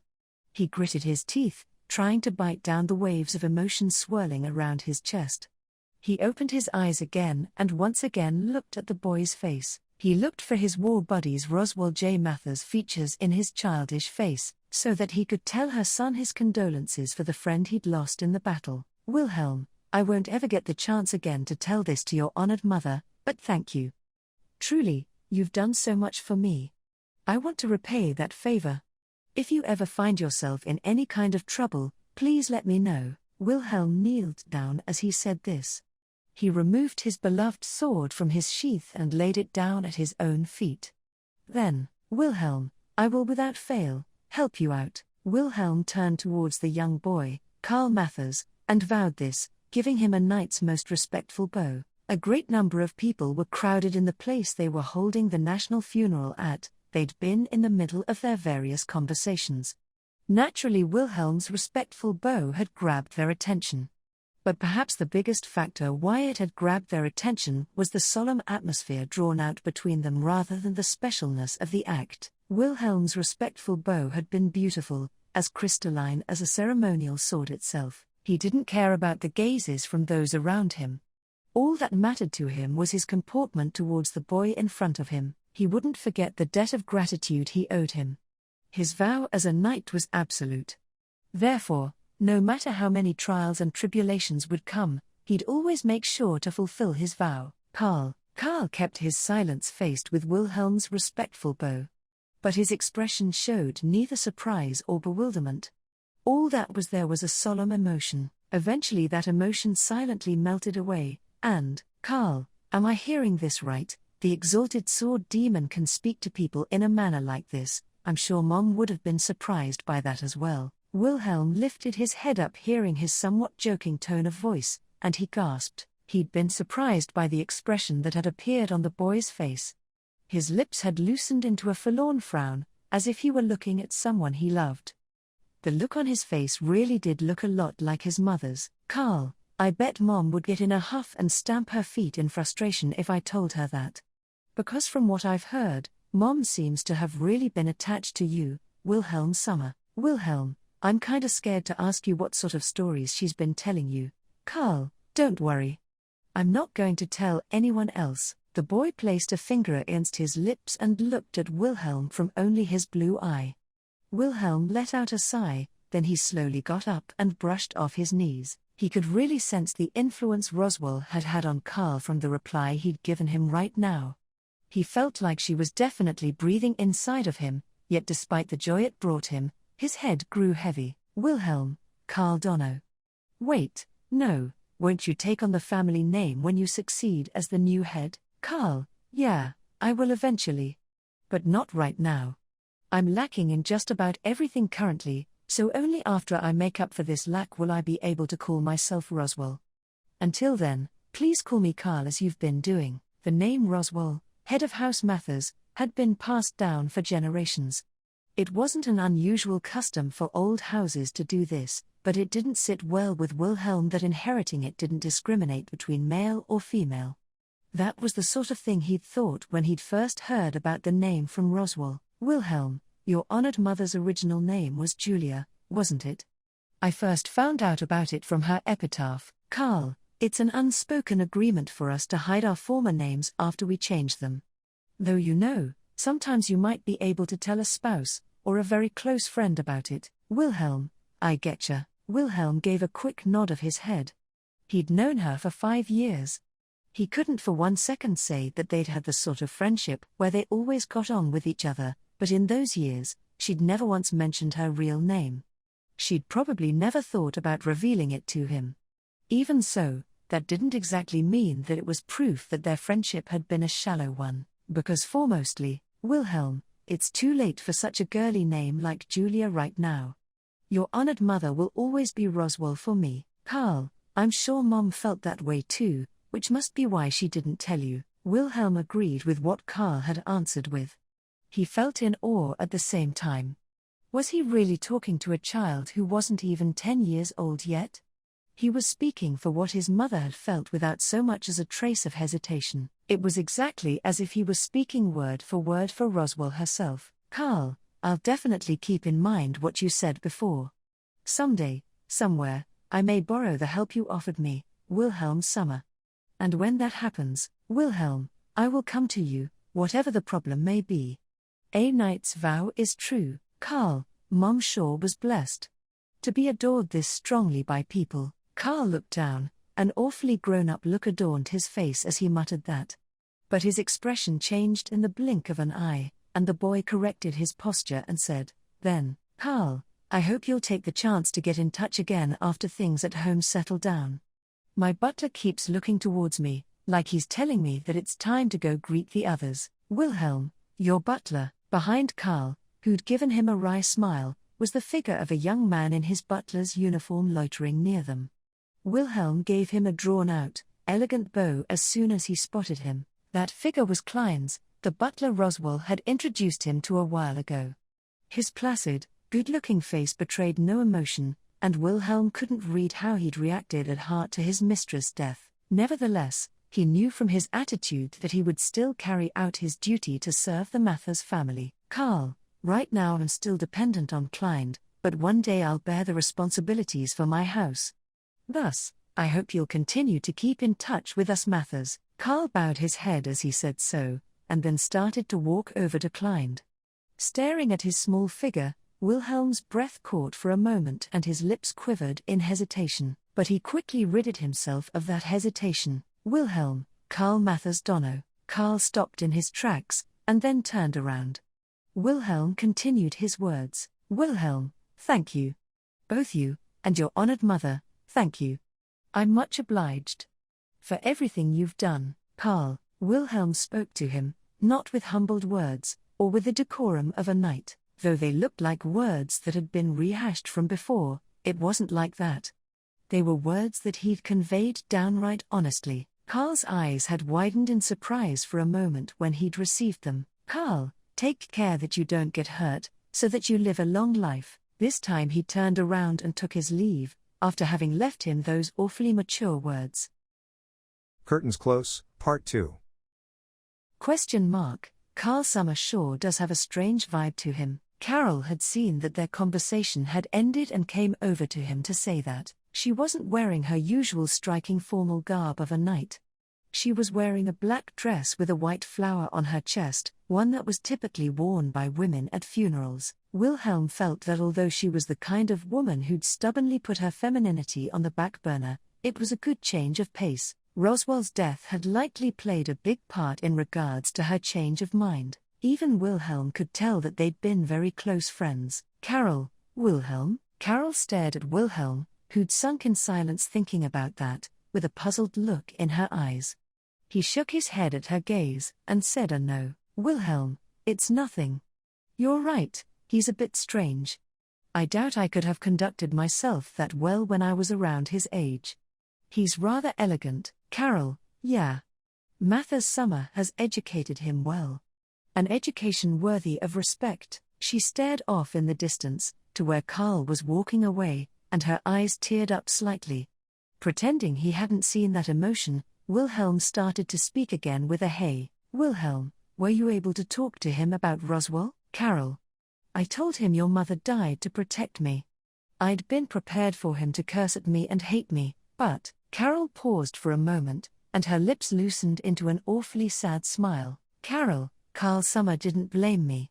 On the contrary, he placed his hand on my shoulder as I looked down in shame and told me, Mom would be delighted from the bottom of her heart that you're safe. It's gonna make burst into tears. Wilhelm, then what's there to smile about? Carol had been dragged into Stride's schemes and went through indescribable suffering.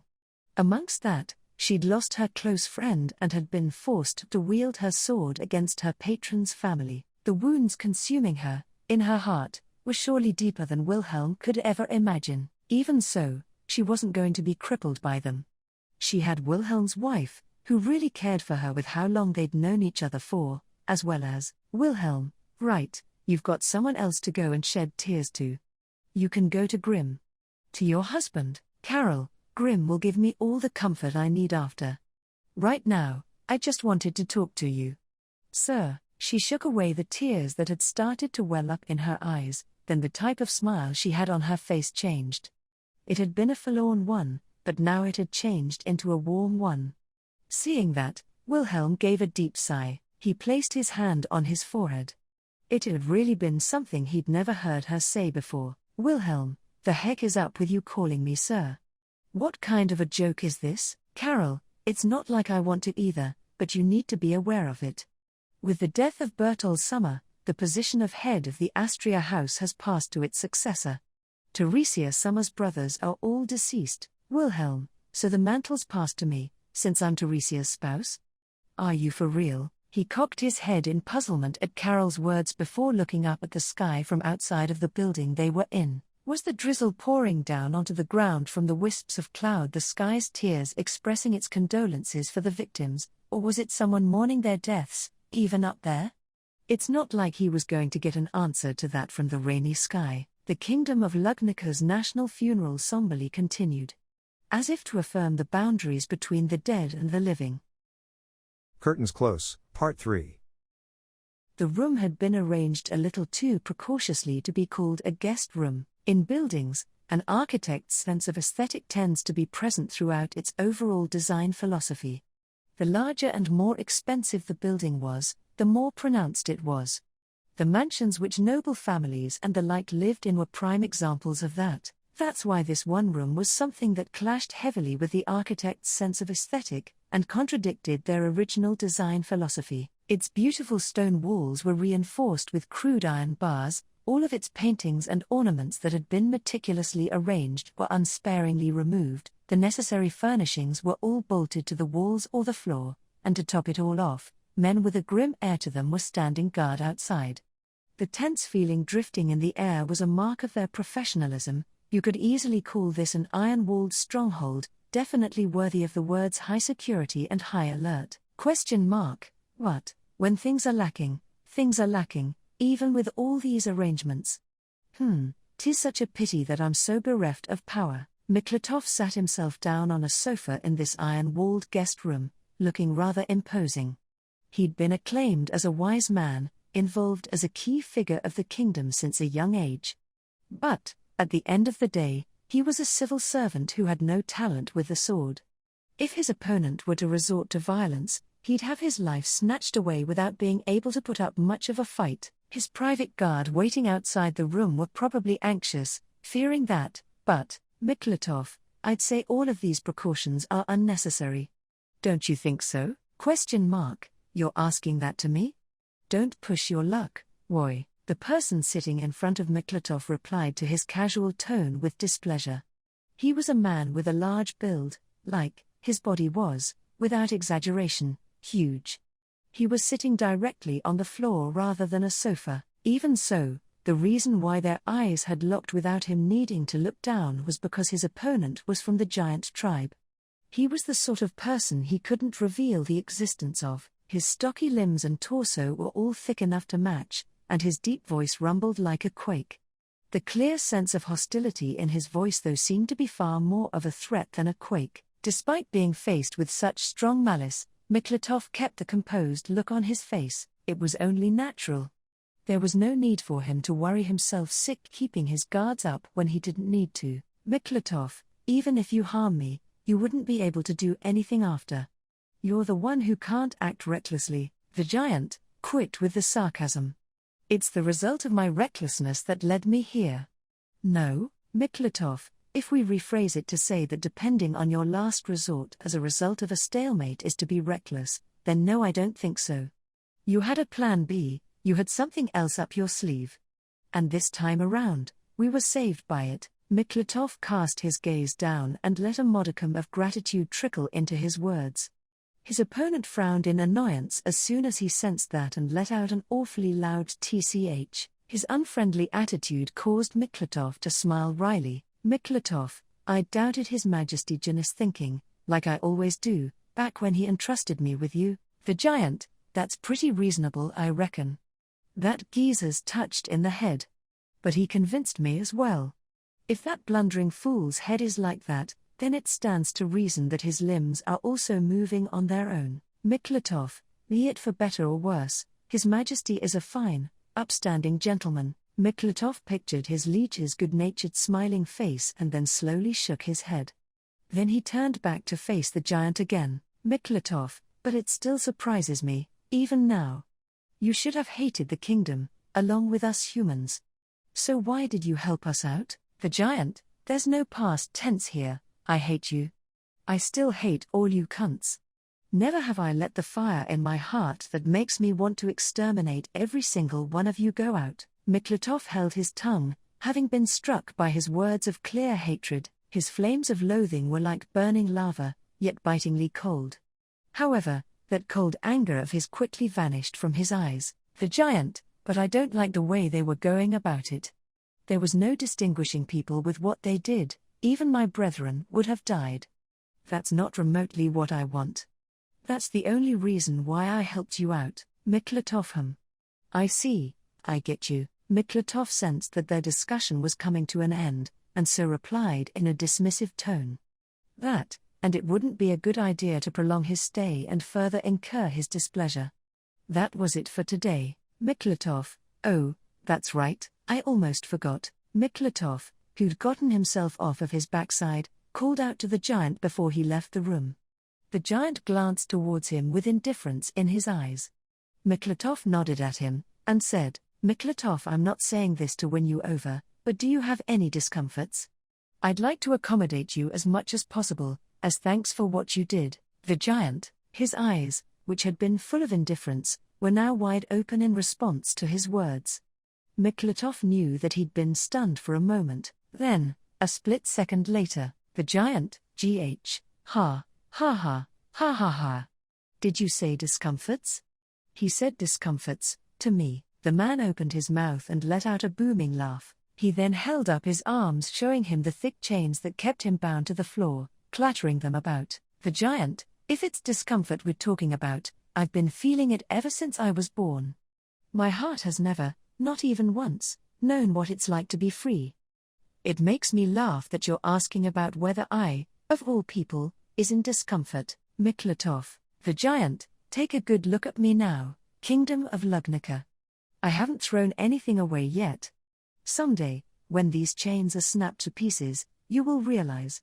You will realize just who it is who ought to be truly chained. Miklatov was scorched by his emotional outburst as well as the look of fury in his eyes. He regretted that he'd said something so careless. At the same time, it felt like he was underestimating the flames of anger that were constantly simmering in the depths of this man's heart. There was nothing Miklatov could do to extinguish the blaze that was hidden inside him. Perhaps no one would be able to manage that. With that in mind, he spoke. Miklatov, did you say the same things to His Majesty Janis as well? The giant, he didn't reply to his question. Nevertheless, he took his silence as an answer. Would there ever come a day where he would be able to talk to this man without chains or guards? Or would there be no resolution between them other than death and blood? Would an answer ever emerge someday whilst he was subject to his hatred, his curses and his flames of anger? Miklatov, what a thankless role this is, even though I asked for it. Miklatov muttered this to himself just before he left the room and then let out a brief sigh. Curtains close, Part 4. I never imagined that I would be the only one that would be left to live in dishonor. There was a sense of humiliation and chagrin, just as he'd alluded to, in the Eight Arms Kurgan's reminiscence as he stepped down from the dragon carriage. It felt to Wilhelm like there'd also been some sense of relief mixed in with it. Kurgan had been the sole survivor from Stride's faction, who'd been responsible for giving rise to the subjugation of the Blight Dragon. For a warrior who had been touted as the Empire's strongest, and had been fated to breathe his last on the battlefield, losing out on his place of death must have been indescribably regretting. That was made even worse by the fact that he'd been defeated in a duel with his arch-nemesis and left in a position to wait for his death. Wilhelm had slipped through his 8 arms and deeply wounded his chest with his sword. Kurgan's fate should have run out then. However, Wilhelm, the divine dragon's miracle, healed everyone's wounds in the city. You included, Kurgan. Quite so. Kurgan solemnly affirmed Wilhelm's words. Kurgan had been the only member of the Stride faction who'd had his life saved by the divine dragon's miracle. He'd bore the full blame for the chaos that had happened in the city and was to receive his punishment in his native empire of Wallachia. Kurgan's 8 arms and 2 legs were bound in fetters, and he was being brought to a frontier station on the border by dragon carriage. Wilhelm, who was accompanying him on this transfer, had a lot of mixed feelings about it. The road there was quite long, but the two of them hadn't exchanged a single word on the way. The feelings they needed to exchange had already been done plentifully so by their swords. It was something both of them felt the same about. By some fatality, the opportunity that had come around should have been, from the start, taken away forevermore by the cycle of life and death. Though you could think of it as a disgrace, or an untruth, Wilhelm, it feels absurd even to get so stubborn about it, no? Thoughts in that vein allowed Wilhelm to reply to Kurgan's reminiscing. Kurgan turned his back to the border and looked over in the direction of the kingdom, as if he'd sympathized with what Wilhelm was thinking. Kurgan, merely I, the warrior, remain, my son, his wife and those shinobi twins perish. Impermanence at its finest. Wilhelm, yet you don't seem perturbed. Kurgan wasn't cursing the absurdity of his fate.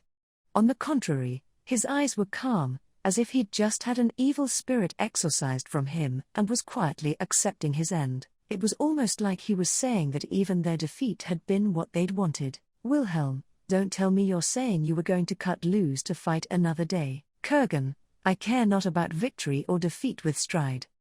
In terms of that, it was always one defeat after the other. However, in his final moments, my son fulfilled his long-cherished desire. That makes me content. Wilhelm, his long-cherished desire. Kurgan, he called a dragon. Not a blight dragon, but a real one. By twisting the fabric of reality, Wilhelm had no idea what kind of aspiration that man had been granted. Most likely Kurgan didn't know either. No one could know what was going on in that man's mind. That man had trampled over the world at his will and died fulfilling his insane wish in the end. He lived, and then he died. Yet such a man had people who had tried to love him, even if they didn't understand him. Kurgan, fare ye well, sword demon. This time, they didn't exchange any more words between them. Kurgan didn't show a single sign of resistance until they handed him over to the Empire's envoy. That had probably been where Kurgan drew the line as a warrior, or perhaps as a parent. Wilhelm, what's going to happen to him back in the Empire? Wilhelm asked Bordeaux, who was standing next to him, as they saw off the dragon carriage leaving the frontier station driving off to the Empire. Bordeaux, who'd been in charge of the transfer, folded his burly arms, and then spoke. Bordeaux, the Empire owes us a great deal for this. Their member of royalty who fled his country kicked up a stir with the intention of overthrowing another country. Our relations deteriorating seems like an inevitability, Wilhelm. It would be like that if they acknowledged Stride's existence, I guess. Bordeaux, yeah. Bordeaux gave him a bitter nod and Wilhelm cht. The Empire had strongly denied any connection with the Stride faction from the very beginning. Stride being a member of the Wallachian royalty came only from his own claim. They needn't even bother to touch on the credibility that the crazy washout's words held. It might have been a different story if Stride's corpse had remained, but his body had been swallowed by the black dragon and the dragon itself had been reduced to dust. It was impossible to prove his claim. It was likely that even in his home country of Wallachia, all of the evidence showing that he really existed would have been buried. Wilhelm, but then, wouldn't that put Kurgan's life in jeopardy if he's gonna testify against them? Bordeaux, I get your concern, but that's not going to happen. They don't convict their powerful heroes. Their doctrine of blood and iron where the strong are revered will save Kurgan's life. Though I'm not sure if I can call that a blessing, the fact remained that Kurgan had cooperated with an unknown mastermind, even if they didn't admit that the main culprit had been affiliated with the Empire. Thus Kurgan had been transferred to the Empire, and would receive the blame. Their apologies and reparations to the kingdom were probably going to be reported officially as being Kurgan's fault. Wilhelm, so this is what politics is like. Bordeaux, just a part of it. These are things which both you and me aren't very good at, since you can't solve them by smacking them. Bordeaux said that with a wry smile on his face after Wilhelm spat those words out. It was as he said. Both Wilhelm and Bordeaux sucked at settling things when they couldn't use their swords. Even so, Bordeaux, unlike Wilhelm, had to affront that battlefield which was full of that. Bordeaux, this will be the last time I'll hold my axe. Wilhelm, Bordeaux, I'm getting a bit too slow to stand on the front lines. I reckon it's about time now. Bordeaux announced that he was going to hang up his boots, as if corroborating what Wilhelm had been thinking. Bordeaux had been a man of battle as well. Wilhelm knew that the days he'd spent wielding his axe and training with it were not few at all, as well as how anguishing his decision to hang up his boots was. Bordeaux, in the last battle I was able to fight with you, Grim, the core members, and Pivot. My life was spared, and I even got to look up at the majestic figure of the divine dragon. The show ends here for me. Wilhelm, so you're going to hang up your boots and devote yourself fully to the world of politics? Are you really gonna be able to manage that? Bordeaux, I hope you'll give it your all in the Zajev Corps in exchange. I expect great things from you, my junior. Wilhelm, when you refer to me like that, does that have something to do with looking after the Gildark family? Wilhelm tilted his head in confusion when he said that in response to Bordeaux, who looked like he was in contemplation. Unsurprisingly, a substantial number of the citizens of Pikutat had fallen victim in the subjugation of the Blight Dragon. The group that was most affected after them were the members of the subjugation force who'd been dispatched to defeat Stride. From the names he knew of these victims, there was Roswell's, as well as Wilhelm, Rozak Gildark, though I didn't really know him that well. Bordeaux, he was a fine individual. He was in charge of training the new recruits back during the Civil War. You may have skipped his boot camp, but Grim and stuff should have been looked after by him. Wilhelm, I imagined you'd say something like that. Rozak, one of the great knights of the kingdom, had joined the subjugation force to keep his kingdom safe. He'd been one of the people who'd lost their lives in the battle, protecting the civilians that had been turned into a mob. Wilhelm, I heard that he died protecting a child. Bordeaux, yeah.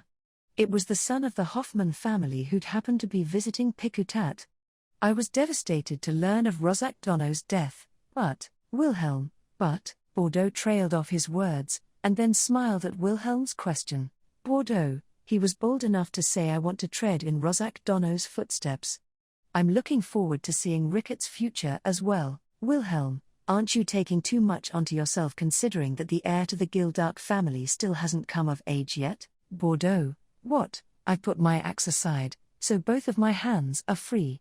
So grabbing onto the future should be a piece of cake, right?" "Wilhelm, that way of putting it is really unlike you," he snorted, and then Wilhelm smiled too. Wilhelm looked up at the sky absent-mindedly. He felt as if he'd seen those clouds drifting about in the azure before. The drifting wisps flew away in the breeze and slowly changed shape.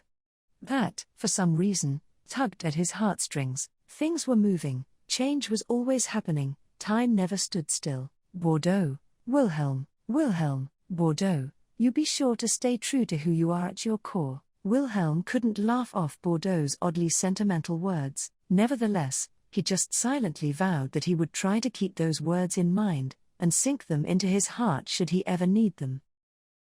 Curtains Close, Part 5.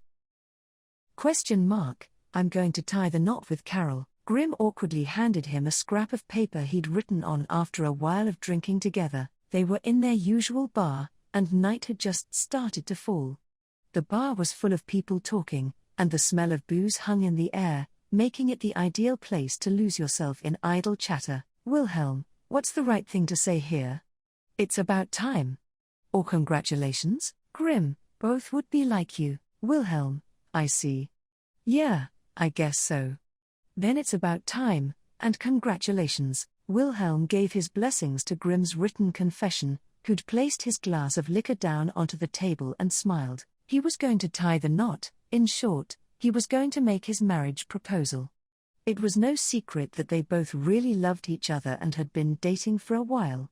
So much so, that those around them had been eagerly waiting for when it was going to be. Their difference in social status, what with Carol being a noble, and Grim from common stock, had been related to their delay.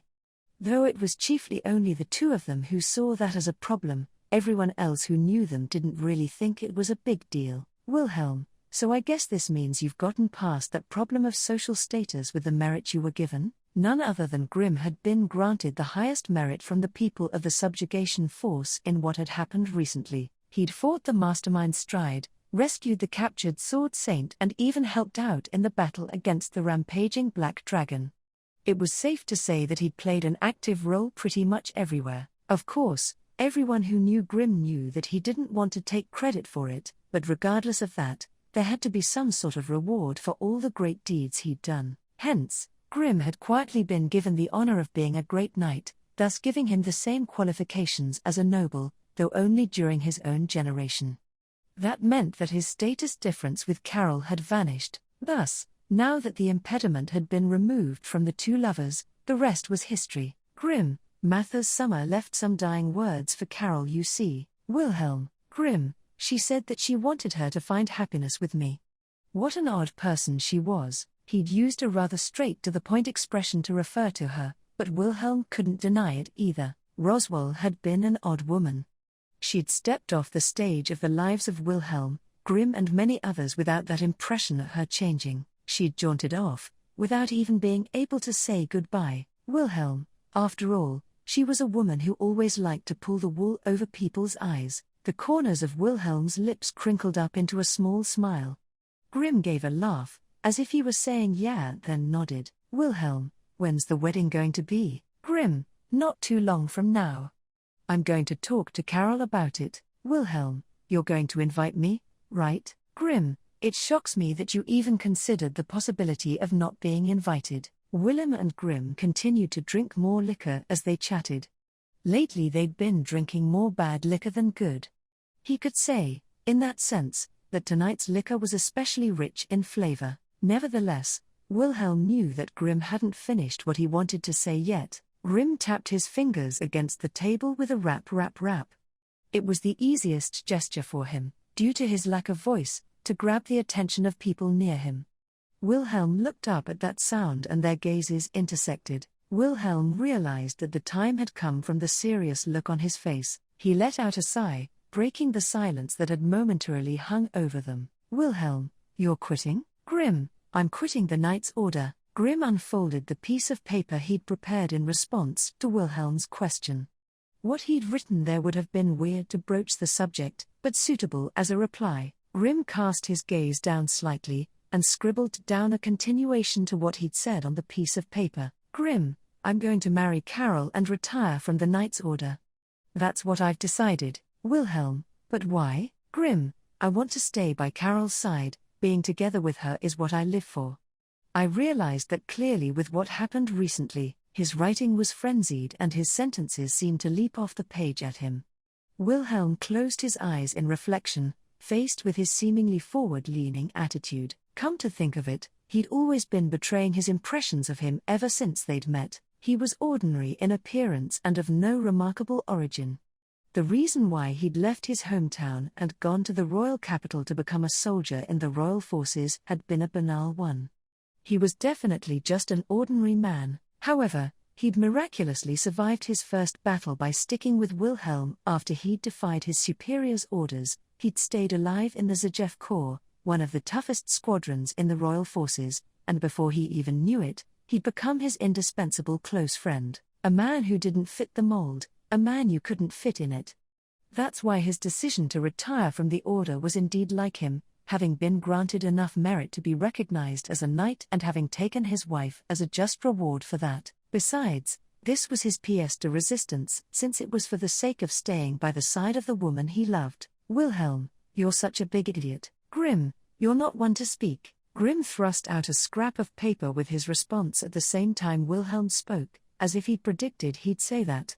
Wilhelm reacted in embarrassment, causing a broad smile to break out on Grimm's face. Grimm, the Remendis family will be succeeded by Carol's brothers. So she's going to be Carol Forsen. We're going to live together and keep on supporting each other. Wilhelm, I see. Wilhelm had no objections to Grimm's plans.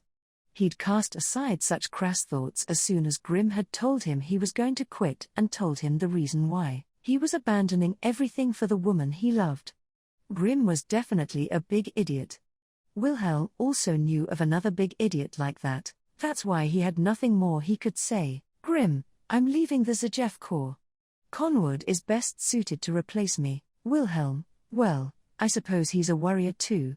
He'll definitely keep an eye on me so that I don't end up in an early grave. Grimm, that's your role as commander, you know. Also, the Zajev Corps are about to change in essence too.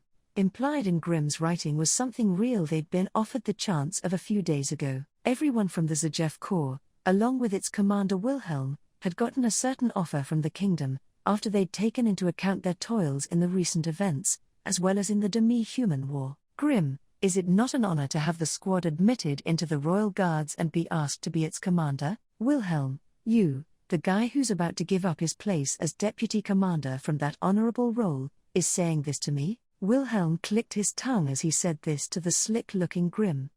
Their admission into the Royal Guards had been as a result of the Zajev Corps peerless service. The Royal Guards were responsible for protecting the most important positions in the kingdom. With all due respect, positions within it couldn't be granted to knights of middling caliber.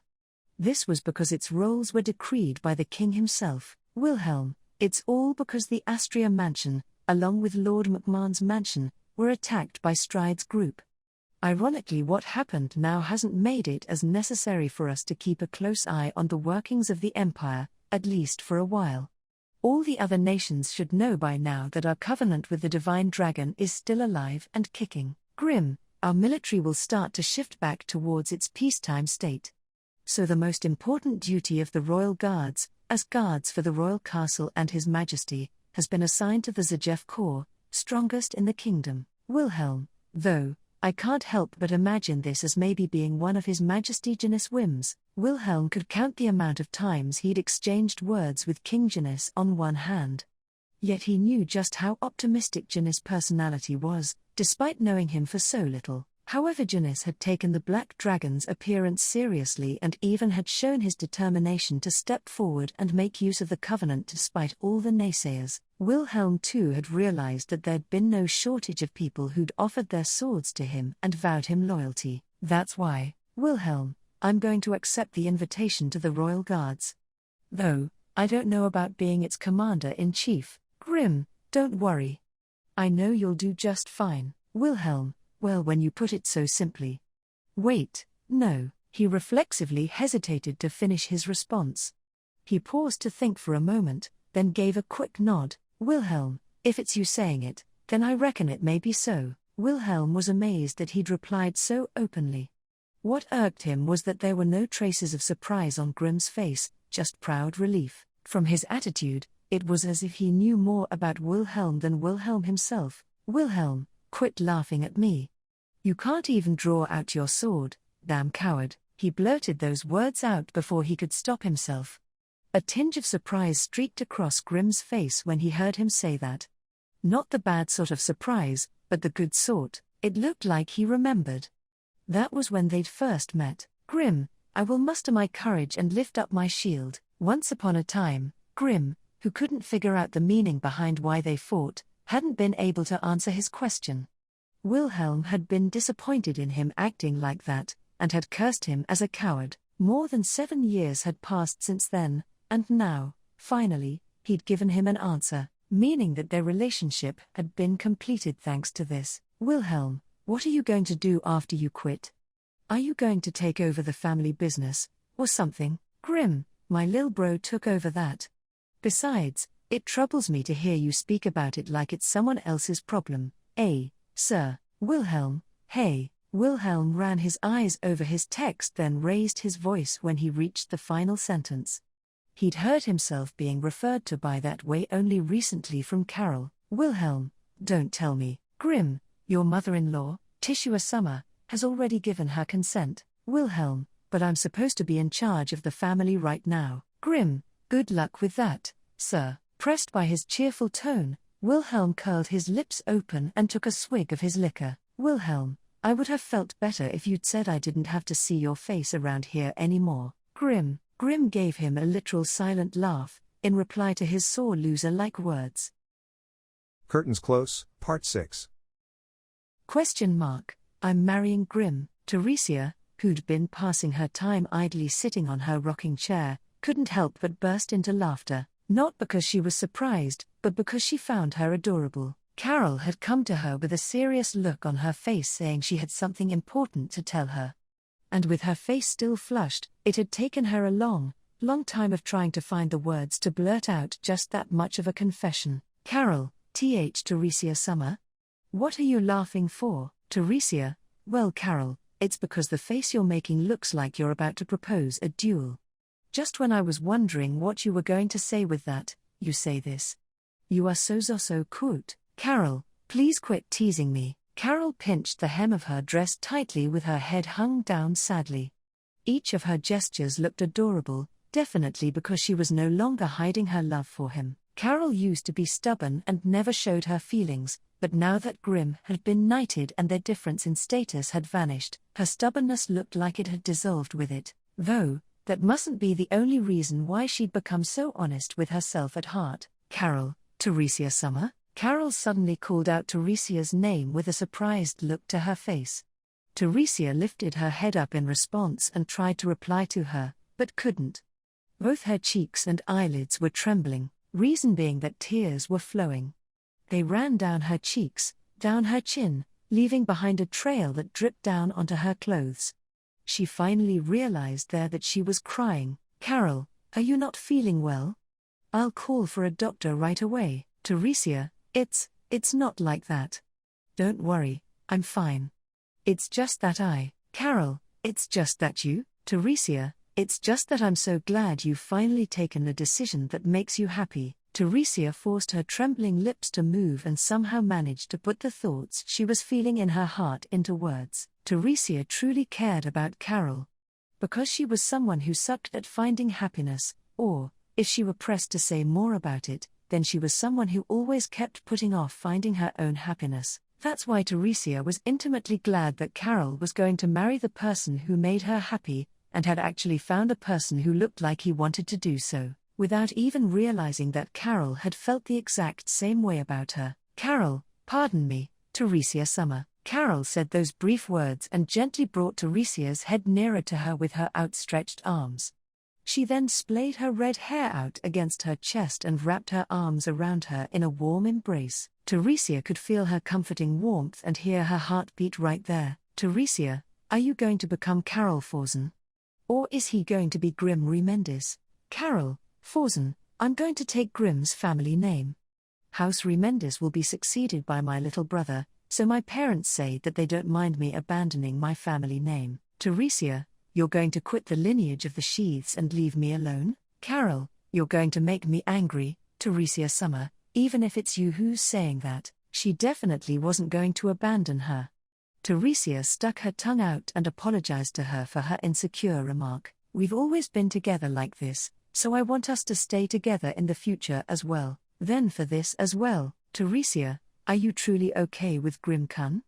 Like, is he the one who makes you the happiest of all? Carol, Teresia Summer, Teresia, I just want you to be the happiest in the world, Carol. That's why I want you to be with the person that makes you the most happy. Does Grim Kun fit the bill? Is he your destined person? Is he Wilhelm? Carol, Teresia Summer, you're confusing me. It would be wrong of me to say that the expression you used is insulting, so I won't say that, but, Carol soothingly patted Teresia's back with a complex look adorning her face. Snuggling her cheeks against her in response to her gentle action, Teresia tightly wrapped her arms around Carol's body. She hugged her, tighter and tighter. Her baby shifted around in protest in her swollen womb. Teresia, your mom's in the middle of an important conversation right now. You need to stay quiet. She said this in a strict voice, and as a result, her baby went quiet. Teresia, nice, good child. Hey Carol, I'm sorry. I already knew this, but I'm confident that I can say you'll make a great mother, Teresia Summer. Carol gave her a firm nod, having barely suppressed her urge to laugh. Then she gently stroked Teresia, who was still held in her arms, and said, Carol, yes, I won't regret it. I'm going to be the happiest person in the world. Grim is my destined person. No, to put it more aptly, he's the person I chose. Teresia, good. In that case, you can trust that far more than stuff like destiny. She gave her a smile back in response before her lips formed into a pout. Teresia, but this isn't fair, Carol. I can't say anything back when you put it like that. I'm going to end up not believe anything you say now. Carol, yeah. You can count me among the people who've beaten the Sword Saint with this. Teresia, shall do. Yeah, I'm the weakest and most pitiable Sword Saint in all history, who just keeps on losing. So from now on, you'll have to keep on beating me, won't you? Carol, you can count on me. I'll always be at your side, Teresia Summer. Carol kneeled down as she said this. Then, as she glanced up at her, Teresia gave her a mischievous smile. Teresia, on that subject, if me and Grim Kun were in danger, which one of us would you choose first? Carol, the man I love can get out of sticky situations on his own.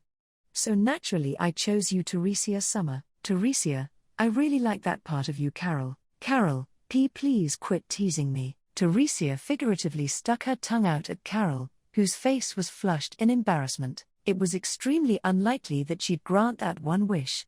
She knew that her habit wasn't a good one, and that Carol was bothered by it, but she couldn't stop herself. After all, Carol's embarrassed face was just as cute as her smiling one. That's why Teresia would definitely get along with anyone who knew that fact. Standing right now in front of Carol, who was embarrassed like this, the smile on Teresia's face was like that of a flower in full bloom. Teresia wanted to express her thanks, her heartfelt gratitude, to everyone who'd helped out in keeping these peaceful times ongoing. Curtains Close, Part 7. Thus dawns the final act on the long-running sword demon battle ballad. Carol and Grim Kun look really happy, don't they? Yeah. I was kinda unhappy that he ended up taking Carol away from me, but... yeah. You've got to put your hands up when she's been made this happy. Yeah. Wilhelm, aren't you lonely too now that Grim Kun's been taken away by Carol? Wilhelm, yeah. Uck. You're not listening to a word I'm saying. Teresia burst out in anger at Wilhelm, who kept mumming back at her.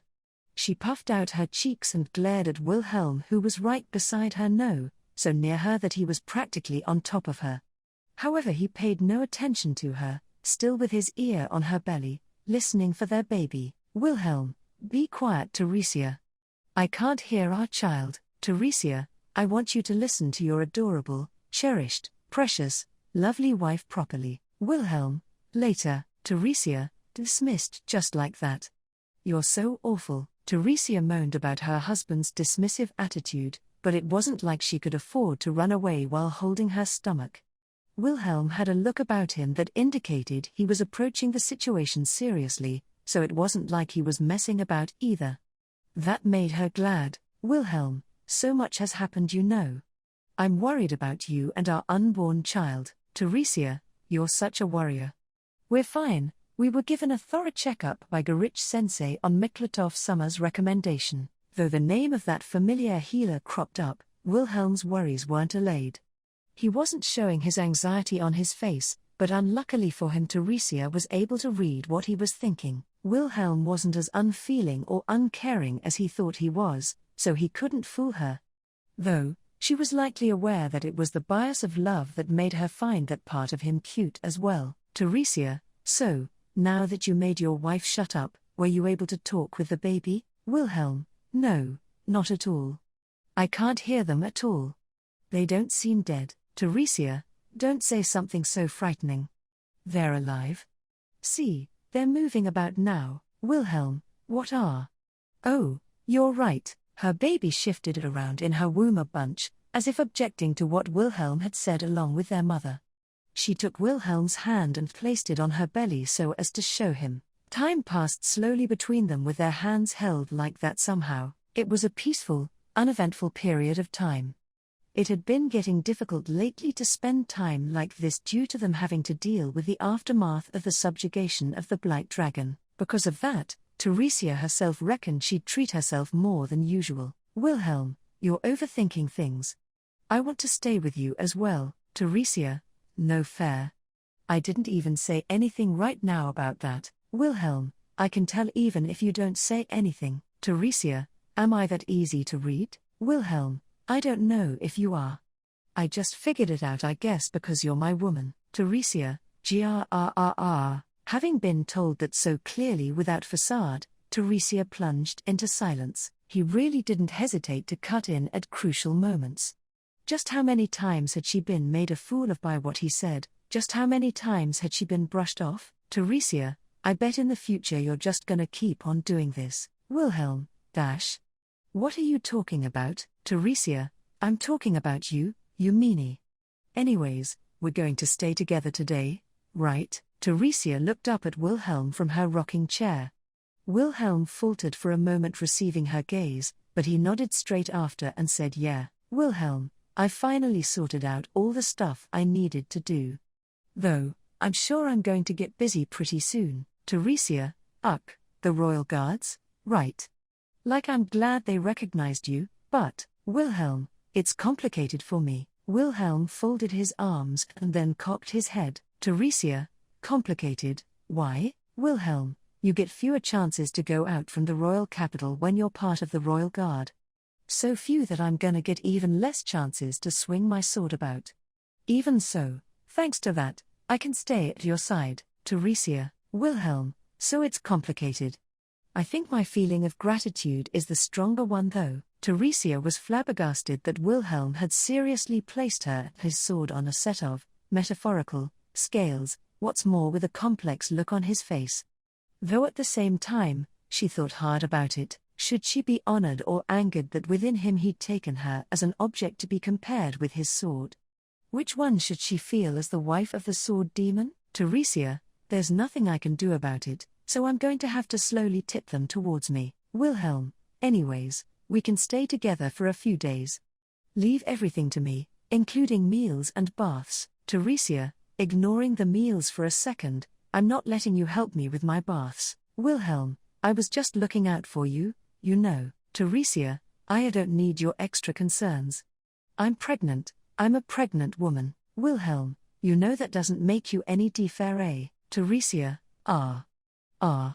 enough. Yes, enough with this. This ends here. End of story. Yes, give me a hug, a really tight one, and that's it for today. Teresia waved her hands about frantically and told him what she wanted without holding back. Wilhelm shrugged his shoulders in response while obediently giving her a tight hug. She felt the loving touch of his strong arms. It was different to the one he'd given her when they'd reunited back in that city and he'd pulled her into him with all his strength. Still, no matter how many times it was, she ended up falling in love over and over again with this new Wilhelm. So much had happened, there'd been so many goodbyes, including Wilhelm and Carol's dear friend and her own cherished father. Even so, would they forgive her for relishing in her happiness like this? You needn't even worry about that. Teresia felt as if she could hear her father, Bertel, saying that. Indeed, she was sure that he'd have probably said that. That's why, suddenly, those words came blurting out from her mouth. Teresia, I really wish my father had managed to name our child. That had been what Teresia had desired at the end, in that world where crime and punishment congregated, in that world where she was reunited with the family she thought she'd never seen again. Even though Bertel had replied to her, saying that he wanted to rack his brains and decide after giving it some thought. Wilhelm, Teresia, there's something I haven't told you yet. Teresia, huh? Wilhelm overheard Teresia's murmur, and while still holding her, whispered that gently into her ear. Then he removed his arm from around her and put it in his pocket. And, Wilhelm, it's something your honored mother gave me. She said she wanted me to pass it on when the chance came. Teresia, he pulled out a crumpled letter and presented it to her. Teresia took it looking confused. Part of the paper was torn, and it had even been folded over a bunch of times. The dark stuff on its edges were probably bloodstains. Teresia opened the letter with trembling fingers, and what she saw written there was, Teresia, oh, Wilhelm, it seems like your honored father had been giving it quite a lot of thought. Teresia let out a short quivering gasp in response to Wilhelm's words. There was a long list of names written on the letter she'd opened, more than she could even count. Many of them had traces of being marked, considered, rejected, or signs of excitement around them, but only one amongst them, just one, the last one remaining, had a circle around it. Teresia, Heinkel, she put it into words. She let it roll off her tongue and voiced out the name, Heinkel. That name ever so gently tugged at Teresia's heartstrings. Wilhelm, it seems like he only came up with boys' names. I guess you could call it being dead set on that. That sort of stuff too was rather like of your honored father. Teresia, yeah, definitely, for sure. It was really, definitely, absolutely like my father. She'd never asked him to do so directly. Despite that, he must have rushed off to do it on his own, and racked his mind day and night, really struggling to think up a name. Teresia, he kept our promise. She'd thought that the promise she'd made with her father after he'd died, a promise that he shouldn't have been able to keep, wouldn't have been fulfilled. Even so, Bertel had kept his promise. He'd kept his final promise to his beloved daughter. He'd been someone who could do that. He'd been someone who'd done that. That's why he, Teresia, Heinkel, she repeated that name over and over again, so that it would reach her unborn child. Wilhelm, Heinkel Astria. Wilhelm likewise spoke the name out to his child, as if he understood what Teresia was trying to do. They just laughed a moment ago thinking about what would happen if her baby wasn't a boy. But that didn't matter. The two of them called out their child's name. Heinkel will be your name. A name that your brave, wonderful grandfather thought up for you. A name that will be called out with love many, many times from the moment you're born. Teresia, it's been tough for you even before you were born, and I'm sure that it'll be tough for you after, but me and Wilhelm will be here for you. After all, your mommy and daddy love you, Wilhelm, and it looks like Grim and Carol will be sticking with us for a while too. So you know, that means you definitely won't be bored when you come out. Wilhelm continued from where Teresia had left off. Hearing those words, she slowly looked at her beloved husband with her blue eyes and gave him a lovely smile, similar to that of a blooming flower. Teresia, I love you, Wilhelm. What about you? Wilhelm gazed back at his beloved wife, and said, Wilhelm, you know that, As adorable as it was that this part of him didn't change, she really wished he would say it back. Curtains close, Part 8. And thus this tale too comes to an end. A tale about a man and a woman who were toyed with by the evil of the destruction wish and their love that was first tested and then responded. There'd been many farewells, and the balance between what had been lost and what had been gained was out of equilibrium. But no one should be able to quantify the value of happiness and unhappiness in others. For now, you ought only listen to the ballad of the battlefield. What did the demon of the sword who was ablaze with love desire at the end of it? What did this lumbering demon who could only speak through the battlefield desire at the end of it? May the tomorrow he dreamed of be there at the end of the sword demon battle ballad.